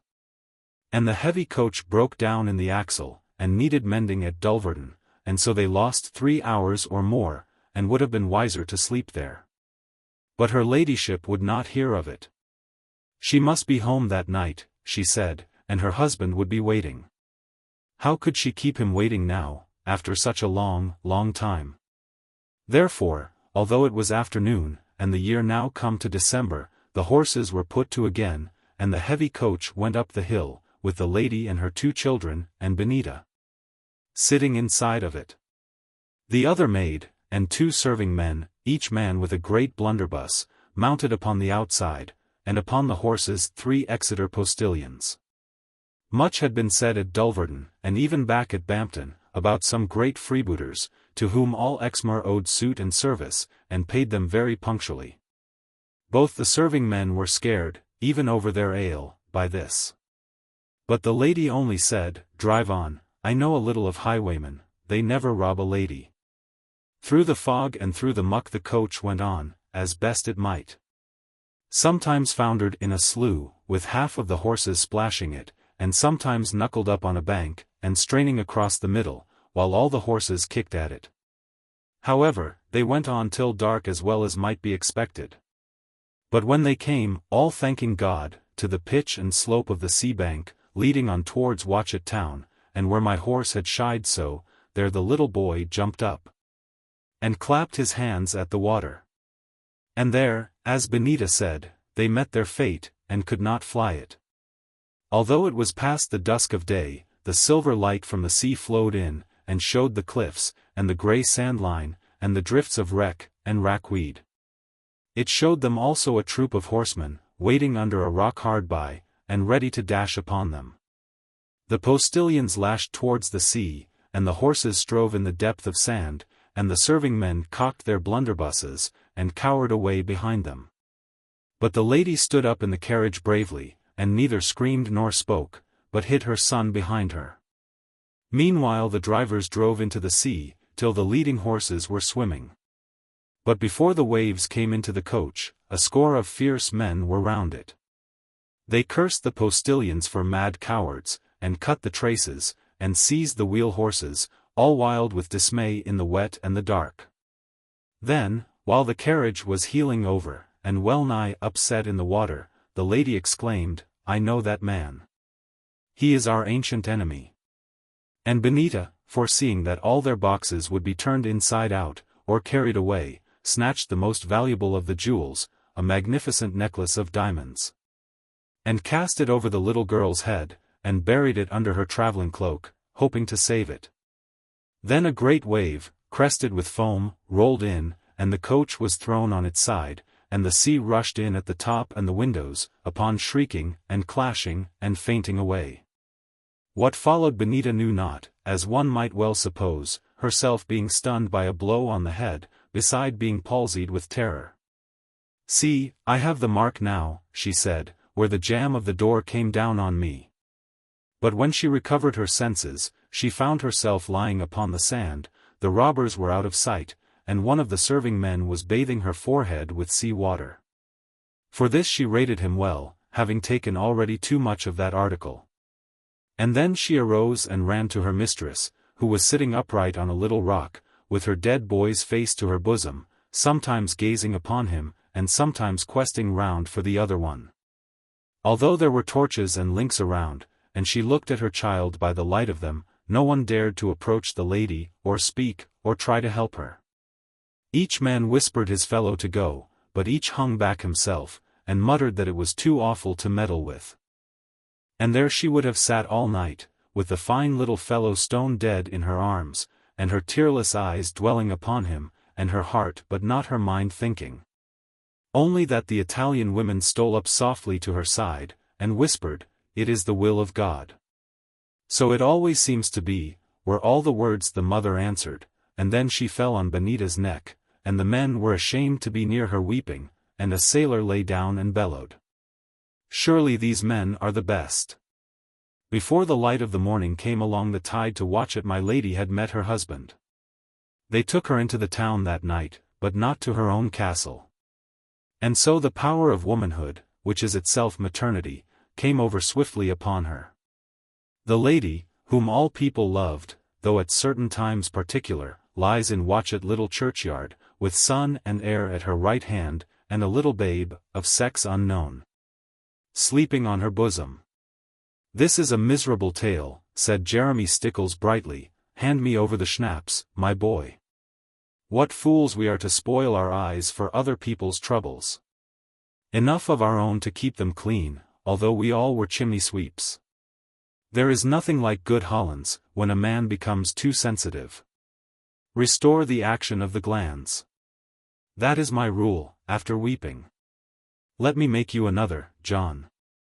You are quite low-spirited. But although Master Jeremy carried on so, as became his manhood, and laughed at the sailors' bellowing, bless his heart, I knew as well that tears were in his brave keen eyes, as if I had dared to look for them, or to show mine own. And what was the lady's name? I asked. And what became of the little girl? And why did the woman stay there? Well, cried Jeremy Stickles, only too glad to be cheerful again, talk of a woman after that. As we used to say at school, who dragged whom, how many times, in what manner, round the wall of what?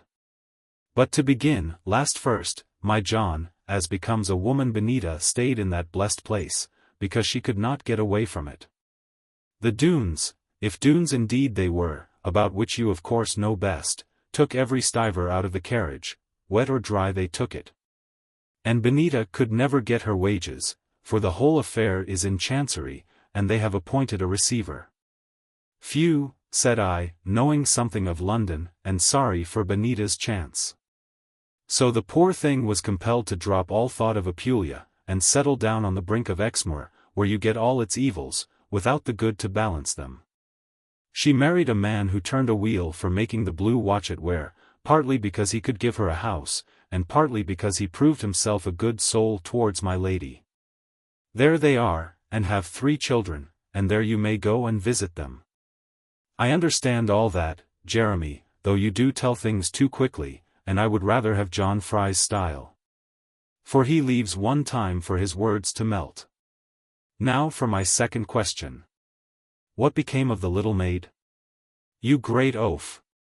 Cried Jeremy Stickles, you are rather more likely to know, I should think, than anyone else in all the kingdoms. If I knew, I should not ask you. Jeremy Stickles, do try to be neither conceited nor thick-headed. I will when you are neither, answered Master Jeremy, but you occupy all the room, John. No one else can get in with you there. Very well then, let me out. Take me down in both ways. If ever you were taken down, you must have your double joints ready now. And yet in other ways you will be as proud and set up as Lucifer. As certain sure as I stand here, that little maid is Lorna Doone. Chapter 54. Mutual Discomfiture. It must not be supposed that I was altogether so thick-headed as Jeremy would have made me out.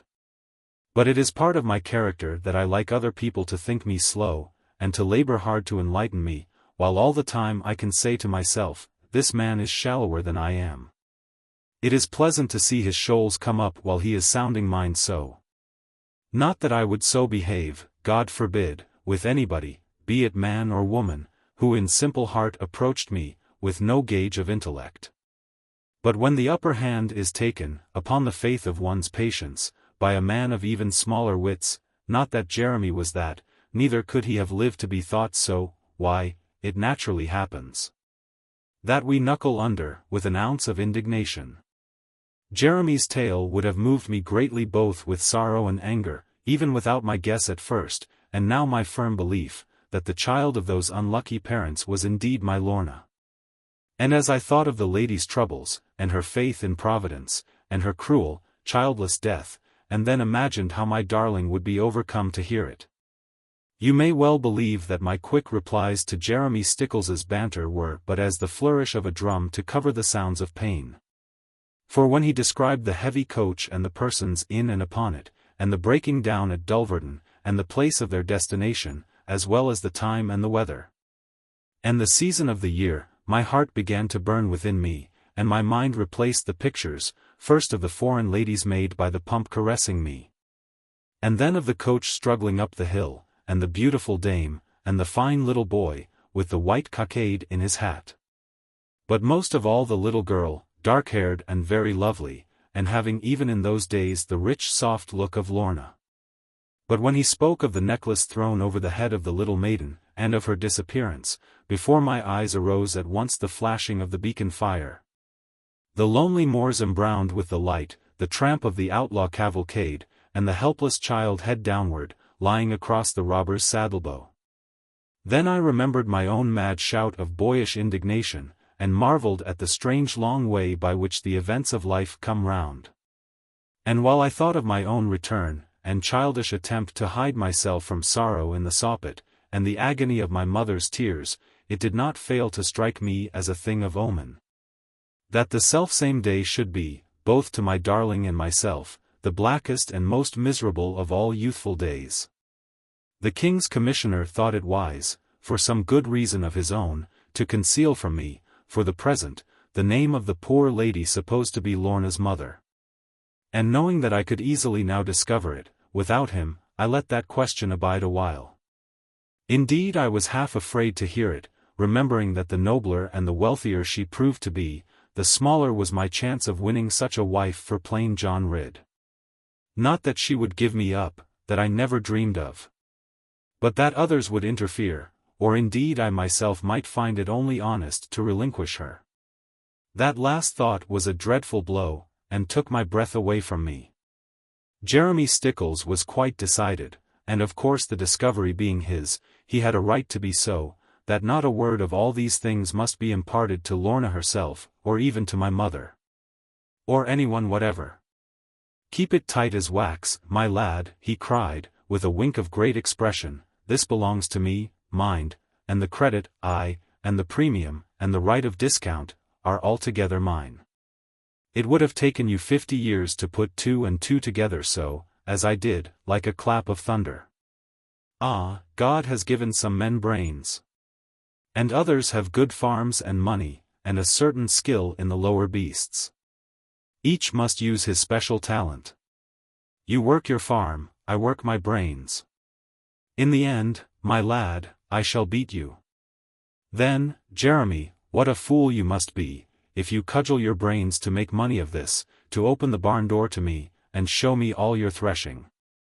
Not a whit, my son. Quite the opposite. 2 men always thresh better than 1.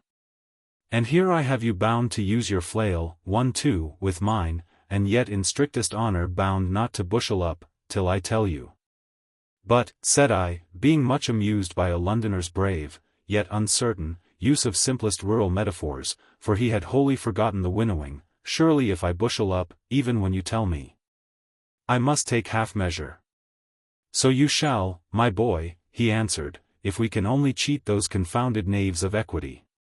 You shall take the beauty, my son, and the elegance, and the love, and all that, and, my boy, I will take the money." This he said in a way so dry, and yet so richly unctuous, that being gifted somehow by God, with a kind of sense of queerness, I fell back in my chair, and laughed. Though the underside of my laugh was tears. "Now, Jeremy, how if I refuse to keep this half as tight as wax? You bound me to no such partnership, before you told the story, and I am not sure, by any means, of your right to do so afterwards." "Tush," he replied, "I know you too well, to look for meanness in you. If from pure goodwill, John Ridd, and anxiety to relieve you, I made no condition precedent, you are not the man to take advantage, as a lawyer might. I do not even want your promise. As sure as I hold this glass, and drink your health and love in another drop, forced on me by pathetic words, so surely will you be bound to me, until I do release you." Tush! I know men well by this time, a mere look of trust from one is worth another's 10,000 oaths. "Jeremy, you are right," I answered, "at least as regards the issue. although perhaps you were not right in leading me into a bargain like this, without my own consent or knowledge. But supposing that we should both be shot in this grand attack on the valley, for I mean to go with you now, heart and soul, is Lorna to remain untold of that which changes all her life? Both shot, cried Jeremy Stickles. My goodness, boy, talk not like that. And those Doones are cursed good shots too. Nay, nay, the yellows shall go in front. We attack on the Somerset side, I think. I from a hill will reconnoitre, as behoves a general. You shall stick behind a tree, if we can only find one big enough to hide you. You and I to be shot, John Ridd, with all this inferior food for powder anxious to be devoured? I laughed, for I knew his cool hardihood, and never flinching courage. And sooth to say no coward would have dared to talk like that. But when one comes to think of it, he continued, smiling at himself, some provision should be made for even that unpleasant chance. I will leave the whole in writing, with orders to be opened, etc., etc., now no more of that, my boy, a cigarro after schnapps, and go to meet my yellow boys. His yellow boys, as he called the Somersetshire trained bands, were even now coming down the valley from the London road, as everyone since I went up to town. Grandly entitled the lane to the moors. There was one good point about these men, that having no discipline at all, they made pretence to none whatever. Nay, rather they ridiculed the thing, as below men of any spirit. On the other hand, Master Stickles's troopers looked down on these native fellows from a height which I hope they may never tumble, for it would break the necks of all of them. Now these fine natives came along, singing, for their very lives, a song the like of which set down here would oust my book from modest people, and make everybody say, "This man never can have loved Lorna." Therefore, the less of that the better, only I thought, what a difference from the goodly psalms of the ale-house. Having finished their canticle, which contained more mirth than melody, they drew themselves up, in a sort of way supposed by them to be military. Each man with heel and elbow struck into those of his neighbour, and saluted the king's commissioner. "Why, where are your officers?" asked Master Stickles. "How is it that you have no officers?" Upon this there arose a general grin, and a knowing look passed along their faces, even up to the man by the gatepost. "Are you going to tell me, or not," said Jeremy, "what has become of your officers?" "Plaise Zur," said one little fellow at last, being nodded at by the rest to speak, in right of his known eloquence. "Hus tude harfizers, as a war no need of un, now king's man his zel war cum, a puppose vor to command us lake." "And do you mean to say, you villains," cried Jeremy, scarce knowing whether to laugh, or to swear, or what to do, "that your officers took their dismissal thus, and let you come on without them?" "What could do?" asked the little man, with reason certainly on his side. "Hus sent about their business, and they was glad enough to go." "Well," said poor Jeremy, turning to me. "A pretty state of things, John. 60 cobblers, and farming men, plasterers, tailors, and kettles to mend, and not a man to keep order among them, except my blessed self, John.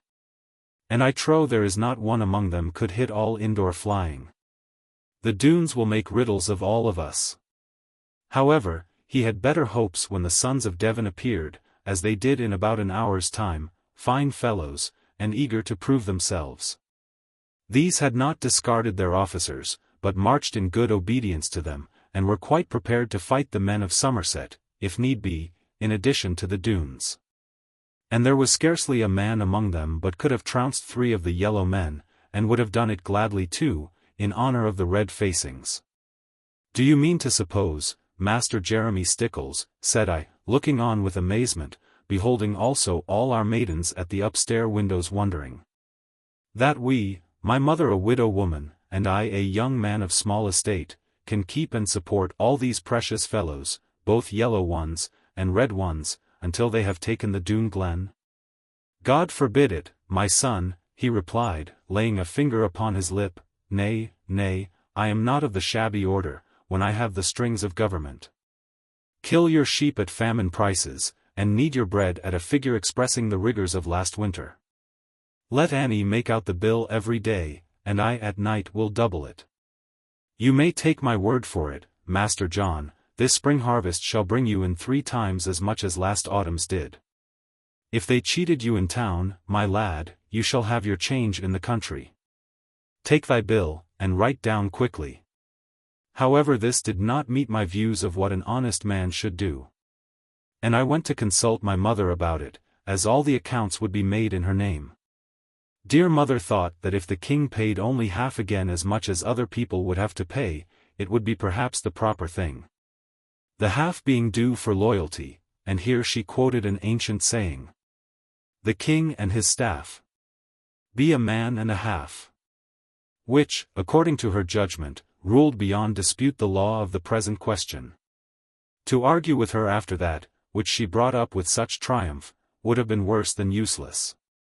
Therefore I just told Annie to make the bills at 1/3 below the current market prices, so that the upshot would be fair. She promised me honestly that she would. But with a twinkle in her bright blue eyes, which she must have caught from Tom Faggus.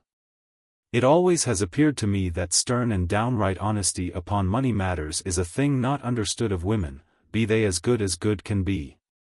The Yellows and the Reds together numbered 120 men, most of whom slept in our barns and stacks, and besides these we had 15 troopers of the regular army. You may suppose that all the country was turned upside down about it, and the folk who came to see them drill, by no means a needless exercise, were a greater plague than the soldiers. The officers too of the Devonshire hand were such a torment to us, that we almost wished their men had dismissed them, as the Somerset troop had done with theirs. For we could not keep them out of our house, being all young men of good family, and therefore not to be met with bars. And having now 3 lovely maidens, for even Lizzie might be called so, when she cared to please, mother and I were at wits' ends, on account of those blessed officers. I never got a wink of sleep. They came whistling under the window so, and directly I went out to chase them, there was nothing but a cat to see. Therefore all of us were right glad, except perhaps Farmer Snow, from whom we had bought some victuals at rare price, when Jeremy Stickles gave orders to march, and we began to try to do it. A good deal of boasting went overhead, as our men defiled along the lane, and the thick broad pattens of pennywort jutted out between the stones, ready to heal their bruises. The parish choir came part of the way, and the singing loft from Countisbury, and they kept our soldiers' spirits up with some of the most pugnacious psalms. Parson Bowden marched ahead, leading all our van and file, as against the Papists, and promising to go with us, till we came to bullet distance. Therefore we marched bravely on, and children came to look at us. And I wondered where Uncle Reuben was, who ought to have led the culverins, whereof we had no less than 3, if Stickles could only have found him, and then I thought of little Ruth. And without any fault on my part, my heart went down within me. The culverins were laid on bark. And all our horses pulling them, and looking round every now and then, with their ears curved up like a squirreled nut, and their noses tossing anxiously. To know what sort of plough it was man had been pleased to put behind them, man, whose endless whims and wildness they could never understand any more than they could satisfy. However, they pulled their very best, as all our horses always do, and the culverins went up the hill, without smack of whip, or swearing. It had been arranged, very justly, no doubt, and quite in keeping with the spirit of the Constitution, but as it proved not too wisely, that either body of men should act in its own county only. So when we reached the top of the hill, the sons of Devon marched on, and across the track leading into Doone Gate, so as to fetch round the western side, and attack with their culverin from the cliffs, whence the sentry had challenged me on the night of my passing the entrance. Meanwhile the yellow lads were to stay upon the eastern highland, whence Uncle Reuben and myself had reconnoitred so long ago, and whence I had leaped into the valley at the time of the great snowdrifts. And here they were not to show themselves, but keep their culverin in the woods, until their cousins of Devon appeared on the opposite parapet of the glen. The 3rd culverin was entrusted to the 15 troopers, who, with 10 picked soldiers from either trained hand, making in all 35 men, were to assault the Doone Gate itself. while the outlaws were placed between two fires from the eastern cliff and the western. And with this force went Jeremy Stickles, and with it went myself, as knowing more about the passage than any other stranger did. Therefore, if I have put it clearly, as I strive to do, you will see that the Doones must repulse at once 3 simultaneous attacks. From an army numbering in the whole 135 men, not including the Devonshire officers. 50 men on each side, I mean, and 35 at the head of the valley. The tactics of this grand campaign appeared to me so clever, and beautifully ordered, that I commended Colonel Stickles, as everybody now called him, for his great ability and mastery of the art of war. He admitted that he deserved high praise, but said that he was not by any means equally certain of success, so large a proportion of his forces being only a raw militia, brave enough no doubt for anything, when they saw their way to it, but knowing little of gunnery, and wholly unused to be shot at. Whereas all the Doones were practised marksmen, being compelled when lads, like the Balearic slingers, to strike down their meals before tasting them. And then Colonel Stickles asked me, whether I myself could stand fire. He knew that I was not a coward, but this was a different question. I told him that I had been shot at, once or twice before, but nevertheless disliked it, as much as almost anything. Upon that he said that I would do. For that when a man got over the first blush of diffidence, he soon began to look upon it as a puff of destiny. I wish I could only tell what happened, in the battle of that day, especially as nearly all the people round these parts, who never saw gunfire in it, have gotten the tales so much amiss. And some of them will even stand in front of my own hearth, and contradict me to the teeth, although at the time they were not born, nor their fathers put into breeches. But in truth, I cannot tell, exactly, even the part in which I helped. How then can I be expected, time by time, to lay before you, all the little ins and outs of places, where I myself was not? Only I can contradict things, which I know could not have been, and what I plainly saw should not be controverted in my own house. Now we 35 men lay back a little way round the corner, in the hollow of the track which leads to the strong Doone gate. Our culverin was in amongst us, loaded now to the muzzle, and it was not comfortable to know that it might go off at any time. Although the yeomanry were not come, according to arrangement, some of us had horses there, besides the horses who dragged the cannon, and now were sniffing at it. And there were plenty of spectators to mind these horses for us, as soon as we should charge. Inasmuch as all our friends and neighbors, who had so keenly prepared for the battle, now resolved to take no part, but look on, and praise the winners. At last we heard the loud bang-bang, which proved that Devon and Somerset were pouring their indignation hot into the den of malefactors, or at least so we supposed. Therefore at double quick march we advanced round the bend of the cliff which had hidden us, hoping to find the gate undefended, and to blow down all barriers with the fire of our cannon. And indeed it seemed likely at first to be so, for the wild and mountainous gorge of rock appeared to be all in pure loneliness, except where the colored coats of our soldiers and their metal trappings shone with the sun behind them. Therefore we shouted a loud hurrah, as for an easy victory. But while the sound of our cheer rang back among the crags above us, a shrill clear whistle cleft the air for a single moment, and then a dozen carbines bellowed.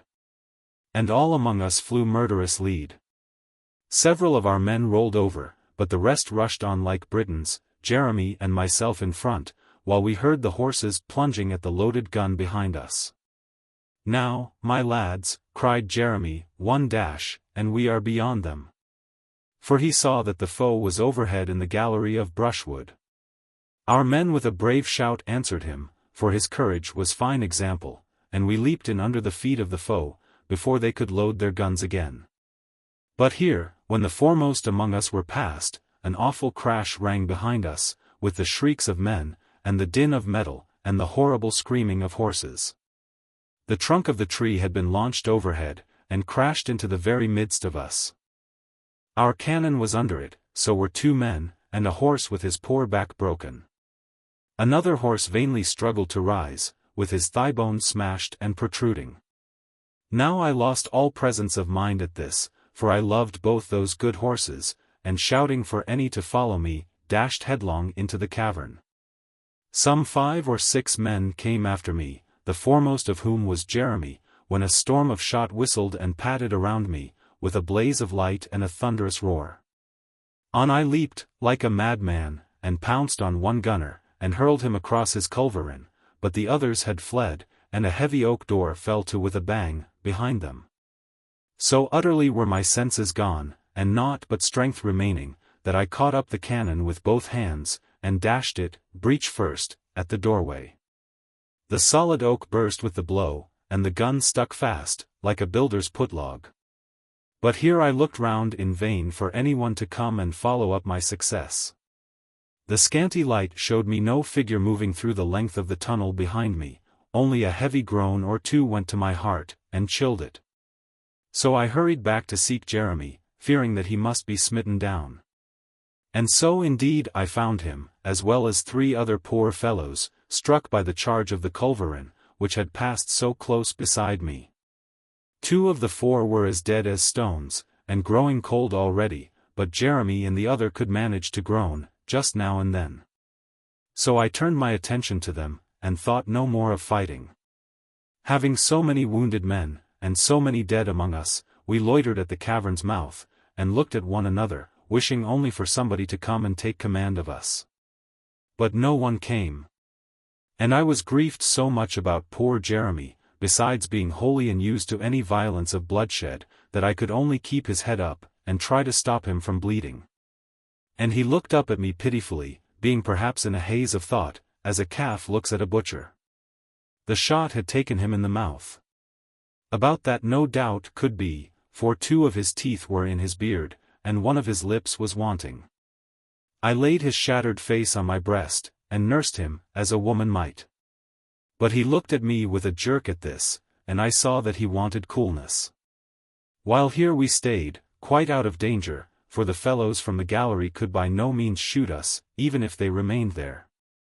And the oaken door whence the others fled was blocked up by the culverin. A boy who had no business there, being in fact our clerk's apprentice to the art of shoemaking, came round the corner upon us in the manner which boys, and only boys, can use with grace and freedom. That is to say, with a sudden rush, and a sidelong step, and an impudence. "Got the worst of it," cried the boy, "better be off all of you. Somerset and Devonshire. And the Doones have drashed, both. Meester rid, even thee be drashed." We few, who yet remained of the force which was to have won the Doone gate, gazed at one another, like so many fools, and nothing more. For we still had some faint hopes of winning the day, and recovering our reputation, by means of what the other men might have done without us. And we could not understand at all how Devonshire and Somerset, being embarked in the same cause, should be fighting with one another. Finding nothing more to be done in the way of carrying on the war, we laid poor Master Stickles and 2 more of the wounded upon the carriage of bark and hurdles, whereon our gun had lain. And we rolled the gun into the river, and harnessed the horses yet alive, and put the others out of their pain, and sadly wended homewards, feeling ourselves to be thoroughly beaten. Yet ready to maintain that it was no fault of ours whatever. And in this opinion the women joined, being only too glad and thankful to see us home alive again. Now, this enterprise having failed so, I prefer not to dwell too long upon it. Only just to show the mischief which lay at the root of the failure. And this mischief was the vile jealousy betwixt red and yellow uniform. Now I try to speak impartially, belonging no more to Somerset than I do to Devonshire, living upon the borders, and born of either county. The tale was told me by one side first, and then quite to a different tune by the other, and then by both together, with very hot words of reviling and a desire to fight it out again. And putting this with that, the truth appears to be as follows. The men of Devon, who bore red facings, had a long way to go round the hills before they could get into due position on the western side of the Doone Glen.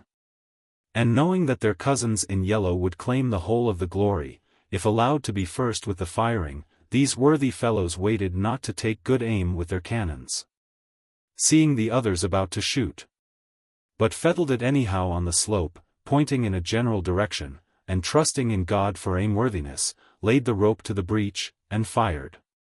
Now as Providence ordained it, the shot, which was a casual mixture of anything considered hard, for instance, jug-bottoms and knobs of doors, the whole of this pernicious dose came scattering and shattering among the unfortunate yellow men upon the opposite cliff, killing one and wounding two. Now what did the men of Somerset do, but instead of waiting for their friends to send round and beg pardon, train their gun full mouth upon them, and with a vicious meaning shoot. Not only this, but they loudly cheered, when they saw 4 or 5 red coats lie low. For which savage feeling not even the remarks of the Devonshire men concerning their coats could entirely excuse them. Now I need not tell the rest of it, for the tale makes a man discontented. Enough that both sides waxed hotter and hotter with the fire of destruction. And but that the gorge of the cliffs lay between, very few would have lived to tell of it. For our western blood becomes stiff and firm, when churned with the sense of wrong in it. At last the Doones, who must have laughed at the thunder passing overhead, recalling their men from the gallery, issued out of Gwenny's gate, which had been wholly overlooked, and fell on the rear of the Somerset men, and slew 4 beside their cannon. Then while the survivors ran away, the outlaws took the hot culverin, and rolled it down into their valley. Thus, of the 3 guns set forth that morning, only one ever came home again, and that was the gun of the Devonshire men, who dragged it home themselves, with the view of making a boast about it. This was a melancholy end of our brave setting out, and everybody blamed everyone else, and several of us wanted to have the whole thing over again, as then we must have righted it.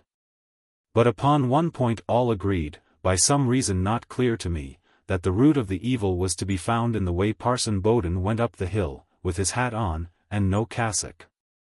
Chapter 55. Getting into Chancery. 2 of the Devonshire officers, Captains Pike and Dallin, now took command of the men who were left, and ordered all to go home again, commending much the bravery which had been displayed on all sides, and the loyalty to the King, and the English Constitution. This last word always seems to me to settle everything when said, because nobody understands it, and yet all can puzzle their neighbours. So the Devonshire men, having beans to sow, which they ought to have done on Good Friday, went home, and our Somerset friends only stayed for 2 days more to backbite them.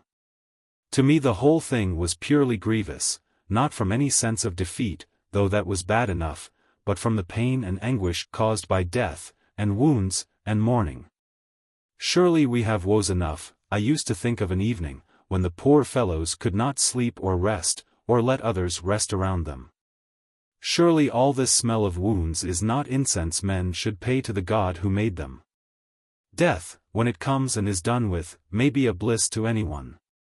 But the doubt of life or death, when a man lies, as it were, like a trunk upon a soppet and a grisly head looks up at him, and the groans of pain are cleaving him. This would be beyond all bearing, but for nature's sap, sweet hope. Jeremy Stickles lay and tossed, and thrust up his feet in agony, and bit with his lipless mouth the clothes, and was proud to see blood upon them. He looked at us ever so many times, as much as to say, "Fools, let me die, then I shall have some comfort." But we nodded at him sagely, especially the women, trying to convey to him, on no account to die yet. And then we talked to one another, on purpose for him to hear us, how brave he was, and not the man to knock under in a hurry, and how he should have the victory yet. And how well he looked, considering. These things cheered him a little now, and a little more next time, and every time we went on so, he took it with less impatience. Then once when he had been very quiet, and not even tried to frown at us, Annie leaned over, and kissed his forehead, and spread the pillows and sheet, with a curve as delicate as his own white ears. And then he feebly lifted hands, and prayed to God to bless her. And after that he came round gently, though never to the man he had been, and never to speak loud again. For a time, as I may have implied before, Master Stickles's authority, and manner of levying duties, had not been taken kindly by the people round our neighbourhood.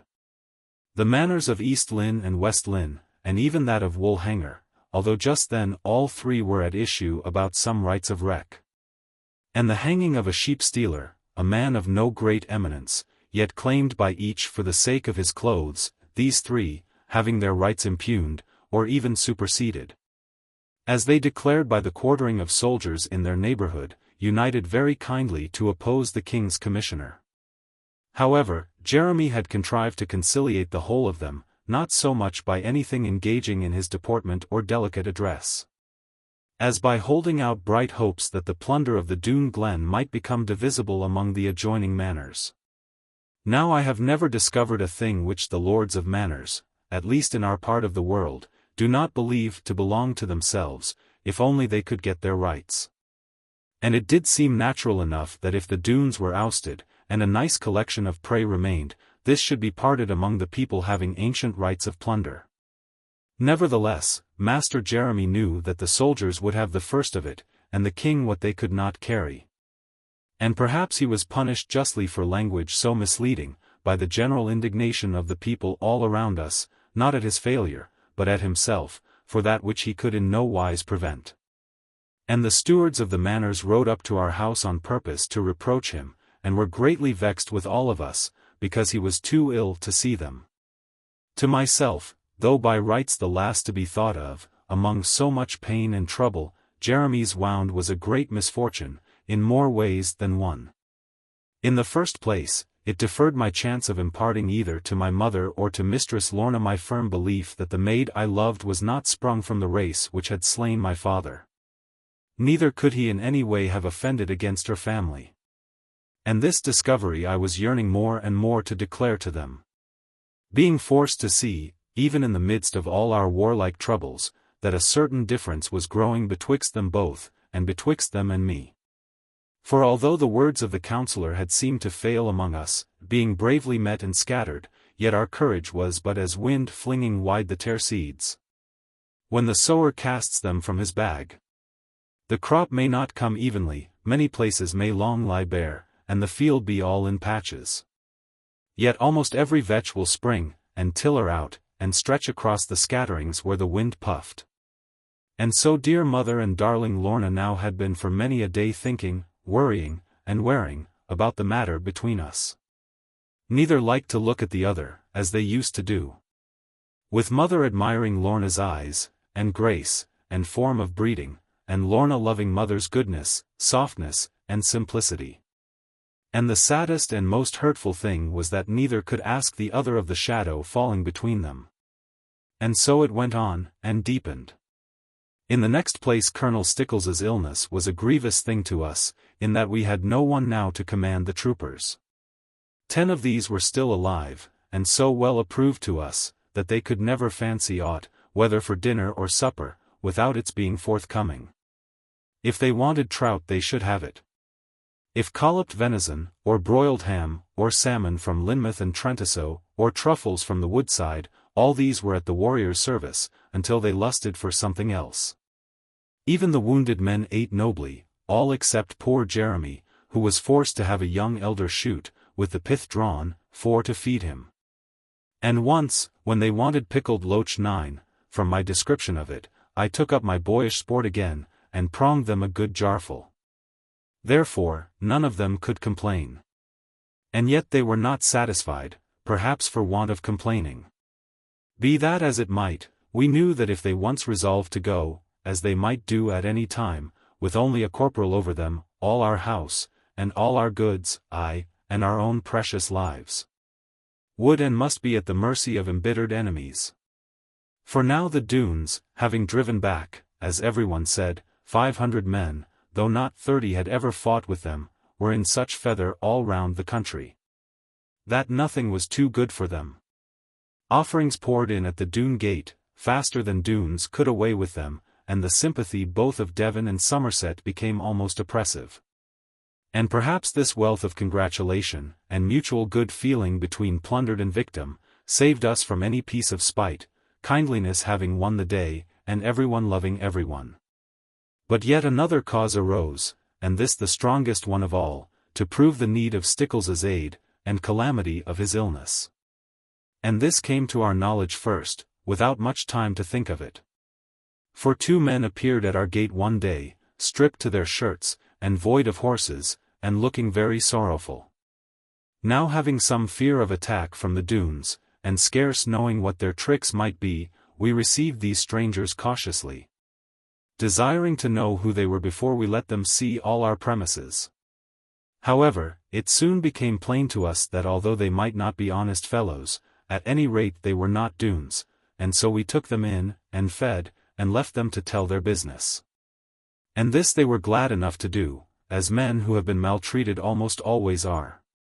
And it was not for us to contradict them, lest our victuals should go amiss.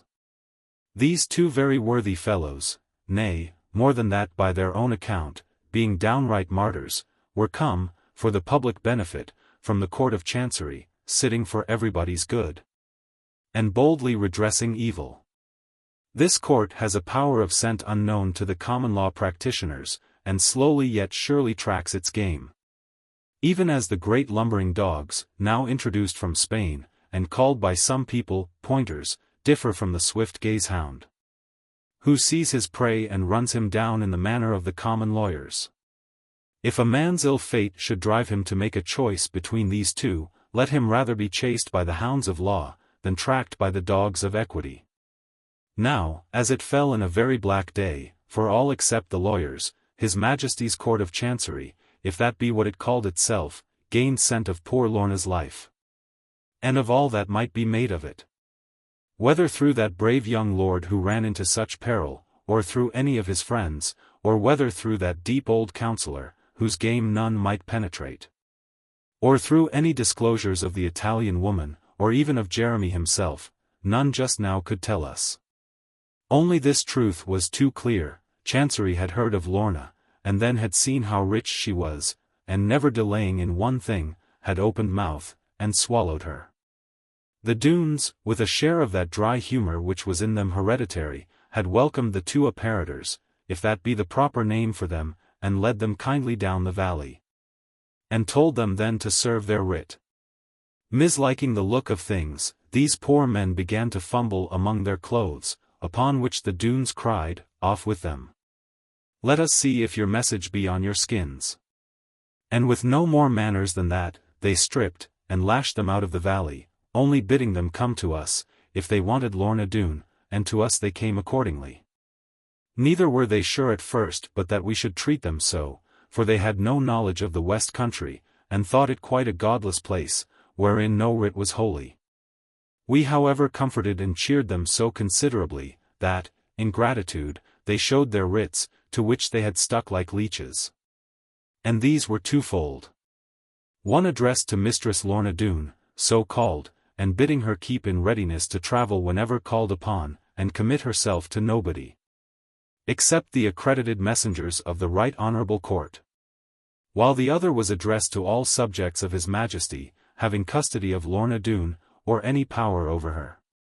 And this last threatened and exhorted, and held out hopes of recompense, if she were rendered truly. My mother and I held consultation, over both these documents, with a mixture of some wrath and fear, and a fork of great sorrow to stir them. And now having Jeremy Stickles's leave, which he gave with a nod when I told him all, and at last made him understand it, I laid bare to my mother as well what I knew, as what I merely surmised, or guessed, concerning Lorna's parentage.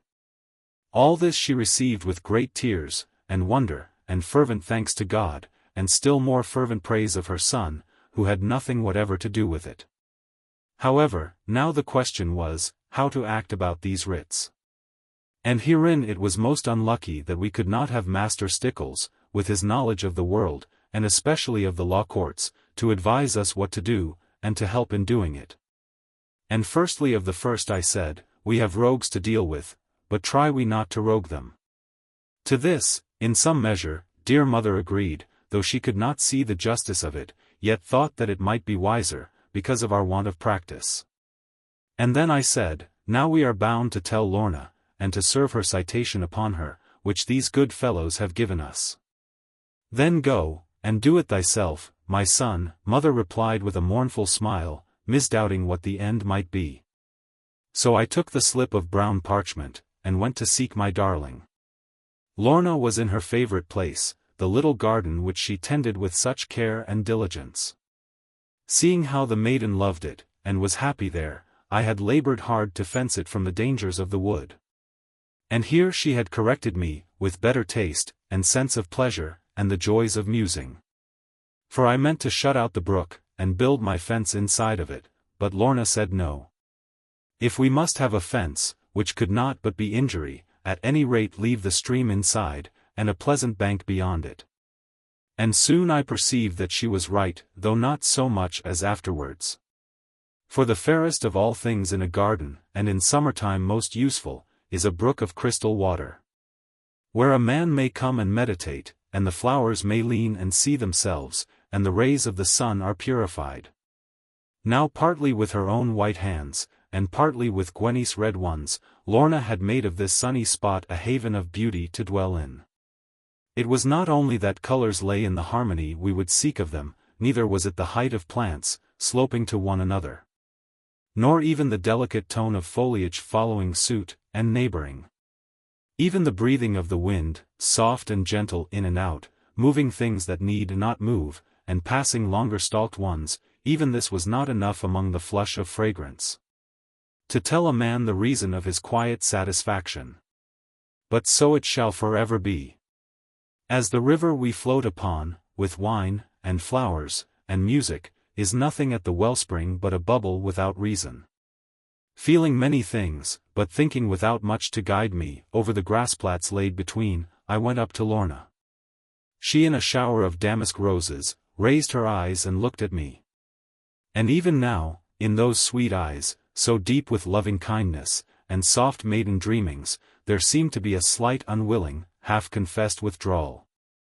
Overcome by love and duty, yet a painful thing to see. "Darling," I said, "are your spirits good? Are you strong enough today, to bear a tale of cruel sorrow? But which perhaps, when your tears are shed, will leave you all the happier?" "What can you mean?" she answered trembling, not having been very strong of late, and now surprised at my manner. "Are you come to give me up, John?" "Not very likely," I replied, "neither do I hope such a thing would leave you all the happier." "Oh, Lorna, if you can think that so quickly as you seem to have done, now you have every prospect and strong temptation to it. You are far, far above me in the world, and I have no right to claim you. Perhaps, when you have heard these tidings you will say, 'John Ridd, begone, your life and mine are parted.'" "Will I?" cried Lorna, with all the brightness of her playful ways returning. "You very foolish and jealous John, how shall I punish you for this? Am I to forsake every flower I have, and not even know that the world goes round, while I look up at you, the whole day long and say, 'John, I love you'?" During these words she leaned upon me, half in gay imitation of what I had so often made her do, and half in depth of earnestness, as the thrice-repeated word grew stronger, and grew warmer within to her heart. And as she looked up at the finish, saying, "You," so musically, I was much inclined to clasp her round, but remembering who she was, forbore, at which she seemed surprised with me. "Mistress Lorna," I replied, with I know not what temptation, making little of her caresses, though more than all my heart to me, "Mistress Lorna, you must keep your rank and proper dignity. You must never look at me with anything but pity now." "I shall look at you with pity, John," said Lorna, trying to laugh it off, yet not knowing what to make of me, "if you talk any more of this nonsense, knowing me as you ought to do. I shall even begin to think that you, and your friends, are weary of me, and of so long supporting me, and are only seeking cause to send me back to my old misery. If it be so, I will go. My life matters little to anyone." Here the great bright tears arose, but the maiden was too proud to sob. "Sweetest of all sweet loves," I cried, for the sign of a tear defeated me. "What possibility could make me ever give up Lorna?" "Dearest of all dears," she answered, "if you dearly love me, what possibility could ever make me give you up, dear?" Upon that there was no more forbearing, but I kissed and clasped her, whether she were Countess, or whether Queen of England, mine she was, at least in heart, and mine she should be wholly. And she being of the same opinion, nothing was said between us. "Now, Lorna," said I, as she hung on my arm, willing to trust me anywhere, come to your little plant house, and hear my moving story. No story can move me much, dear, she answered rather faintly, for any excitement stayed with her. Since I know your strength of kindness, scarcely any tale can move me, unless it be of yourself, love, or of my poor mother. It is of your poor mother, darling. Can you bear to hear it? And yet I wondered why she did not say as much of her father. Yes, I can bear anything.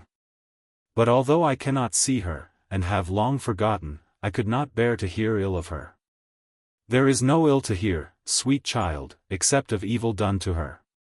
Lorna, you are of an ill-starred race. Better that than a wicked race, she answered with her usual quickness, leaping at conclusion.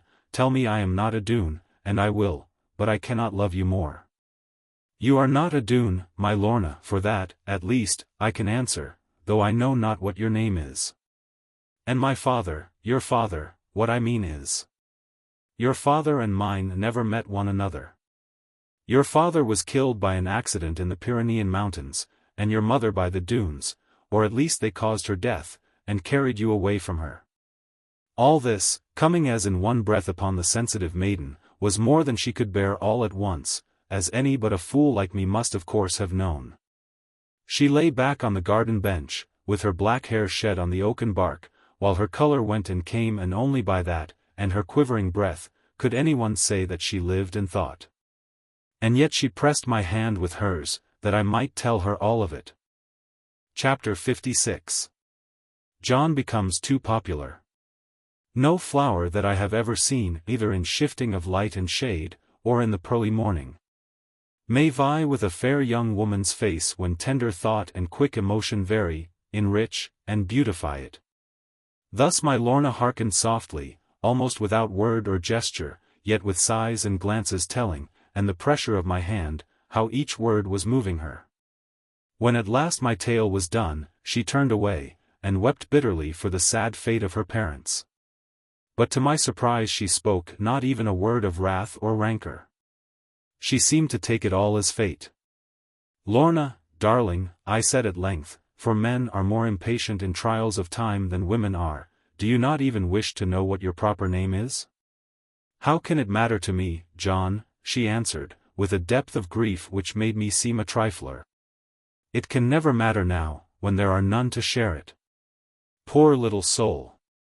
Was all I said in a tone of purest pity, and to my surprise she turned upon me, caught me in her arms, and loved me as she had never done before. Dearest, I have you, she cried. You, and only you, love. Having you I want no other. All my life is one with yours. Oh, John, how can I treat you so? Blushing through the wet of weeping, and the gloom of pondering, yet she would not hide her eyes, but folded me, and dwelled on me. I cannot believe, in the pride of my joy, I whispered into one little ear, that you could ever so love me, beauty, as to give up the world for me. Would you give up your farm for me, John?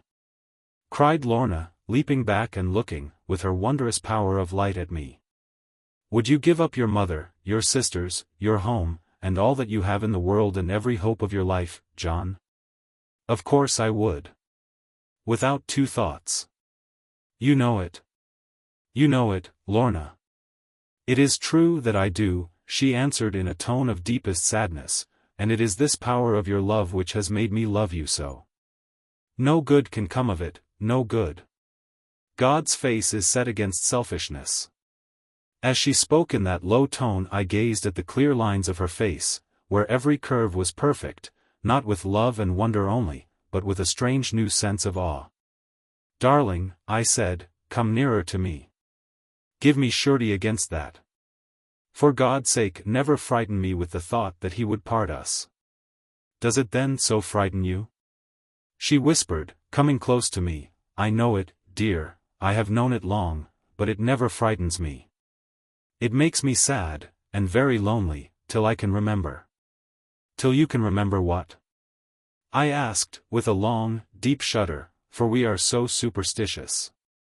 Until I do remember, love, that you will soon come back to me, and be my own forever. This is what I always think of, this is what I hope for. Although her eyes were so glorious, and beaming with eternity, this distant sort of beatitude was not much to my liking. I wanted to have my love on earth, and my dear wife in my own home, and children in good time, if God should please to send us any. And then I would be to them, exactly what my father was to me. And beside all this, I doubted much about being fit for heaven, where no ploughs are, and no cattle, unless sacrificed bulls went thither. Therefore I said, now kiss me, Lorna. And don't talk any nonsense. And the darling came and did it, being kindly obedient, as the other world often makes us. You sweet love, I said at this, being slave to her soft obedience. Do you suppose I should be content to leave you until Elysium?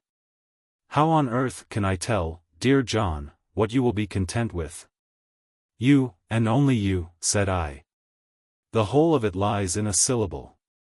Now you know my entire want, and want must be my comfort. But surely if I have money, sir, and birth, and rank, and all sorts of grandeur, you would never dare to think of me. She drew herself up with an air of pride, as she gravely pronounced these words, and gave me a scornful glance, or tried, and turned away as if to enter some grand coach or palace. While I was so amazed and grieved in my raw simplicity, especially after the way in which she had first received my news, so loving and warm-hearted, that I never said a word, but stared and thought. How does she mean it? She saw the pain upon my forehead, and the wonder in my eyes, and leaving coach and palace too, back she flew to me in a moment, as simple as simplest milkmaid. Oh, you fearful stupid, John, you inexpressibly stupid, John, she cried with both arms round my neck, and her lips upon my forehead. You have called yourself thickhead, John, and I never would believe it. But now I do with all my heart. Will you never know what I am, love? No, Lorna, that I never shall. I can understand my mother well, and one at least of my sisters, and both the Snow girls very easily, but you I never understand, only love you all the more for it. Then never try to understand me, if the result is that, dear John. And yet I am the very simplest of all foolish simple creatures. Nay, I am wrong, therein I yield the palm to you, my dear. To think that I can act so. No wonder they want me in London, as an ornament for the stage, John. Now in after days, when I heard of Lorna as the richest, and noblest, and loveliest lady to be found in London, I often remembered that little scene, and recalled every word and gesture, wondering what lay under it. Even now, while it was quite impossible once to doubt those clear deep eyes, and the bright lips trembling so, nevertheless I felt how much the world would have to do with it. And that the best and truest people cannot shake themselves quite free. However, for the moment, I was very proud and showed it. And herein differs fact from fancy, things as they befall us from things as we would have them, human ends from human hopes. That the first are moved by 1,000 and the last on 2 wills only, which, being named, are desire and fear. Hope of course is nothing more than desire with a telescope, magnifying distant matters, overlooking near ones, opening one eye on the objects, closing the other to all objections. And if hope be the future tense of desire, the future of fear is religion, at least with too many of us. Whether I am right or wrong in these small moralities, one thing is sure enough, to wit, that hope is the fastest traveller, at any rate, in the time of youth. And so I hoped that Lorna might be proved of blameless family, and honourable rank and fortune, and yet none the less for that, love me and belong to me. So I led her into the house, and she fell into my mother's arms, and I left them to have a good cry of it, with Annie ready to help them. If Master Stickles should not mend enough to gain his speech a little, and declare to us all he knew, I was to set out for Watchet, riding upon horseback, and there to hire a cart with wheels, such as we had not begun, as yet, to use on Exmoor. For all our work went on broad wood, with runners, and with earth boards. And many of us still looked upon wheels, though mentioned in the Bible, as the invention of the evil one, and Pharaoh's especial property. Now, instead of getting better, Colonel Stickles grew worse and worse, in spite of all our tendance of him, with simples and with nourishment, and no poisonous medicine, such as doctors would have given him. And the fault of this lay not with us, but purely with himself and his unquiet constitution. For he roused himself up to a perfect fever, when through Lizzie's giddiness he learned the very thing which Mother and Annie were hiding from him, with the utmost care. Namely, that Sergeant Bloxham had taken upon himself to send direct to London by the Chancery officers, a full report of what had happened, and of the illness of his chief, together with an urgent prayer for a full battalion of King's troops, and a plenary commander. This Sergeant Bloxham, being senior of the surviving soldiers, and a very worthy man in his way, but a trifle overzealous, had succeeded to the captaincy upon his master's disablement. Then, with desire to serve his country and show his education, he sat up most part of 3 nights, and wrote this very wonderful report by the aid of our stable lantern. It was a very fine piece of work, as 3 men to whom he read it, but only one at a time, pronounced, being under seal of secrecy. And all might have gone well with it, if the author could only have held his tongue, when near the ears of women. But this was beyond his sense as it seems, although so good a writer. For having heard that our Lizzie was a famous judge of literature, as indeed she told almost everyone, he could not contain himself, but must have her opinion upon his work. Lizzie sat on a log of wood, and listened with all her ears up, having made proviso that no one else should be there to interrupt her. And she put in a syllable here and there, and many a time she took out one, for the sergeant overloaded his gun, more often than undercharged it, like a liberal man of letters, and then she declared the result so good, so chaste, and the style to be so elegant, and yet so fervent, that the sergeant broke his pipe in 3, and fell in love with her on the spot. Now this has led me out of my way, as things are always doing, partly through their own perverseness, partly through my kind desire to give fair turn to all of them, and to all the people who do them. If anyone expects of me a strict and well-drilled story, standing, at attention, all the time, with hands at the side like 2 wens on my trunk, and eyes going neither right nor left, I trow that man has been disappointed many a page ago, and has left me to my evil ways, and if not, I love his charity. Therefore let me seek his grace, and get back, and just begin again. That great dispatch was sent to London by the Chancery officers, whom we fitted up with clothes, and for 3 days fattened them, which in strict justice they needed much, as well as in point of equity. They were kind enough to be pleased with us, and accepted my new shirts generously.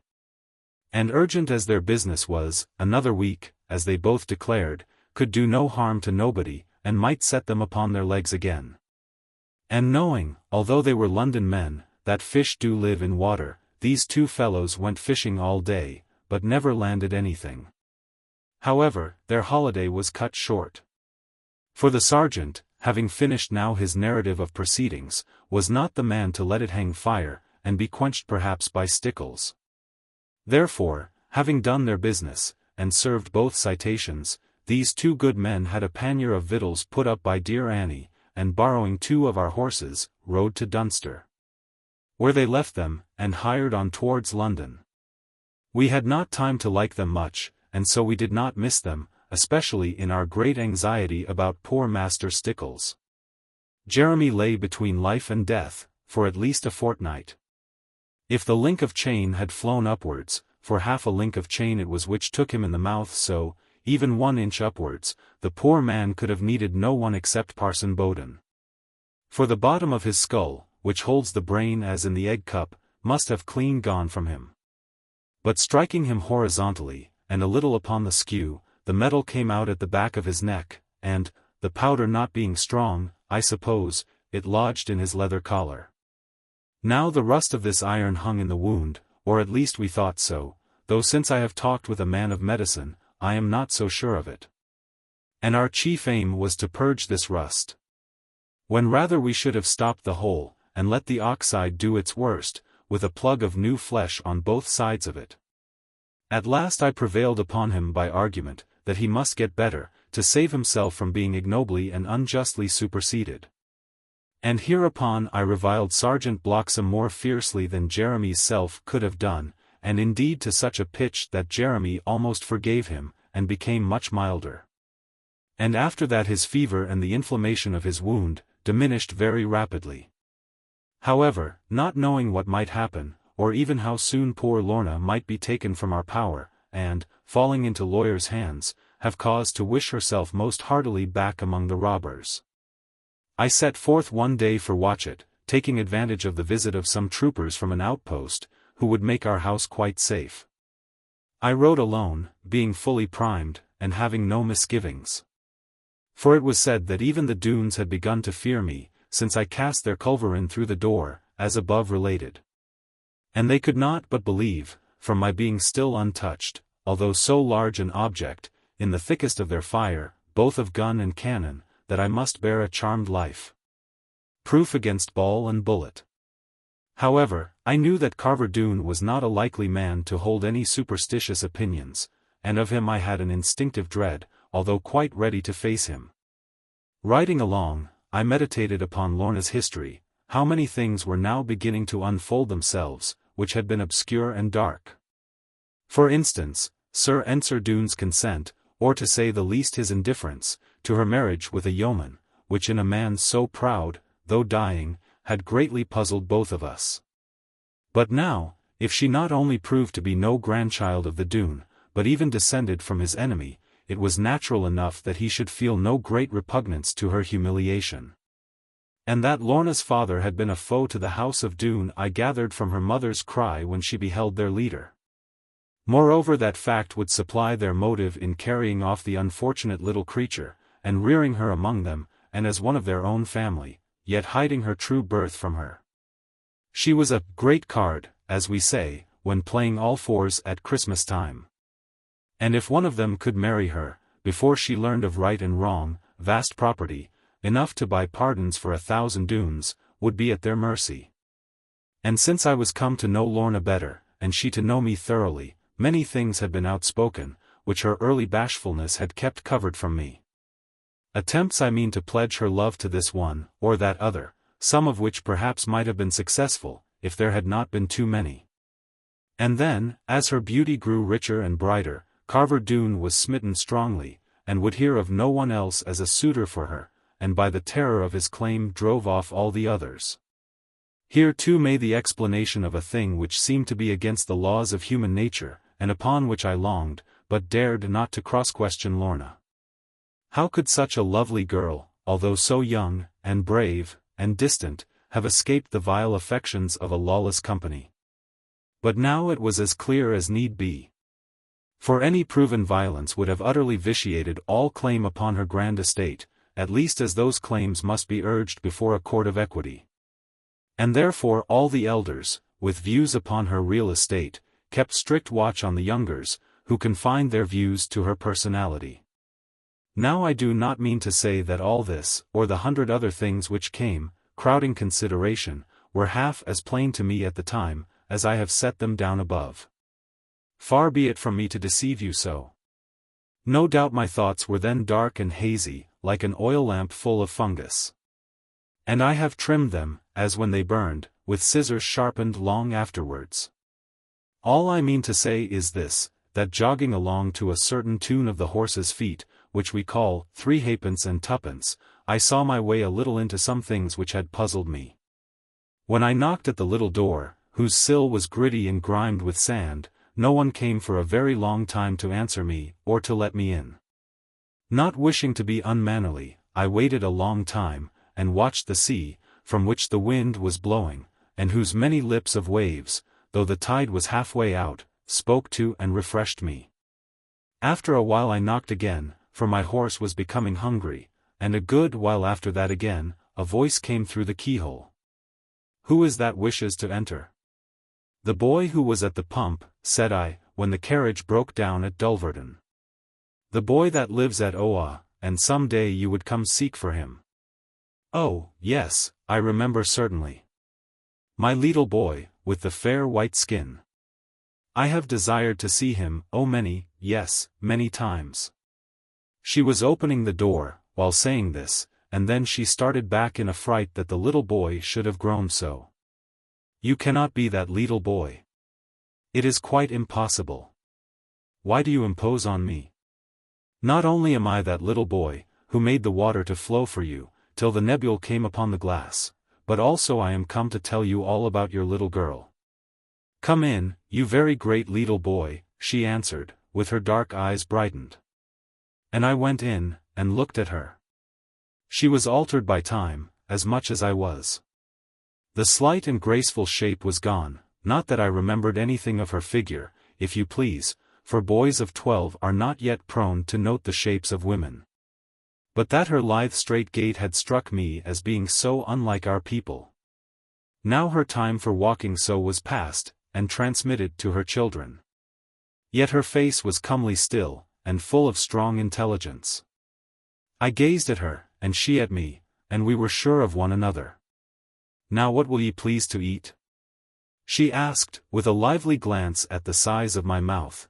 That is always the first thing you people ask, in these barbarous places. I will tell you by and by, I answered, misliking this satire upon us, but I might begin with a quart of ale, to enable me to speak, madam. Very well. 1 quart of beer. She called out to a little maid, who was her eldest child, no doubt. It is to be expected, sir. Beer, all day long, with you Englishmen. Nay, I replied, not all day long, if madam will excuse me. Only a pint at breakfast time, and a pint and a half at 11 o'clock, and a quart or so at dinner. And then no more till the afternoon, and half a gallon at supper time. No one can object to that. Well, I suppose it is right, she said, with an air of resignation, God knows. But I do not understand it. It is good for business, as you say, to preclude everything. And it is good for us, madam, I answered with indignation, for beer is my favorite beverage. And I am a credit to beer, madam, and so are all who trust to it. At any rate, you are, young man. If beer has made you grow so large, I will put my children upon it. It is too late for me to begin. The smell to me is hateful. Now I only set down that to show how perverse those foreign people are. They will drink their wretched heartless stuff, such as they call claret, or wine of Medoc, or Bordeaux, or what not, with no more meaning than sour rennet, stirred with the pulp from the cider press, and strained through the cap of our Betty. This is very well for them, and as good as they deserve, no doubt, and meant perhaps by the will of God, for those unhappy natives. But to bring it over to England and set it against our home-brewed ale, not to speak of wines from Portugal, and sell it at 10 times the price, as a cure for British bile, and a great enlightenment. This I say is the vilest feature of the age we live in. Madame Benita Odom, for the name of the man who turned the will proved to be John Odom, showed me into a little room containing 2 chairs and a fir-wood table. And sat down on a 3-legged seat and studied me very steadfastly. This she had a right to do, and I, having all my clothes on now, was not disconcerted. It would not become me to repeat her judgment upon my appearance, which she delivered as calmly as if I were a pig at market, and as proudly as if her own pig. And she asked me whether I had ever got rid of the black marks on my breast. Not wanting to talk about myself, though very fond of doing so, when time and season favor, I led her back to that fearful night of the day when first I had seen her. She was not desirous to speak of it, because of her own little children. However, I drew her gradually to recollection of Lorna, and then of the little boy who died, and the poor mother buried with him. And her strong hot nature kindled, as she dwelled upon these things. And my wrath waxed within me, and we forgot reserve and prudence under the sense of so vile a wrong. She told me, as nearly as might be, the very same story which she had told to Master Jeremy Stickles, only she dwelled upon it more, because of my knowing the outset. And being a woman, with an inkling of my situation, she enlarged upon the little maid, more than to dry Jeremy. Would you know her again? I asked, being stirred by these accounts of Lorna, when she was 5 years old, would you know her as a full-grown maiden? I think I should, she answered.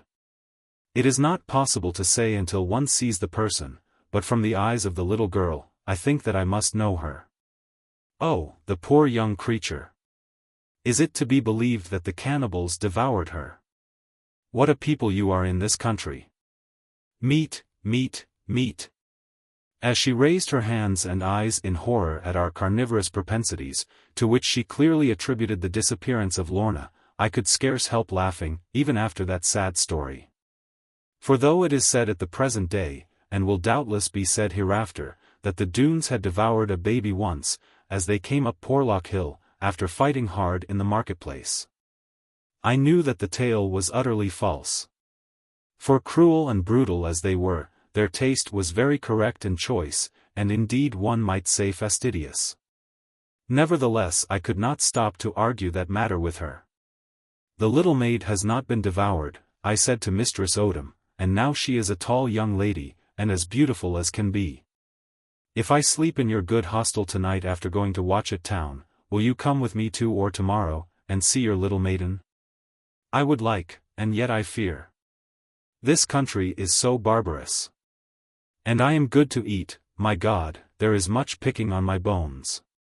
She surveyed herself with a glance so mingled of pity and admiration, and the truth of her words was so apparent, only that it would have taken a week to get at the bones. Before picking, that I nearly lost good manners. For she really seemed to suspect even me of cannibal inclinations. However, at last I made her promise to come with me on the morrow, presuming that Master Odom could by any means be persuaded to keep her company in the cart, as propriety demanded.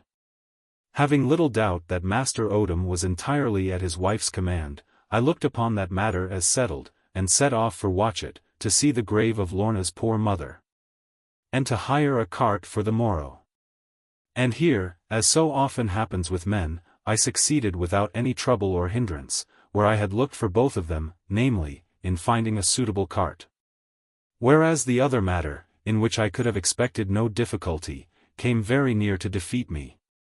For when I heard that Lorna's father was the Earl of Dougal, as Benita impressed upon me with a strong enforcement, as much as to say, "Who are you, young man, to come even asking about her?"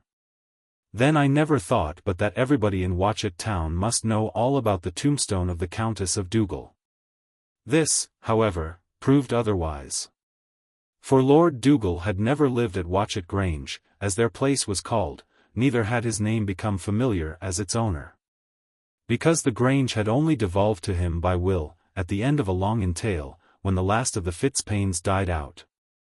And though he liked the idea of it, he had gone abroad, without taking season.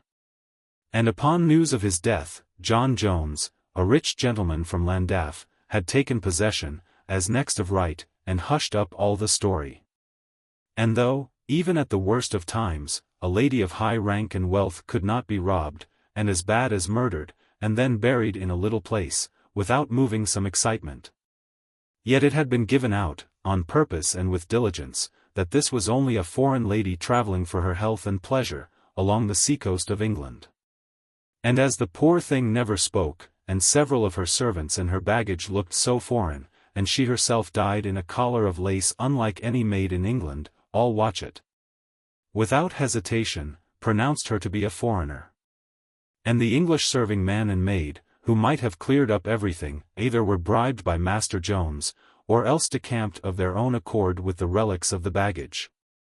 So the poor Countess of Dougal, almost in sight of her own grand house, was buried in an unknown grave, with her pair of infants, without a plate, without a tombstone, worse than all, without a tear. Except from the hired Italian woman. Surely my poor Lorna came of an ill-starred family.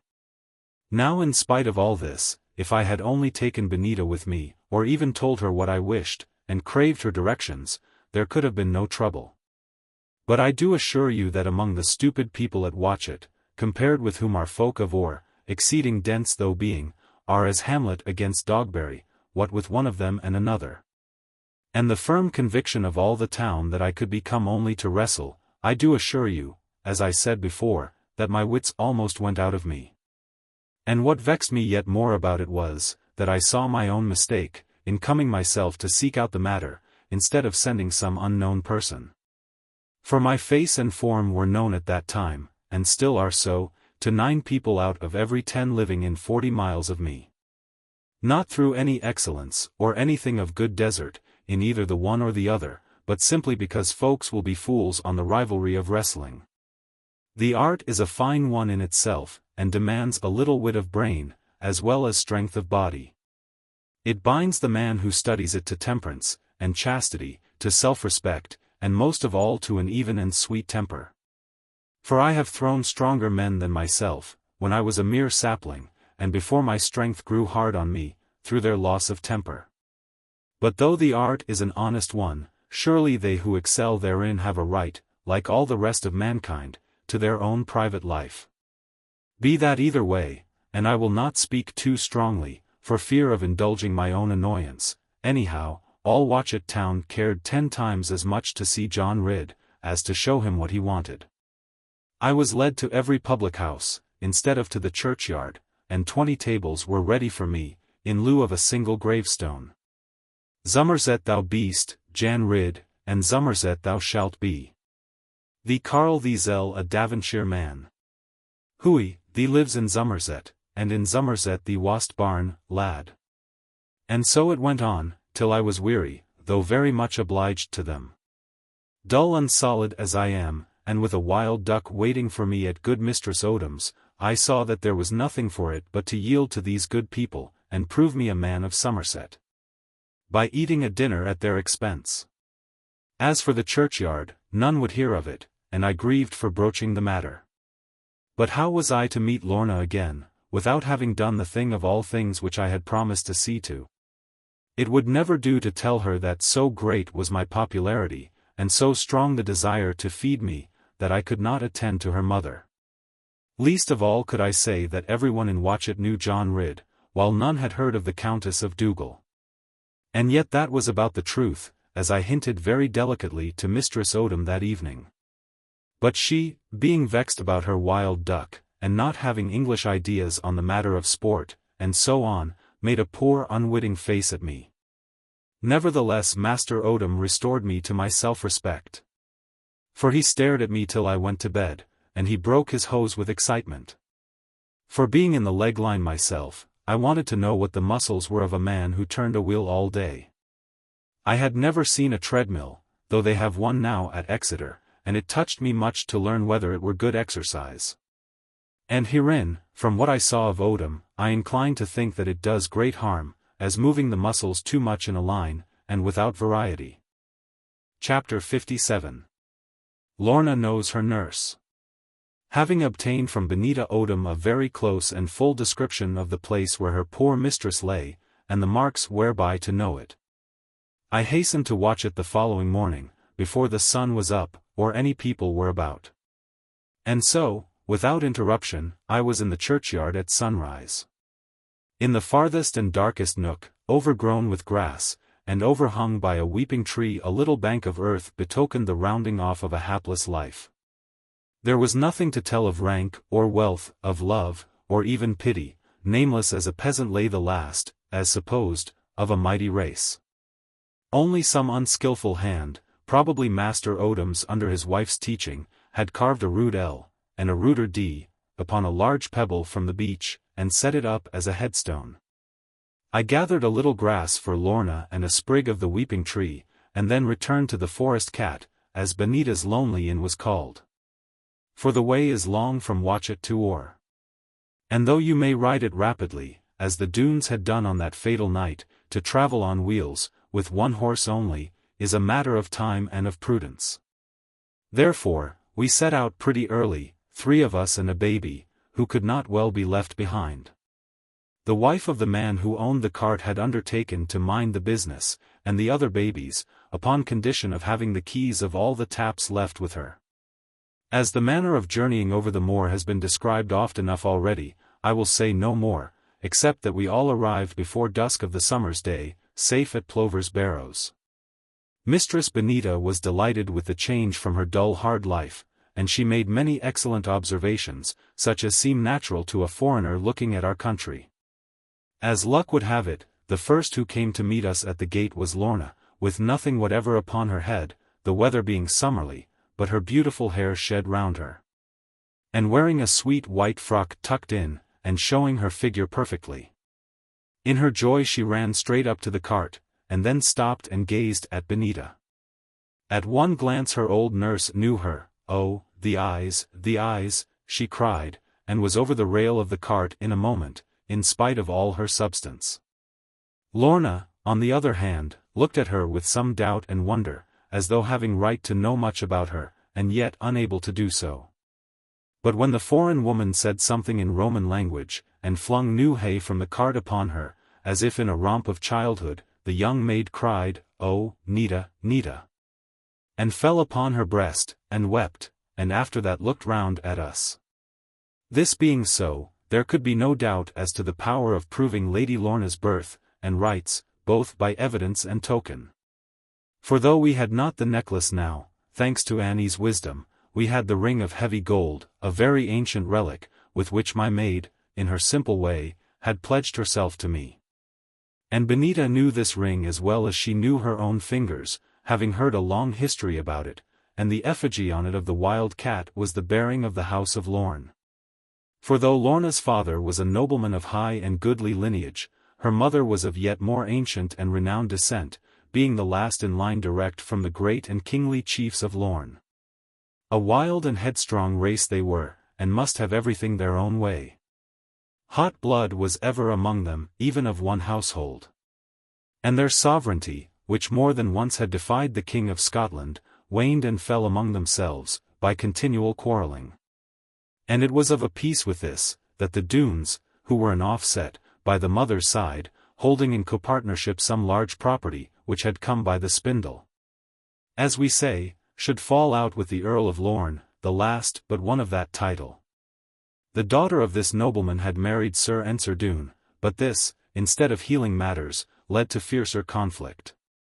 I never could quite understand all the ins and outs of it, which none but a lawyer may go through, and keep his head at the end of it. The motives of mankind are plainer than the motions they produce.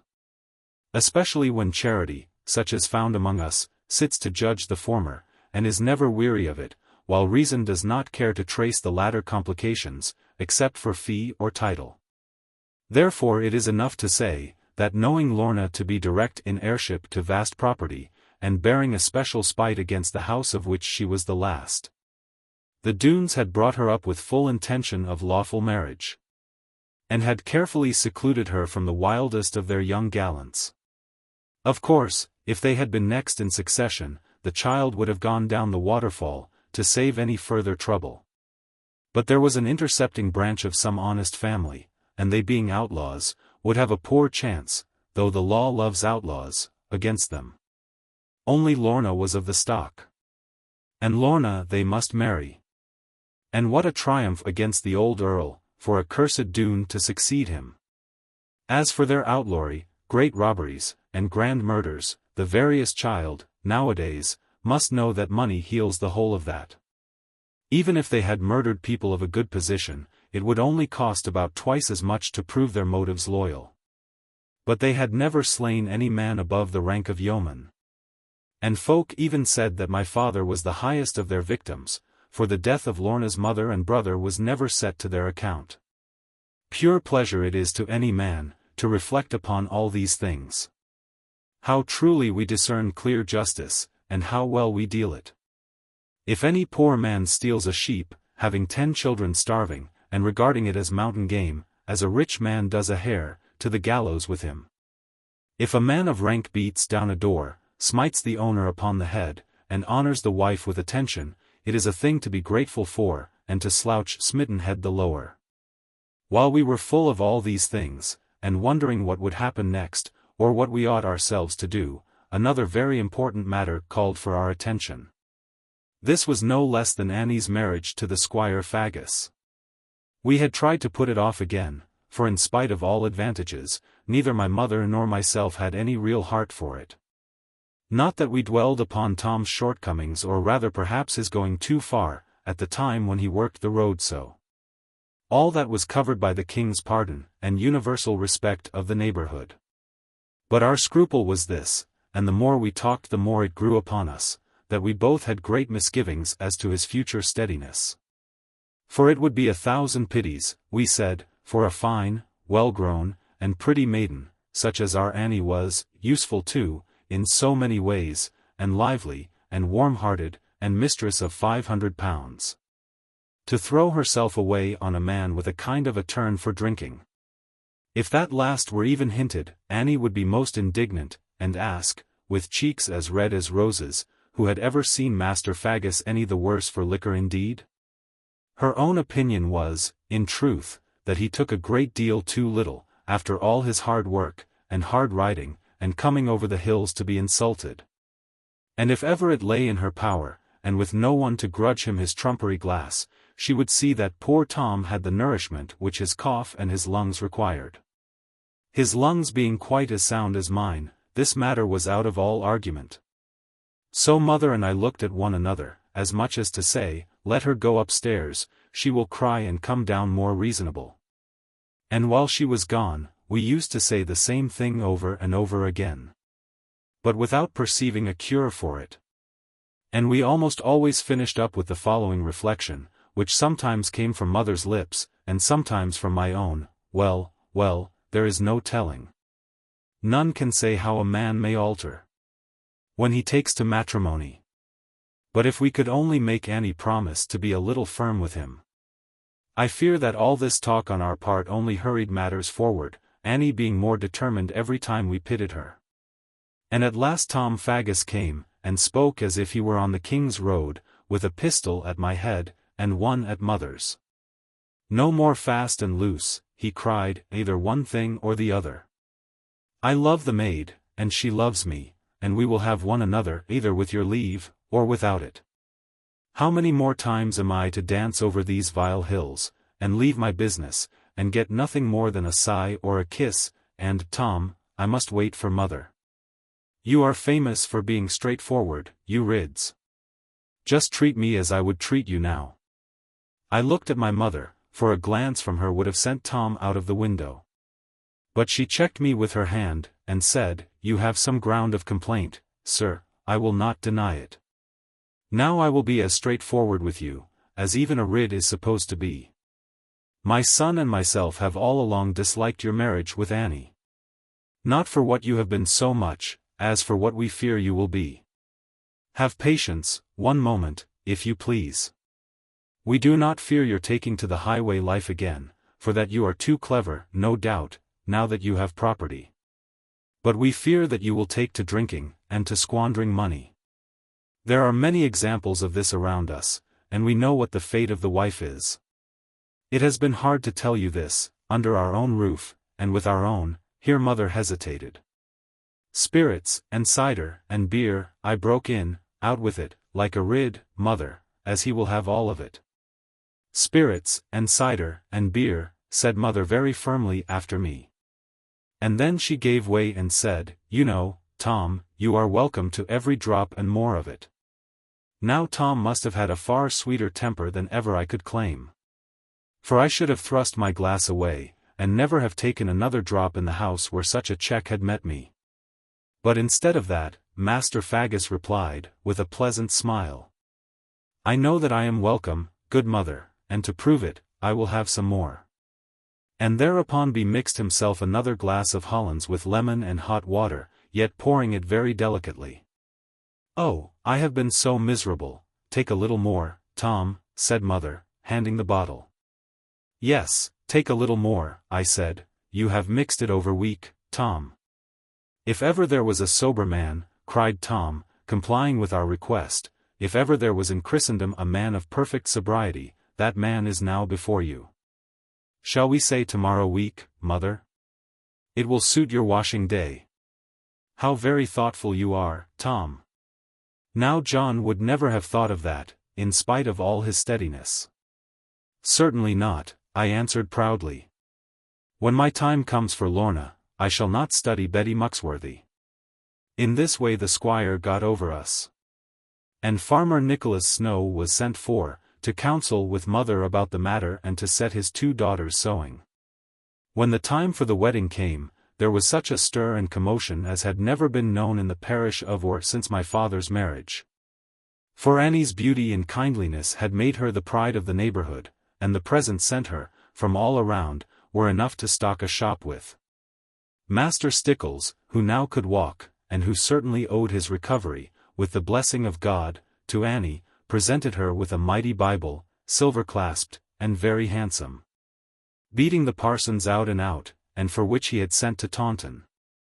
Even the common troopers, having tasted her cookery many times, to help out their poor rations, clubbed together, and must have given at least a week's pay apiece. To have turned out what they did for her. This was no less than a silver pot, well designed, but suited surely rather to the bridegroom's taste than bride's. In a word, everybody gave her things. And now my Lorna came to me, with a spring of tears in appealing eyes, for she was still somewhat childish, or rather, I should say, more childish now than when she lived in misery, and she placed her little hand in mine, and she was half afraid to speak, and dropped her eyes for me to ask. "What is it, little darling?" I asked, as I saw her breath come fast, for the smallest emotion moved her form. "You don't think, John, you don't think, dear, that you could lend me any money?"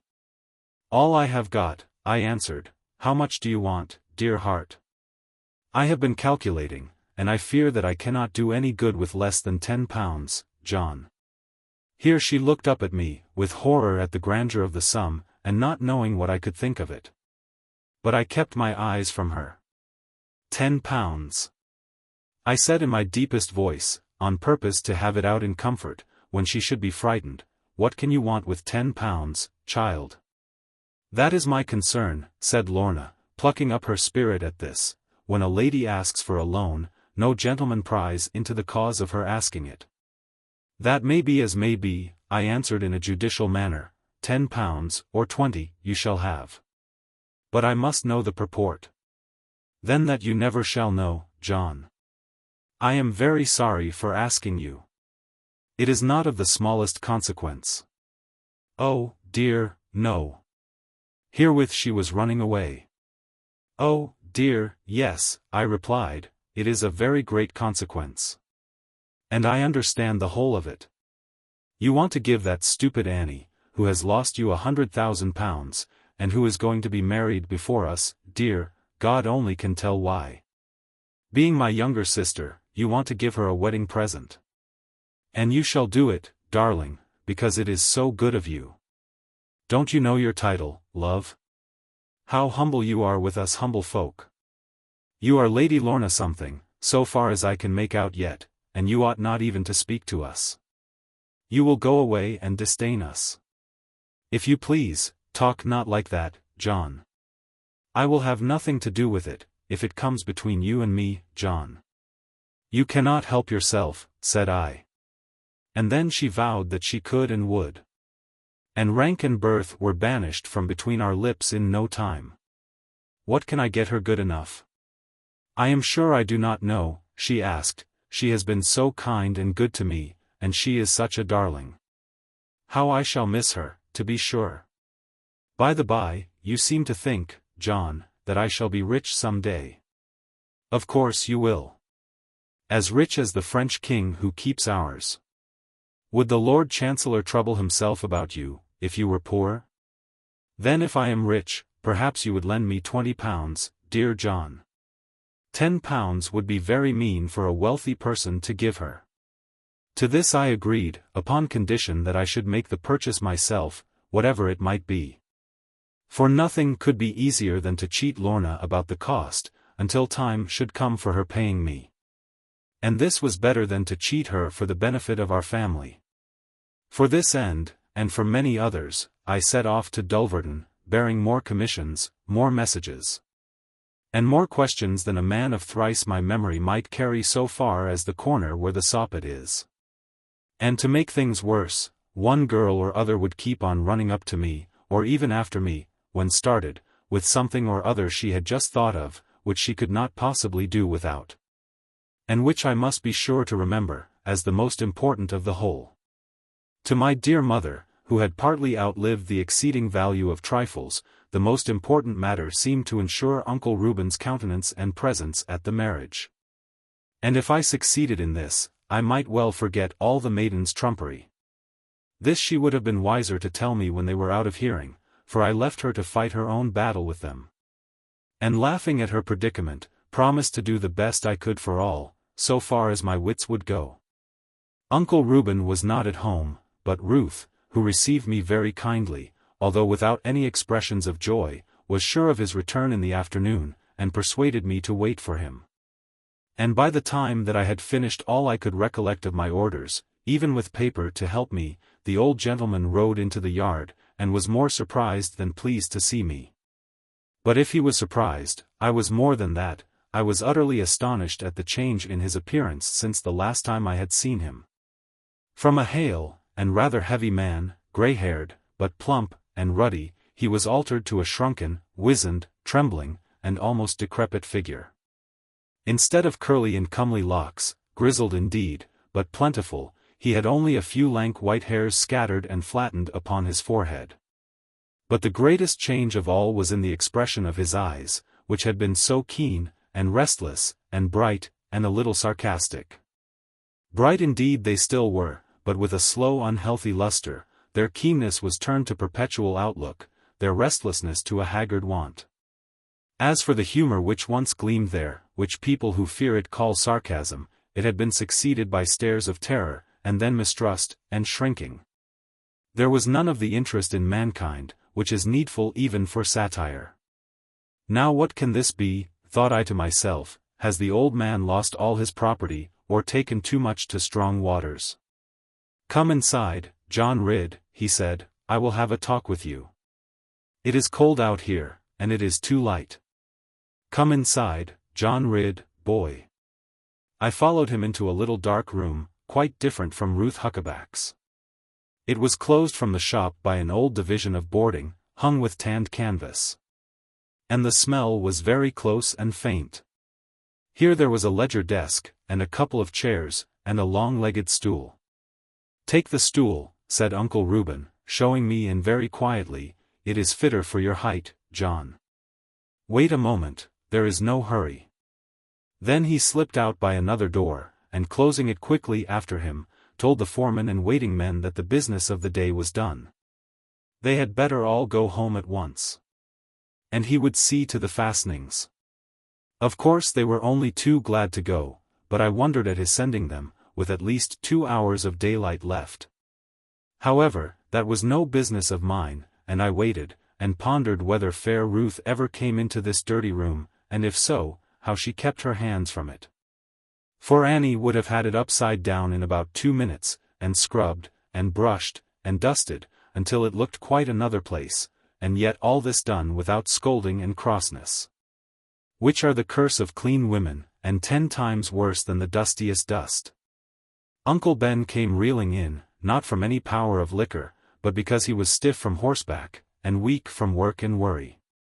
Let me be, John, let me be, he said, as I went to help him.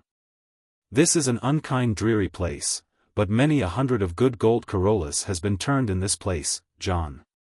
Not a doubt about it, sir, I answered in my loud and cheerful manner. And many another hundred, sir, and may you long enjoy them. My boy, do you wish me to die? He asked, coming up close to my stool, and regarding me with a shrewd though blear-eyed gaze. Many do. Do you, John? Come, said I, don't ask such nonsense. You know better than that, Uncle Ben. Or else, I am sorry for you. I want you to live as long as possible, for the sake of, here I stopped. For the sake of what, John? I knew it is not for my own sake. For the sake of what, my boy? For the sake of Ruth, I answered, if you must have all the truth. Who is to mind her when you are gone? But if you knew that I had gold, or a manner of getting gold, far more than ever the sailors got out of the Spanish galleons, far more than ever was heard of. And the secret was to be yours, John, yours after me in no other souls, then you would wish me dead, John. Here he eyed me as if a speck of dust in my eyes should not escape him. You are wrong, Uncle Ben, altogether wrong. For all the gold ever heard or dreamed of, not a wish would cross my heart to rob you of one day of life. At last he moved his eyes from mine. But without any word, or sign, to show whether he believed, or disbelieved. Then he went to a chair, and sat with his chin upon the ledger desk. As if the effort of probing me had been too much for his weary brain. Dreamed of. All the gold ever dreamed of. As if it were but a dream, he muttered, and then he closed his eyes to think. Good Uncle Reuben, I said to him, you have been a long way today, sir. Let me go and get you a glass of good wine. Cousin Ruth knows where to find it. How do you know how far I have been? He asked, with a vicious look at me. And Cousin Ruth? You are very pat with my granddaughter's name, young man. It would be hard upon me, sir, not to know my own cousin's name. Very well. Let that go by. You have behaved very badly to Ruth. She loves you, and you love her not. At this I was so wholly amazed, not at the thing itself, I mean, but at his knowledge of it, that I could not say a single word, but looked, no doubt, very foolish. You may well be ashamed, young man, he cried, with some triumph over me, you are the biggest of all fools, as well as a conceited coxcomb. What can you want more than Ruth? She is a little damsel, truly, but finer men than you, John Ridd, with all your boasted strength and wrestling, have wedded smaller maidens. And as for quality, and value, bots. 1 inch of Ruth is worth all your 7 feet put together. Now I am not 7 feet high, nor ever was 6 feet 8 inches, in my very prime of life. And nothing vexes me so much as to make me out a giant, and above human sympathy, and human scale of weakness. It cost me hard to hold my tongue, which luckily is not in proportion to my stature. And only for Ruth's sake I held it. But Uncle Ben, being old and worn, was vexed by not having any answer, almost as much as a woman is. You want me to go on, he continued, with a look of spite at me, about my poor Ruth's love for you, to feed your cursed vanity. Because a set of asses call you the finest man in England. There is no maid, I suppose, who is not in love with you. I believe you are as deep as you are long, John Ridd. Shall I ever get to the bottom of your character?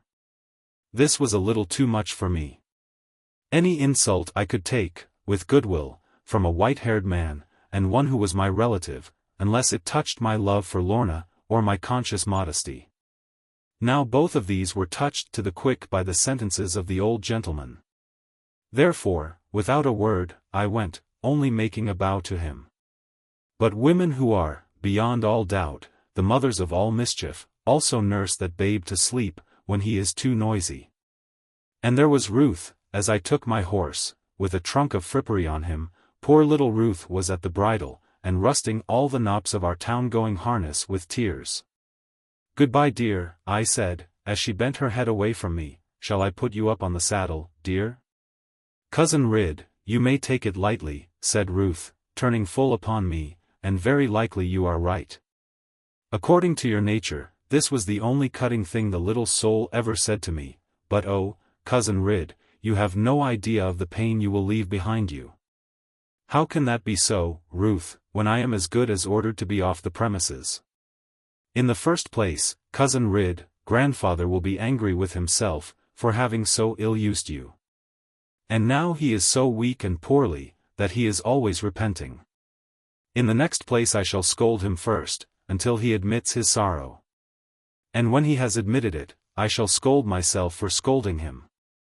And then he will come round again, and think that I was hard on him.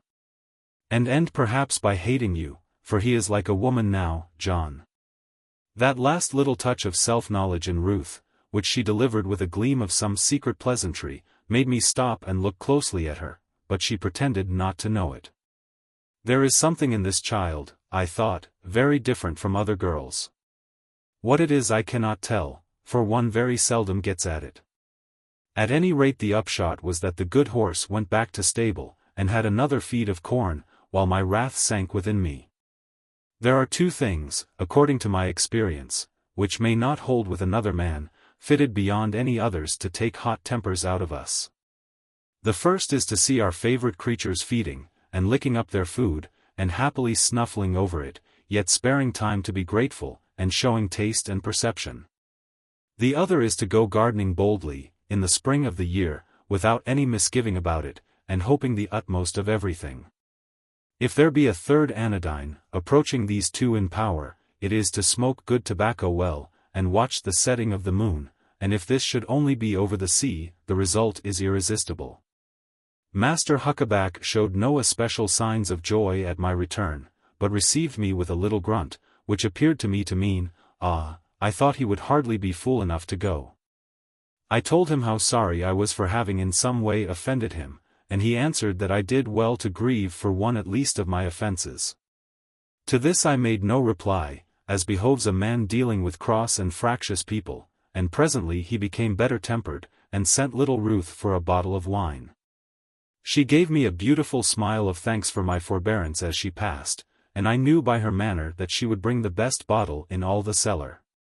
As I had but little time to spare, although the days were long and light, we were forced to take our wine with promptitude and rapidity. And whether this loosened my uncle's tongue, or whether he meant beforehand to speak, is now almost uncertain. But true it is that he brought his chair very near to mine, after 3 or 4 glasses, and sent Ruth away upon some errand which seemed of small importance. At this I was vexed, for the room always looked so different without her. "Come, Jack," he said, "here's your health, young fellow, and a good and obedient wife to you. Not that your wife will ever obey you though, you are much too easy-tempered. Even a bitter and stormy woman might live in peace with you, Jack. But never you give her the chance to try. Marry some sweet little thing, if you can. If not, don't marry any. Ah, we have the maid to suit you, my lad, in this old town of Dulverton." "Have you so, sir? But perhaps the maid might have no desire to suit me." "That you may take my word she has. The color of this wine will prove it. The little sly hussy has been to the cobwebbed arch of the cellar, where she has no right to go, for anyone under a magistrate. However, I am glad to see it, and we will not spare it, John. After my time, somebody, whoever marries little Ruth, will find some rare wines there, I trow, and perhaps not know the difference." Thinking of this the old man sighed, and expected me to sigh after him. But a sigh is not, like a yawn, infectious, and we are all more prone to be sent to sleep than to sorrow by one another. Not but what a sigh sometimes may make us think of sighing. "Well, sir," cried I, in my sprightliest manner, which rouses up most people.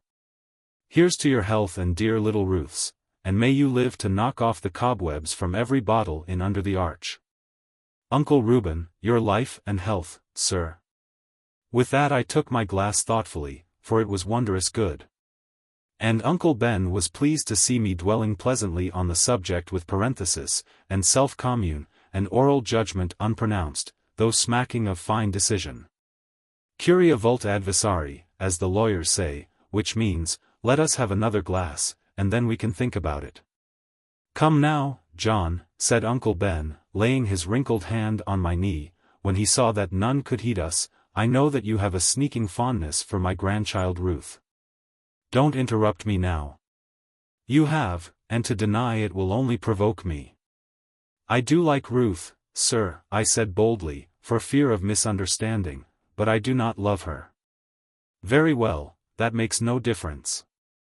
Liking may very soon be loving, as some people call it, when the maid has money to help her. But if there be, as there is in my case, once for all, John, not a word. I do not attempt to lead you into any engagement with little Ruth, neither will I blame you, though I may be disappointed, if no such engagement should ever be. But whether you will have my grandchild, or whether you will not, and such a chance is rarely offered to a fellow of your standing, Uncle Ben despised all farmers, in any case I have at least resolved to let you know my secret. And for 2 good reasons. The first is that it wears me out to dwell upon it, all alone, and the second is that I can trust you to fulfill a promise. Moreover, you are my next of kin, except among the womankind, and you are just the man I want, to help me in my enterprise. And I will help you, sir, I answered, fearing some conspiracy, in anything that is true, and loyal, and according to the laws of the realm. Ha, ha! Cried the old man, laughing until his eyes ran over, and spreading out his skinny hands upon his shining breeches, thou hast gone the same fool's track as the rest. Even as Spy Stickles went, and all his precious troopers. Landing of arms at Glenthorne and Lynmouth, wagons escorted across the moor, sounds of metal and booming noises.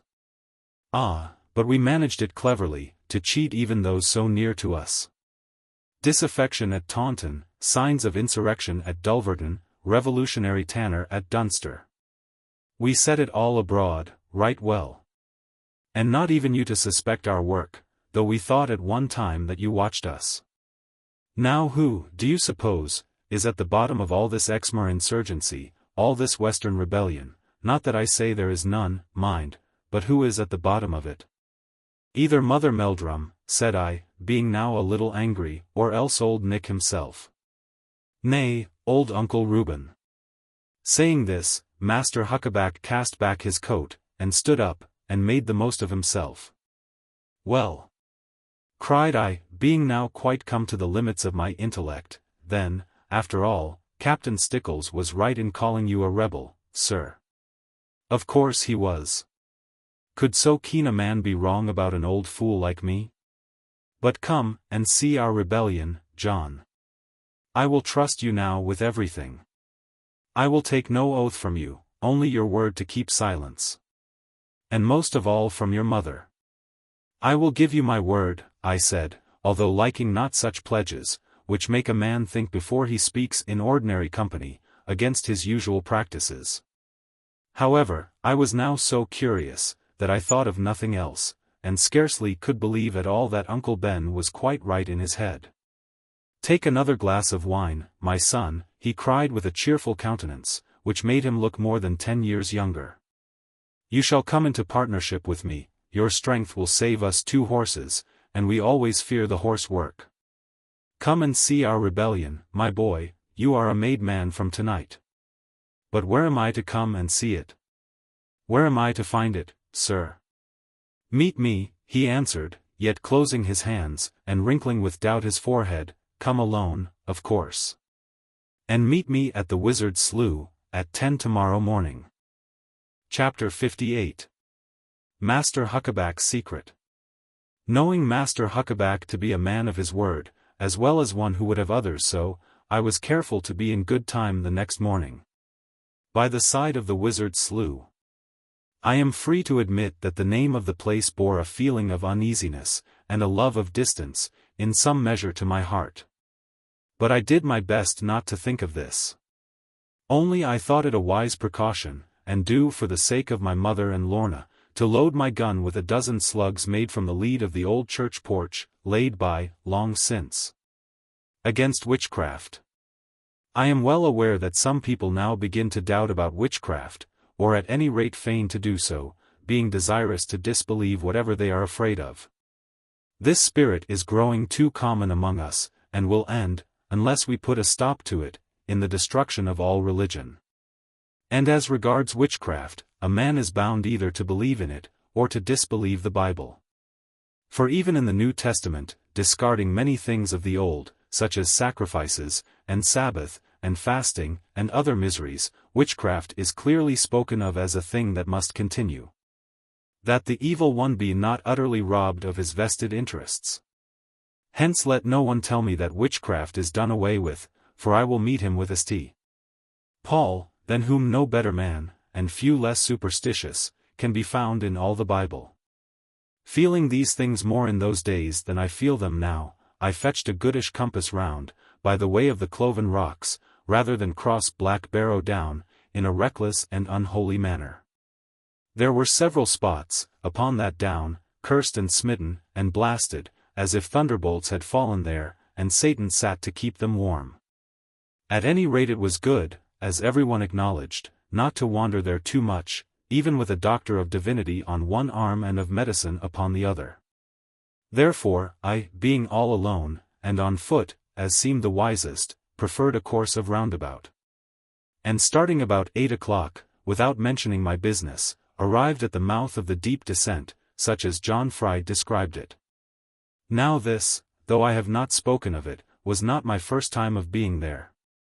For, although I could not bring myself to spy upon Uncle Reuben, as John Fry had done, yet I thought it no ill manners, after he had left our house, to have a look at the famous place where the malefactor came to life, at least in John's opinion.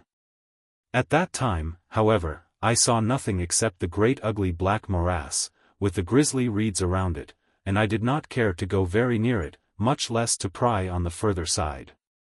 Now, on the other hand, I was bent to get at the very bottom of this mystery, if there were any, having less fear of witch or wizard, with a man of Uncle Reuben's wealth to take my part and see me through. So I rattled the ramrod down my gun, just to know if the charge were right, after so much walking. And finding it full 6 inches deep, as I like to have it, went boldly down the steep gorge of rock, with a firm resolve to shoot any witch unless it were good Mother Meldrum. Nevertheless, to my surprise, all was quiet, and fair to look at, in the decline of the narrow way, with great stalked ferns coming forth like trees, yet hanging like cobwebs over one. And along one side, a little spring was getting rid of its waters. Any man might stop and think, or he might go on and think. And in either case, there was none to say that he was making a fool of himself. When I came to the foot of this ravine, and over against the great black slough, there was no sign of Master Huckaback, nor of any other living man, except myself, in the silence. Therefore, I sat in a niche of rock, gazing at the slough, and pondering the old tradition about it. They say that, in the ancient times, a mighty necromancer lived in the wilderness of Exmoor. Here, by spell and incantation, he built himself a strong high palace, 8-sided like a spider's web, and standing on a central steep, so that neither man nor beast could cross the moors without his knowledge. If he wished to rob and slay a traveller, or to have wild ox, or stag for food, he had nothing more to do than sit at one of his 8 windows, and point his unholy book at him. Any moving creature, at which that book was pointed, must obey the call, and come from whatever distance, if sighted once by the wizard. This was a bad condition of things, and all the country groaned under it. And Exmoor, although the most honest place that a man could wish to live in, was beginning to get a bad reputation, and all through that vile wizard. No man durst even go to steal a sheep, or a pony, or so much as a deer for dinner, lest he should be brought to book by a far bigger rogue than he was. And this went on for many years, though they prayed to God to abate it.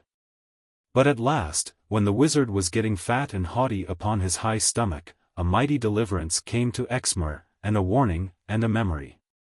For one day the sorcerer gazed from his window facing the southeast of the compass, and he yawned, having killed so many men that now he was weary of it.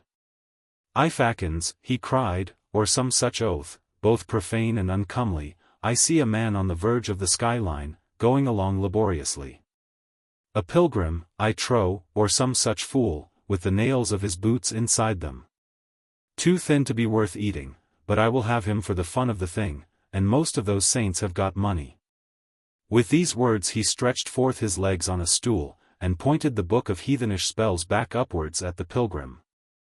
Now this good pilgrim was plodding along, soberly and religiously, with a pound of flints in either boot, and not an ounce of meat inside him. He felt the spell of the wicked book, but only as a horse might feel a "gee-wug" addressed to him. It was in the power of this good man either to go on, or turn aside, and see out the wizard's meaning. And for a moment he halted and stood, like one in 2 minds about a thing. Then the wizard clapped one cover to, in a jocular and insulting manner, and the sound of it came to the pilgrim's ear, about 5 miles in the distance, like a great gun fired at him. "By Our Lady," he cried, "I must see to this, although my poor feet have no skin below them.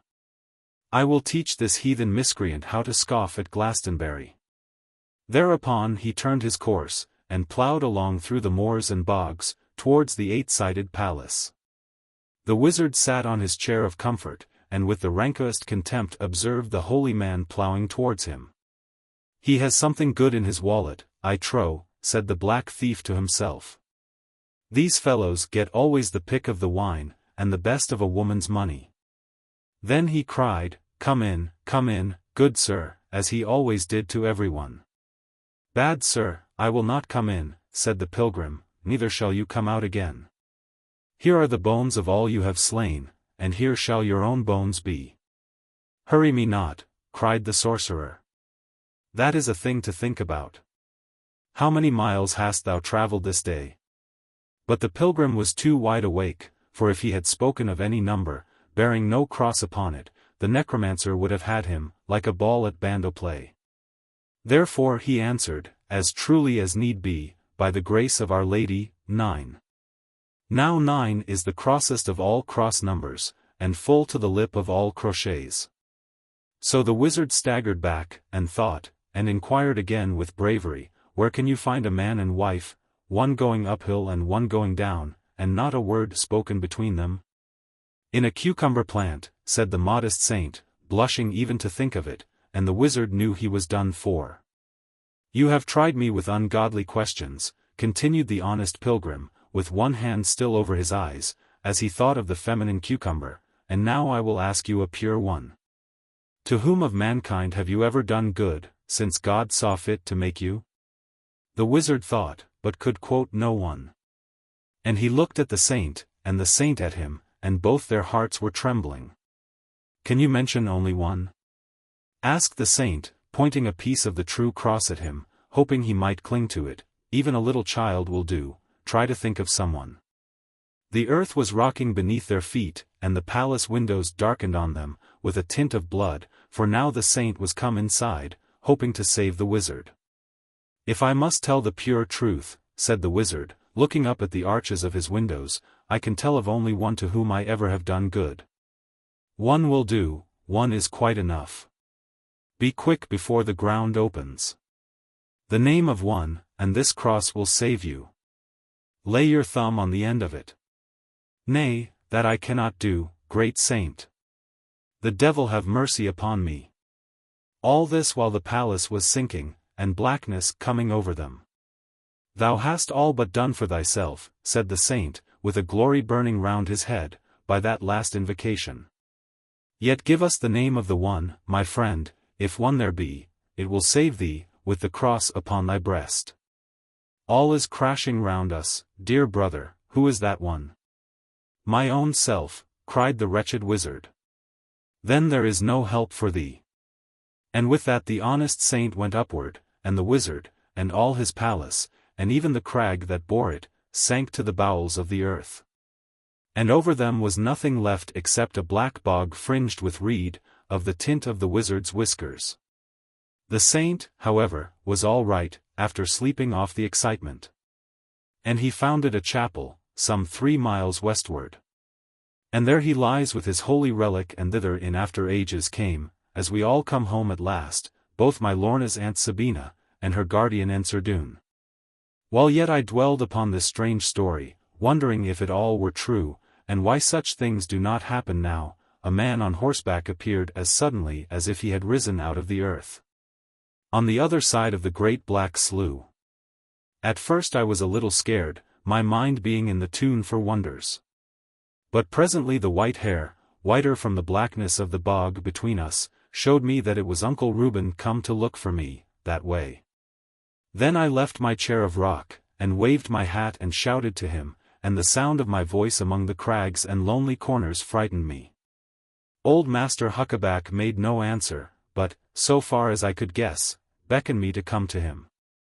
There was just room between the fringe of reed and the belt of rock around it, for a man going very carefully to escape that horrible pit-hole.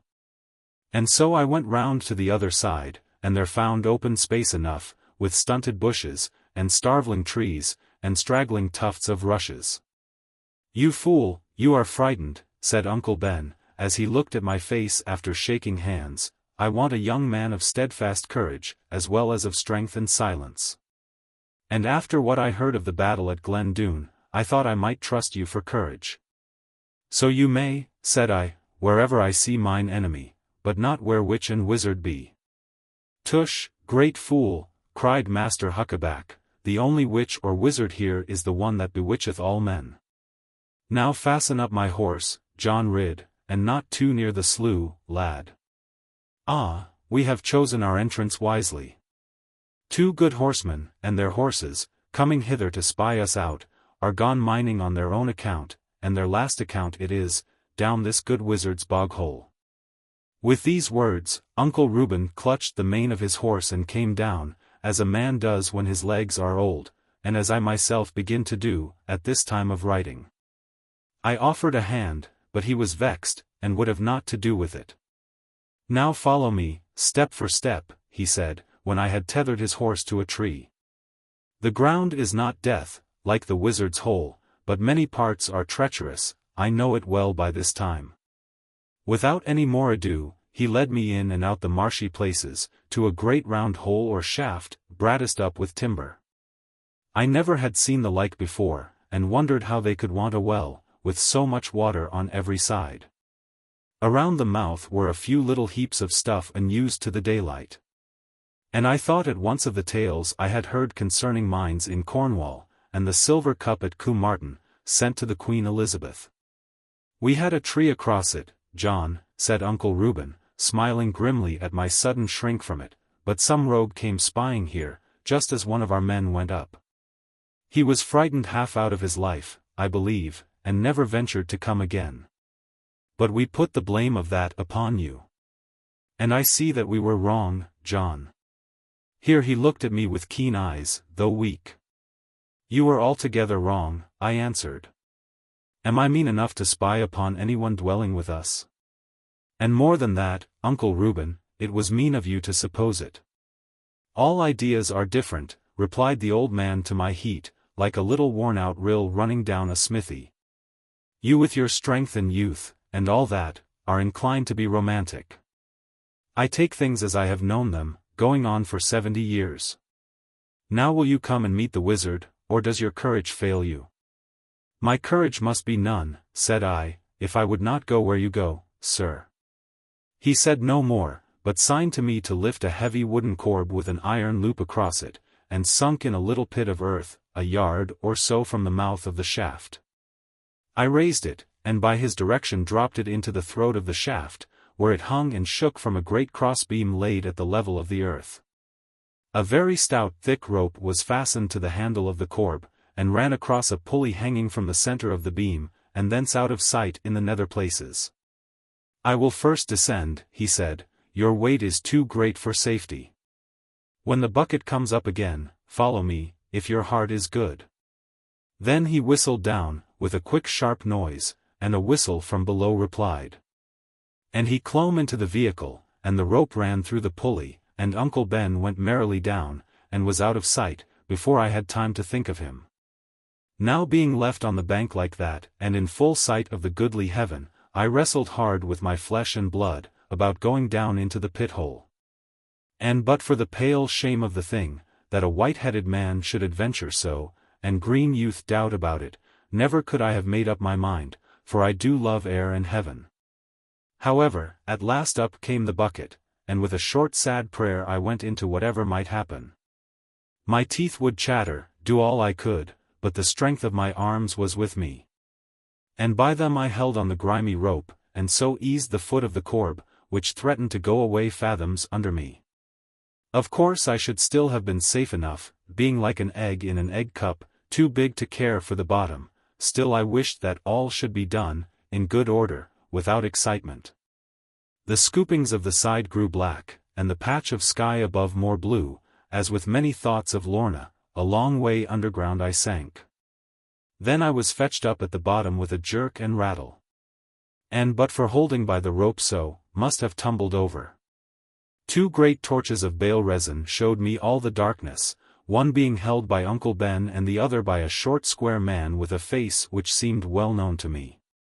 Hail to the world of gold, John Ridd, said Master Huckaback, smiling in the old dry manner, bigger coward never came down the shaft, now did he, Carfax? They be all alike, said the short square man, fuss time as they deuce it. May I go to heaven, I cried, which is a thing quite out of sight, for I always have a vein of humour. Too small to be followed by anyone, if ever again of my own accord I go so far away from it. Uncle Ben grinned less at this than at the way I knocked my shin in getting out of the bucket, and as for Master Carfax, he would not even deign to smile. And he seemed to look upon my entrance as an interloping. For my part, I had naught to do, after rubbing my bruised leg, except to look about me, so far as the dullness of light would help. And herein I seemed, like a mouse in a trap, able no more than to run to and fro, and knock himself, and stare at things. For here was a little channel grooved with posts on either side of it, and ending with a heap of darkness, whence the sight came back again. And there was a scooped place, like a funnel, but pouring only to darkness. So I waited for somebody to speak first, not seeing my way to anything. "You seem to be disappointed, John," said Uncle Reuben, looking blue by the light of the flambeaux. "Did you expect to see the roof of gold, and the sides of gold, and the floor of gold, John Ridd?" "Ha, ha," cried Master Carfax, "I reckon her did, no doubt her did." "You are wrong," I replied, "but I did expect to see something better than dirt and darkness." "Come on then, my lad. And we will show you something better. We want your great arm on here, for a job that has beaten the whole of us." With these words, Uncle Ben led the way along a narrow passage, roofed with rock and floored with slate-colored shale and shingle, and winding in and out, until we stopped at a great stone block or boulder, lying across the floor, and as large as my mother's best oaken wardrobe. Beside it were several sledgehammers, battered, and some with broken helves. "Thou great villain," cried Uncle Ben, giving the boulder a little kick, "I believe thy time is come at last. Now, John, give us a sample of the things they tell of thee. Take the biggest of them sledgehammers and crack this rogue in two for us. We have tried at him for a fortnight, and he is a nut worth cracking. But we have no man who can swing that hammer, though all in the mine have handled it." "I will do my very best," said I, pulling off my coat and waistcoat, as if I were going to wrestle, "but I fear he will prove too tough for me." "Aye, that her wool," grunted Master Carfax. "Lacktiech a Carnishman, and a beg one too, not a little charp such as I be. There be no man outside Carnwall, as can crack that boulder." "Bless my heart," I answered. "But I know something of you, my friend, or at any rate of your family. Well, I have beaten most of your Cornish men, though not my place to talk of it. But mind, if I crack this rock for you, I must have some of the gold inside it. Dost think to see the gold come tumbling out like the kernel of a nut, thou zany?" asked Uncle Reuben pettishly. "Now wilt thou crack it or wilt thou not? For I believe thou canst do it, though only a lad of Somerset." Uncle Reuben showed by saying this, and by his glance at Carfax, that he was proud of his county, and would be disappointed for it if I failed to crack the boulder.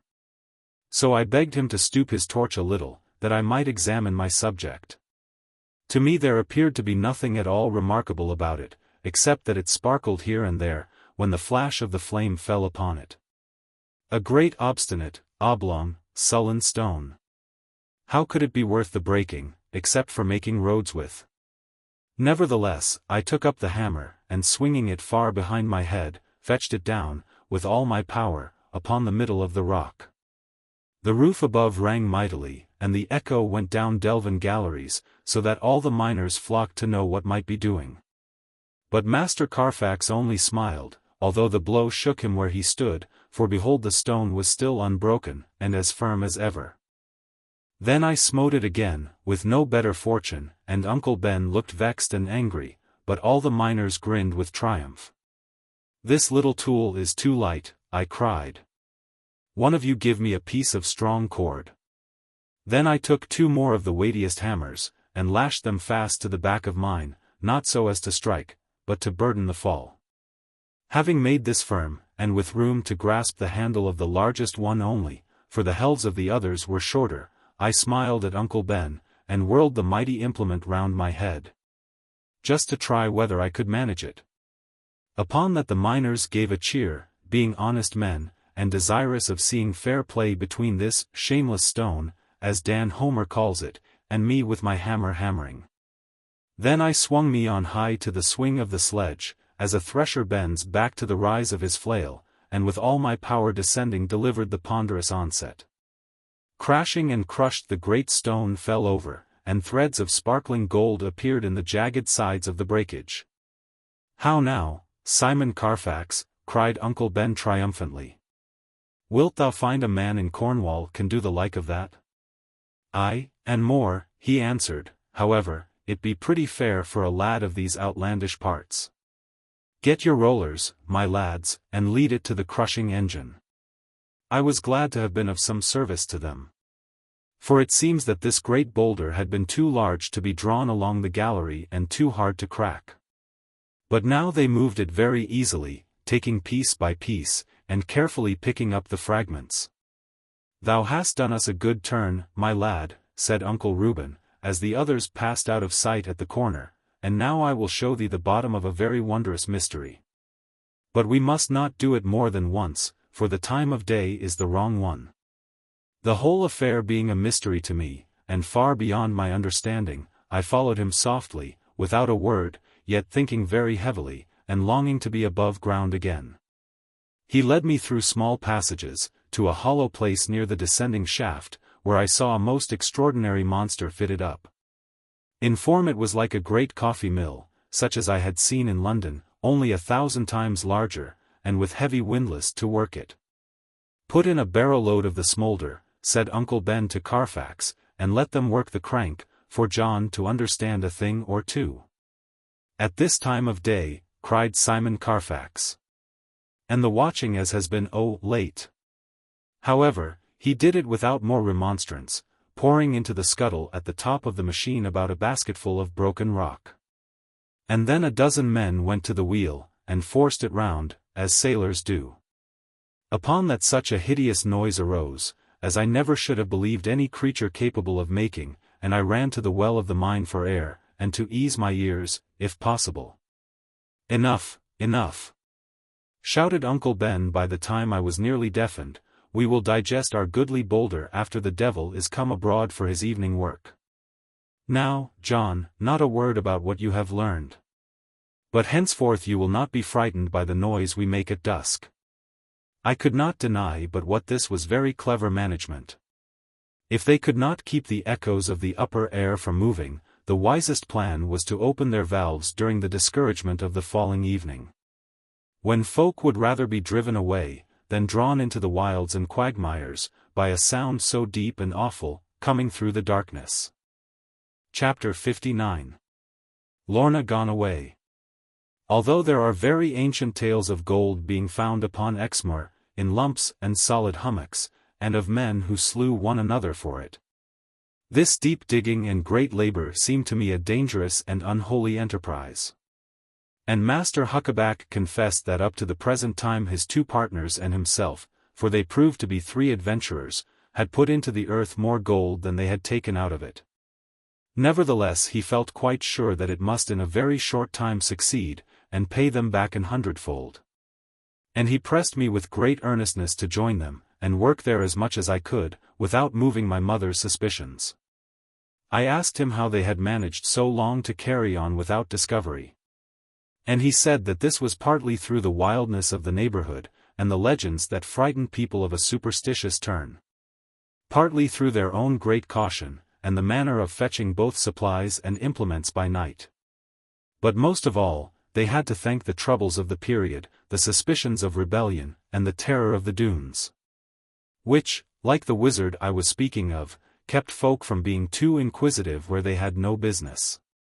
The slough, moreover, had helped them well, both by making their access dark, and yet more by swallowing up and concealing all that was cast from the mouth of the pit.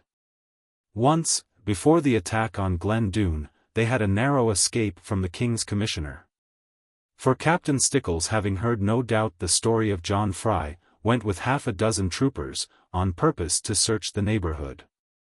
Now if he had ridden alone, most likely he would have discovered everything, but he feared to venture so, having suspicion of a trap. Coming as they did in a company, all mounted and conspicuous, the watchman, who was posted now on the top of the hill, almost every day since John Fry's appearance, could not help espying them.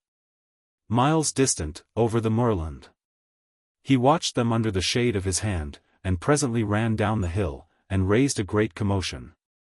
Then Simon Carfax and all his men came up, and made things natural, removing every sign of work. And finally, sinking underground, drew across the mouth of the pit a hurdle thatched with sedge and heather. Only Simon himself was left behind, ensconced in a hole of the crags, to observe the doings of the enemy. Captain Stickles rode very bravely, with all his men clattering after him, down the rocky pass, and even to the margin of the slough. And there they stopped, and held council. For it was a perilous thing to risk the passage upon horseback, between the treacherous brink and the cliff, unless one knew it thoroughly. Stickles, however, and one follower, carefully felt the way along, having their horses well in hand, and bearing a rope to draw them out, in case of being foundered. Then they spurred across the rough boggy land, farther away than the shaft was. Here the ground lay jagged and shaggy, wrought up with high tufts of reed, or scragged with stunted brushwood. And between the ups and downs, which met anybody anyhow, green-covered places tempted the foot, and black bog-holes discouraged it. It is not to be marveled at that amid such place as this, for the first time visited, the horses were a little skeary, and their riders partook of the feeling, as all good riders do. In and out of the tufts they went, with their eyes dilating, wishing to be out of harm, if conscience were but satisfied. And of this tufty flaggy ground, pocked with bogs and boglets, one especial nature is that it will not hold impressions. Seeing thus no track of men, nor anything but marsh-work, and storm-work, and of the seasons, these two honest men rode back, and were glad to do so. For above them hung the mountains, cowled with fog, and seamed with storm, and around them desolation, and below their feet the grave. Hence they went, with all goodwill. And vowed forever afterwards that fear of a simple place like that was only too ridiculous. So they all rode home with mutual praises, and their courage well approved. And the only result of the expedition was to confirm John Fry's repute as a bigger liar than ever. Now I had enough of that underground work, as before related, to last me for a year to come. Neither would I, for sake of gold, have ever stepped into that bucket, of my own goodwill again. But when I told Lorna, whom I could trust in any matter of secrecy, as if she had never been a woman, all about my great descent, and the honeycombing of the earth, and the mournful noise at eventide, when the gold was under the crusher and bewailing the mischief it must do, then Lorna's chief desire was to know more about Simon Carfax. It must be our Gwenny's father, she cried, the man who disappeared underground, and whom she has ever been seeking. How grieved the poor little thing will be, if it should turn out, after all, that he left his child on purpose. I can hardly believe it, can you, John? Well, I replied. All men are wicked, more or less, to some extent, and no man may say otherwise. For I did not wish to commit myself to an opinion about Simon, lest I might be wrong, and Lorna think less of my judgment. But being resolved to see this out, and do a good turn, if I could, to Gwenny, who had done me many a good one, I begged my Lorna to say not a word of this matter to the handmaiden, until I had further searched it out. And to carry out this resolve, I went again to the place of business where they were grinding gold as freely as an apothecary at his pills. Having now true right of entrance, and being known to the watchman, and regarded, since I cracked the boulder, as one who could pay his footing, and perhaps would be the master. When Uncle Ben should be choked with money, I found the corb sent up for me rather sooner than I wished it. For the smell of the places underground, and the way men's eyes came out of them, with links, and brands, and flambeaux, instead of God's light to look at, were to me a point of caution, rather than of pleasure. No doubt but what some men enjoy it, being born, like worms, to dig, and to live in their own scoopings.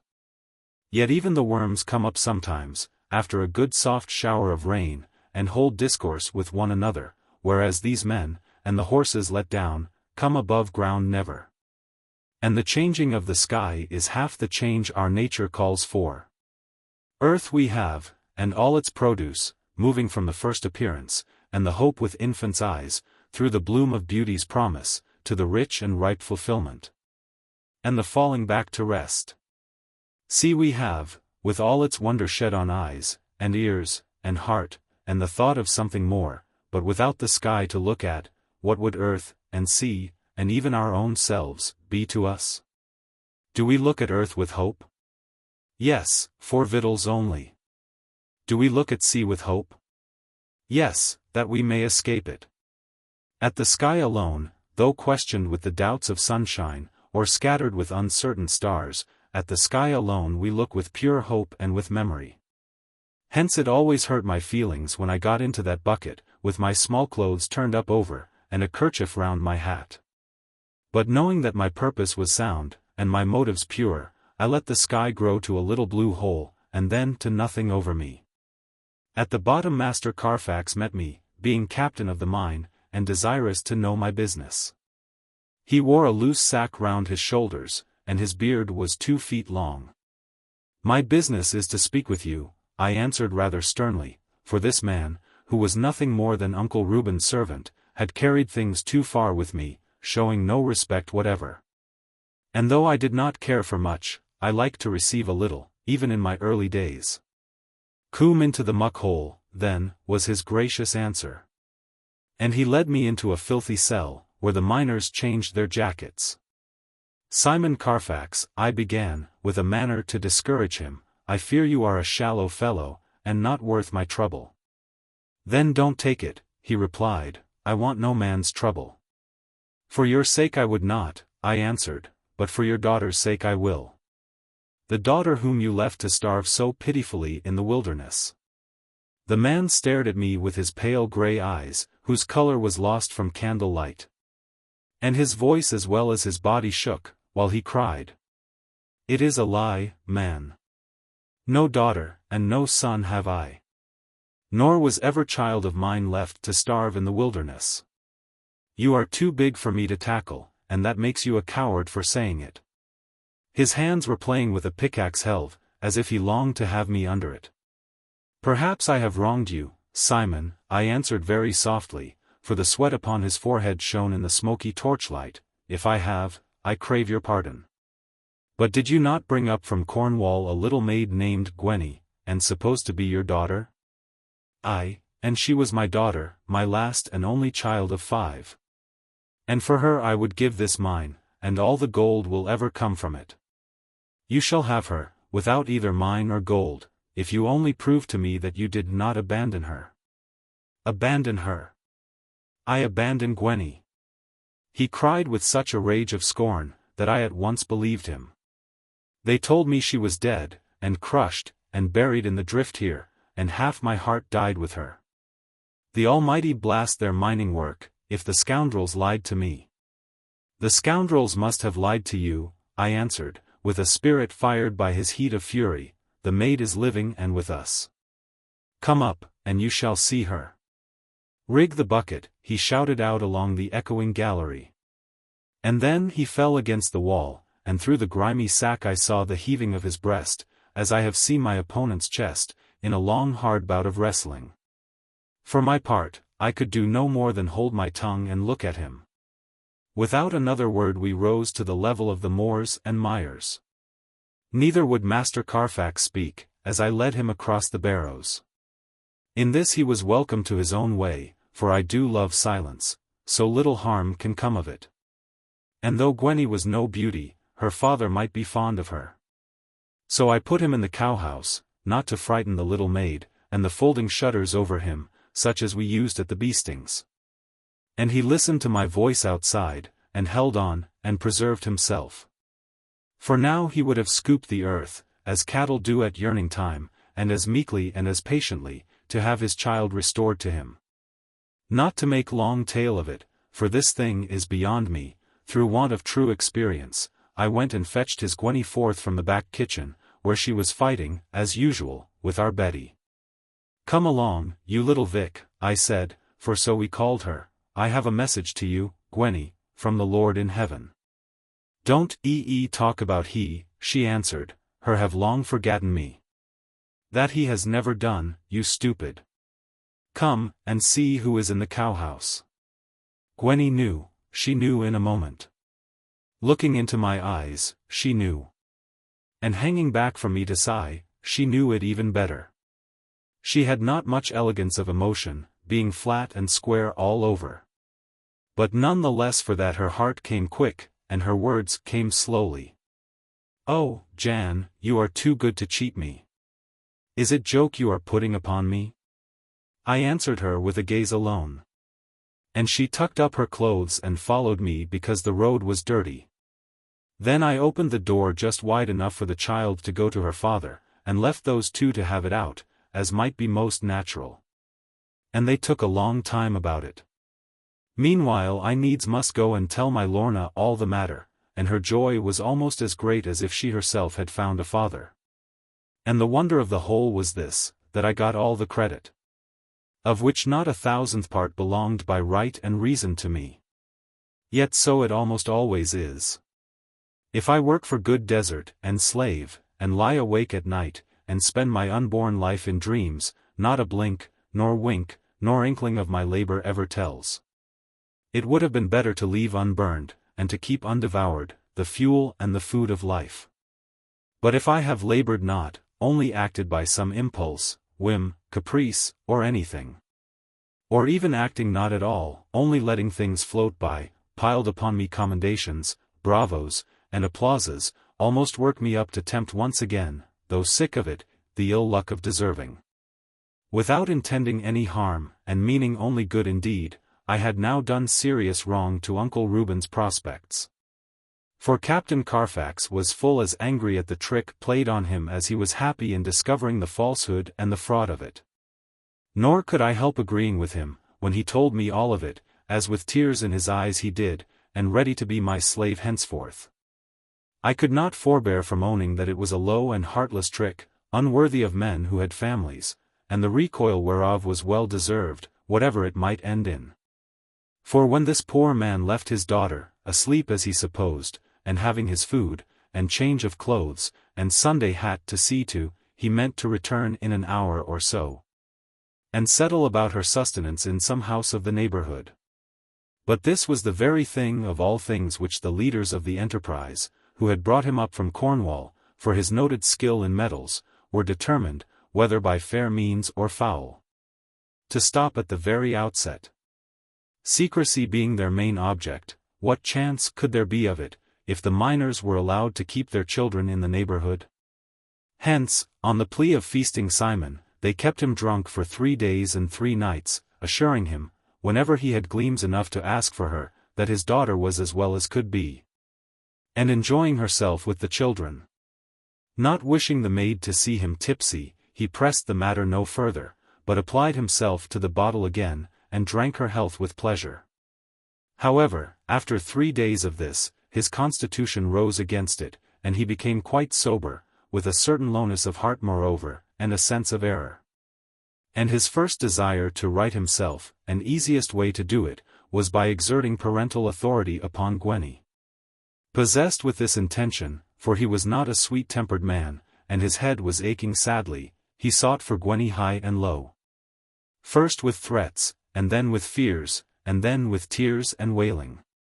And so he became to the other men a warning and a great annoyance. Therefore they combined to swear what seemed a very likely thing, and might be true for all they knew, to wit, that Gwenny had come to seek for her father down the shaft hole, and peering too eagerly into the dark, had toppled forward, and gone down, and lain at the bottom as dead as a stone. And thou being so happy with drink, the villains finished up to him, and getting drunker every day, we thought it shame to trouble thee, and we buried the wench in the lower drift. And no use to think more of her, but come and have a glass, Sim. But Simon Carfax swore that drink had lost him his wife, and now had lost him the last of his 5 children, and would lose him his own soul, if further he went on with it. And from that day to his death he never touched strong drink again. Nor only this, but being soon appointed captain of the mine, he allowed no man on any pretext to bring cordials thither. And to this and his stern hard rule and stealthy secret management, as much as to good luck and place, might it be attributed that scarcely any but themselves had dreamed about this Exmoor mine. As for me, I had no ambition to become a miner, and the state to which gold-seeking had brought poor Uncle Ben was not at all encouraging. My business was to till the ground, and tend the growth that came of it, and store the fruit in heaven's good time, rather than to scoop and burrow like a weasel or a rat for the yellow root of evil. Moreover, I was led from home, between the hay and corn harvests, when we often have a week to spare, by a call there was no resisting, unless I gave up all regard for wrestling, and for my county. Now here many persons may take me amiss, and there always has been some confusion, which people who ought to have known better have wrought into subject of quarrelling. By birth it is true, and cannot be denied, that I am a man of Somerset, nevertheless by breed I am, as well as by education, a son of Devon also. And just as both of our two counties vowed that Glen Doone was none of theirs, but belonged to the other one. So now, each with hot claim and jangling, leading even to blows sometimes, asserted and would swear to it, as I became more famous, that John Ridd was of its own producing. Bred of its own true blood, and basely stolen by the other. Now I have not judged it in any way needful or even becoming and delicate, to enter into my wrestling adventures, or describe my progress. The whole thing is so different from Lorna, and her gentle manners, and her style of walking. Moreover I must seem, even to kind people, to magnify myself so much, or at least attempt to do it, that I have scratched out written pages, through my better taste and sense.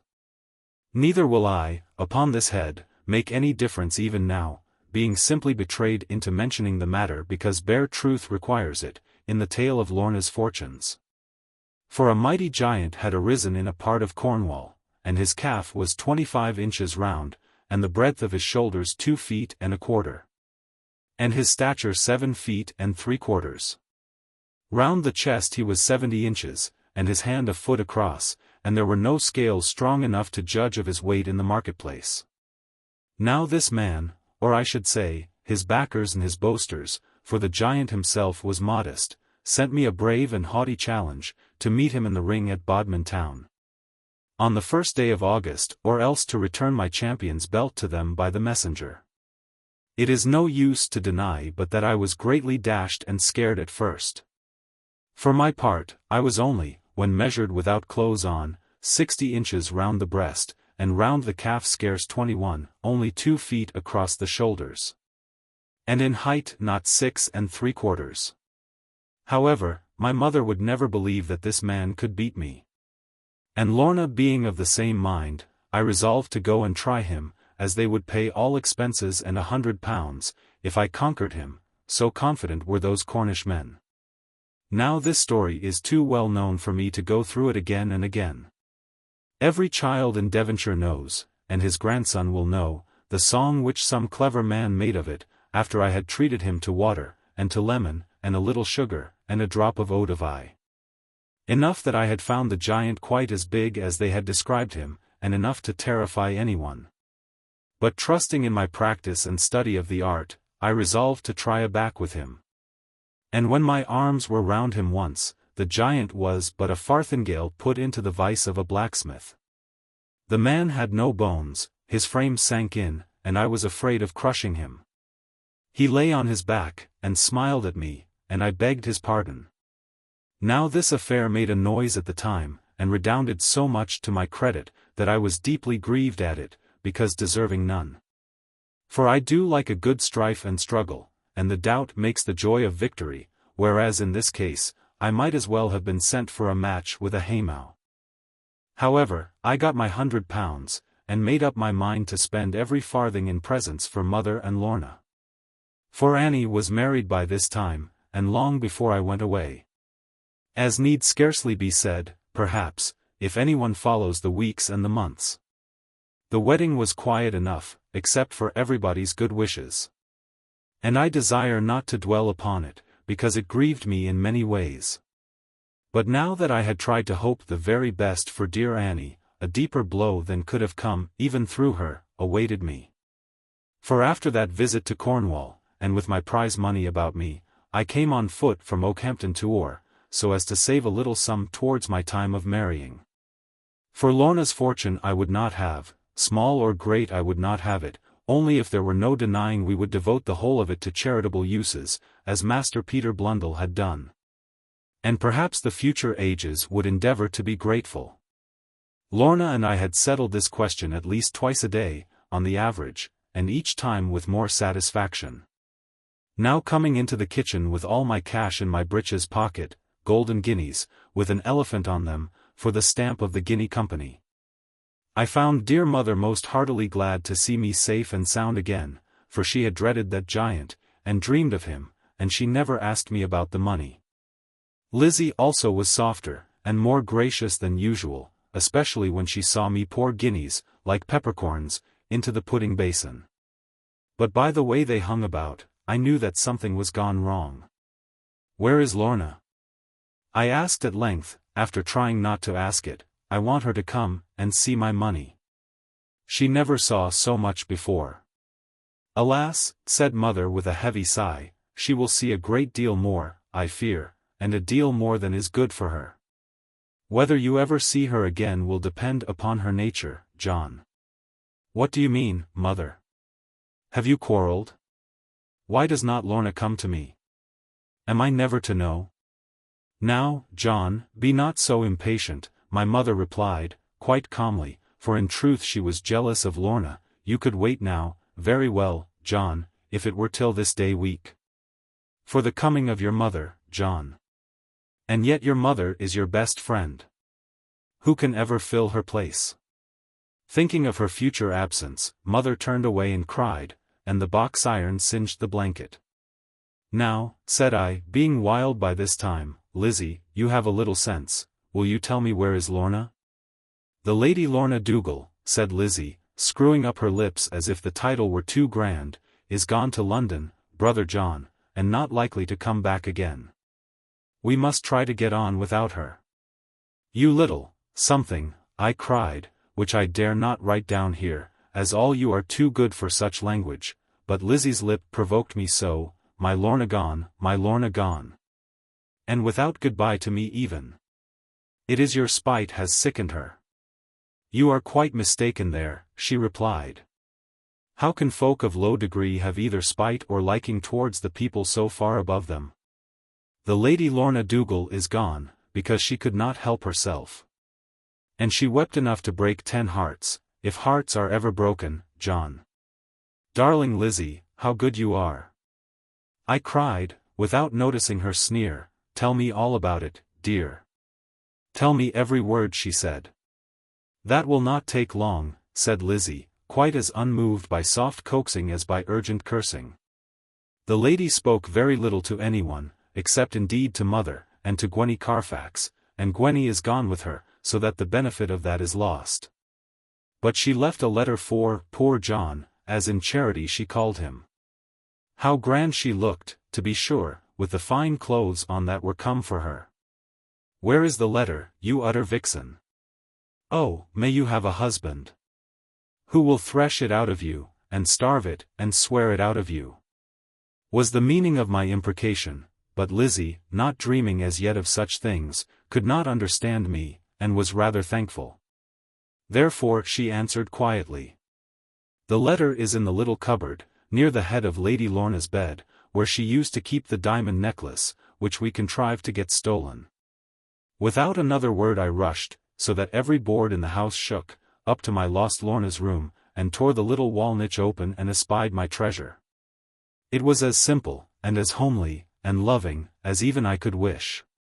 Part of it ran as follows: "The other parts it behoves me not to open out to strangers, my own love, and sometime, Lord, take it not amiss of me, that even without farewell, I go. For I cannot persuade the men to wait, your return being doubtful. My great uncle, some grand lord, is awaiting me at Dunster, having fear of venturing too near this Exmoor country. I, who have been so lawless always, and the child of outlaws, am now to atone for this, it seems, by living in a court of law, and under special surveillance, as they call it. I believe, of His Majesty's Court of Chancery. My uncle is appointed my guardian and master, and I must live beneath his care, until I am 21 years old. To me this appears a dreadful thing, and very unjust, and cruel. For why should I lose my freedom, through heritage of land and gold? I offered to abandon all if they would only let me go. I went down on my knees to them, and said I wanted titles neither land, nor money, only to stay where I was, where first I had known happiness. But they only laughed and called me child, and said I must talk of that to the king's high chancellor.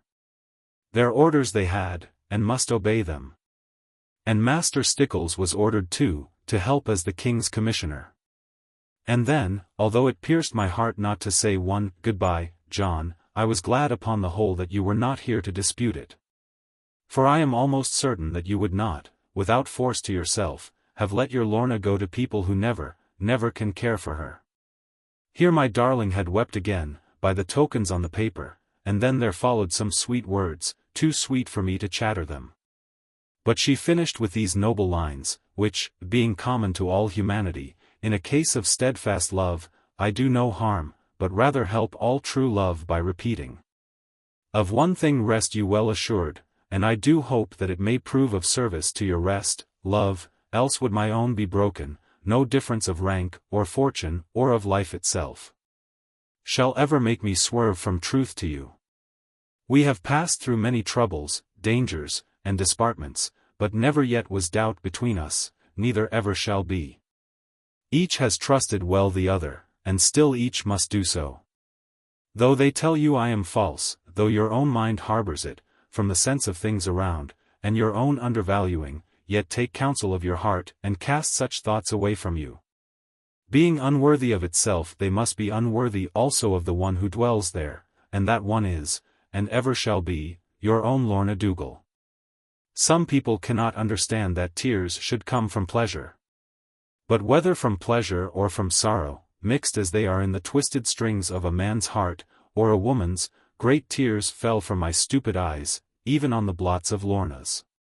No doubt it is all over, my mind said to me bitterly, trust me, all shall yet be right, my heart replied very sweetly. Chapter 60. Any luckier than John? Some people may look down upon us for our slavish ways, as they may choose to call them, but in our part of the country, we do love to mention title. And to roll it on our tongues, with a conscience and a comfort.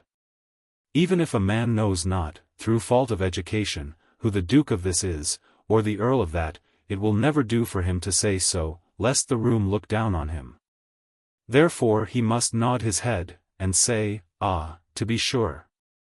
I know him as well as ever I know my own good woman's brother. He married Lord Flipflap's second daughter, and a precious life she led him. Whereupon the room looks up at him. But I, being quite unable to carry all this in my head, as I ought, was speedily put down by people of a noble tendency, apt at lords, and pat with dukes. And knowing more about the king than his majesty would have requested. Therefore, I fell back in thought, not daring in words to do so, upon the titles of our horses. And all these horses deserve their names, not having merely inherited, but by their own doing earned them. Smiler, for instance, had been so called, not so much from a habit of smiling, as from his general geniality, white nose, and white ankle. This worthy horse was now in years, but hale and gay as ever, and when you let him out of the stable, he could neigh and whinny, and make men and horses know it. On the other hand, Kickums was a horse of morose and surly order, harboring up revenge, and leading a rider to false confidence. Very smoothly he would go, and as gentle as a turtle-dove. Until his rider fully believed that a packthread was enough for him, and a pat of approval upon his neck the aim and crown of his worthy life. Then suddenly up went his hind feet to heaven, and the rider for the most part flew over his nose. Whereupon good Kickums would take advantage of his favorable position to come and bite a piece out of his back. Now in my present state of mind, being understood of nobody, having none to bear me company, neither wishing to have any, an indefinite kind of attraction drew me into Kickums' society. A bond of mutual sympathy was soon established between us, I would ride no other horse, neither Kickums be ridden by any other man.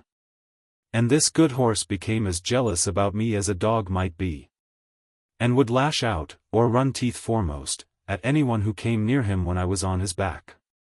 This season, the reaping of the corn, which had been but a year ago so pleasant and so lightsome, was become a heavy labor, and a thing for grumbling rather than for gladness. However, for the sake of all, it must be attended to, and with as fair a show of spirit and alacrity as might be. For otherwise the rest would drag, and drop their hands and idle, being quicker to take infection of dullness than of diligence. And the harvest was a heavy one, even heavier than the year before, although of poorer quality. Therefore was I forced to work as hard as any horse could during all the daylight hours, and defer till night the brooding upon my misfortune.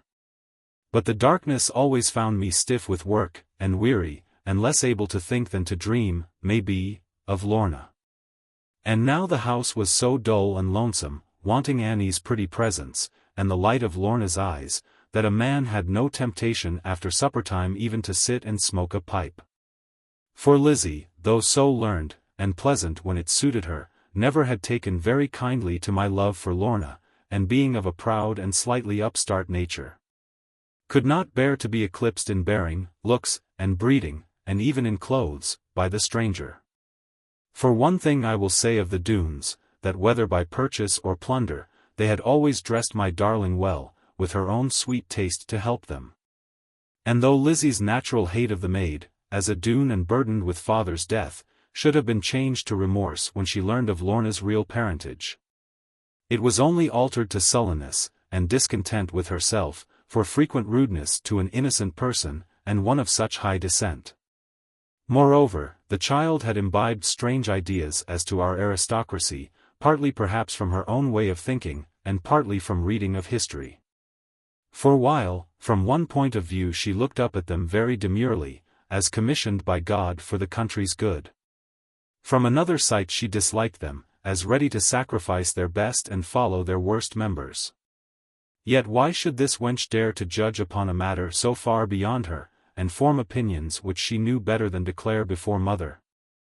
But with me she had no such scruple, for I had no authority over her, and my intellect she looked down upon, because I praised her own so. Thus she made herself very unpleasant to me. By little jags and jerks of sneering, sped as though unwittingly. Which I, who now considered myself allied to the aristocracy, and perhaps took airs on that account, had not wit enough to parry, yet had wound enough to feel. Now anyone who does not know exactly how mothers feel and think, would have expected my mother, than whom could be no better one, to pet me, and make much of me, under my sad trouble.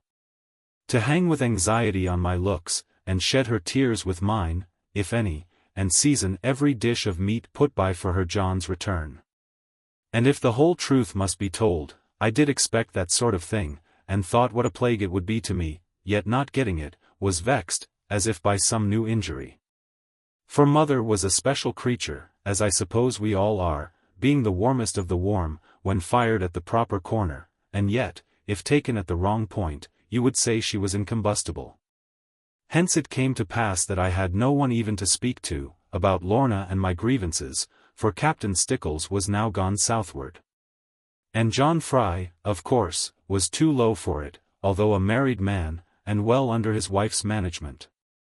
But finding myself unable at last to bear this any longer, upon the first day when all the wheat was cut, and the stook set up in every field, yet none quite fit for carrying, I saddled good Kickums at 5 in the morning, and without a word to mother, for a little anxiety might do her good, off I set for Moland parish, to have the counsel and the comfort of my darling Annie. The horse took me over the ground so fast, there being few better to go when he liked, that by 9 o'clock Annie was in my arms, and blushing to the color of Winnie's cheeks, with sudden delight and young happiness. "You precious little soul!" I cried. "How does Tom behave to you?" "Hush," said Annie, "how dare you ask? He is the kindest, and the best, and the noblest of all men, John. Not even setting yourself aside. Now look not jealous, John, so it is. We all have special gifts, you know. You are as good as you can be, John. But my husband's special gift is nobility of character. Here she looked at me, as one who has discovered something quite unknown. I am devilish glad to hear it, said I, being touched at going down so. Keep him to that mark, my dear, and cork the whiskey bottle. Yes, darling John, she answered quickly, not desiring to open that subject, and being too sweet to resent it. And how is lovely Lorna? What an age it is since I have seen you. I suppose we must thank her for that. You may thank her for seeing me now, said I. Or rather, seeing how hurt she looked, you may thank my knowledge of your kindness, and my desire to speak of her to a soft-hearted dear little soul like you. I think all the women are gone mad. Even mother treats me shamefully. And as for Lizzie, here I stopped, knowing no word strong enough, without shocking Annie. Do you mean to say that Lorna is gone? Asked Annie, in great amazement, yet leaping at the truth, as women do, with nothing at all to leap from. Gone. And I never shall see her again. It serves me right for aspiring so. Being grieved at my manner, she led me in where none could interrupt us, and in spite of all my dejection, I could not help noticing how very pretty and even elegant all things were around. For we upon Exmoor have little taste, all we care for is warm comfort, and plenty to eat and to give away, and a hearty smack in everything. But Squire Faggus had seen the world, and kept company with great people. And the taste he had first displayed in the shoeing of farmers' horses, which led almost to his ruin, by bringing him into jealousy, and flattery, and dashing ways, had now been cultivated in London. And by moonlight, so that none could help admiring it. Well, I cried, for the moment dropping care and woe in astonishment, we have nothing like this at Plover's Barrows, nor even Uncle Reuben. I do hope it is honest, Annie. Would I sit in a chair that was not my own? Asked Annie, turning crimson, and dropping defiantly, and with a whisk of her dress which I never had seen before, into the very grandest one. Would I lie on a couch, brother John, do you think? Unless good money was paid for it? Because other people are clever, John, you need not grudge them their earnings. A couch? I replied, why, what can you want with a couch in the daytime, Annie? A couch is a small bed, set up in a room without space for a good four-poster. What can you want with a couch downstairs? I never heard of such nonsense. And you ought to be in the dairy. I won't cry, brother John, I won't, because you want to make me cry, and all the time she was crying, you always were so nasty, John, sometimes. Ah, you have no nobility of character, like my husband. And I have not seen you for 2 months, John, and now you come to scold me. You little darling, I said, for Annie's tears always conquered me, if all the rest ill-use me, I will not quarrel with you, dear. You have always been true to me, and I can forgive your vanity. Your things are very pretty, dear, and you may couch 10 times a day, without my interference. No doubt your husband has paid for all this, with the ponies he stole from Exmoor. Nobility of character is a thing beyond my understanding, but when my sister loves a man, and he does well and flourishes, who am I to find fault with him? Mother ought to see these things, they would turn her head almost. Look at the pimples on the chairs. They are nothing, Annie answered, after kissing me for my kindness, they are only put in for the time indeed. And we are to have much better, with gold all round the bindings, and double plush at the corners, so soon as ever the king repays the debt he owes to my poor Tom. I thought to myself that our present king had been most unlucky in one thing, debts all over the kingdom. Not a man who had struck a blow for the king, or for his poor father, or even said a good word for him, in the time of his adversity, but expected at least a baronetcy. And a grant of estates to support it. Many have called King Charles ungrateful, and he may have been so. But some indulgence is due to a man, with entries few on the credit side, and a terrible column of debits. Have no fear for the chair, I said, for it creaked under me very fearfully, having legs not so large as my finger. If the chair breaks, Annie, your fear should be, lest the tortoise shell run into me. Why, it is striped like a viper's loins. I saw some hundreds in London, and very cheap they are. They are made to be sold to the country people, such as you and me, dear, and carefully kept they will last for almost half a year. Now will you come back from your furniture, and listen to my story? Annie was a hearty dear, and she knew that half my talk was joke, to make light of my worrying. Therefore she took it in good part, as I well knew that she would do, and she led me to a good honest chair, and she sat in my lap and kissed me. All this is not like you, John. All this is not one bit like you, and your cheeks are not as they ought to be. I shall have to come home again, if the women worry my brother so. We always held together, John. And we always will, you know. You dear, I cried, there is nobody who understands me as you do. Lorna makes too much of me, and the rest they make too little. Not mother. Oh, not mother, John. No, mother makes too much, no doubt, but wants it all for herself alone, and reckons it as a part of her. She makes me more wroth than anyone, as if not only my life, but all my head and heart must seek from hers, and have no other thought or care. Being sped of my grumbling thus, and eased into better temper, I told Annie all the strange history about Lorna and her departure. And the small chance that now remained to me of ever seeing my love again. To this Annie would not hearken twice, but judging women by her faithful self, was quite vexed with me for speaking so. And then, to my surprise and sorrow, she would deliver no opinion as to what I ought to do until she had consulted darling Tom. Dear Tom knew much of the world, no doubt, especially the dark side of it. But to me it scarcely seemed becoming that my course of action with regard to the Lady Lorna Doone should be referred to Tom Faggus, and depend upon his decision. However, I would not grieve Annie again by making light of her husband, and so when he came in to dinner, the matter was laid before him. Now this man never confessed himself surprised, under any circumstances, his knowledge of life being so profound, and his charity universal. And in the present case he vowed that he had suspected it all along, and could have thrown light upon Lorna's history, if we had seen fit to apply to him. Upon further inquiry I found that this light was a very dim one, flowing only from the fact that he had stopped her mother's coach, at the village of Bolham, on the Bampton road. The day before I saw them. Finding only women therein, and these in a sad condition, Tom with his usual chivalry, as he had no scent of the necklace, allowed them to pass. With nothing more than a pleasant exchange of courtesies, and a testimonial forced upon him, in the shape of a bottle of Burgundy wine. This the poor countess handed him.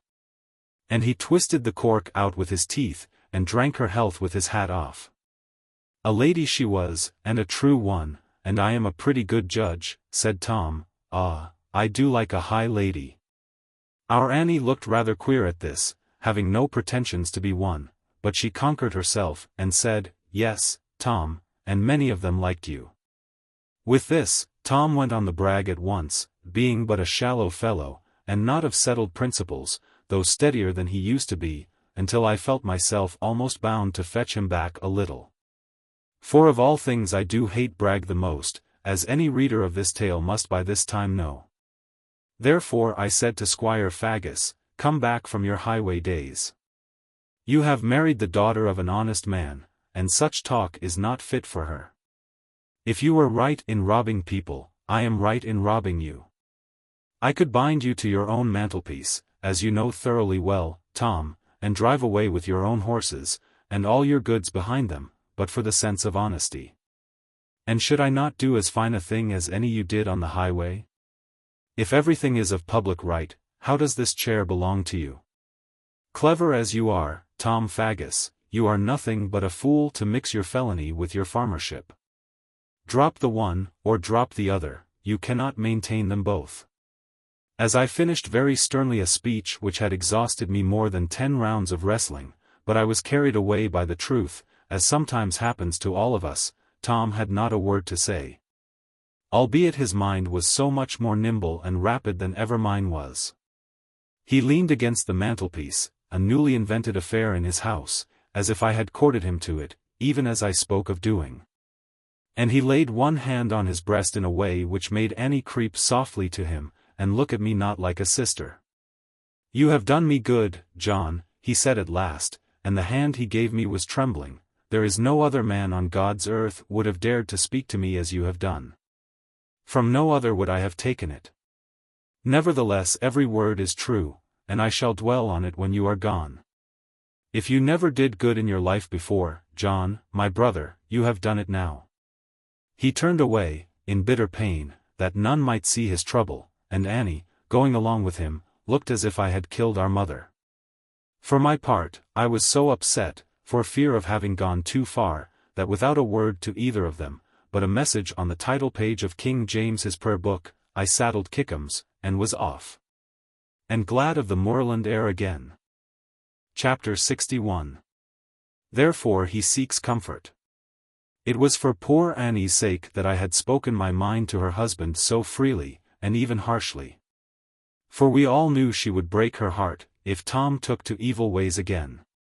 And the right mode of preventing this was, not to coax, and flatter, and make a hero of him, which he did for himself, quite sufficiently, but to set before him the folly of the thing, and the ruin to his own interests. They would both be vexed with me, of course, for having left them so hastily, and especially just before dinner time, but that would soon wear off. And most likely they would come to see mother, and tell her that I was hard to manage, and they could feel for her about it. Now with a certain yearning, I know not what, for softness, and for one who could understand me, for simple as a child though being, I found few to do that last. At any rate in my love time, I relied upon Kickham's strength to take me round by Dulverton. It would make the journey some 8 miles longer, but what was that to a brisk young horse, even with my weight upon him? And having left Squire Faggus and Annie much sooner than had been intended, I had plenty of time before me, and too much, ere a prospect of dinner. Therefore I struck to the right, across the hills, for Dulverton. Pretty Ruth was in the main street of the town, with a basket in her hand, going home from the market. "Why, Cousin Ruth, you are grown," I exclaimed. "I do believe you are, Ruth. And you are almost too tall, already." At this the little thing was so pleased, that she smiled through her blushes beautifully, and must needs come to shake hands with me. Though I signed to her not to do it, because of my horse's temper.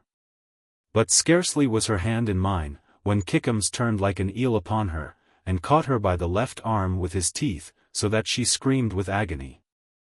I saw the white of his vicious eye, and struck him there with all my force, with my left hand over her right arm, and he never used that eye again, none the less he kept his hold on her.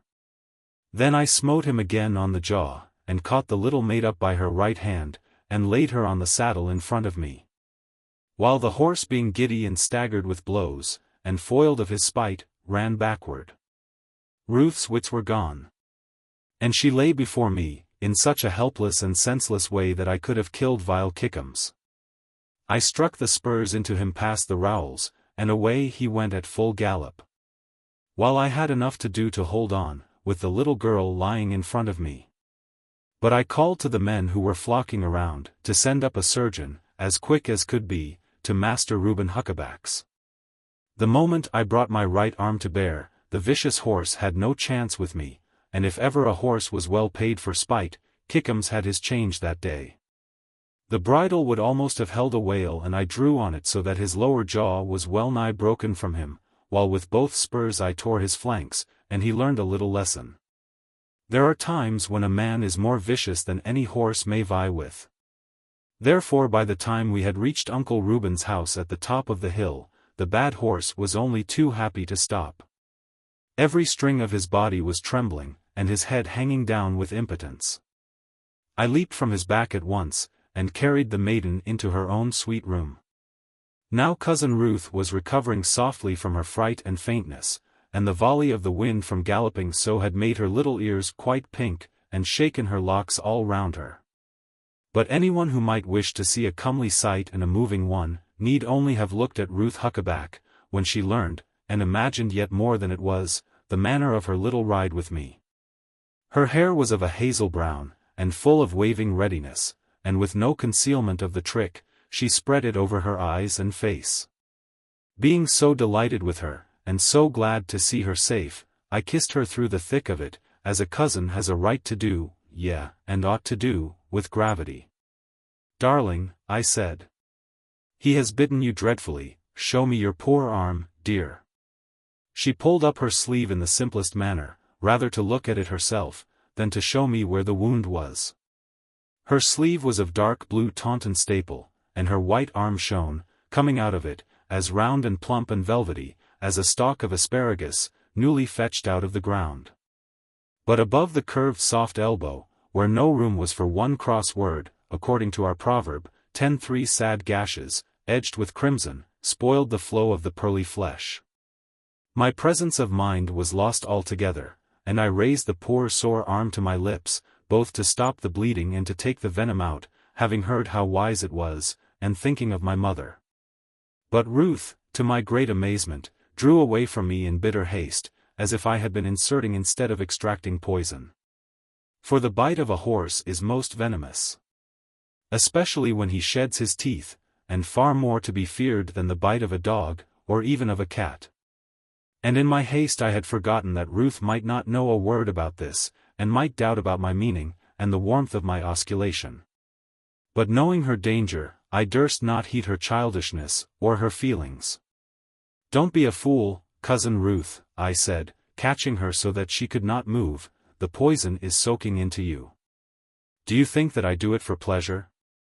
The spread of shame on her face was such, when she saw her own misunderstanding, that I was ashamed to look at her, and occupied myself with drawing all the risk of glanders forth from the white limb, hanging helpless now, and left entirely to my will. Before I was quite sure of having wholly exhausted suction, and when I had made the holes in her arm look like the gills of a lamprey, in came the doctor, partly drunk, and in haste to get through his business. "Ha, ha! I see," he cried, "bite of a horse, they tell me. Very poisonous, must be burned away. Sally, the iron in the fire. If you have a fire, this weather." "Crave your pardon, good sir," I said, for poor little Ruth was fainting again at his savage orders, "but my cousin's arm shall not be burned. It is a great deal too pretty, and I have sucked all the poison out. Look, sir, how clean and fresh it is. Bless my heart. And so it is. No need at all for cauterizing. The epidermis will close over, and the cutis and the pellis. John Ridd, you ought to have studied medicine, with your healing powers. Half my virtue lies in touch. A clean and wholesome body, sir. I have taught you the Latin grammar. I leave you in excellent hands, my dear, and they wait for me at shovel-board. Bread and water poultice cold, to be renewed, tribus horis. John Ridd, I was at school with you, and you beat me very lamentably, when I tried to fight with you. You remember me not? It is likely enough, I am forced to take strong waters, John, from infirmity of the liver. Attend to my directions, and I will call again in the morning. And in that melancholy plight, caring nothing for business, went one of the cleverest fellows ever known at Tiverton. He could write Latin verses a great deal faster than I could ever write English prose, and nothing seemed too great for him. We thought that he would go to Oxford and astonish everyone, and write in the style of Buchanan, but he fell all abroad very lamentably.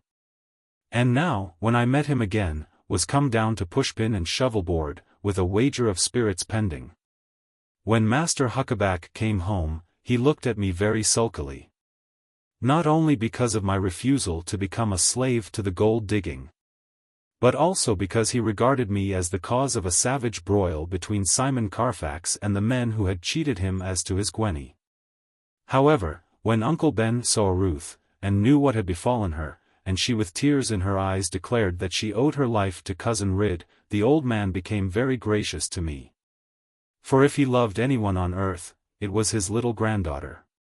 I could not stay very long, because, my horse being quite unfit to travel from the injuries which his violence and vice had brought upon him, there was nothing for me but to go on foot.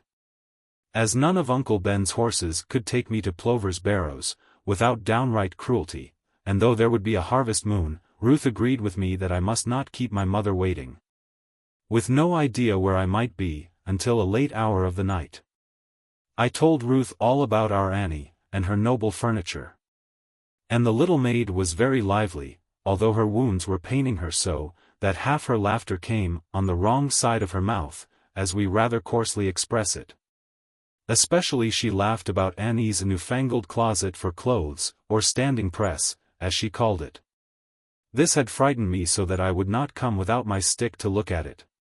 For the front was inlaid with 2 fiery dragons, and a glass which distorted everything, making even Annie look hideous.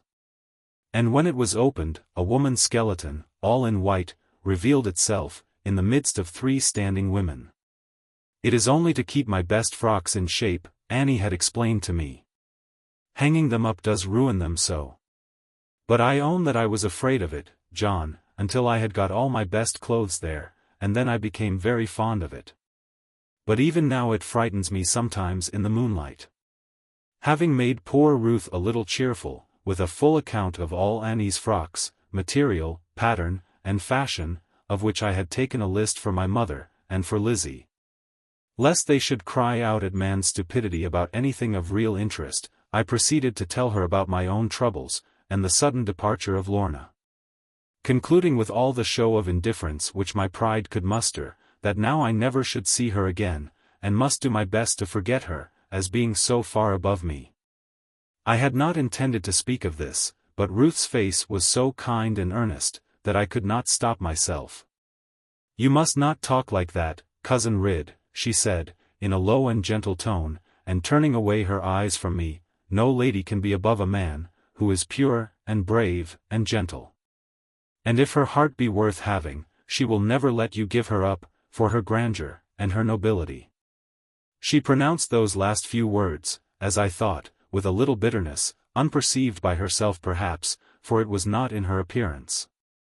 But I, attaching great importance to a maiden's opinion about a maiden, because she might judge from experience, would have led her further into that subject. But she declined to follow, having now no more to say in a matter so removed from her. Then I asked her full and straight, and looking at her in such a manner that she could not look away, without appearing vanquished by feelings of her own, which thing was very vile of me. But all men are so selfish. "Dear cousin, tell me, once for all, what is your advice to me?" "My advice to you," she answered bravely, with her dark eyes full of pride, and instead of flinching, foiling me, "is to do what every man must do, if he would win fair maiden. Since she cannot send you token, neither is free to return to you, follow her, pay your court to her, show that you will not be forgotten. And perhaps she will look down, she will relent to you. She has nothing to relent about. I have never vexed nor injured her. My thoughts have never strayed from her. There is no one to compare with her. Then keep her in that same mind about you. See now, I can advise no more. My arm is swelling painfully, in spite of all your goodness, and bitter task of surgeonship. I shall have another poultice on, and go to bed, I think, Cousin Ridd, if you will not hold me ungrateful. I am so sorry for your long walk. Surely it might be avoided. Give my love to dear Lizzie. Oh, the room is going round so." And she fainted into the arms of Sally, who was come just in time to fetch her. No doubt she had been suffering agony all the time she talked to me.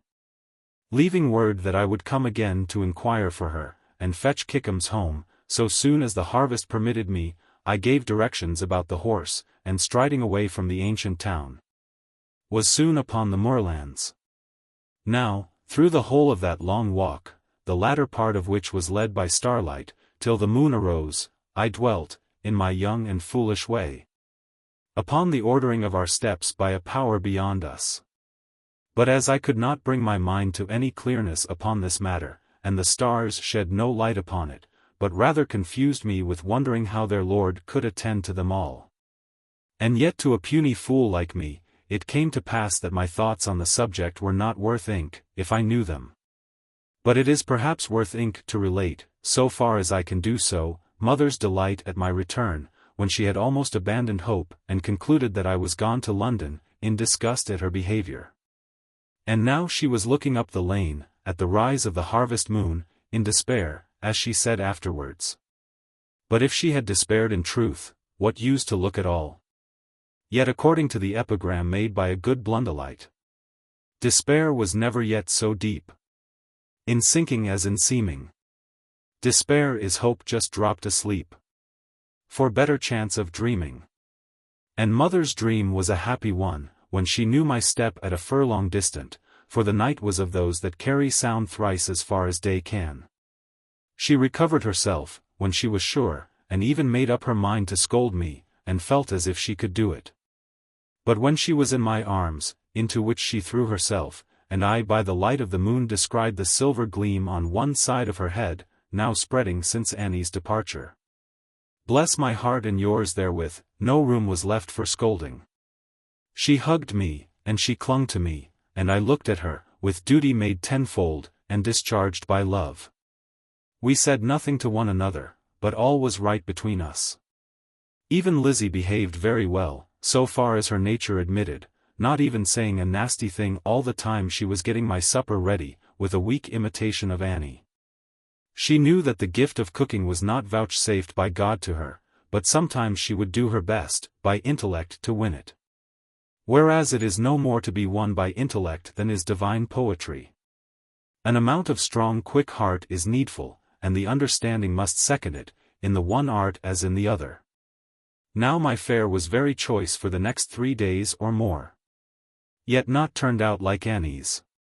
They could do a thing well enough on the fire, but they could not put it on table so, nor even have plates all piping hot. This was Annie's special gift. Born in her, and ready to cool with her, like a plate borne away from the fireplace. I sighed sometimes about Lorna, and they thought it was about the plates. And mother would stand and look at me, as much as to say, no pleasing him, and Lizzie would jerk up one shoulder, and cry, he had better have Lorna to cook for him. While the whole truth was that I wanted not to be plagued about any cookery, but just to have something good and quiet, and then smoke and think about Lorna. Nevertheless the time went on, with one change and another, and we gathered all our harvest in, and Parson Bowden thanked God for it, both in church and out of it.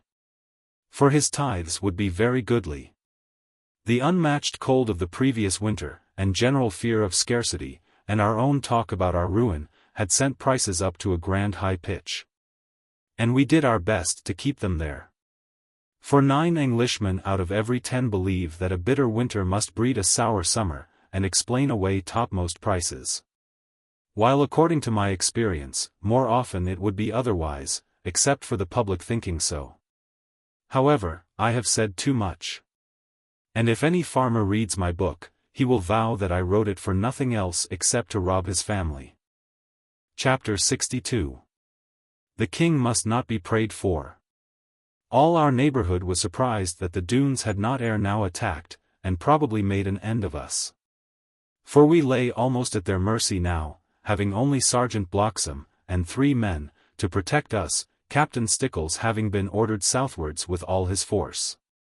Except such as might be needful for collecting toll, and watching the imports at Lynmouth, and thence to Porlock.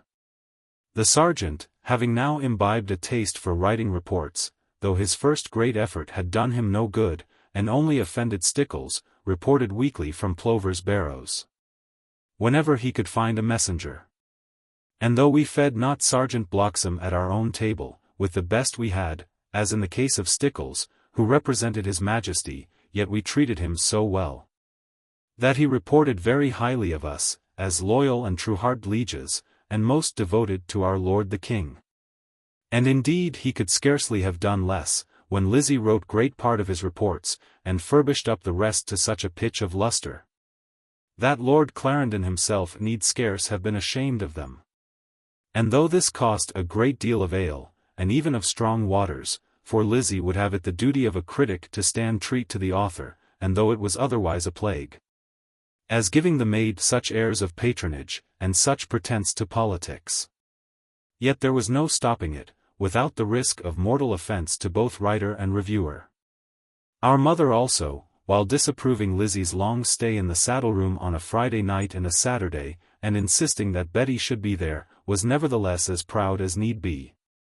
That the king should read our Eliza's writings, at least so the innocent soul believed, and we all looked forward to something great as the fruit of all this history. And something great did come of it, though not as we expected. For these reports, or as many of them as were ever opened, stood us in good stead the next year, when we were accused of harboring and comforting guilty rebels. Now the reason why the Doones did not attack us was that they were preparing to meet another and more powerful assault upon their fortress. Being assured that their repulsive king's troops could not be looked over when brought before the authorities. And no doubt they were right. For although the conflicts in the government during that summer and autumn had delayed the matter, yet positive orders had been issued that these outlaws and malefactors should at any price be brought to justice. When the sudden death of King Charles II threw all things into confusion, and all minds into a panic. We heard of it first in church, on Sunday, the 8th day of February, 1684, from a cousin of John Fry, who had ridden over on purpose from Porlock. He came in just before the anthem, splashed and heated from his ride, so that everyone turned and looked at him. He wanted to create a stir, knowing how much would be made of him, and he took the best way to do it. For he let the anthem go by very quietly, or rather I should say very pleasingly, for our choir was exceeding proud of itself, and I sang bass twice as loud as a bull. To beat the clerk with the clarinet, and then just as Parson Bowden, with a look of pride at his minstrels, was kneeling down to begin the prayer for the king's most excellent majesty, for he never read the litany, except upon Easter Sunday, up jumps young Sam Fry, and shouts, "I forbid that their prayer."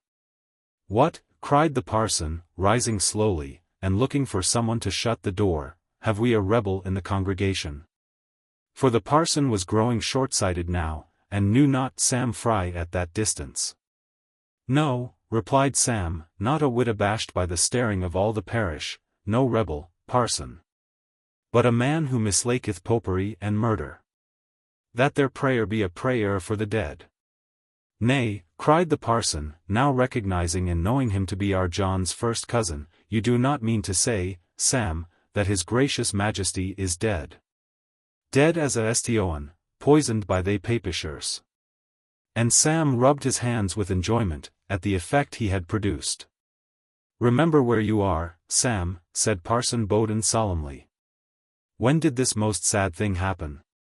"The king is the head of the church, Sam Fry. When did he leave her?" "Day afore yesterday. 12 o'clock. Warn't us quick to hear of un." "Can't be," said the minister, "the tidings can never have come so soon. Anyhow, he will want it all the more. Let us pray for his gracious majesty." And with that he proceeded as usual. But nobody cried "Amen," for fear of being entangled with popery. But after giving forth his text, our parson said a few words out of book, about the many virtues of his majesty, and self-denial, and devotion. Comparing his pious mirth to the dancing of the patriarch David before the Ark of the Covenant. And he added, with some severity, that if his flock would not join their pastor, who was much more likely to judge aright, in praying for the king, the least they could do on returning home was to pray that the king might not be dead, as his enemies had asserted. Now when the service was over, we killed the king, and we brought him to life, at least 50 times in the churchyard, and Sam Fry was mounted on a high gravestone, to tell everyone all he knew of it. But he knew no more than he had told us in the church, as before repeated, upon which we were much disappointed with him, and inclined to disbelieve him. Until he happily remembered that his majesty had died in great pain, with blue spots on his breast and black spots all across his back, and these in the form of a cross, by reason of papists having poisoned him. When Sam called this to his remembrance, or to his imagination, he was overwhelmed, at once, with so many invitations to dinner, that he scarce knew which of them to accept. But decided in our favor. Grieving much for the loss of the king, however greatly it might be, as the parson had declared it was, while telling us to pray against it, for the royal benefit. I resolved to ride to Porlock myself, directly after dinner, and make sure whether he were dead, or not. For it was not by any means hard to suppose that Sam Fry, being John's first cousin, might have inherited either from grandfather or grandmother some of those gifts which had made our John so famous for mendacity. At Porlock I found that it was too true.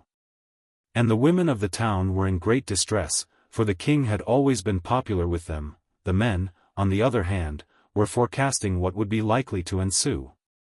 And I myself was of this number, riding sadly home again, although bound to the king as churchwarden now. Which dignity, next to the parsons in rank, is with us, as it ought to be in every good parish, hereditary. For who can stick to the church like the man whose father stuck to it before him? And who knows all the little ins, and great outs, which must in these troublous times come across? But though appointed at last, by virtue of being best farmer in the parish, as well as by vice of mismanagement on the part of my mother, and Nicholas Snow, who had thoroughly mixed up everything, being too quick-headed. Yet, while I dwelled with pride upon the fact that I stood in the king's shoes, as the manager and promoter of the Church of England, and I knew that we must miss His Majesty, whose arms were above the commandments, as the leader of our thoughts in church, and handsome upon a guinea. Nevertheless I kept on thinking how his death would act on me. And here I saw it, many ways. In the first place, troubles must break out, and we had 28 ricks, counting grain, and straw, and hay. Moreover, mother was growing weak about riots, and shooting, and burning. And she gathered the bedclothes around her ears every night, when her feet were tucked up, and prayed not to awake until morning. In the next place, much rebellion, though we would not own it. In either sense of the verb, to own, was whispering, and plucking skirts, and making signs, among us. And the terror of the Doones helped greatly, as a fruitful tree of lawlessness, and a good excuse for everybody. And after this, or rather before it, and first of all indeed, if I must state the true order, arose upon me the thought of Lorna, and how these things would affect her fate. And indeed I must admit that it had occurred to me sometimes, or been suggested by others, that the Lady Lorna had not behaved altogether kindly, since her departure from among us. For although in those days the post, as we call the service of letter carrying, which now comes within 20 miles of us, did not extend to our part of the world, yet it might have been possible to procure for hire a man who would ride post, if Lorna feared to trust the pack-horses, or the troopers, who went to and fro. Yet no message whatever had reached us, neither any token even of her safety in London. As to this last, however, we had no misgivings, having learned from the orderlies, more than once, that the wealth, and beauty, and adventures of young Lady Lorna Dougal were greatly talked of, both at court and among the common people. Now riding sadly homewards, in the sunset of the early spring, I was more than ever touched with sorrow, and a sense of being, as it were, abandoned. And the weather growing quite beautiful, and so mild that the trees were budding, and the cattle full of happiness. I could not but think of the difference between the world of today and the world of this day 12-month. Then all was howling desolation, all the earth blocked up with snow, and all the air with barbs of ice as small as splintered needles, yet glittering, in and out, like stars. And gathering so upon a man, if long he stayed among them, that they began to weigh him down to sleepiness and frozen death. Not a sign of life was moving, nor was any change of view, unless the wild wind struck the crest of some cold drift, and bowed it. Now, on the other hand, all was good. The open palm of spring was laid upon the yielding of the hills, and each particular valley seemed to be the glove for a finger. And although the sun was low, and dipping in the western clouds, the grey light of the sea came up, and took, and taking, told the special tone of everything. All this lay upon my heart, without a word of thinking, spreading light and shadow there, and the soft delight of sadness. Nevertheless, would it were the savage snow around me, and the piping of the restless winds, and the death of everything. For in those days I had Lorna. Then I thought of promise fair, such as glowed around me, where the red rocks held the sun, when he was departed, and the distant crags endeavoured to retain his memory. But as evening spread across them, shading with a silent fold, all the colour stole away, all remembrance waned and died. So it has been with love, I thought, and with simple truth and warmth. The maid has chosen the glittering stars, instead of the plain daylight. Nevertheless I would not give in, although in deep despondency, especially when I passed the place where my dear father had fought in vain. And I tried to see things right and then judge aright about them. This, however, was more easy to attempt than to achieve, and by the time I came down the hill, I was none the wiser. Only I could tell my mother that the king was dead for sure. And she would have tried to cry, but for thought of her mourning. There was not a moment for lamenting.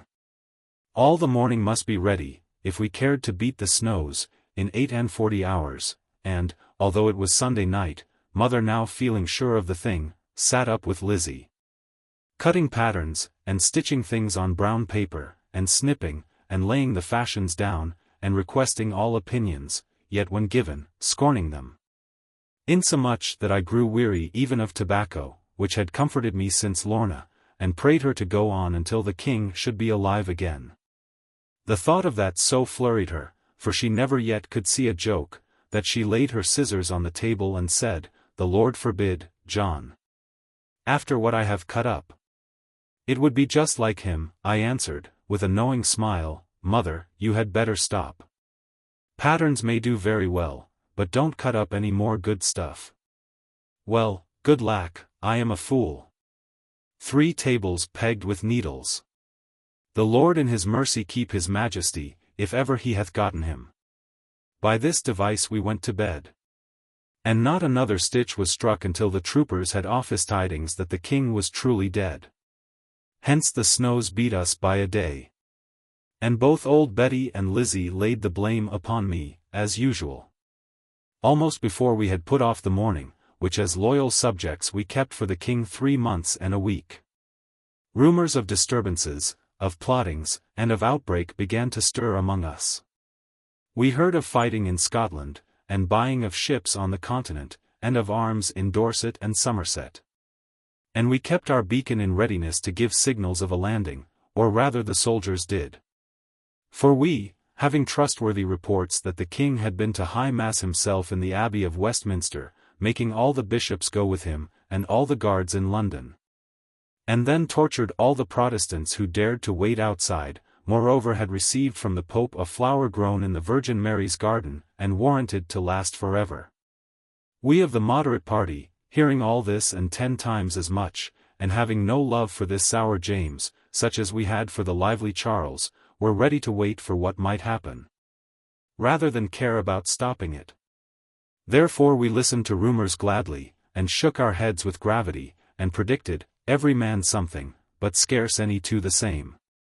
Nevertheless, in our part, things went on as usual, until the middle of June was nigh.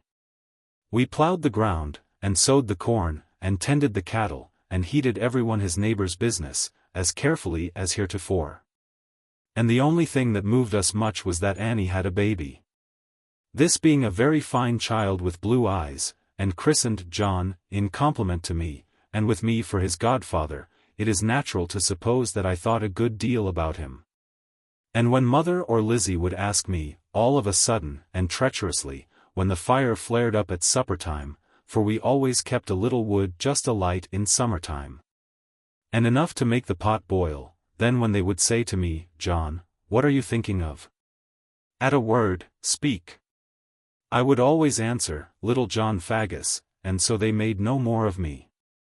But when I was down, on Saturday the 13th of June, at the blacksmith's forge by Brendon town, where the Lynn stream runs so close that he dips his horseshoes in it, and where the news is apt to come first of all to our neighbourhood, except upon a Sunday, while we were talking of the hay crop, and of a great sheep-stealer, round the corner came a man upon a piebald horse looking flagged and weary.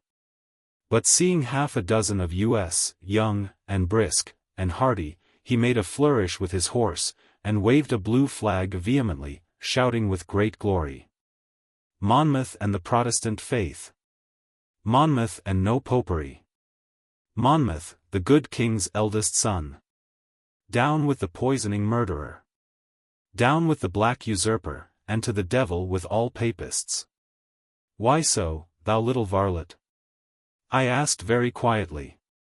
For the man was too small to quarrel with, yet knowing Lorna to be a papist, as we choose to call them, though they might as well call us kingists. After the head of our church, I thought that this scurvy scampish knave might show them the way to the place he mentioned, unless his courage failed him. Papist yourself, be you? Said the fellow, not daring to answer much. Then take this, and read it. And he handed me a long rigmarole, which he called a declaration. I saw that it was but a heap of lies, and thrust it into the blacksmith's fire, and blew the bellows thrice at it. No one dared attempt to stop me, for my mood had not been sweet of late, and of course they knew my strength. The man rode on with a muttering noise, having won no recruits from us, by force of my example, and he stopped at the alehouse farther down, where the road goes away from the Lynn stream. Some of us went thither after a time, when our horses were shod and rasped, for although we might not like the man, we might be glad of his tidings, which seemed to be something wonderful. He had set up his blue flag in the taproom, and was teaching everyone. Here Th Meester Jan Rid, said the landlady, being well pleased with the call for beer and cider, her hath been to Lunnon town, and live within a mile of me.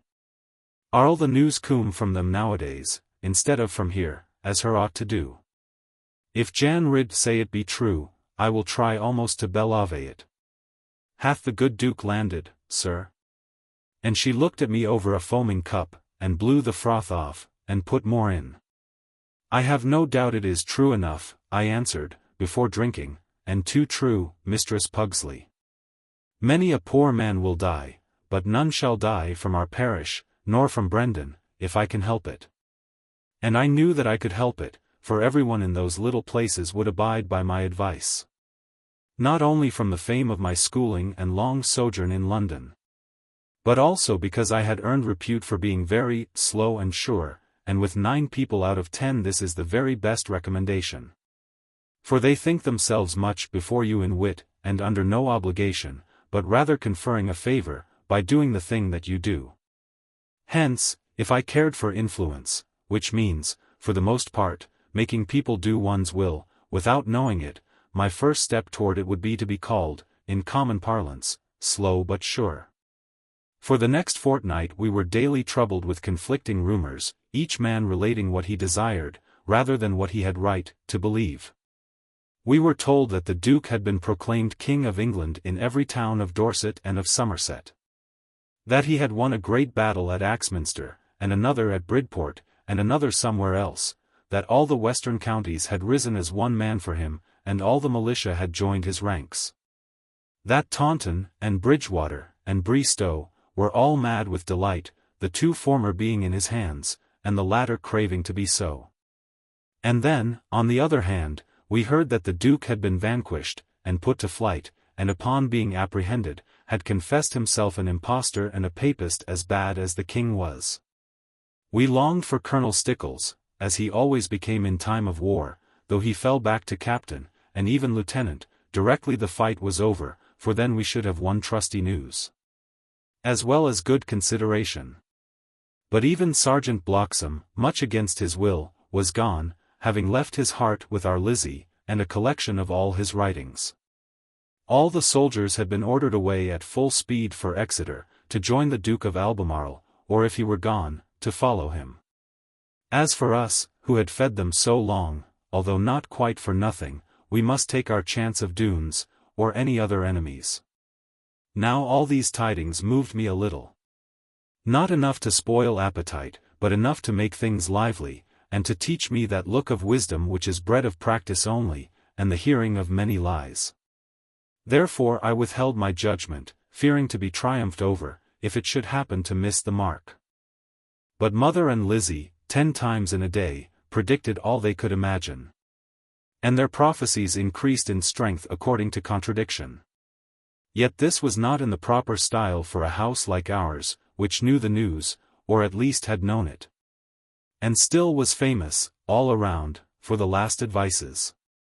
Even from Lynmouth, people sent up to Plover's Barrows to ask how things were going on, and it was very grievous to answer that in truth we knew not, neither had heard for days and days. And our reputation was so great, especially since the death of the king had gone abroad from our parish, that many inquirers would only wink, and lay a finger on the lip, as if to say, "You know well enough, but see not fit to tell me." And before the end arrived, those people believed that they had been right all along, and that we had concealed the truth from them. For I myself became involved, God knows how much against my will and my proper judgment, in the troubles, and the conflict, and the cruel work coming afterwards. If ever I had made up my mind to anything in all my life, it was at this particular time, and as stern and strong as could be. I had resolved to let things pass, to hear about them gladly, to encourage all my friends to talk, and myself to express opinion upon each particular point, when in the fullness of time no further doubt could be. But all my policy went for nothing, through a few touches of feeling. One day at the beginning of July, I came home from mowing about noon, or a little later, to fetch some cider for all of us, and to eat a morsel of bacon. For mowing was no joke that year, the summer being wonderfully wet, even for our wet country, and the swathe falling heavier over the scythe than ever I could remember it. We were drenched with rain almost every day, but the mowing must be done somehow, and we must trust to God for the haymaking. In the courtyard I saw a little cart, with iron brakes underneath it, such as fastidious people use to deaden the jolting of the road, but few men under a lord or baronet would be so particular. Therefore I wondered who our noble visitor could be. But when I entered the kitchen place, brushing up my hair for somebody, behold, it was no one greater than our Annie, with my godson in her arms, and looking pale and tear-begone. And at first she could not speak to me. But presently, having sat down a little, and received much praise for her baby, she smiled and blushed, and found her tongue as if she had never gone from us. How natural it all looks again! Oh, I love this old kitchen so. Baby dear, only look at it wid him pity eyes, and him tongue out of his mousey. But who put the flour riddle up there? And look at the pestle and mortar, and rust I declare in the patty pans. And a book, positively a dirty book, where the clean skewers ought to hang. Oh, Lizzie, Lizzie, Lizzie. You may just as well cease lamenting, I said, for you can't alter Lizzie's nature, and you will only make mother uncomfortable, and perhaps have a quarrel with Lizzie, who is proud as punch of her housekeeping. She, cried Annie, with all the contempt that could be compressed in a syllable. Well, John, no doubt you are right about it. I will try not to notice things. But it is a hard thing, after all my care, to see everything going to ruin. But what can be expected of a girl who knows all the kings of Carthage? There were no kings of Carthage, Annie. They were called, why let me see, they were called, oh, something else. Never mind what they were called, said Annie, will they cook our dinner for us? But now, John, I am in such trouble. All this talk is make-believe. Don't you cry, my dear, don't cry, my darling sister, I answered, as she dropped into the worn place of the settle, and bent above her infant, rocking as if both their hearts were one. Don't you know, Annie, I cannot tell, but I know, or at least I mean, I have heard the men of experience say, it is so bad for the baby. Perhaps I know that as well as you do, John, said Annie, looking up at me with a gleam of her old laughing, but how can I help crying? I am in such trouble. Tell me what it is, my dear. Any grief of yours will vex me greatly, but I will try to bear it. Then, John, it is just this. Tom has gone off with the rebels, and you must, oh, you must go after him. Chapter 63. John is worsted by the women. Moved as I was by Annie's tears, and gentle style of coaxing, and most of all by my love for her, I yet declared that I could not go and leave our house and homestead, far less my dear mother and Lizzie, at the mercy of the merciless Doones. Is that all your objection, John? Asked Annie, in her quick panting way. Would you go but for that, John? Now, I said, be in no such hurry, for while I was gradually yielding, I like to pass it through my fingers, as if my fingers shaped it. There are many things to be thought about. And many ways of viewing it. Oh, you never can have loved Lorna. No wonder you gave her up so. John, you can love nobody, but your XLIX, and your XLVIII. Sister mine, because I rant not, neither rave of what I feel, can you be so shallow as to dream that I feel nothing? What is your love for Tom Faggus?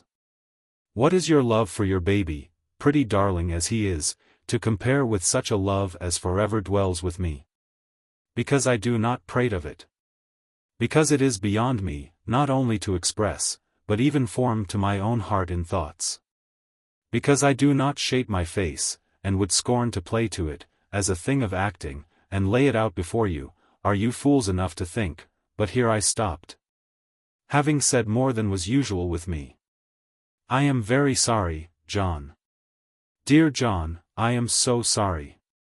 What a shallow fool I am. I will go seek your husband, I said, to change the subject. For even to Annie I would not lay open all my heart about Lorna, but only upon condition that you insure this house and people from the Doones meanwhile. Even for the sake of Tom, I cannot leave all helpless. The XLIX and the XLVIII, which are my only love, they are welcome to make cinders of. But I will not have mother treated so. Nor even little Lizzie, although you scorn your sister so. Oh, John, I do think you are the hardest, as well as the softest of all the men I know. Not even a woman's bitter word but what you pay her out for. Will you never understand that we are not like you, John? We say all sorts of spiteful things, without a bit of meaning. John, for God's sake fetch Tom home, and then revile me as you please, and I will kneel and thank you. I will not promise to fetch him home, I answered, being ashamed of myself for having lost command so, but I will promise to do my best, if we can only hit on a plan for leaving mother harmless. Annie thought for a little while, trying to gather her smooth clear brow into maternal wrinkles, and then she looked at her child, and said, I will risk it, for Daddy's sake, darling. You precious soul, for Daddy's sake. I asked her what she was going to risk. She would not tell me. But took up her hand, and saw to my cider cans and bacon, and went from corner to cupboard, exactly as if she had never been married, only without an apron on. And then she said, now to your mowers, John, and make the most of this fine afternoon, kiss your godson before you go. And I, being used to obey her, in little things of that sort, kissed the baby, and took my cans, and went back to my scythe again. By the time I came home it was dark night, and pouring again with a foggy rain, such as we have in July, even more than in January. Being soaked all through, and with water squelching in my boots, like a pump with a bad bucket, I was only too glad to find Annie's bright face, and quick figure, flitting in and out the firelight, instead of Lizzie sitting grandly, with a feast of literature, and not a drop of gravy. Mother was in the corner also, with her cheery-colored ribbons glistening very nice by candlelight, looking at Annie now and then, with memories of her babyhood. And then at her having a baby, yet half afraid of praising her much, for fear of that young Lizzie. But Lizzie showed no jealousy, she truly loved our Annie, now that she was gone from us, and she wanted to know all sorts of things, and she adored the baby. Therefore Annie was allowed to attend to me, as she used to do. Now, John, you must start the first thing in the morning, she said, when the others had left the room, but somehow she stuck to the baby, to fetch me back my rebel, according to your promise. Not so, I replied, misliking the job, all I promised was to go, if this house were assured against any onslaught of the Doones. Just so, and here is that assurance. With these words she drew forth a paper, and laid it on my knee with triumph, enjoying my amazement. This, as you may suppose, was great, not only at the document, but also at her possession of it. For in truth it was no less than a formal undertaking, on the part of the Doones, not to attack Plover's Barrows farm, or molest any of the inmates, or carry off any chattels. During the absence of John Ridd upon a special errand. This document was signed not only by the Counsellor, but by many other Doones. Whether Carver's name were there, I could not say for certain. As of course he would not sign it under his name of Carver, and I had never heard Lorna say to what, if any, he had been baptized. In the face of such a deed as this, I could no longer refuse to go, and having received my promise, Annie told me, as was only fair, how she had procured that paper. It was both a clever and courageous act, and would have seemed to me, at first sight, far beyond Annie's power. But none may gauge a woman's power, when her love and faith are moved. The first thing Annie had done was this: she made herself look ugly. This was not an easy thing, but she had learned a great deal from her husband, upon the subject of disguises. It hurt her feelings not a little to make so sad a fright of herself, but what could it matter? If she lost Tom, she must be a far greater fright in earnest, than now she was in seeming. And then she left her child asleep, under Betty Muxworthy's tendance, for Betty took to that child as if there never had been a child before, and away she went in her own spring cart, as the name of that engine proved to be, without a word to anyone. Except the old man who had driven her from Moland Parish that morning, and who coolly took one of our best horses, without, by your leave, to anyone. Annie made the old man drive her within easy reach of the Doone gate, whose position she knew well enough, from all our talk about it. And there she bade the old man stay, until she should return to him. Then with her comely figure hidden by a dirty old woman's cloak, and her fair young face defaced by patches and by lineaments, so that none might covet her, she addressed the young man at the gate in a cracked and trembling voice. And they were scarcely civil to the bold hag, as they called her. She said that she bore important tidings for Sir Counsellor himself, and must be conducted to him. To him accordingly she was led, without even any hoodwinking, for she had spectacles over her eyes, and made believe not to see 10 yards. She found Sir Counsellor at home, and when the rest were out of sight, threw off all disguise to him, flashing forth as a lovely young woman, from all her wraps and disfigurements. She flung her patches on the floor, amid the old man's laughter, and let her tucked-up hair come down, and then went up and kissed him. "Worthy and reverend Counsellor, I have a favour to ask," she began. "So I should think from your proceedings," the old man interrupted. "Ah, if I were half my age. If you were, I would not sue so. But most excellent Counsellor, you owe me some amends, you know, for the way in which you robbed me." "Beyond a doubt I do, my dear. You have put it rather strongly, and it might offend some people. Nevertheless I own my debt, having so fair a creditor. And do you remember how you slept, and how much we made of you, and would have seen you home, sir, only you did not wish it? And for excellent reasons, child. My best escort was in my cloak, after we made the cream to rise. Ha, ha! The unholy spell! My pretty child, has it injured you?" "Yes, I fear it has," said Annie. "Or whence can all my ill luck come?" And here she showed some signs of crying, knowing that Counsellor hated it. "You shall not have ill luck, my dear. I have heard all about your marriage to a very noble highwayman. Ah, you made a mistake in that, you were worthy of a Doone, my child, your frying was a blessing meant for those who can appreciate." "My husband can appreciate," she answered very proudly, "but what I wish to know is this, will you try to help me?" The Counsellor answered that he would do so, if her needs were moderate. Whereupon she opened her meaning to him, and told of all her anxieties. Considering that Lorna was gone, and her necklace in his possession, and that I, against whom alone of us the Doones could bear any malice, would be out of the way all the while, the old man readily undertook that our house should not be assaulted, nor our property molested, until my return. And to the promptitude of his pledge, 2 things perhaps contributed, namely, that he knew not how we were stripped of all defenders, and that some of his own forces were away in the rebel camp. For, as I learned thereafter, the Doones being now in direct feud with the present government, and sure to be crushed if that prevailed, had resolved to drop all religious questions, and cast in their lot with Monmouth.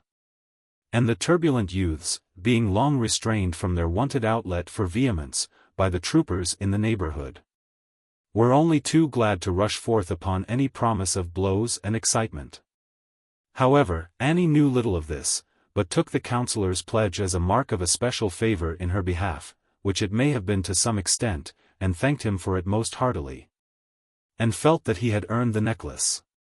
While he, like an ancient gentleman, disclaimed all obligation, and sent her under an escort safe to her own cart again. But Annie, repassing the Sentinels, with her youth restored and blooming with the flush of triumph, went up to them very gravely, and said, "The old hag wishes you good evening, gentlemen." And so made her best curtsy. Now, look at it as I would, there was no excuse left for me, after the promise given. Dear Annie had not only cheated the Doones, but also had gotten the best of me, by a pledge to a thing impossible. And I bitterly said, I am not like Lorna, a pledge once given, I keep it. I will not have a word against Lorna, cried Annie, I will answer for her truth as surely as I would for my own or yours, John. And with that she vanquished me. But when my poor mother heard that I was committed, by word of honour, to a wild goose chase, among the rebels, after that runagate Tom Faggus, she simply stared, and would not believe it. For lately I had joked with her, in a little style of jerks, as people do when out of sorts. And she, not understanding this, and knowing jokes to be out of my power, would only look, and sigh, and toss, and hope that I meant nothing. At last, however, we convinced her that I was in earnest, and must be off in the early morning, and leave John Fry with the hay crop. Then mother was ready to fall upon Annie, as not content with disgracing us, by wedding a man of new honesty, if indeed of any, but laying traps to catch her brother. And entangle him perhaps to his death, for the sake of a worthless fellow. And, felon, she was going to say, as by the shape of her lips I knew. But I laid my hand upon dear mother's lips, because what must be, must be. And if mother and daughter stayed at home, better in love than in quarrelling. Right early in the morning, I was off, without word to anyone. Knowing that mother and sister mine had cried each her good self to sleep, relenting when the light was out, and sorry for hard words and thoughts. And yet too much alike in nature to understand each other. Therefore I took good Kickums, who, although with one I spoiled, was worth 10 sweet-tempered horses, to a man who knew how to manage him. And being well charged both with bacon and powder, forth I set on my wild goose chase. For this I claim no bravery. I cared but little what came of it. Save for mother's sake, and Annie's, and the keeping of the farm, and discomfiture of the snows, and lamenting of Lorna at my death, if die I must in a lonesome manner. Not found out till afterwards, and bleaching bones left to weep over. However, I had a little kettle, and 1.5 pounds of tobacco, and 2 dirty pipes and a clean one. Also a bit of clothes for change, also a brisket of hung venison, and 4 loaves of farmhouse bread. And of the upper side of bacon 1.5 stones it might be, not to mention divers small things for campaigning, which may come in handily, when no one else has gotten them. We went away in merry style, my horse being ready for anything, and I only glad of a bit of change, after months of working and brooding, with no content to crown the work. No hope to hatch the brooding, or without hatching to reckon it. Who could tell but what Lorna might be discovered, or at any rate heard of, before the end of this campaign? If campaign it could be called of a man who went to fight nobody, only to redeem a runagate? And vexed as I was about the hay, and the hunchbacked ricks John was sure to make, which spoil the look of a farmyard, still even this was better than to have the mows and houses fired. As I had nightly expected, and been worn out with the worry of it. Yet there was one thing rather unfavourable to my present enterprise, namely, that I knew nothing of the country I was bound to, nor even in what part of it my business might be supposed to lie. For beside the uncertainty caused by the conflict of reports, it was likely that King Monmouth's army would be moving from place to place, according to the prospect of supplies and of reinforcements. However, there would arise more chance of getting news as I went on, and my road being towards the east and south, Dulverton would not lie so very far aside of it, but what it might be worth a visit. Both to collect the latest tidings, and to consult the maps and plans in Uncle Reuben's parlour. Therefore I drew the off-hand rein, at the crossroad on the hills, and made for the town, expecting perhaps to have breakfast with Master Huckaback and Ruth, to help and encourage us. This little maiden was now become a very great favourite with me, having long outgrown, no doubt, her childish fancies and follies, such as my mother and Annie had planted under her soft brown hair. It had been my duty, as well as my true interest, for Uncle Ben was more and more testy, as he went on gold digging, to ride thither, now and again, to inquire what the doctor thought of her. Not that her wounds were long in healing, but that people can scarcely be too careful and too inquisitive, after a great horsebite. And she always let me look at the arm, as I had been first doctor. And she held it up in a graceful manner, curving at the elbow, and with a sweep of white roundness going to a wrist the size of my thumb or so, and without any thimble top standing forth. Such as even our Annie had. But gradually all I could see, above the elbow, where the bite had been, was very clear, transparent skin, with very firm sweet flesh below. And 3 little blue marks as far asunder as the prongs of a toasting fork, and no deeper than where a twig has chafed the peel of a waxen apple. And then I used to say in fun, as the children do, "Shall I kiss it, to make it well, dear?" Now Ruth looked very grave indeed, upon hearing of this my enterprise. And crying, said she could almost cry, for the sake of my dear mother. Did I know the risks and chances, not of the battlefield alone, but of the havoc afterwards? The swearing away of innocent lives, and the hurdle, and the hanging? And if I would please not to laugh, which was so unkind of me, had I never heard of imprisonments, and torturing with the cruel boot, and selling into slavery? Where the sun and the lash outvied one another in cutting a man to pieces? I replied that of all these things I had heard, and would take especial care to steer me free of all of them. My duty was all that I wished to do, and none could harm me for doing that. And I begged my cousin to give me good speed, instead of talking dolefully. Upon this she changed her manner wholly, becoming so lively and cheerful that I was convinced of her indifference, and surprised even more than gratified. "Go and earn your spurs, Cousin Ridd," she said, "you are strong enough for anything. Which side is to have the benefit of your doughty arm?" "Have I not told you, Ruth," I answered, not being fond of this kind of talk, more suitable for Lizzie, that I do not mean to join either side, that is to say, until, as the common proverb goes, you know which way the cat will jump. "Oh, John Ridd! Oh, John Ridd!" "Nothing of the sort," said I, "what a hurry you are in. I am for the king of course. But not enough to fight for him. Only enough to vote, I suppose, or drink his health, or shout for him. I can't make you out today, Cousin Ruth, you are nearly as bad as Lizzie. You do not say any bitter things, but you seem to mean them." "No, cousin, think not so of me. It is far more likely that I say them, without meaning them. Anyhow, it is not like you. And I know not what I can have done in any way, to vex you." "Dear me, nothing, Cousin Ridd, you never do anything to vex me." "Then I hope I shall do something now, Ruth, when I say goodbye." "God knows if we ever shall meet again, Ruth, but I hope we may." "To be sure we shall," she answered in her brightest manner. "Try not to look wretched, John, you are as happy as a maypole." "And you as a rose in May," I said, "and pretty nearly as pretty.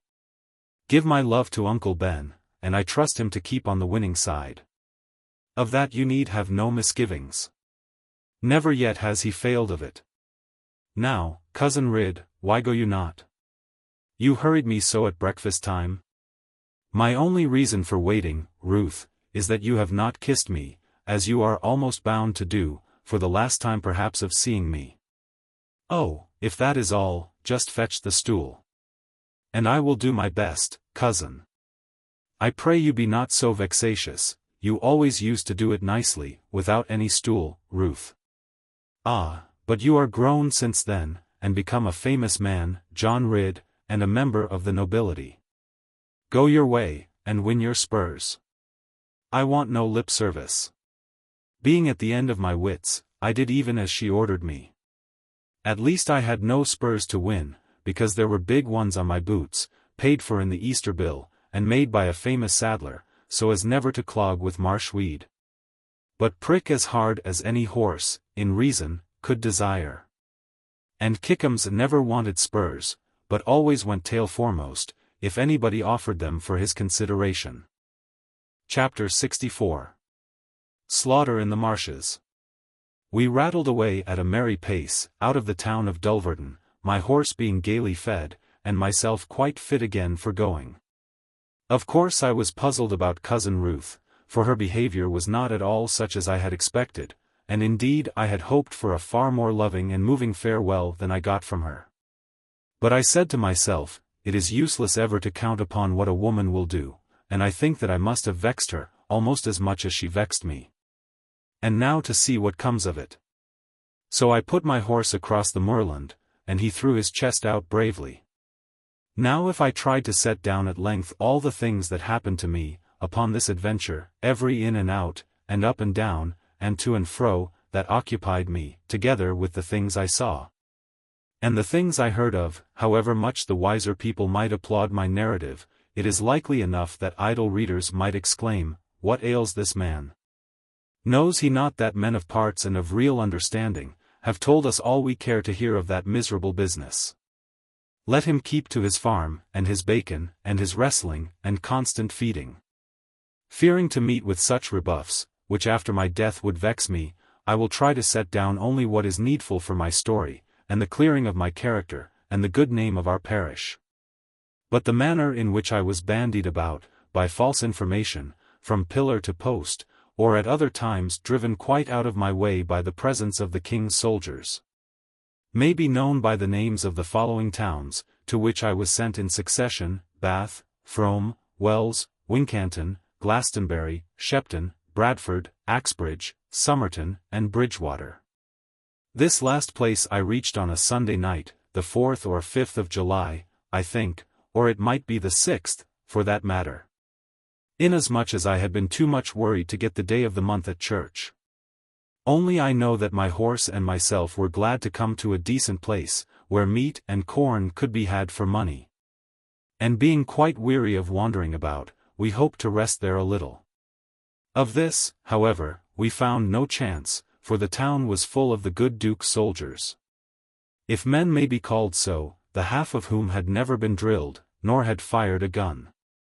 And it was rumored among them, that the Popish army, as they called it, was to be attacked that very night, and with God's assistance beaten. However, by this time I had been taught to pay little attention to rumors, and having sought vainly for Tom Faggus among these poor rustic warriors, I took to my hostel, and went to bed, being as weary can be. Falling asleep immediately, I took heed of nothing. Although the town was all alive, and lights had come glancing, as I lay down, and shouts making echo all round my room. But all I did was to bolt the door. Not an inch would I budge, unless the house, and even my bed, were on fire. And so for several hours I lay, in the depth of the deepest slumber, without even a dream on its surface. Until I was roused and awakened at last by a pushing, and pulling, and pinching, and a plucking of hair out by the roots. And at length, being able to open mine eyes, I saw the old landlady, with a candle, heavily wondering at me.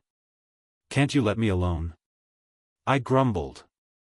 "I have paid for my bed, mistress. And I won't get up for anyone." "Would to God, young man," she answered, shaking me as hard as ever, "that the Popish soldiers may sleep this night, only half as strong as thou dost. Fie on thee, fie on thee. Get up, and go fight, we can hear the battle already, and a man of thy size mought stop a cannon." "I would rather stop Abed," said I, "what have I to do with fighting? I am for King James, if any." "Then thou mayest even stop Abed," the old woman muttered sulkily. "I would never have laboured half an hour to awake a Papisher. But hearken you one thing, young man. Somerset thou art, by thy brogue, or at least by thy understanding of it, no Somerset maid will look at thee, in spite of thy size and stature, unless thou strikest a blow this night. I lack no Somerset maid, mistress, I have a fairer than your brown things, and for her alone would I strike a blow. At this the old woman gave me up, as being beyond correction, and it vexed me a little that my great fame had not reached so far as Bridgewater, when I thought that it went to Bristow. But those people in East Somerset know nothing about wrestling. Devon is the headquarters of the art, and Devon is the county of my chief love. Howbeit, my vanity was moved, by this slur upon it, for I had told her my name was John Ridd, when I had a gallon of ale with her, ere ever I came upstairs. And she had nodded, in such a manner, that I thought she knew both name and fame, and here was I, not only shaken, pinched, and with many hairs pulled out. In the midst of my first good sleep for a week, but also abused, and taken amiss, and, which vexed me most of all, unknown. Now there is nothing like vanity to keep a man awake at night, however he be weary. And most of all, when he believes that he is doing something great, this time, if never done before, yet other people will not see, except what they may laugh at. And so be far above him, and sleep themselves the happier. Therefore their sleep robs his own. For all things play so, in and out, with the godly and ungodly ever moving in a balance, as they have done in my time, almost every year or two. All things have such nice reply of produce to the call for it, and such a spread across the world, giving here and taking there, yet on the whole pretty even. That haply sleep itself has but a certain stock, and keeps in hand, and sells to flattered, which can pay, that which flattened vanity cannot pay, and will not sue for. Be that as it may, I was by this time wide awake, though much aggrieved at feeling so, and through the open window heard the distant roll of musketry, and the beating of drums. With a quick rub-a-dub, and the "come round the corner" of trumpet call. And perhaps Tom Faggus might be there, and shot at any moment, and my dear Annie left a poor widow, and my godson Jack an orphan, without a tooth to help him. Therefore I reviled myself for all my heavy laziness. And partly through good honest will, and partly through the stings of pride, and yet a little perhaps by virtue of a young man's love of riot, up I arose, and dressed myself. And woke Kickums, who was snoring, and set out to see the worst of it. The sleepy hostler scratched his poll, and could not tell me which way to take, what odds to him who was king, or pope, so long as he paid his way, and got a bit of bacon on Sunday. And would I please to remember that I had roused him up at night, and the quality always made a point of paying 4 times over for a man's loss of his beauty sleep. I replied that his loss of beauty sleep was rather improving to a man of so high complexion. And that I, being none of the quality, must pay half-quality prices, and so I gave him double fee, as became a good farmer, and he was glad to be quit of Kickums. As I saw by the turn of his eye, while going out at the archway. All this was done by lantern light, although the moon was high and bold. And in the northern heaven, flags and ribbons of a jostling pattern, such as we often have in autumn, but in July very rarely. Of these Master Dryden has spoken somewhere, in his courtly manner. But of him I think so little, because by fashion preferred to Shakespeare, that I cannot remember the passage, neither is it a credit to him. Therefore I was guided mainly by the sound of guns and trumpets, in riding out of the narrow ways, and into the open marshes. And thus I might have found my road, in spite of all the spread of water, and the glaze of moonshine. But that, as I followed sound, far from hedge or causeway, fog, like a chestnut tree in blossom, touched with moonlight, met me. Now fog is a thing that I understand, and can do with well enough, where I know the country, but here I had never been before. It was nothing to our Exmoor fogs, not to be compared with them. And all the time one could see the moon, which we cannot do in our fogs, nor even the sun, for a week together. Yet the gleam of water always makes the fog more difficult, like a curtain on a mirror. None can tell the boundaries. And here we had broad water patches, in and out, inlaid on land, like mother of pearl in brown shittim wood. To a wild duck, born and bred there, it would almost be a puzzle to find her own nest amongst us. What chance then had I in Kickums, both in use to marsh and mere. Each time when we thought that we must be right, now at last, by track or passage, and approaching the conflict, with the sounds of it waxing nearer. Suddenly a break of water would be laid before us, with the moon looking mildly over it, and the northern lights behind us, dancing down the lines of fog. It was an awful thing, I say, and to this day I remember it, to hear the sounds of raging fight, and the yells of raving slayers, and the howls of poor men stricken hard and shattered from wrath to wailing. Then suddenly the dead low hush, as of a soul departing, and spirits kneeling over it. Through the vapor of the earth, and white breath of the water, and beneath the pale round moon, bowing as the drift went by, all this rush and pause of fear passed or lingered on my path. At last, when I almost despaired of escaping from this tangle of spongy banks, and of hazy creeks, and reed fringe, my horse heard the neigh of a fellow horse, and was only too glad to answer it. Upon which the other, having lost its rider, came up and pricked his ears at us, and gazed through the fog very steadfastly. Therefore I encouraged him with a soft and genial whistle, and Kickums did his best to tempt him with a snort of inquiry. However, nothing would suit that nag, except to enjoy his new freedom. And he capered away with his tail set on high, and the stirrup irons clashing under him. Therefore, as he might know the way, and appeared to have been in the battle, we followed him very carefully. And he led us to a little hamlet, called, as I found afterwards, West Zealand, or Zealand, so named perhaps from its situation amid this inland sea. Here the king's troops had been quite lately, and their fires were still burning, but the men themselves had been summoned away by the night attack of the rebels. Hence I procured for my guide a young man who knew the district thoroughly, and who led me by many intricate ways to the rear of the rebel army. We came upon a broad open moor striped with sullen water courses, shagged with sedge, and yellow iris, and in the drier part with bilberries. For by this time it was 4 o'clock, and the summer sun, rising wanly, showed us all the ghastly scene. Would that I had never been there! Often in the lonely hours, even now it haunts me, would, far more, that the piteous thing had never been done in England. Flying men, flung back from dreams of victory and honor, only glad to have the luck of life and limbs to fly with, mud-bedraggled, foul with slime, reeking both with sweat and blood, which they could not stop to wipe, cursing, with their pumped-out lungs, every stick that hindered them, or gory puddle that slipped the step. Scarcely able to leap over the courses that had dragged to die. And to see how the courses lay, some, as fair as death in sleep, with the smile of placid valor, and of noble manhood, hovering yet on the silent lips. These had bloodless hands put upwards, white as wax, and firm as death, clasped, as on a monument, in prayer for dear ones left behind, or in high thanksgiving. And of these men there was nothing in their broad blue eyes to fear. But others were of different sort.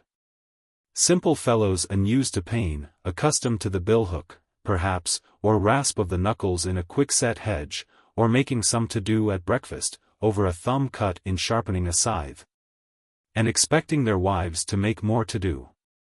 Yet here lay these poor chaps, dead, after a deal of pain, with little mind to bear it, and a soul they had never thought of, gone, their God alone knows whither, but to mercy we may trust. Upon these things I cannot dwell. And none I trow would ask me, only if a plain man saw what I saw that morning.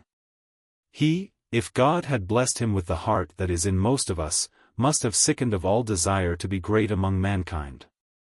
Seeing me riding to the front, where the work of death went on among the men of true English pluck, which, when moved, no farther moves, the fugitives called out to me, in half a dozen dialects, to make no utter fool of myself, for the great guns were come, and the fight was over. All the rest was slaughter. Arlup y Munmo, shouted one big fellow, a miner of the Mendip Hills, whose weapon was a pickaxe, naos to vate na more. When thee hame, young mon Agan. Upon this I stopped my horse, desiring not to be shot for nothing, and eager to aid some poor sick people, who tried to lift their arms to me. And this I did to the best of my power, though void of skill in the business, and more inclined to weep with them than to check their weeping. While I was giving a drop of cordial from my flask to one poor fellow, who sat up, while his life was ebbing, and with slow insistence urged me, when his broken voice would come, to tell his wife, whose name I knew not, something about an apple tree, and a golden guinea stored in it, to divide among 6 children. In the midst of this I felt warm lips laid against my cheek quite softly, and then a little push. And behold, it was a horse leaning over me. I arose in haste, and there stood Winnie, looking at me with beseeching eyes, enough to melt a heart of stone. Then seeing my attention fixed, she turned her head, and glanced back sadly toward the place of battle, and gave a little wistful neigh, and then looked me full in the face again, as much as to say, "Do you understand?" while she scraped with one hoof impatiently. If ever a horse tried hard to speak, it was Winnie at that moment. I went to her side and patted her, but that was not what she wanted. Then I offered to leap into the empty saddle. But neither did that seem good to her, for she ran away toward the part of the field at which she had been glancing back, and then turned round, and shook her mane, entreating me to follow her. Upon this I learned from the dying man where to find his apple tree, and promised to add another guinea to the one in store for his children. And so, commending him to God, I mounted my own horse again, and to Winnie's great delight, professed myself at her service. With her ringing silvery neigh, such as no other horse of all I ever knew could equal, she at once proclaimed her triumph, and told her master, or meant to tell, if death should not have closed his ears, that she was coming to his aid, and bringing one who might be trusted, of the higher race that kill. A cannon bullet, fired low, and ploughing the marsh slowly, met poor Winnie front to front, and she, being as quick as thought, lowered her nose to sniff at it. It might be a message from her master, for it made a mournful noise. But luckily for Winnie's life, a rise of wet ground took the ball, even under her very nose. And there it cut a splashy groove, missing her off hind foot by an inch, and scattering black mud over her. It frightened me much more than Winnie. Of that I am quite certain, because though I am firm enough, when it comes to a real tussle, and the heart of a fellow warms up and tells him that he must go through with it, yet I never did approve of making a cold pie of death.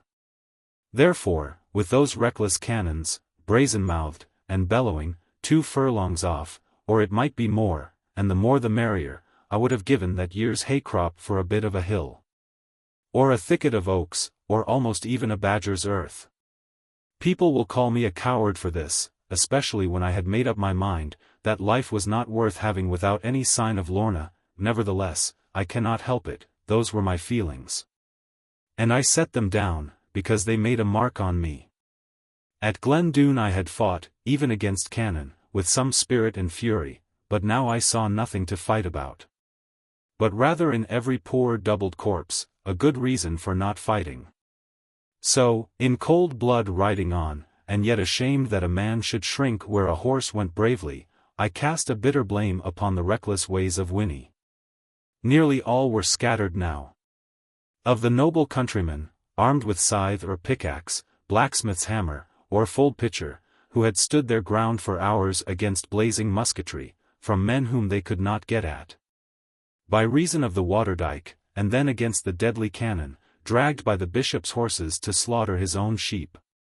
Of these sturdy Englishmen, noble in their want of sense, scarce 1 out of 4 remained for the cowards to shoot down. Cross the rain, they shouted out, cross the rain, and coom within rake, but the other mongrel Britons, with a mongrel at their head, found it pleasanter to shoot men who could not shoot in answer, than to meet the chance of mischief from strong arms, and stronger hearts. The last scene of this piteous play was acting, just as I rode up. Broad daylight and upstanding sun, winnowing fog from the eastern hills, and spreading the moors with freshness. All along the dikes they shone, glistened on the willow trunks, and touched the banks with a hoary grey. But alas! Those banks were touched more deeply with a gory red, and strewn with fallen trunks, more woeful than the wreck of trees. While howling, cursing, yelling, and the loathsome reek of carnage, drowned the scent of the new-mown hay, and the carol of the lark. Then the cavalry of the king, with their horses at full speed, dashed from either side upon the helpless mob of countrymen. A few pikes feebly levelled met them.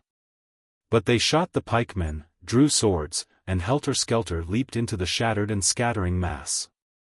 Right and left they hacked and hewed. I could hear the snapping of scythes beneath them, and see the flash of their sweeping swords. How it must end was plain enough, even to one like myself, who had never beheld such a battle before. But Winnie led me away to the left, and as I could not help the people, neither stop the slaughter, but found the cannon bullets coming very rudely nigh me, I was only too glad to follow her. Chapter 65. Falling among lambs. That faithful creature, whom I began to admire as if she were my own, which is no little thing for a man to say of another man's horse, stopped in front of a low black shed, such as we call a linny. And here she uttered a little greeting, in a subdued and softened voice, hoping to obtain an answer, such as her master was wont to give in a cheery manner. Receiving no reply, she entered. And I, who could scarce keep up with her, poor Kickums being weary, leaped from his back, and followed. There I found her sniffing gently, but with great emotion, at the body of Tom Faggus. A corpse poor Tom appeared to be, if ever there was one in this world, and I turned away, and felt unable to keep altogether from weeping. But the mare either could not understand, or else would not believe it. She reached her long neck forth, and felt him with her under lip, passing it over his skin as softly as a mother would do to an infant, and then she looked up at me again, as much as to say, "He is all right." Upon this I took courage, and handled poor Tom, which being young I had feared at first to do. He groaned very feebly, as I raised him up. And there was the wound, a great savage one, whether from pike thrust or musket ball, gaping and welling in his right side, from which a piece seemed to be torn away.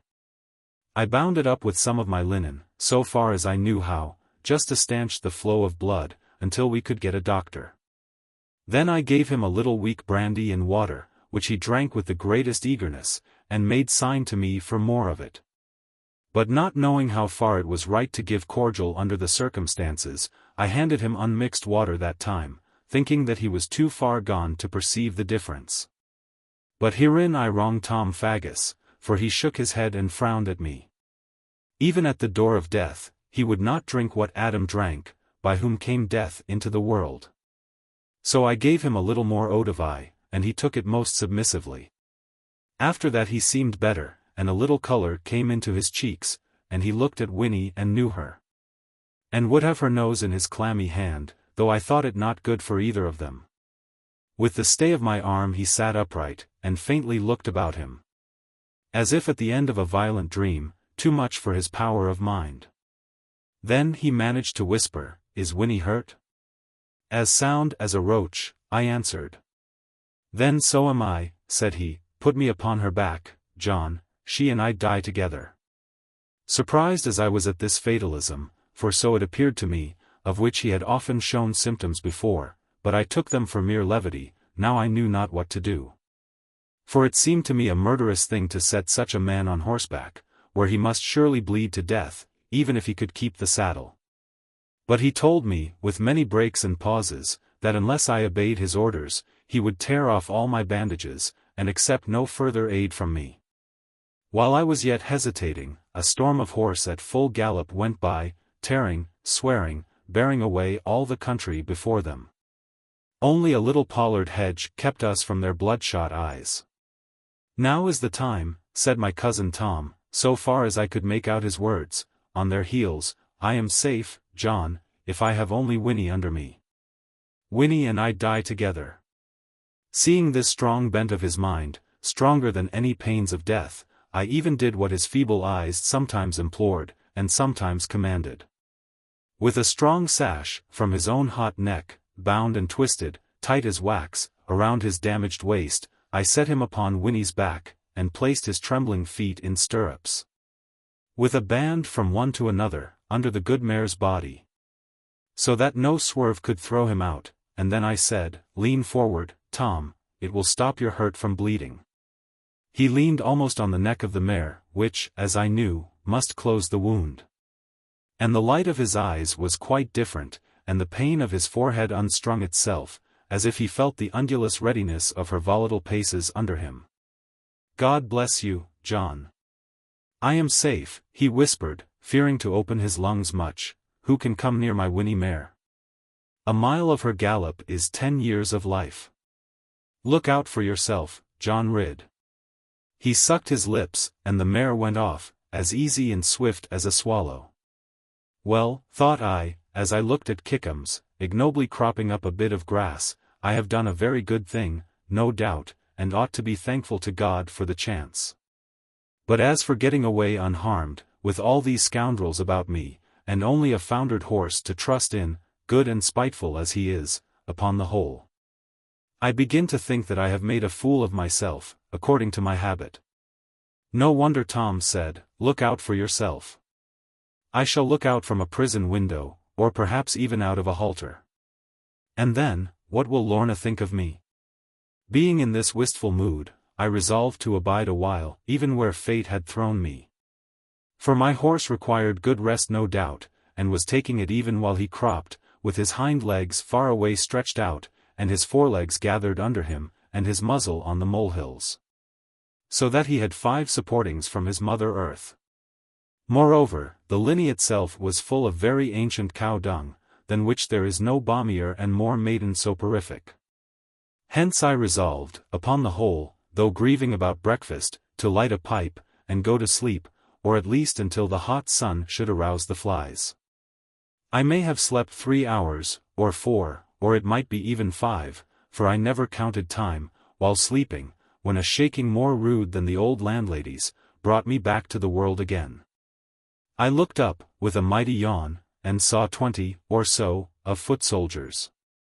"This linney is not yours," I said, when they had quite aroused me, with tongue, and hand, and even sword prick. "What business have you here, good fellows?" "Business bad for you," said one, "and will lead you to the gallows." "Do you wish to know the way out again?" I asked, very quietly, as being no braggadocio. "We will show thee the way out," said one, "and the way out of the world," said another, "but not the way to heaven," said one chap, most unlikely to know it, and thereupon they all fell wagging like a bed of clover leaves in the morning, at their own choice humor. "Will you pile your arms outside," I said, "and try a bit of fair play with me?" For I disliked these men sincerely, and was fain to teach them a lesson. They were so unchristian in appearance, having faces of a coffee color, and dirty beards half over them. Moreover, their dress was outrageous, and their address still worse. However, I had wiser let them alone, as will appear afterwards. These savage-looking fellows laughed at the idea of my having any chance against some 20 of them, but I knew that the place was in my favor. For my part of it had been fenced off, for weaning a calf most likely, so that only 2 could come at me at once, and I must be very much out of training, if I could not manage 2 of them. Therefore I laid aside my carbine, and the 2 horse pistols. And they with many coarse jokes at me went a little way outside, and set their weapons against the wall, and turned up their coat sleeves jauntily, and then began to hesitate. "Go you first, Bob," I heard them say, "you are the biggest man of us, and Dick the wrestler along of you. Us will back you up, boy." "I'll warrant I'll draw the badger," said Bob. "And not a tooth will I leave him. But mind, for the honor of Kirk's lambs, every man stands me a glass of gin." Then he, and another man, made a rush, and the others came double quick march on their heels. But as Bob ran at me most stupidly, not even knowing how to place his hands, I caught him with my knuckles at the back of his neck. And with all the sway of my right arm sent him over the heads of his comrades. Meanwhile Dick the wrestler had grappled me, expecting to show off his art, of which indeed he had some small knowledge. But being quite of the lightweights, in a second he was flying after his companion Bob. Now these 2 men were hurt so badly, the light one having knocked his head against the lintel of the outer gate, that the rest had no desire to encounter the like misfortune. So they hung back whispering, and before they had made up their minds, I rushed into the midst of them. The suddenness and the weight of my onset took them wholly by surprise. And for once in their lives, perhaps, Kirke's lambs were worthy of their name. Like a flock of sheep at a dog's attack they fell away, hustling one another, and my only difficulty was not to tumble over them. I had taken my carbine out with me, having a fondness for it. But the 2 horse pistols I left behind, and therefore felt good title to take 2 from the magazine of the lambs. And with these, and my carbine, I leaped upon Kickums, who was now quite glad of a gallop again, and I bade adieu to that mongrel lot, yet they had the meanness to shoot at me. Thanking God for my deliverance, inasmuch as those men would have strung me up, from a pollard ash without trial, as I heard them tell one another, and saw the tree they had settled upon. I ventured to go rather fast on my way, with doubt and uneasiness urging me. And now my way was home again. Nobody could say but what I had done my duty, and rescued Tom, if he could be rescued, from the mischief into which his own perverseness and love of change, rather than deep religious convictions, to which our Annie ascribed his outbreak, had led, or seemed likely to lead him. And how proud would my mother be, and, ah well, there was nobody else to be proud of me now. But while thinking these things, and desiring my breakfast, beyond any power of describing, and even beyond my remembrance, I fell into another fold of lambs, from which there was no exit. These, like true crusaders, met me, swaggering very heartily, and with their barrels of cider set, like so many cannon, across the road, over against a small hostel. We have won the victory, my lord king, and we mean to enjoy it. Down from thy horse, and have a stoup of cider, thou big rebel. No rebel am I. My name is John Ridd. I belong to the side of the king, and I want some breakfast. These fellows were truly hospitable, that much will I say for them. Being accustomed to Arab ways, they could toss a grill, or fritter, or the inner meaning of an egg, into any form they pleased, comely and very good to eat, and it led me to think of Annie. So I made the rarest breakfast any man might hope for, after all his troubles. And getting on with these brown fellows better than could be expected, I craved permission to light a pipe, if not disagreeable. Hearing this, they roared at me, with a superior laughter, and asked me, whether or not, I knew the tobacco leaf from the chickweed. And when I was forced to answer no, not having gone into the subject, but being content with anything brown, they clapped me on the back and swore they had never seen anyone like me. Upon the whole this pleased me much. For I do not wish to be taken always as of the common pattern, and so we smoked admirable tobacco, for they would not have any of mine. Though very courteous concerning it, and I was beginning to understand a little of what they told me, when up came those confounded lambs, who had shown more tail than head to me, in the LIII, as I mentioned. Now these men upset everything.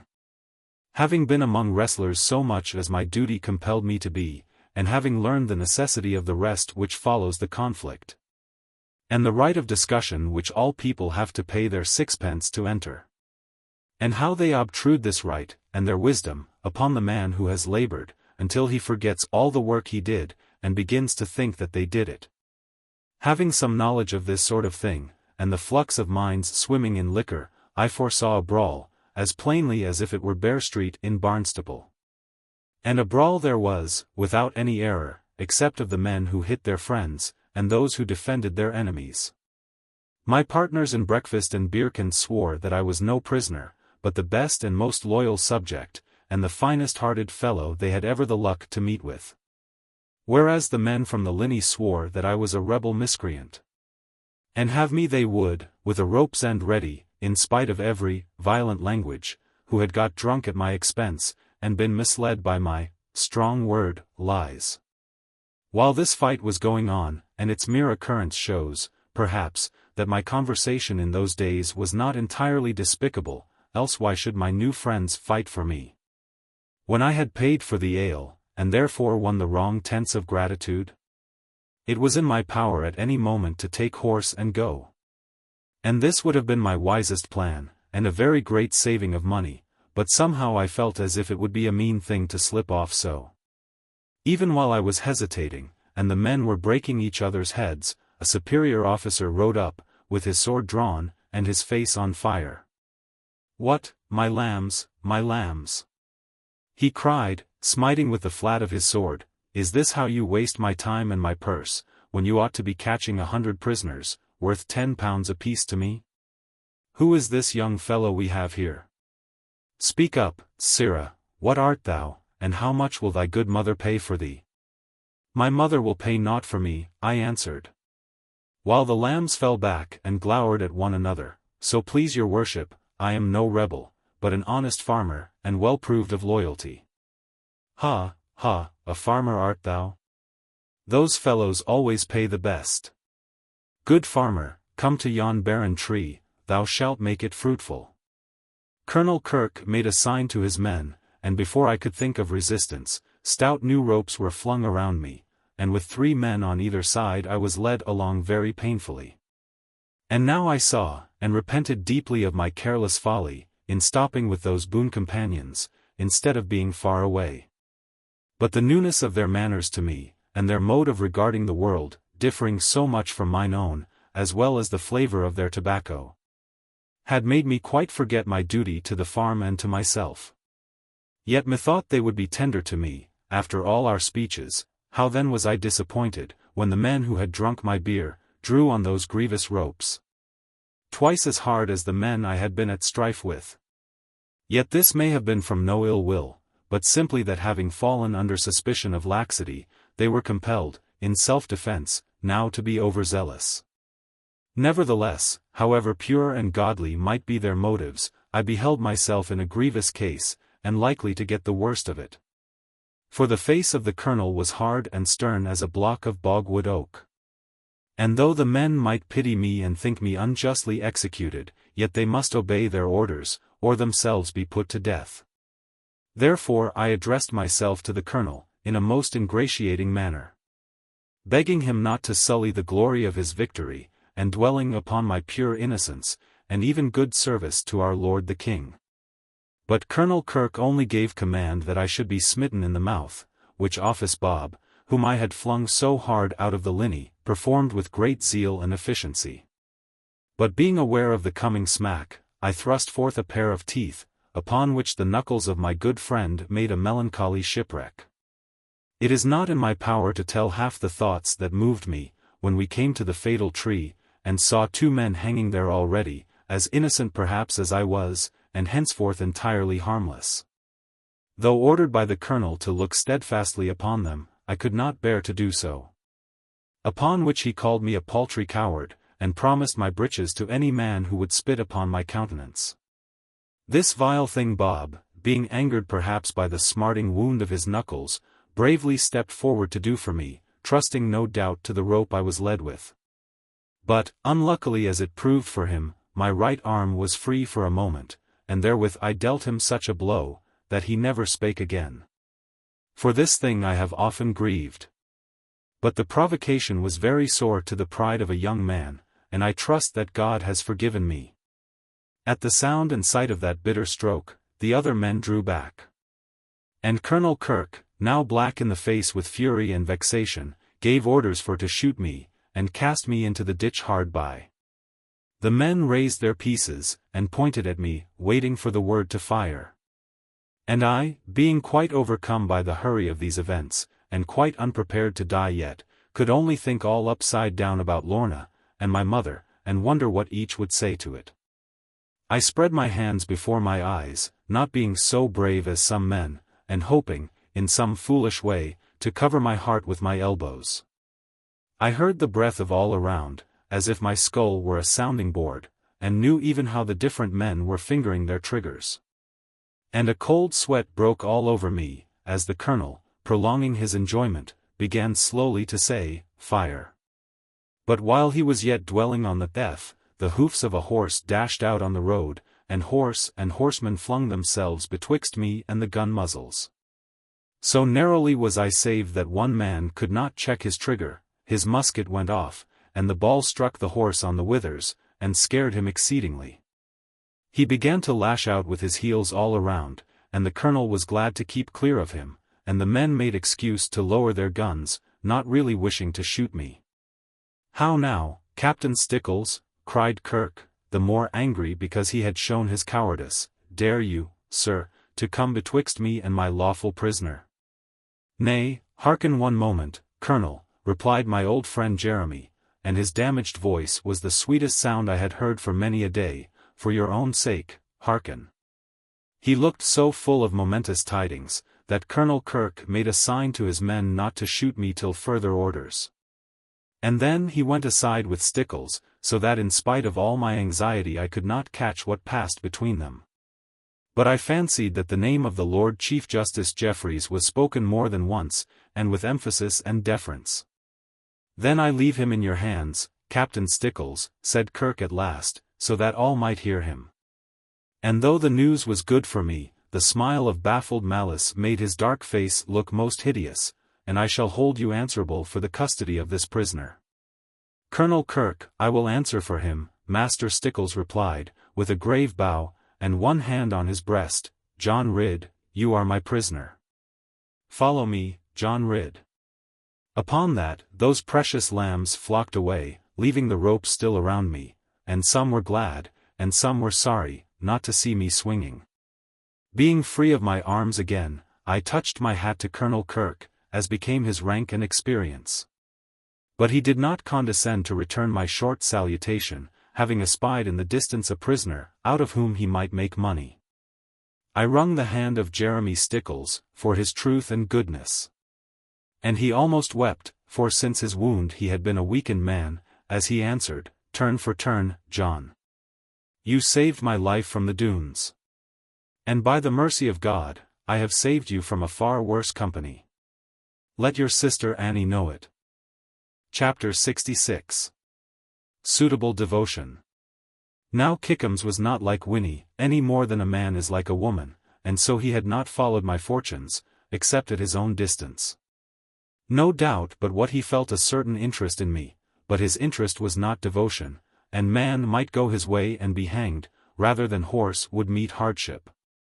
Therefore, seeing things to be bad, and his master involved in trouble, what did this horse do but start for the ease and comfort of plovers' barrows, and the plentiful ration of oats abiding in his own manger?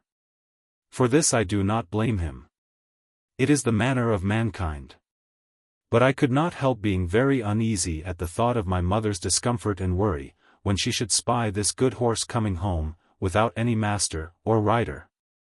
And I almost hoped that he might be caught, although he was worth at least £20, by some of the king's troopers, rather than find his way home, and spread distress among our people. Yet, knowing his nature, I doubted if any could catch, or catching would keep him. Jeremy Stickles assured me, as we took the road to Bridgewater, that the only chance for my life, if I still refused to fly, was to obtain an order forthwith, for my dispatch to London. As a suspected person indeed, but not found in open rebellion, and believed to be under the patronage of the great Lord Jeffreys. For, said he, in a few hours' time you would fall into the hands of Lord Feversham, who has won this fight, without seeing it, and who has returned to bed again, to have his breakfast more comfortably. Now he may not be quite so savage perhaps as Colonel Kirke, nor find so much sport in gibbeting, but he is equally pitiless, and his price no doubt would be higher. I will pay no price whatever, I answered, neither will I fly. An hour agone I would have fled for the sake of my mother, and the farm. But now that I have been taken prisoner, and my name is known, if I fly, the farm is forfeited, and my mother and sister must starve. Moreover, I have done no harm. I have borne no weapons against the king, nor desired the success of his enemies. I like not that the son of a Bonaroba should be king of England. Neither do I count the papists any worse than we are. If they have aught to try me for, I will stand my trial. Then to London thou must go, my son. There is no such thing as trial here, we hang the good folk without it, which saves them much anxiety. But quicken thy step, good John. I have influence with Lord Churchill, and we must contrive to see him, ere the foreigner falls to work again. Lord Churchill is a man of sense, and imprisons nothing but his money. We were lucky enough to find this nobleman, who has since become so famous by his foreign victories. He received us with great civility. and looked at me with much interest, being a tall and fine young man himself, but not to compare with me in size, although far better favored. I liked his face well enough, but thought there was something false about it. He put me a few keen questions, such as a man not assured of honesty might have found hard to answer. And he stood in a very upright attitude, making the most of his figure. I saw nothing to be proud of, at the moment, in this interview. But since the great Duke of Marlborough rose to the top of glory, I have tried to remember more about him than my conscience quite backs up. How should I know that this man would be foremost of our kingdom in 25 years or so, and not knowing, why should I heed him, except for my own pocket? Nevertheless, I have been so cross-questioned, far worse than by young Lord Churchill, about his Grace the Duke of Marlborough, and what he said to me, and what I said then. And how his Grace replied to that, and whether he smiled like another man, or screwed up his lips like a button, as our parish tailor said of him. And whether I knew from the turn of his nose that no Frenchman could stand before him. All these inquiries have worried me so, ever since the Battle of Blenheim, that if tailors would only print upon waistcoats, would give double price for a vest bearing this inscription, no information can be given about the Duke of Marlborough. Now this good Lord Churchill, for one might call him good, by comparison with the very bad people around him, granted without any long hesitation the order for my safe deliverance to the Court of King's Bench at Westminster. And Stickles, who had to report in London, was empowered to convey me, and made answerable for producing me. This arrangement would have been entirely to my liking, although the time of year was bad for leaving plovers' barrows so. But no man may quite choose his times, and on the while I would have been quite content to visit London, if my mother could be warned that nothing was amiss with me, only a mild, and as one might say, nominal captivity. And to prevent her anxiety, I did my best to send a letter through good Sergeant Bloxham, of whom I heard as quartered with Dumbarton's regiment at Chedsui. But that regiment was away in pursuit. And I was forced to entrust my letter to a man who said that he knew him, and accepted a shilling to see to it. For fear of any unpleasant change, we set forth at once for London. And truly thankful may I be that God in his mercy spared me the sight of the cruel and bloody work with which the whole country reeked and howled during the next fortnight. I have heard things that set my hair on end, and made me loathe good meat for days, but I make a point of setting down only the things which I saw done. And in this particular case, not many will quarrel with my decision. Enough, therefore, that we rode on, for Stickles had found me a horse at last, as far as Wells, where we slept that night. And being joined in the morning by several troopers and orderlies, we made a slow but safe journey to London, by way of Bath and Reading. The sight of London warmed my heart with various emotions, such as a cordial man must draw from the heart of all humanity. Here there are quick ways and manners, and the rapid sense of knowledge, and the power of understanding, ere a word be spoken. Whereas at Oare, you must say a thing 3 times, very slowly, before it gets inside the skull of the good man you are addressing. And yet we are far more clever there than in any parish for 15 miles. But what moved me most, when I saw again the noble oil and tallow of the London lights, and the dripping torches at almost every corner, and the handsome signboards, was the thought that here my Lorna lived, and walked, and took the air, and perhaps thought now and then of the old days in the good farmhouse. Although I would make no approach to her, any more than she had done to me, upon which grief I have not dwelt, for fear of seeming selfish, yet there must be some large chance. Or the little chance might be enlarged, of falling in with the maiden somehow, and learning how her mind was set. If against me, all should be over. I was not the man to sigh and cry for love, like a Romeo, none should even guess my grief, except my sister Annie. But if Lorna loved me still, as in my heart of hearts I hoped, then would I for no one care, except her own delicious self. Rank and title, wealth and grandeur, all should go to the winds, before they scared me from my own true love. Thinking thus, I went to bed in the centre of London town, and was bitten so grievously by creatures whose name is Legion, mad with the delight of getting a wholesome farmer among them, that verily I was ashamed to walk in the courtly parts of the town next day, having lumps upon my face of the size of a pickling walnut. The landlord said that this was nothing, and that he expected, in 2 days at the utmost, a very fresh young Irishman, for whom they would all forsake me. Nevertheless, I declined to wait, unless he could find me a hayrick to sleep in, for the insects of grass only tickle. He assured me that no hayrick could now be found in London. Upon which I was forced to leave him, and with mutual esteem we parted. The next night I had better luck, being introduced to a decent widow, of very high Scotch origin. That house was swept and garnished so, that not a bit was left to eat, for either man or insect. The change of air having made me hungry, I wanted something after supper. Being quite ready to pay for it, and showing my purse as a symptom. But the face of Widow McAllister, when I proposed to have some more food, was a thing to be drawn, if it could be drawn further, by our new caricaturist. Therefore I left her also. For liefer would I be eaten myself than have nothing to eat, and so I came back to my old furrier. The which was a thoroughly hearty man, and welcomed me to my room again, with 2 shillings added to the rent, in the joy of his heart at seeing me. Being under parole to Master Stickles, I only went out betwixt certain hours, because I was accounted as liable to be called upon, for what purpose I knew not, but hoped it might be a good one.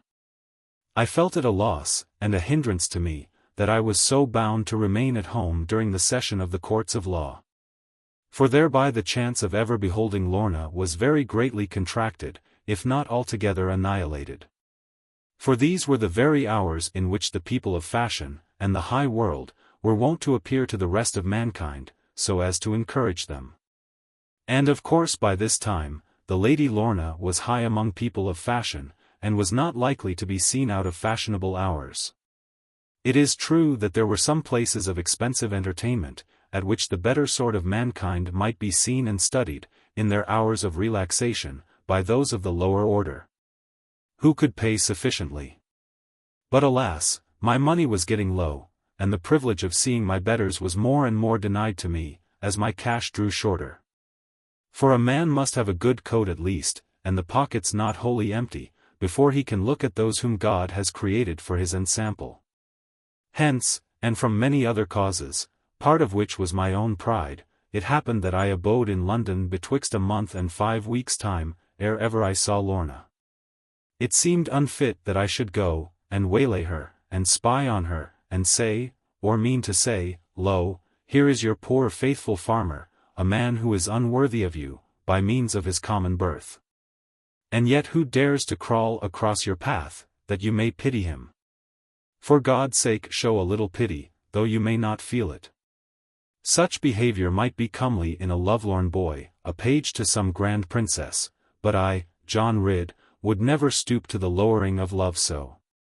Nevertheless I heard of Lorna, from my worthy furrier, almost every day, and with a fine exaggeration. This honest man was one of those who in virtue of their trade, and nicety of behavior, are admitted into noble life, to take measurements, and show patterns. And while so doing, they contrive to acquire what is to the English mind at once the most important and most interesting of all knowledge, the science of being able to talk about the titled people. So my furrier, whose name was Ramsack, having to make robes for peers, and cloaks for their wives and otherwise, knew the great folk, sham or real, as well as he knew a fox or skunk from a wolverine skin. And when, with some fencing and foils of inquiry, I hinted about Lady Lorna Doone, the old man's face became so pleasant that I knew her birth must be wondrous high. At this my own countenance fell, I suppose, for the better she was born, the harder she would be to marry, and mistaking my object, he took me up. Perhaps you think, Master Ridd, that because her ladyship, Lady Lorna Doone, is of Scottish origin, therefore her birth is not as high as of our English nobility. If you think so you are wrong, sir. She comes not of the sandy Scotch race, with high cheekbones, and raw shoulder blades, who set up pillars in their courtyards. But she comes of the very best Scotch blood, descended from the Norsemen. Her mother was of the very noblest race, the Lords of Lorne. Higher even than the great Argyle, who has lately made a sad mistake, and paid for it most sadly. And her father was descended from the King Dougal, who fought against Alexander the Great. No, no, Master Ridd, none of your promiscuous blood, such as runs in the veins of half our modern peerage. Why should you trouble yourself about it, Master Ramsack? I replied, let them all go their own ways, and let us all look up to them, whether they come by hook or crook. Not at all, my lad. That is not the way to regard it. We look up at the well-born men, and sideways at the base-born. Then we are all base-born ourselves. I will look up to no man, except for what himself has done. Come, Master Ridd, you might be lashed from Newgate to Tyburn and back again, once a week, for a 12-month, if some people heard you. Keep your tongue more close, young man.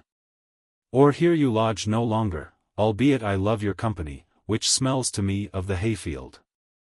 Ah, I have not seen a hayfield for 29 years, John Ridd. The cursed moths keep me at home, every day of the summer. Spread your furs on the haycocks, I answered very boldly, the indoor moth cannot abide the presence of the outdoor ones. Is it so? He answered, I never thought of that before. And yet I have known such strange things happen in the way of fur, that I can well believe it. If you only knew, John, the way in which they lay their eggs, and how they work tail foremost. Tell me nothing of the kind, I replied, with equal confidence, they cannot work tail foremost. And they have no tails to work with. For I knew a little about grubs, and the ignorance concerning them, which we have no right to put up with. However, not to go into that, for the argument lasted a fortnight, and then was only come so far as to begin again, Master Ramsack soon convinced me of the things I knew already. The excellence of Lorna's birth, as well as her lofty place at court, and beauty, and wealth, and elegance. But all these only made me sigh, and wish that I were born to them. From Master Ramsack I discovered that the nobleman to whose charge Lady Lorna had been committed, by the Court of Chancery, was Earl Brander of Lochawe, her poor mother's uncle. For the Countess of Dougal was daughter, and only child, of the last Lord Lorne, whose sister had married Sir Ensor Doone, while he himself had married the sister of Earl Brander. This nobleman had a country house near the village of Kensington, and here his niece dwelled with him, when she was not in attendance on Her Majesty the Queen, who had taken a liking to her. Now since the king had begun to attend the celebration of Mass, in the chapel at Whitehall, and not at Westminster Abbey. As our gossips had averred, he had given order that the doors should be thrown open, so that all who could make interest to get into the antechamber, might see this form of worship. Master Ramsack told me that Lorna was there almost every Sunday, their Majesties being most anxious to have the presence of all the nobility of the Catholic persuasion, so as to make a goodly show. And the worthy furrier, having influence with the doorkeepers, kindly obtained admittance for me, one Sunday, into the antechamber. Here I took care to be in waiting, before the royal procession entered. But being unknown, and of no high rank, I was not allowed to stand forward among the better people, but ordered back into a corner very dark and dismal. The verger remarking, with a grin, that I could see over all other heads, and must not set my own so high.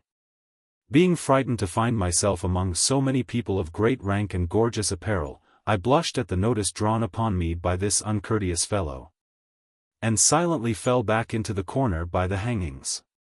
You may suppose that my heart beat high, when the king and queen appeared, and entered, followed by the Duke of Norfolk, bearing the sword of state, and by several other noblemen and people of repute. Then the doors of the chapel were thrown wide open, and though I could only see a little, being in the corner so, I thought that it was beautiful.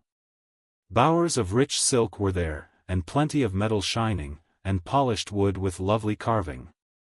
Flowers too of the noblest kind, and candles made by somebody who had learned how to clarify tallow. This last thing amazed me more than all, for our dips never will come clear, melt the mutton fat how you will. And methought that this hanging of flowers about was a pretty thing. For if a man can worship God best of all beneath a tree, as the natural instinct is, surely when by fault of climate the tree would be too apt to drip. The very best make-believe is to have enough and to spare of flowers, which to the dwellers in London seem to have grown on the tree denied them. Be that as it may, when the king and queen crossed the threshold, a mighty flourish of trumpets arose, and a waving of banners. The Knights of the Garter, whoever they be, were to attend that day in state, and some went in, and some stayed out, and it made me think of the difference betwixt the ewes and the wethers. For the ewes will go wherever you lead them, but the wethers will not, having strong opinions, and meaning to abide by them. And one man I noticed was of the wethers, to wit the Duke of Norfolk, who stopped outside with the sword of state, like a beetle with a rapping rod. This has taken more to tell than the time it happened in. For after all the men were gone, some to this side, some to that, according to their feelings, a number of ladies, beautifully dressed, being of the Queen's retinue, began to enter, and were stared at 3 times as much as the men had been. And indeed they were worth looking at, which men never are to my ideas, when they trick themselves with gewgaws, but none was so well worth eye service as my own beloved Lorna. She entered modestly and shyly, with her eyes upon the ground, knowing the rudeness of the gallants, and the large sum she was priced at. Her dress was of the purest white, very sweet and simple, without a line of ornament, for she herself adorned it. The way she walked and touched her skirt, rather than seemed to hold it up, with a white hand beaming one red rose, this and her stately supple neck, and the flowing of her hair would show, at a distance of 100 yards, that she could be none but Lorna Doone. Lorna Doone of my early love, in the days when she blushed for her name before me by reason of dishonesty, but now the Lady Lorna Dougal as far beyond reproach as above my poor affection. All my heart, and all my mind, gathered themselves upon her. Would she see me, or would she pass? Was there instinct in our love? By some strange chance she saw me. Or was it through our destiny? While with eyes kept sedulously on the marble floor, to shun the weight of admiration thrust too boldly on them, while with shy quick steps she passed. Someone, perhaps with purpose, trod on the skirt of her clear white dress, with the quickness taught her by many a scene of danger, she looked up, and her eyes met mine. As I gazed upon her, steadfastly, yearningly, yet with some reproach, and more of pride than humility, she made me one of the courtly bows which I do so much detest.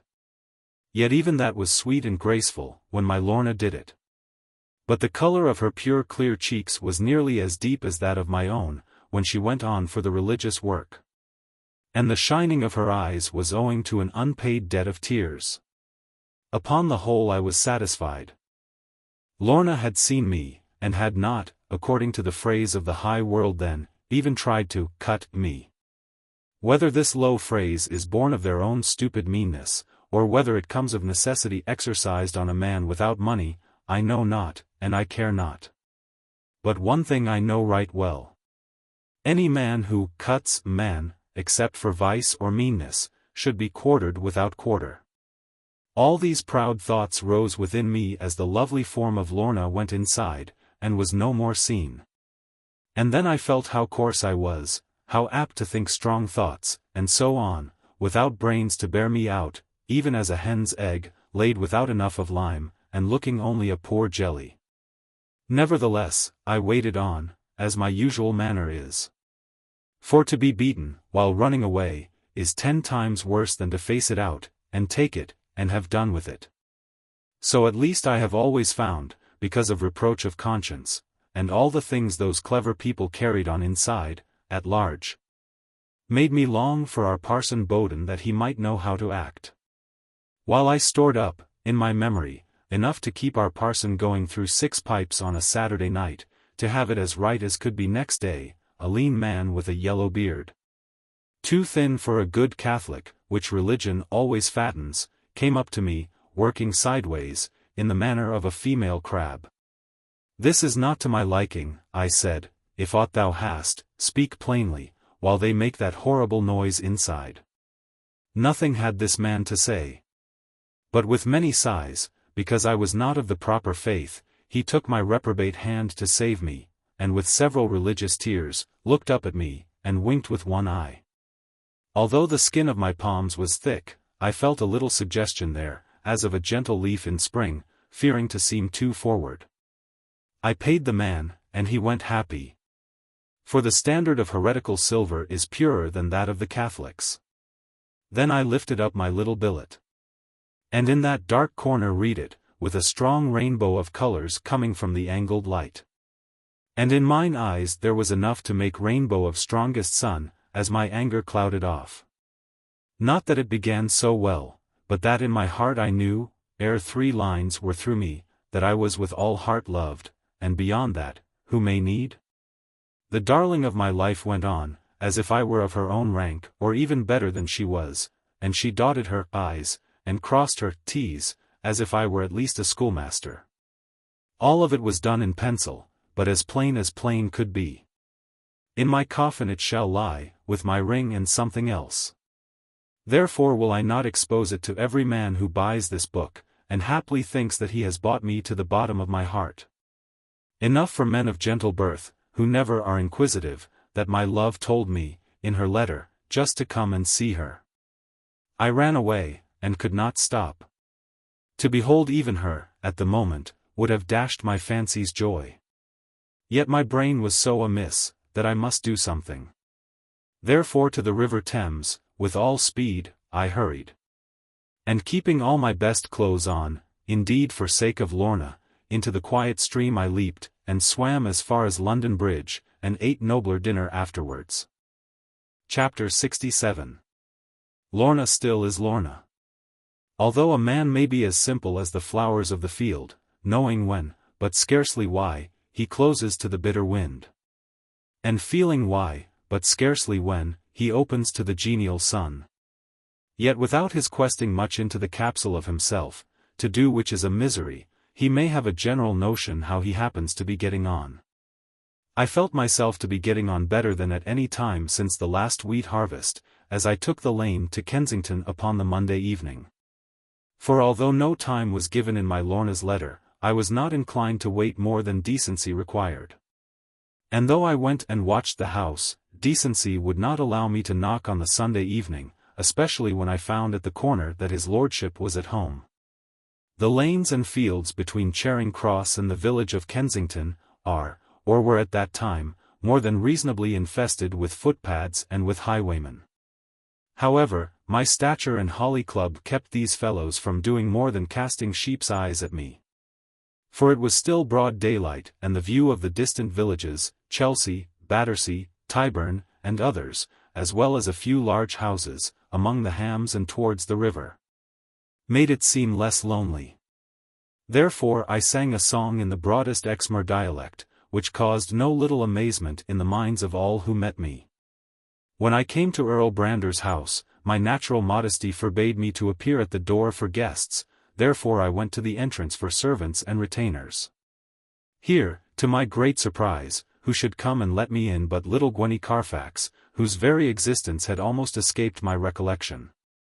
Her mistress, no doubt, had seen me coming, and sent her to save trouble. But when I offered to kiss Gwenny, in my joy and comfort to see a farmhouse face again, she looked ashamed, and turned away, and would hardly speak to me. I followed her to a little room, furnished very daintily, and there she ordered me to wait, in a most ungracious manner. Well, thought I, if the mistress and the maid are alike in temper, better it had been for me to abide at Master Ramsack's. But almost ere my thought was done, I heard the light quick step which I knew as well as Watch, my dog, knew mine. And my breast began to tremble, like the trembling of an arch ere the keystone is put in. Almost ere I hoped, for fear and hope were so entangled that they hindered one another, the velvet hangings of the doorway parted, with a little doubt, and then a good face put on it. Lorna, in her perfect beauty, stood before the crimson folds, and her dress was all pure white, and her cheeks were rosy pink, and her lips were scarlet. Like a maiden, with skill and sense checking violent impulse, she stayed there for one moment only, just to be admired, and then like a woman, she came to me, seeing how alarmed I was.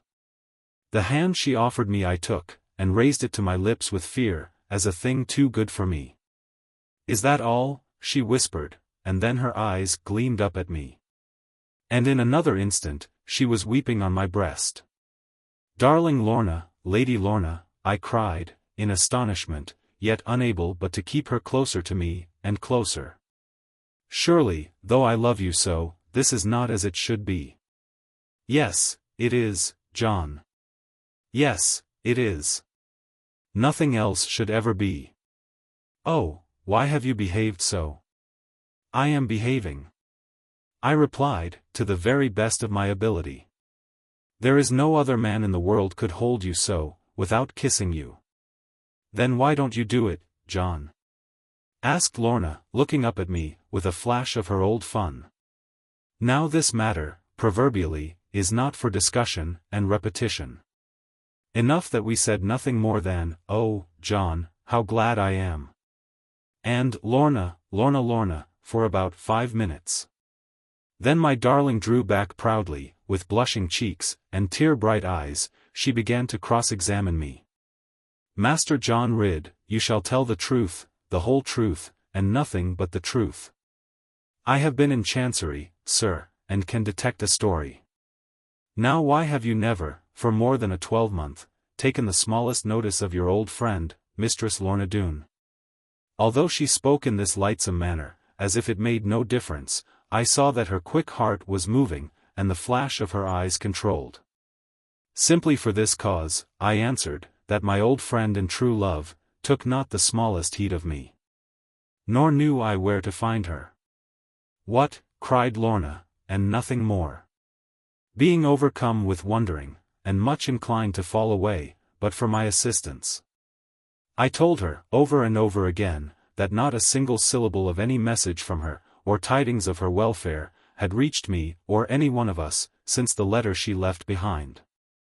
Except by soldiers' gossip. "Oh, you poor dear John," said Lorna, sighing at thought of my misery, "how wonderfully good of you, thinking of me as you must have done, not to marry that little plain thing, or perhaps I should say that lovely creature. For I have never seen her, Mistress Ruth, I forget her name. But something like a towel." "Ruth Huckaback is a worthy maid," I answered with some dignity. "And she alone of all our world, except indeed poor Annie, has kept her confidence in you, and told me not to dread your rank, but trust your heart, Lady Lorna." "Then Ruth is my best friend," she answered, "and is worthy of you, dear John. And now remember one thing, dear. If God should part us, as may be by nothing short of death, try to marry that little Ruth, when you cease to remember me. And now for the head traitor. I have often suspected it, but she looks me in the face, and wishes, fearful things, which I cannot repeat." With these words, she moved an implement such as I had not seen before, and which made a ringing noise at a serious distance. And before I had ceased wondering, for if such things go on, we might ring the church bells, while sitting in our back kitchen, little Gwenny Carfax came, with a grave and sullen face. "Gwenny," began my Lorna, in a tone of high rank and dignity, "go and fetch the letters which I gave you at various times for dispatch to Mistress Ridd." "How can I fetch them, when they are gone? It be no use for him to tell no lies." "Now, Gwenny, can you look at me?" I asked, very sternly, for the matter was no joke to me, after a year's unhappiness. "I don't want to look at E.E. What should I look at a young man for, although he did offer to kiss me?" I saw the spite and impudence of this last remark, and so did Lorna, although she could not quite refrain from smiling. "Now, Gwenny, not to speak of that," said Lorna, very demurely, "if you thought it honest to keep the letters, was it honest to keep the money?" At this the Cornish maiden broke into a rage of honesty. "Put the money by 4 E.E. E.E. shall have every farden of it." And so she flung out of the room. "And, Gwenny," said Lorna very softly, following under the door hangings, "if it is not honest to keep the money, it is not honest to keep the letters, which would have been worth more than any gold to those who were so kind to you. Your father shall know the whole, Gwenny, unless you tell the truth." "Now, we'll tell all the truth," this strange maiden answered, talking to herself at least as much as to her mistress, while she went out of sight and hearing. And then I was so glad at having my own Lorna once again, cleared of all contempt for us, and true to me through all of it, that I would have forgiven Gwenny for treason, or even forgery. I trusted her so much, said Lorna, in her old ill-fortuned way, and look how she has deceived me. That is why I love you, John, setting other things aside, because you never told me falsehood. And you never could, you know. Well, I am not so sure of that.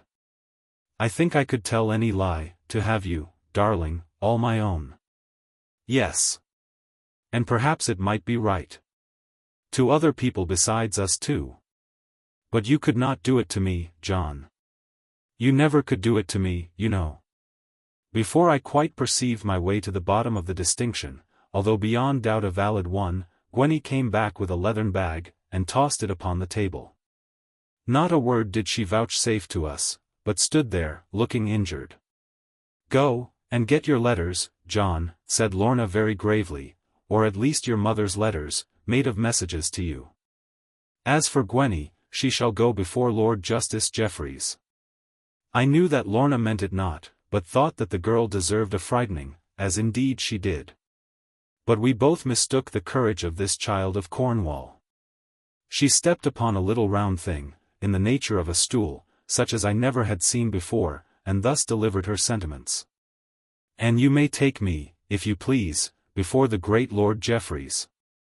I have done no more than duty, though I did it crookedly, and told a heap of lies, for your sake. And pretty gratitude I gets. Much gratitude you have shown, replied Lorna, to Master Ridd, for all his kindness and his goodness to you. Who was it that went down, at the peril of his life, and brought your father to you, when you had lost him for months and months? Who was it? Answer me, Gwenny. Girt Jan Ridd, said the handmaid, very sulkily. What made you treat me so, little Gwenny? I asked, for Lorna would not ask lest the reply should vex me. Because, beest below her so. Her Shauna have a poor farmering chap, not even if her were a Carnishman. All her land, and all her birth, and who be you, I'd like to know. Gwenny, you may go, said Lorna, reddening with quiet anger, and remember that you come not near me for the next 3 days. It is the only way to punish her, she continued to me, when the maid was gone, in a storm of sobbing and weeping. Now, for the next 3 days, she will scarcely touch a morsel of food, and scarcely do a thing but cry. Make up your mind to one thing, John. If you mean to take me, for better for worse, you will have to take Gwenny with me. I would take you with 50 Gwennys, said I, although every one of them hated me, which I do not believe this little maid does, in the bottom of her heart. No one can possibly hate you, John, she answered very softly, and I was better pleased with this, than if she had called me the most noble and glorious man in the kingdom. After this, we spoke of ourselves and the way people would regard us. Supposing that when Lorna came to be her own free mistress, as she must do in the course of time, she were to throw her rank aside, and refuse her title. And caring not a fig for folk who cared less than a fig-stalk for her, should shape her mind to its native bent, and to my perfect happiness. It was not my place to say much, lest I should appear to use an improper and selfish influence. And of course to all men of common sense, and to everybody of middle age, who must know best what is good for youth, the thoughts which my Lorna entertained would be enough to prove her madness. Not that we could not keep her well, comfortably, and with nice clothes, and plenty of flowers, and fruit, and landscape, and the knowledge of our neighbors' affairs, and their kind interest in our own. Still this would not be as if she were the owner of a county, and a haughty title, and able to lead the first men of the age, by her mind, and face, and money. Therefore was I quite resolved not to have a word to say, while this young queen of wealth and beauty, and of nobleman's desire, made her mind up how to act for her purest happiness. But to do her justice, this was not the first thing she was thinking of, the test of her judgment was only this: how will my love be happiest? Now, John, she cried. For she was so quick that she always had my thoughts beforehand, why will you be backward, as if you cared not for me? Do you dream that I am doubting? My mind has been made up, good John, that you must be my husband, for, well, I will not say how long, lest you should laugh at my folly. But I believe it was ever since you came, with your stockings off, and the loaches. Right early for me to make up my mind, but you know that you made up yours, John, and, of course, I knew it. And that had a great effect on me. Now, after all this age of loving, shall a trifle sever us? I told her that it was no trifle, but a most important thing, to abandon wealth, and honor, and the brilliance of high life, and be despised by everyone for such abundant folly. Moreover, that I should appear a knave for taking advantage of her youth, and boundless generosity, and ruining, as men would say, a noble maid by my selfishness. And I told her outright, having worked myself up by my own conversation, that she was bound to consult her guardian, and that without his knowledge, I would come no more to see her. Her flash of pride at these last words made her look like an empress, and I was about to explain myself better, but she put forth her hand and stopped me. I think that condition should rather have proceeded from me. You are mistaken, Master Ridd, in supposing that I would think of receiving you in secret. It was a different thing in Glen Doone, where all except yourself were thieves, and when I was but a simple child, and oppressed with constant fear. You are quite right in threatening to visit me thus no more, but I think you might have waited for an invitation, sir. And you are quite right, Lady Lorna, in pointing out my presumption. It is a fault that must ever be found in any speech of mine to you. This I said so humbly, and not with any bitterness, for I knew that I had gone too far, and made her so polite a bow, that she forgave me in a moment, and we begged each other's pardon. Now, will you allow me just to explain my own view of this matter, John, said she, once more my darling. It may be a very foolish view, but I shall never change it. Please not to interrupt me, dear, until you have heard me to the end. In the first place, it is quite certain that neither you nor I can be happy without the other. Then what stands between us? Worldly position, and nothing else.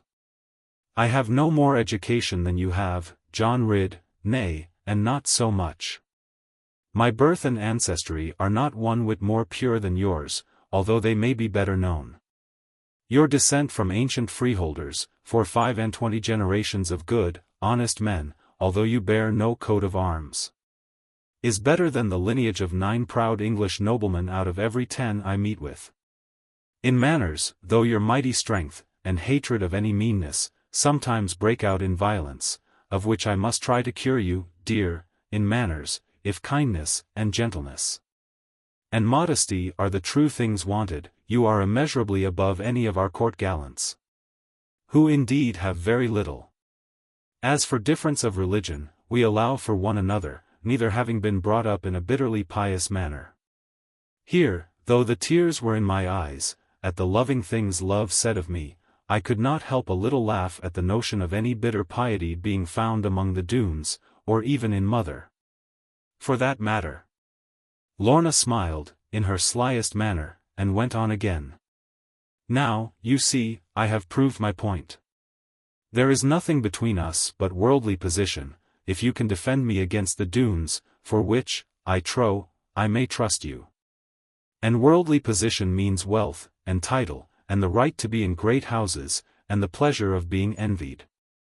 I have not been here for a year, John, without learning something. Oh, I hate it. How I hate it. Of all the people I know, there are but 2, besides my uncle, who do not either covet, or detest me. And who are those 2, think you? Gwenny, for one, I answered. Yes, Gwenny, for one. And the Queen, for the other. The one is too far below me, I mean, in her own opinion, and the other too high above. As for the women who dislike me, without having even heard my voice, I simply have nothing to do with them. As for the men who covet me, for my land and money, I merely compare them with you, John Ridd, and all thought of them is over. Oh, John, you must never forsake me, however cross I am to you. I thought you would have gone, just now, and though I would not move to stop you, my heart would have broken. You don't catch me go in a hurry, I answered very sensibly, when the loveliest maiden in all the world, and the best, and the dearest, loves me. All my fear of you is gone, darling Lorna, all my fear. Is it possible you could fear me, John, after all we have been through together? Now you promised not to interrupt me. Is this fair behavior? Well, let me see where I left off. Oh, that my heart would have broken. Upon that point, I will say no more, lest you should grow conceited, John. If anything could make you so. But I do assure you that half London, however, upon that point also I will check my power of speech, lest you think me conceited. And now to put aside all nonsense. Though I have talked none for a year, John, having been so unhappy, and now it is such a relief to me. Then talk it for an hour, said I, and let me sit and watch you. To me it is the very sweetest of all sweetest wisdom. Nay, there is no time, she answered, glancing at a jewelled timepiece, scarcely larger than an oyster, which she drew from her waistband. And then she pushed it away, in confusion, lest its wealth should startle me. My uncle will come home in less than half an hour, dear, and you are not the one to take a side passage, and avoid him. I shall tell him that you have been here, and that I mean you to come again. As Lorna said this, with a manner as confident as need be, I saw that she had learned in town the power of her beauty, and knew that she could do with most men aught she set her mind upon. And as she stood there, flushed with pride and faith in her own loveliness, and radiant with the love itself, I felt that she must do exactly as she pleased with everyone. For now, in turn, and elegance, and richness, and variety, there was nothing to compare with her face, unless it were her figure. Therefore I gave in, and said, Darling, do just what you please. Only make no rogue of me. For that she gave me the simplest, kindest, and sweetest of all kisses, and I went down the great stairs grandly, thinking of nothing else but that. Chapter 68. John is John no longer. It would be hard for me to tell the state of mind in which I lived for a long time after this. I put away from me all torment, and the thought of future cares, and the sight of difficulty. And to myself appeared, which means that I became the luckiest of lucky fellows, since the world itself began. I thought not of the harvest even, nor of the men who would get their wages without having earned them. Nor of my mother's anxiety and worry about John Fry's great fatness, which was growing upon him, and how she would cry 50 times in a day, "Ah, if our John would only come home." How different everything would look. Although there were no soldiers now quartered at Plover's Barrows, all being busied in harassing the country, and hanging the people where the rebellion had thriven most, my mother, having received from me a message containing my place of abode, contrived to send me, by the pack-horses, as fine a maund as need be of provisions, and money, and other comforts. Therein I found addressed to Colonel Jeremiah Stickles, in Lizzie's best handwriting, half a side of the dried deer's flesh, in which he rejoiced so greatly. Also, for Lorna, a fine green goose, with a little salt towards the tail, and new-laid eggs inside it, as well as a bottle of brandied cherries, and 7. Or it may have been 8 pounds of fresh home-made butter. Moreover, to myself there was a letter full of good advice, excellently well expressed, and would have been of the greatest value, if I had cared to read it. But I read all about the farm affairs, and the man who had offered himself to our Betty for the 5 pounds in her stocking. As well as the antics of Sally Snow, and how she had almost thrown herself at Parson Bowden's head, old enough to be her grandfather, because on the Sunday after the hanging of a Countisbury man, he had preached a beautiful sermon about Christian love, which Lizzie, with her sharp eyes, found to be the work of good Bishop Ken. Also I read that the Doones were quiet, the parishes round about having united to feed them well through the harvest time, so that after the day's hard work, the farmers might go to bed at night. And this plan had been found to answer well, and to save much trouble on both sides, so that everybody wondered it had not been done before. But Lizzie thought that the Doones could hardly be expected much longer to put up with it, and probably would not have done so now, but for a little adversity.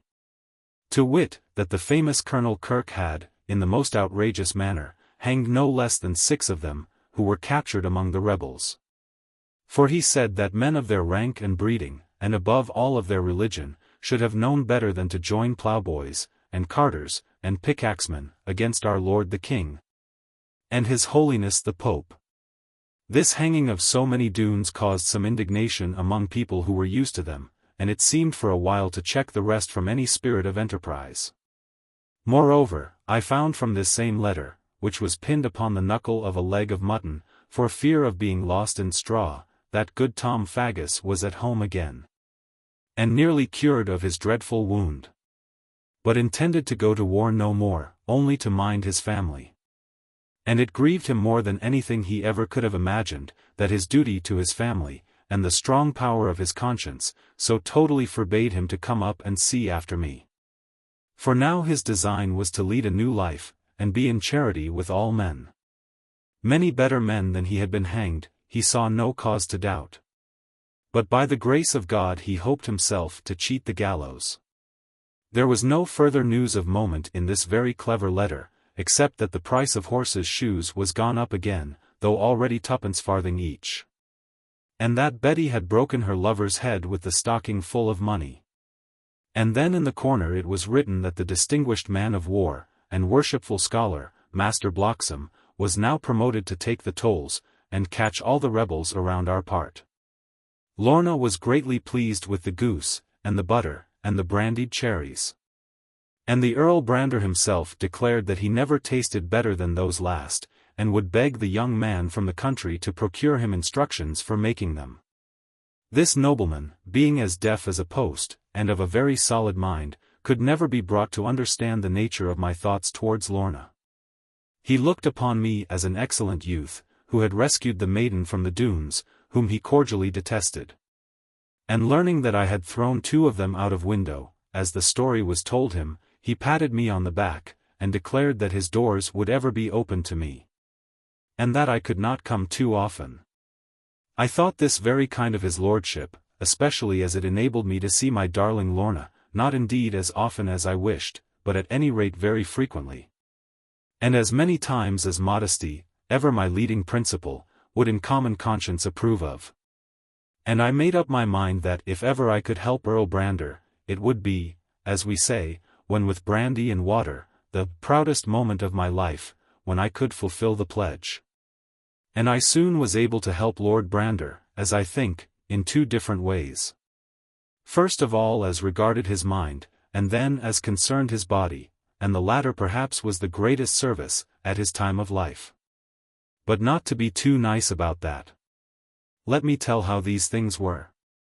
Lorna said to me one day, being in a state of excitement, whereto she was overprone, when reft of my slowness to steady her. I will tell him, John. I must tell him, John. It is mean of me to conceal it. I thought that she meant all about our love, which we had endeavored thrice to drill into his fine old ears, but could not make him comprehend, without risk of bringing the house down, and so I said, by all means, darling, have another try at it.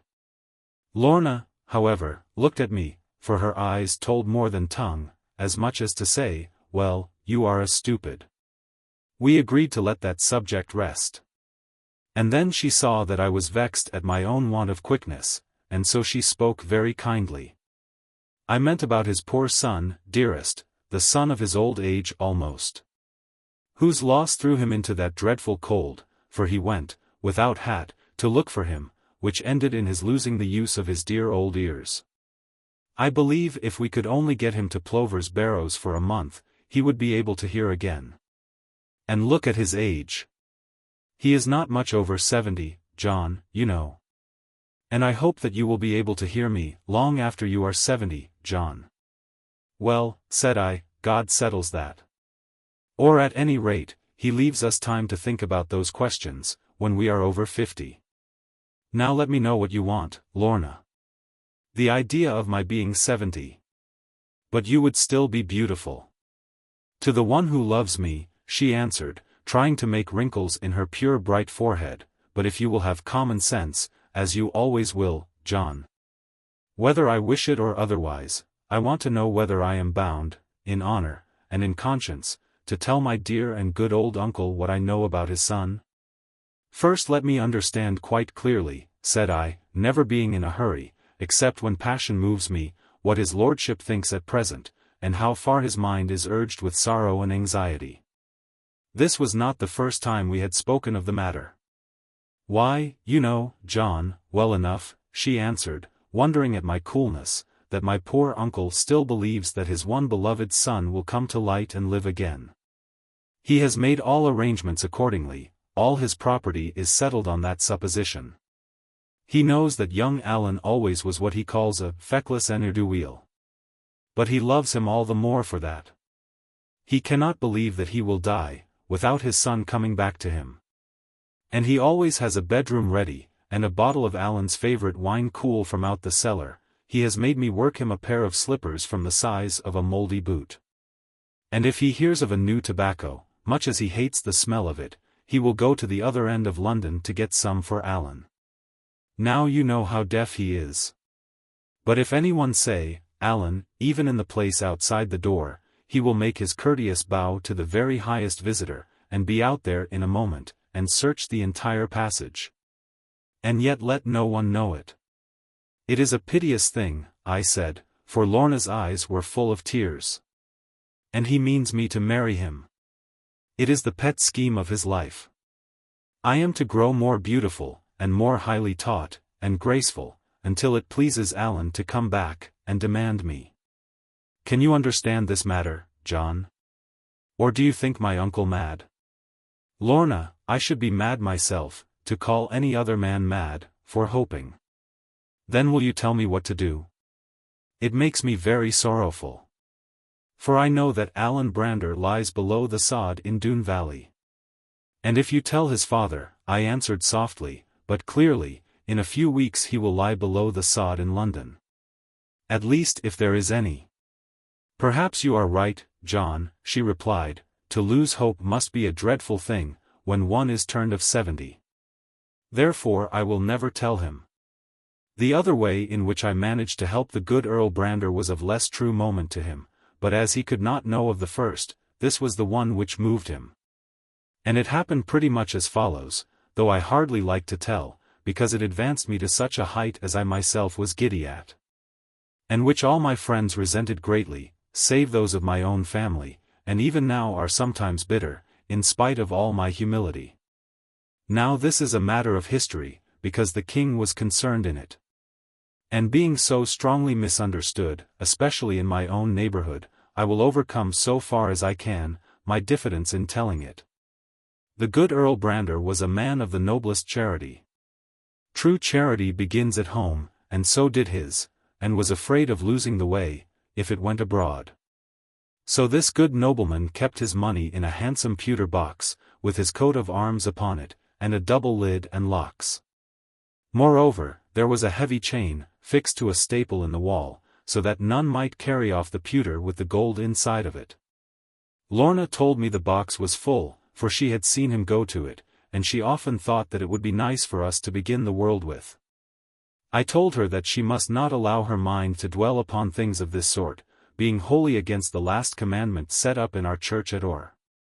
Now one evening toward September, when the days were drawing in, looking back at the house to see whether Lorna were looking after me, I espied, by a little glimpse, as it were, a pair of villainous fellows, about whom there could be no mistake, watching from the thicket corner, some 100 yards or so behind the good Earl's dwelling. There is mischief afoot, thought I to myself, being thoroughly conversant with theft, from my knowledge of the Doones. How will be the moon tonight, and when may we expect the watch? I found that neither moon nor watch could be looked for until the morning, the moon, of course, before the watch, and more likely to be punctual. Therefore I resolved to wait, and see what those two villains did, and save, if it were possible, the Earl of Brander's pewter box. But inasmuch as those bad men were almost sure to have seen me leaving the house and looking back, and striking out on the London road, I marched along at a merry pace, until they could not discern me. And then I fetched a compass round, and refreshed myself at a certain inn, entitled the Crossbones and Buttons. Here I remained until it was very nearly as dark as pitch. And the house being full of footpads and cutthroats, I thought it right to leave them. One or two came after me, in the hope of designing a stratagem, but I dropped them in the darkness. And knowing all the neighborhood well, I took up my position, 2 hours before midnight, among the shrubs at the eastern end of Lord Brander's mansion. Hence, although I might not see, I could scarcely fail to hear, if any unlawful entrance either at back or front were made. From my own observation, I thought it likely that the attack would be in the rear, and so indeed it came to pass. For when all the lights were quenched, and all the house was quiet, I heard a low and wily whistle from a clump of trees close by. And then 3 figures passed between me and a whitewashed wall, and came to a window which opened into a part of the servants' basement. This window was carefully raised by someone inside the house. And after a little whispering, and something which sounded like a kiss, all the 3 men entered. "Oh, you villains!" I said to myself, "this is worse than any Doone job. Because there is treachery in it." But without waiting to consider the subject from a moral point of view, I crept along the wall, and entered very quietly after them. Being rather uneasy about my life, because I bore no firearms, and had nothing more than my holly staff, for even a violent combat. To me this was matter of deep regret, as I followed these vile men inward. Nevertheless I was resolved that my Lorna should not be robbed again. Through us, or at least through our Annie, she had lost that brilliant necklace, which then was her only birthright, therefore it behoved me doubly, to preserve the pewter box, which must belong to her in the end, unless the thieves got hold of it. I went along very delicately, as a man who has learned to wrestle can do, although he may weigh 20 stone, following carefully the light, brought by the traitorous maid, and shaking in her loose dishonest hand. I saw her lead the men into a little place called a pantry, and there she gave them cordials, and I could hear them boasting. Not to be too long over it, which they were much inclined to be, I followed them from this drinking bout, by the aid of the light they bore, as far as Earl Brander's bedroom, which I knew, because Lorna had shown it to me that I might admire the tapestry. But I had said that no horse could ever be shod as the horses were shod therein, unless he had the foot of a frog, as well as a frog to his foot. And Lorna had been vexed at this, as taste and high art always are, at any small accurate knowledge, and so she had brought me out again, before I had time to admire things. Now, keeping well away in the dark, yet nearer than was necessary to my own dear Lorna's room, I saw these fellows try the door of the good Earl Brander, knowing from the maid, of course, that his lordship could hear nothing, except the name of Allen. They tried the lock, and pushed at it, and even set their knees upright, but a Scottish nobleman may be trusted to secure his door at night. So they were forced to break it open. And at this the guilty maid, or woman, ran away. These 3 rogues, for rogues they were, and no charity may deny it, burst into Earl Brander's room, with a light, and a crowbar, and firearms. I thought to myself that this was hard upon an honest nobleman, and if further mischief could be saved I would try to save it. When I came to the door of the room, being myself in shadow, I beheld 2 bad men trying vainly to break open the pewter box, and the third with a pistol muzzle laid to the nightcap of his lordship. With foul face and yet fouler words, this man was demanding the key of the box, which the other men could by no means open, neither drag it from the chain. "I tell you," said this aged earl, beginning to understand at last what these rogues were up for, "I will give no key to you. It all belongs to my boy, Allen. No one else shall have a farthing. Then you may count your moments, lord. The key is in your old cramped hand. 1, 2, and at 3, I shoot you." I saw that the old man was abroad. Not with fear, but with great wonder, and the regrets of deafness. And I saw that rather would he be shot than let these men go rob his son, buried now, or laid to bleach in the tangles of the wood, 3, or it might be 4 years agone, but still alive to his father. Hereupon my heart was moved, and I resolved to interfere. The thief with the pistol began to count, as I crossed the floor very quietly, while the old earl fearfully gazed at the muzzle, but clenched still tighter his wrinkled hand. The villain, with hair all over his eyes, and the great horse pistol levelled, cried, "3," and pulled the trigger. But luckily, at that very moment, I struck up the barrel with my staff, so that the shot pierced the tester, and then with a spin and a thwack I brought the good holly down upon the rascal's head, in a manner which stretched him upon the floor. Meanwhile the other 2 robbers had taken the alarm, and rushed at me, one with a pistol and one with a hanger, which forced me to be very lively. Fearing the pistol most, I flung the heavy velvet curtain of the bed across, that he might not see where to aim at me, and then stooping very quickly I caught up the senseless robber, and set him up for a shield and target. Whereupon he was shot immediately, without having the pain of knowing it, and a happy thing it was for him. Now the other 2 were at my mercy, being men below the average strength. And no hanger, except in most skilful hands, as well as firm and strong ones, has any chance to a powerful man armed with a stout cudgel, and thoroughly practiced in single-stick. So I took these 2 rogues, and bound them together.